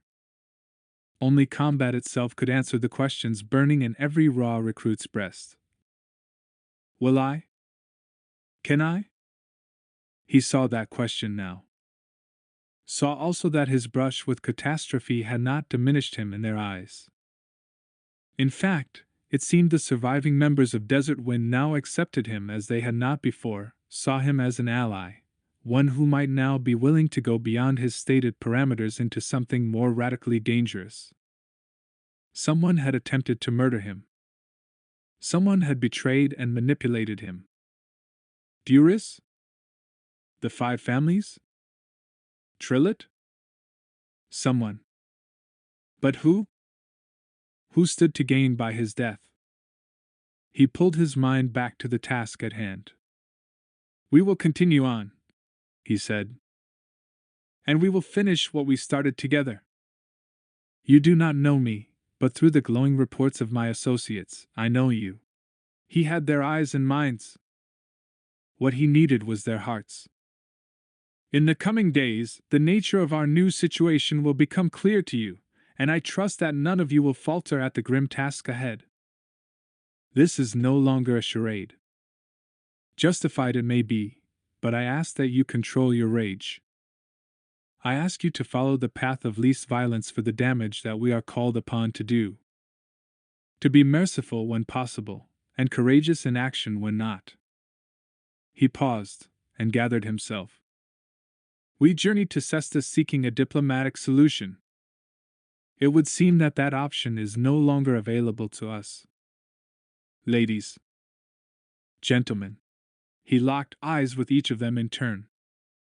We must consider ourselves at hazard. 47. 4 hours Gmaiduris had pored over her advisor's reports and suggestions, seeking to better understand her current position. The Republic had attempted to influence her decisions by deception. The Jedi had won her the leadership of the Hive Council. Had given her a piece of information that could destroy Cestus cybernetics, or offer her people a new beginning. But by perpetrating a fraud, Obi-Wan had plunged her into a nightmare. She could not support the Jedi, or accept his support. The information in her hands could not be used to manipulate Cestus cybernetics. Without support from the Republic, the information would do little save ensure her own assassination. Another question remained as well, one she was having a more difficult time answering. How exactly had the Jedi been foiled? She didn't believe for an instant that the scheming Quill had trapped Obi-Wan in such a fashion. No. She had seen too much of her cousin's past power-grubbing to think her rival capable of such a coup. Quill had received serious assistance. But from whom? There was another force at work here, and one that might prove far more dangerous. Her assistant Shar Shar rolled into the room, blue skin gleaming splotchily in alarm. Regent Duris! She cried. We have terrible news! Shar Shar extruded an arm and punched a code into the machine, waving her stubby hands through the reading stream until the images changed. This just came through a minute ago. The view was from orbit, one of the drone's satellites used to monitor and protect the entire planetary system, everything from the moons to the mines. They watched Obi-Wan's ship rising up through the atmosphere. We lost the image for a moment as the shift between the ground monitors and the orbiters was disrupted. Perhaps by this drone ship. Something appeared from the direction of a moon. It was black and configured strangely, and Duris thought her eyes deceived her. For a moment she imagined it to be some great bird of prey, but then she saw it to be no manner of living thing, but a ship of an unfamiliar design. But was it really unfamiliar? Hadn't she seen such a ship design among a series of craft purchased by Cestus Cybernetics Security just last year?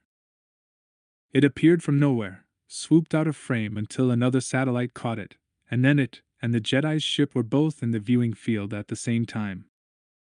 The black ship spat something out toward the Jedi ship, which promptly commenced corkscrewing maneuvers.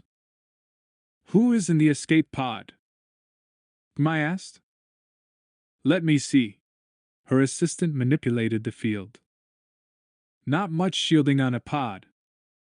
"We might be able to." "Ah. Not human," it was the vipid barrister. "Then the Jedi is still piloting the ship?" "Perhaps, and..." Suddenly the entire visual field flooded with light, enough to wash the shadows from the room and temporarily render them all dazed and nearly blind. "What was that?" Duras asked, instantly comprehending the horrid absurdity of the question. She knew precisely what it was. Even more important, she understood what it meant. Some unknown force or person had destroyed the Republican ship, and with it, the Jedi personally appointed by Supreme Chancellor Palpatine to negotiate with Cestus. She groaned. Things had been horrendous enough. The discovery of Obi-Wan's perfidy, and its public disclosure, had tied her hands. But this went so far beyond bad that she would have to find new descriptions, and those new words would have to wait until she ceased feeling too nauseated to think. For all her current anger, she suspected Obi-Wan had acted from a desire to bring Cestus back into the Republic's sheltering fold. With respect and deep relief, she noted that no one had actually been harmed during the fraudulent kidnapping. In her heart, she believed that this suggested genuine concern for the lives and welfare of even the lowliest security people, let alone the families themselves. But who or whatever had acted against the Jedi had displayed no such scruples. Beyond doubt, Cestus would be blamed, and she would have no option but to throw her support to the Confederacy. And although she could not fully grasp the intents of all sides in this matter, she knew that for all of his deception she preferred Obi-Wan to these shadowy assassins. "What do we do?" asked Shar Shar, bouncing in agitation.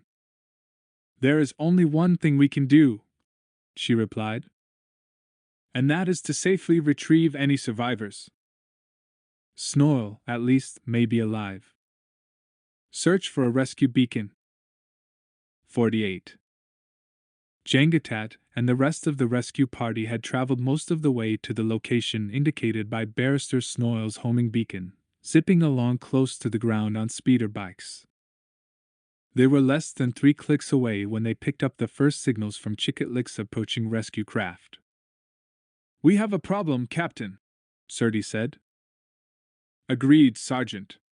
Obi-Wan's escape from the ship had been anticipated, and had gone off without a hitch. His capsule had been all but invisible to the scanners. Snoil's unanticipated exit was another matter altogether. The Vipit's rescued beacon would be seen by anyone with a scanner tuned to the emergency frequencies. The troopers had their orders to retrieve Snoil. There was no telling the nature or inclination of those who now rushed to find them. Was it still important not to expose the presence of trained Republic forces on Cestus? What to do? He made his decision from among a handful of equally bad options. Fori and Desert Wind travel north to intercept. Dig in and do what you can to make yourselves look like a larger force. They won't be anticipating hostile fire, and should retreat. Yes, sir. On it. 2 of the speeder bikes peeled off to head north. He sent a coded message to those remaining with him. Follow me. Increased to maximum velocity. The Republic transport drama had attracted attention from members of the 5 families. A seething Quill had already returned to Duras's throne room, and Lidishi was said to be on his way. Quill radiated both hatred and triumph. How long would it be before he found a way to kill her? A month? A week? A few days? Regent Duras, said Shar Shar, rolling side to side with dismay. Our security force approaches the beacon location for the escape capsule, but there is a problem. And what is that? The little blue ball frowned. Look. On the projection field, a few small dots zipped from the direction of the Dashta Mountains, heading for the capsule. What is that? Ordinarily, I'd guess Aboriginal nomads, ma'am. But they're moving kinda fast. Quill sneered, his wings fluttering with repressed rage. We know that Desert Wind was cooperating with the Jedi. We are simply seeing the weapons that bought such cooperation, Regent. And now they intend to rescue the Vipit? Her head spun. They may even be responsible for the attack. They have no such weaponry. Duras bit her tongue. These waters were deepening. Could Desert Wind have been involved? But if they had other allies who might have supplied the technology for such an assassination, then were the anarchists playing both sides against the middle, supporting anyone who would provide them with weaponry? Then what of her intuition that Quill had obtained the holovid from complicit sources? And if he had, whose trap is this, really? And who has been caught in it? Duras was beginning to think that Obi-Wan might have been more truthful than she thought. Why, then, had he not proclaimed innocence in some way? If security considerations were involved, why had he not asked for a private audience? No, she had seen his face: surprise, shock, consternation, and shame. Ma'am! Shar Shar called out. The rescue force is under fire! Duras manipulated her chair-arm sensor, momentarily unable to find the feed. Any visual contact? Shar Shar tried to manipulate the drone's satellite but couldn't get magnification powerful enough to show anything but a few specks and flashes in the desert. No, the Zitsa said. But they are using weapons similar to those known to be possessed by Desert Wind. Of course. That meant nothing. And everything. Her head hurt. Tell them to pull back. Put a smaller security team into the area. The other dots were moving. Had they reached the capsule and extracted the survivor? They're leaving! Shar Shar bubbled. The dots on the map bleeped out. And they must have reached the mountains. Our drone satellite can't see anything at all now. Had Snoil been rescued? Kidnapped? Murdered? Tortured for information? Welcomed as a friend? It was impossible to say from this vantage point. But the differences among those possibilities might cost Duras her cloak of office. More important, they might cost the life of every being on Cestus. 49. With anarchists attacking on multiple fronts, there was little time for rest in Chicotlic. The attacks were always carried out with laser precision, and inevitably involved minimal structural damage and no loss of life. Still, with every strike an industrial complex was damaged, production slowed or stopped. Mines were rendered too dangerous for workers to enter, vehicles were sabotaged, and security forces were humiliated and enraged. And behind it all, behind every mark on the map that meant another blown bridge, another crippled skyport, another central processing buy-station rendered useless, Duras thought she sensed the mind of Obi-Wan Kenobi, brilliant, ferocious, tactically diverse, and respectful of life in all its forms. Could the Jedi still be alive? If the majority of production loci were jammed, if those critical production lines were slowed to a crawl, her hands would be tied. She would have to either sue for peace or call in Confederacy forces to protect their interests, throwing Cestus onto the path of destruction. Because if Cestus declared for the Confederacy, then the Republic would consider her an enemy planet producing lethal arms. Cestus had no fleet capable of resisting either juggernaut. Politically, economically, and personally she would be torn to pieces, and Cestus would end as a minor footnote in dull academic histories detailing failed attempts at secession. During those days the Regent slept little. It seemed that every 5 hours or so there was another report, bearing new embedded images of flaming refineries, fleeing security forces, stories of commando teams, perhaps Desert Wind, perhaps something else, striking from silence and shadows, destroying only equipment, and then fading away again. Just dissolving into thin air. Then in the middle of a night, Shar Shar's cries roused her from uneasy dreams.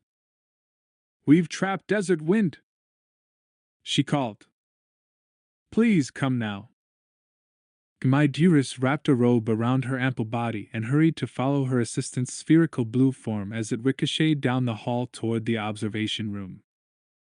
She recognized the location in the Holos, the Kibo geothermal station west of the Zante Hills.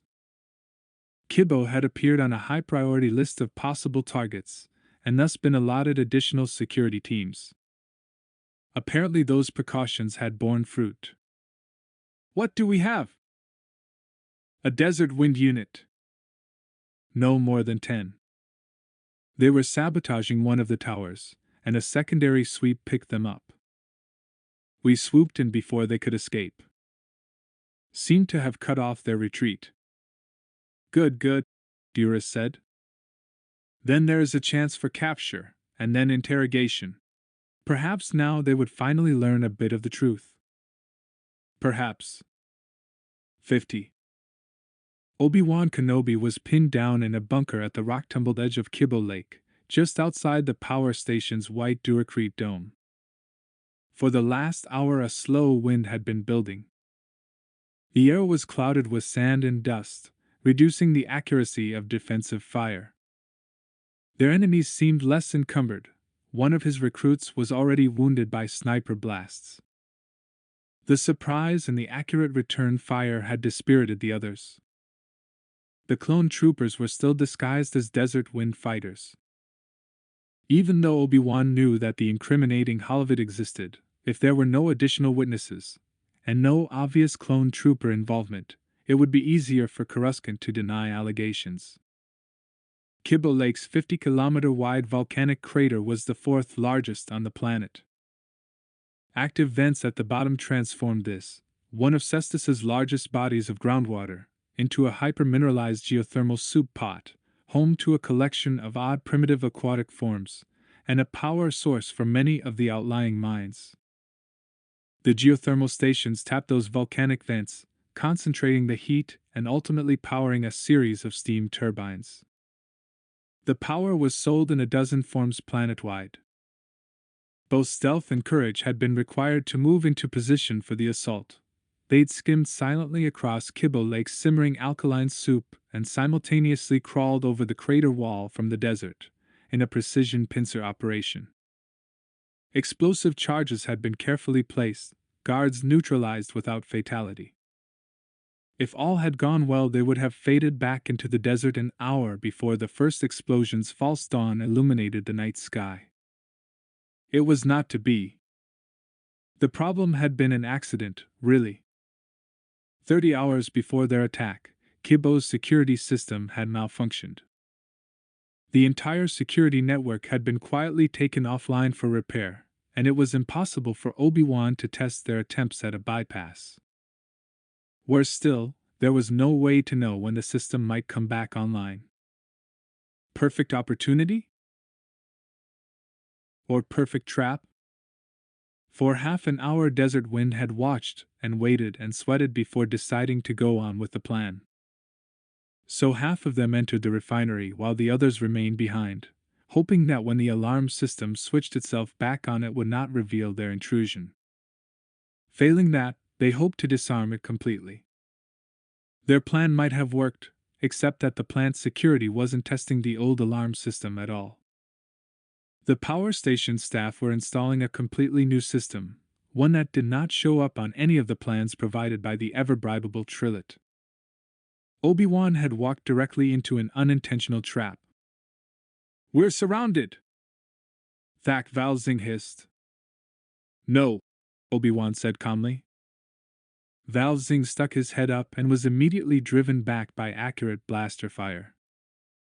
"We're pinned," Obi-Wan corrected, "but not surrounded. Right over there."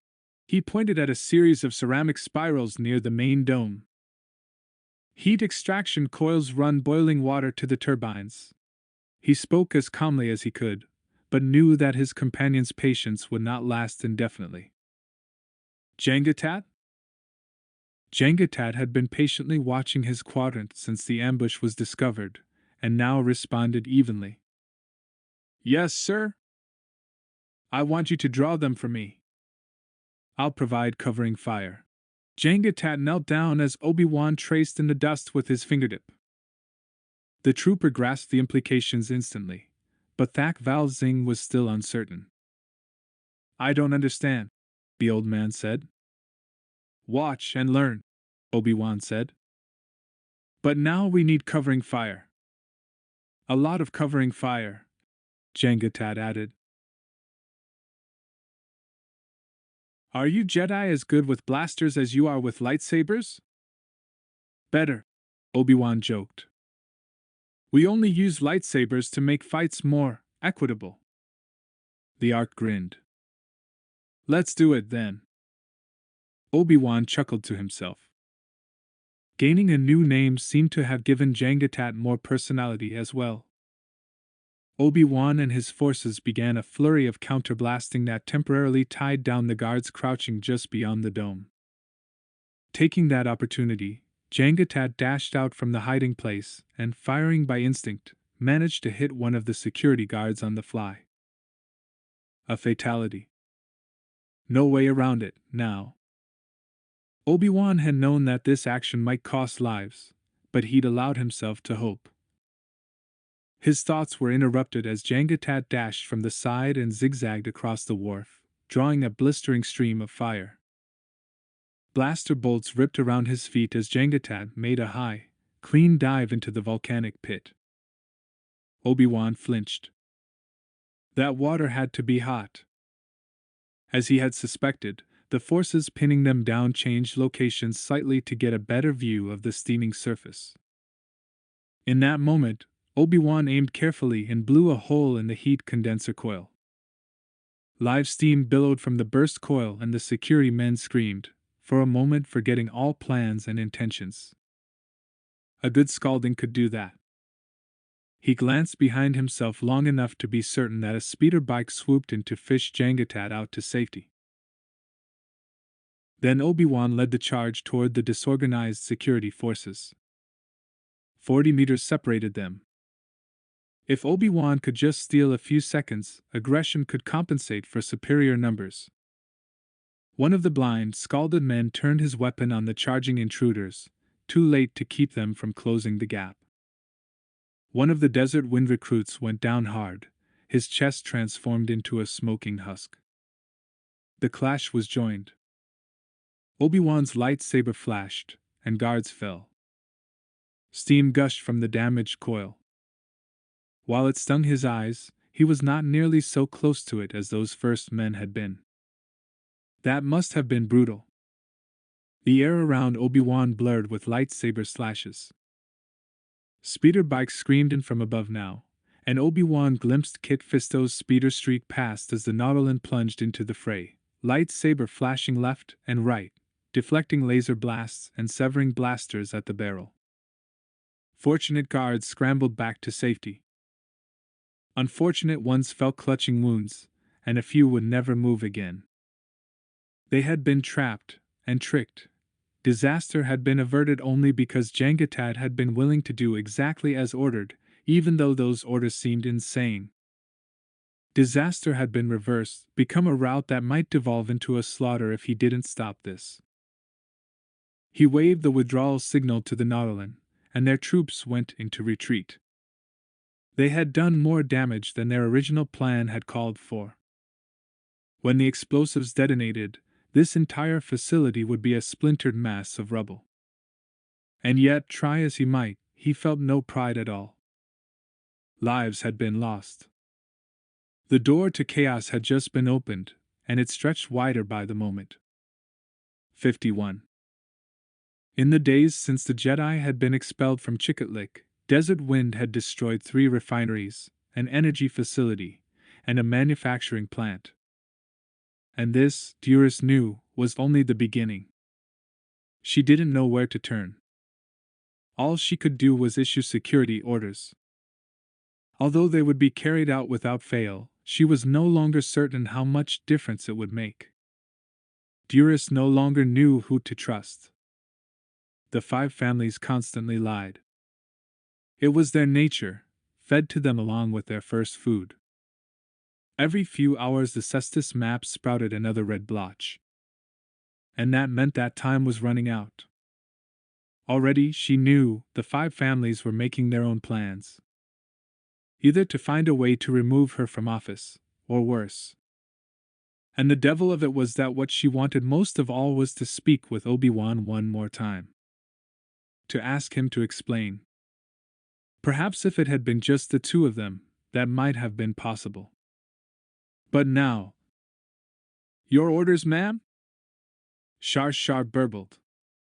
Keep gathering information, Shar Shar, she said. And hope for a miracle. On the most secretive of occasions, those executives known as the Five Families met in their most private facility, a bunker complex 70 kilometers south of Chicotlic. The bunker was officially called an entertainment complex, and was complete with sufficient communications gear to monitor the entire planet, as well as enough food and water to supply 10 people for 6 months. The outer facility was complete with a hollow atrium, exercise and dining rooms, luxurious suites, and lounging areas. An inner room was even more secure, with walls thick enough to resist even Galatian energy torches for a standard day. Despite her relation to the Eckstein clan, Trillet had never before entered the bunker, and doubted she ever would again. At the moment she was hosted by her distant cousin Quill, who owed her favors. Still, nervousness hung in the air like a pall of smoke. The ambience did not improve when, from a darkened corridor, a tall shaven-headed woman entered the room, the pale skin at her temples scribed with tattoos. Ventress wore a skin-tight suit of black Sullus leather that emphasized the disturbingly boneless quality of her movement. Trillet stood to make the introductions. I present to you Asajj Ventress. Those present stood politely. Then they sat again and awaited her comments. I am Commander Asajj Ventress. Her tattooed scalp held their eyes as if the static inkings were animated. I represent Count Dooku. Our new venture, the JK droids, will give you wealth and power beyond limit. But make no mistake, my master has greater concern than profit. If you conduct fair trade, you will be rewarded. The representatives whispered to each other, nodding enthusiastically, and Ventress had to raise her voice slightly to get their attention again. Attempt to deal with this as mere commerce, she warned, and you will die to regret it. Dame Porten raised a thin, blue-veined hand. No need for such talk, Commander. There may have been some confusion recently, but with the departure of Obi-Wan Kenobi, I can assure you we are back on track. Ventress inclined her head. Well then, she said, her lips curled in a cold smile. Let's discuss particulars. There was a bit of polite agreement before someone had the honesty to actually speak her mind. What is it you request? Ventress focused her gaze upon the speaker, then dropped her eyes politely. That you continue to serve your best interests. The answer seemed to please them. And what might those be? Ventress raised her eyes. They burn like coals. Survival. And you would not be alive, any of you, if you had yielded to the Jedi. Now then, I know at least one escape capsule survived. I believe both Kenobi and his allies are still alive. I feel it. They will attempt to disrupt our commerce. Lady Porten recoiled before Ventress's ferocity.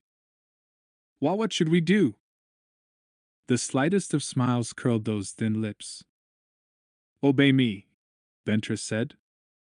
And provide me with your data you can project on a map. Why? Her eyes hardened.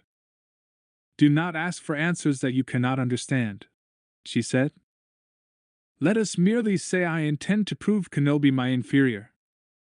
His lies are my reality. All the data had been gathered and then input to the computers. It included every sighting, every act of sabotage, everything that was known, including the escape pod's disappearance. Everything. Asajj Ventress walked through the midst of the projection field, eyes closed and fingers outstretched, resembling a blind girl mapping an unfamiliar room. Or so it might have seemed to one of mundane mind. To others, she seemed a strange and terrible siren wandering through a sea of living energy, gliding along lines of intention. Trillet thought Ventress the most beautiful, frightening sight she had ever beheld. Finally, Ventress turned and faced them. Her hand stretched out, one quavering finger touching a point in the midst of all the glowing lines.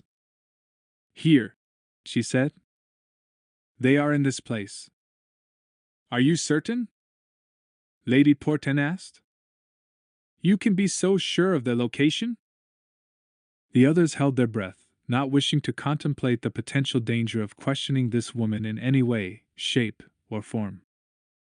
Her chest heaved slowly as she replied, "You of the family are dead to the Force." "But Obi-Wan." "Yes, he is alive with it." Yes." She closed her eyes. "One other," she inhaled, as if scenting something in the air. "The Nautolan." "Yes. He is Jedi, too. I feel it. I can feel their ripples in the Force." She smiled at them. "If you see ripples in water, do you not know where the stone was dropped? If these maps and this information are good, my analysis will be true." As Ventress spoke with the others, Trillet felt the pressure mount. If this operation failed, the gang lady might bear the brunt of anger from both sides. But if she succeeded... Quill leaned close to her. "You have done well. Continue your support, cousin. If the 5 families profit, you will be rewarded beyond your dreams." "My dreams are quite expansive," Trillet said, turning to look at them. "What is it you offer?" "For 300 years," Quill said, circling Trillet seductively, "there have been 5 families. Mining, fabrication, sales and distribution, research, and energy. But mining has always understood that labor was an integral part of our process. So, after Duras is dead, there will be room in the Hive Council for Trillet." Trillet's eyes glowed. "Think of it. Your grubs would no longer crawl in the shadows." "Invited to the balls?" Quill smiled. "Dining at the head table. Trillet, my friend. My sister. It is high time for you and your family to emerge from the darkness and take your rightful place."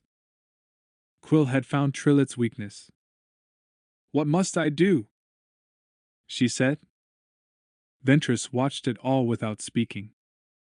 Her hands were still outstretched, as if she could feed through her fingertips. Trillet had heard that Obi-Wan Kenobi had faked a fantastic demonstration only days before. Could Ventress actually do such an incredible thing? And if she could, did that not imply that she was superior to the Jedi? "Remember who is your friend and ally in these matters." "Not Duras, certainly." "No. Nor Kenobi," he said quietly, glancing to be certain their deadly ally was out of hearing. "Who uses our planet as a pawn on the galactic game board."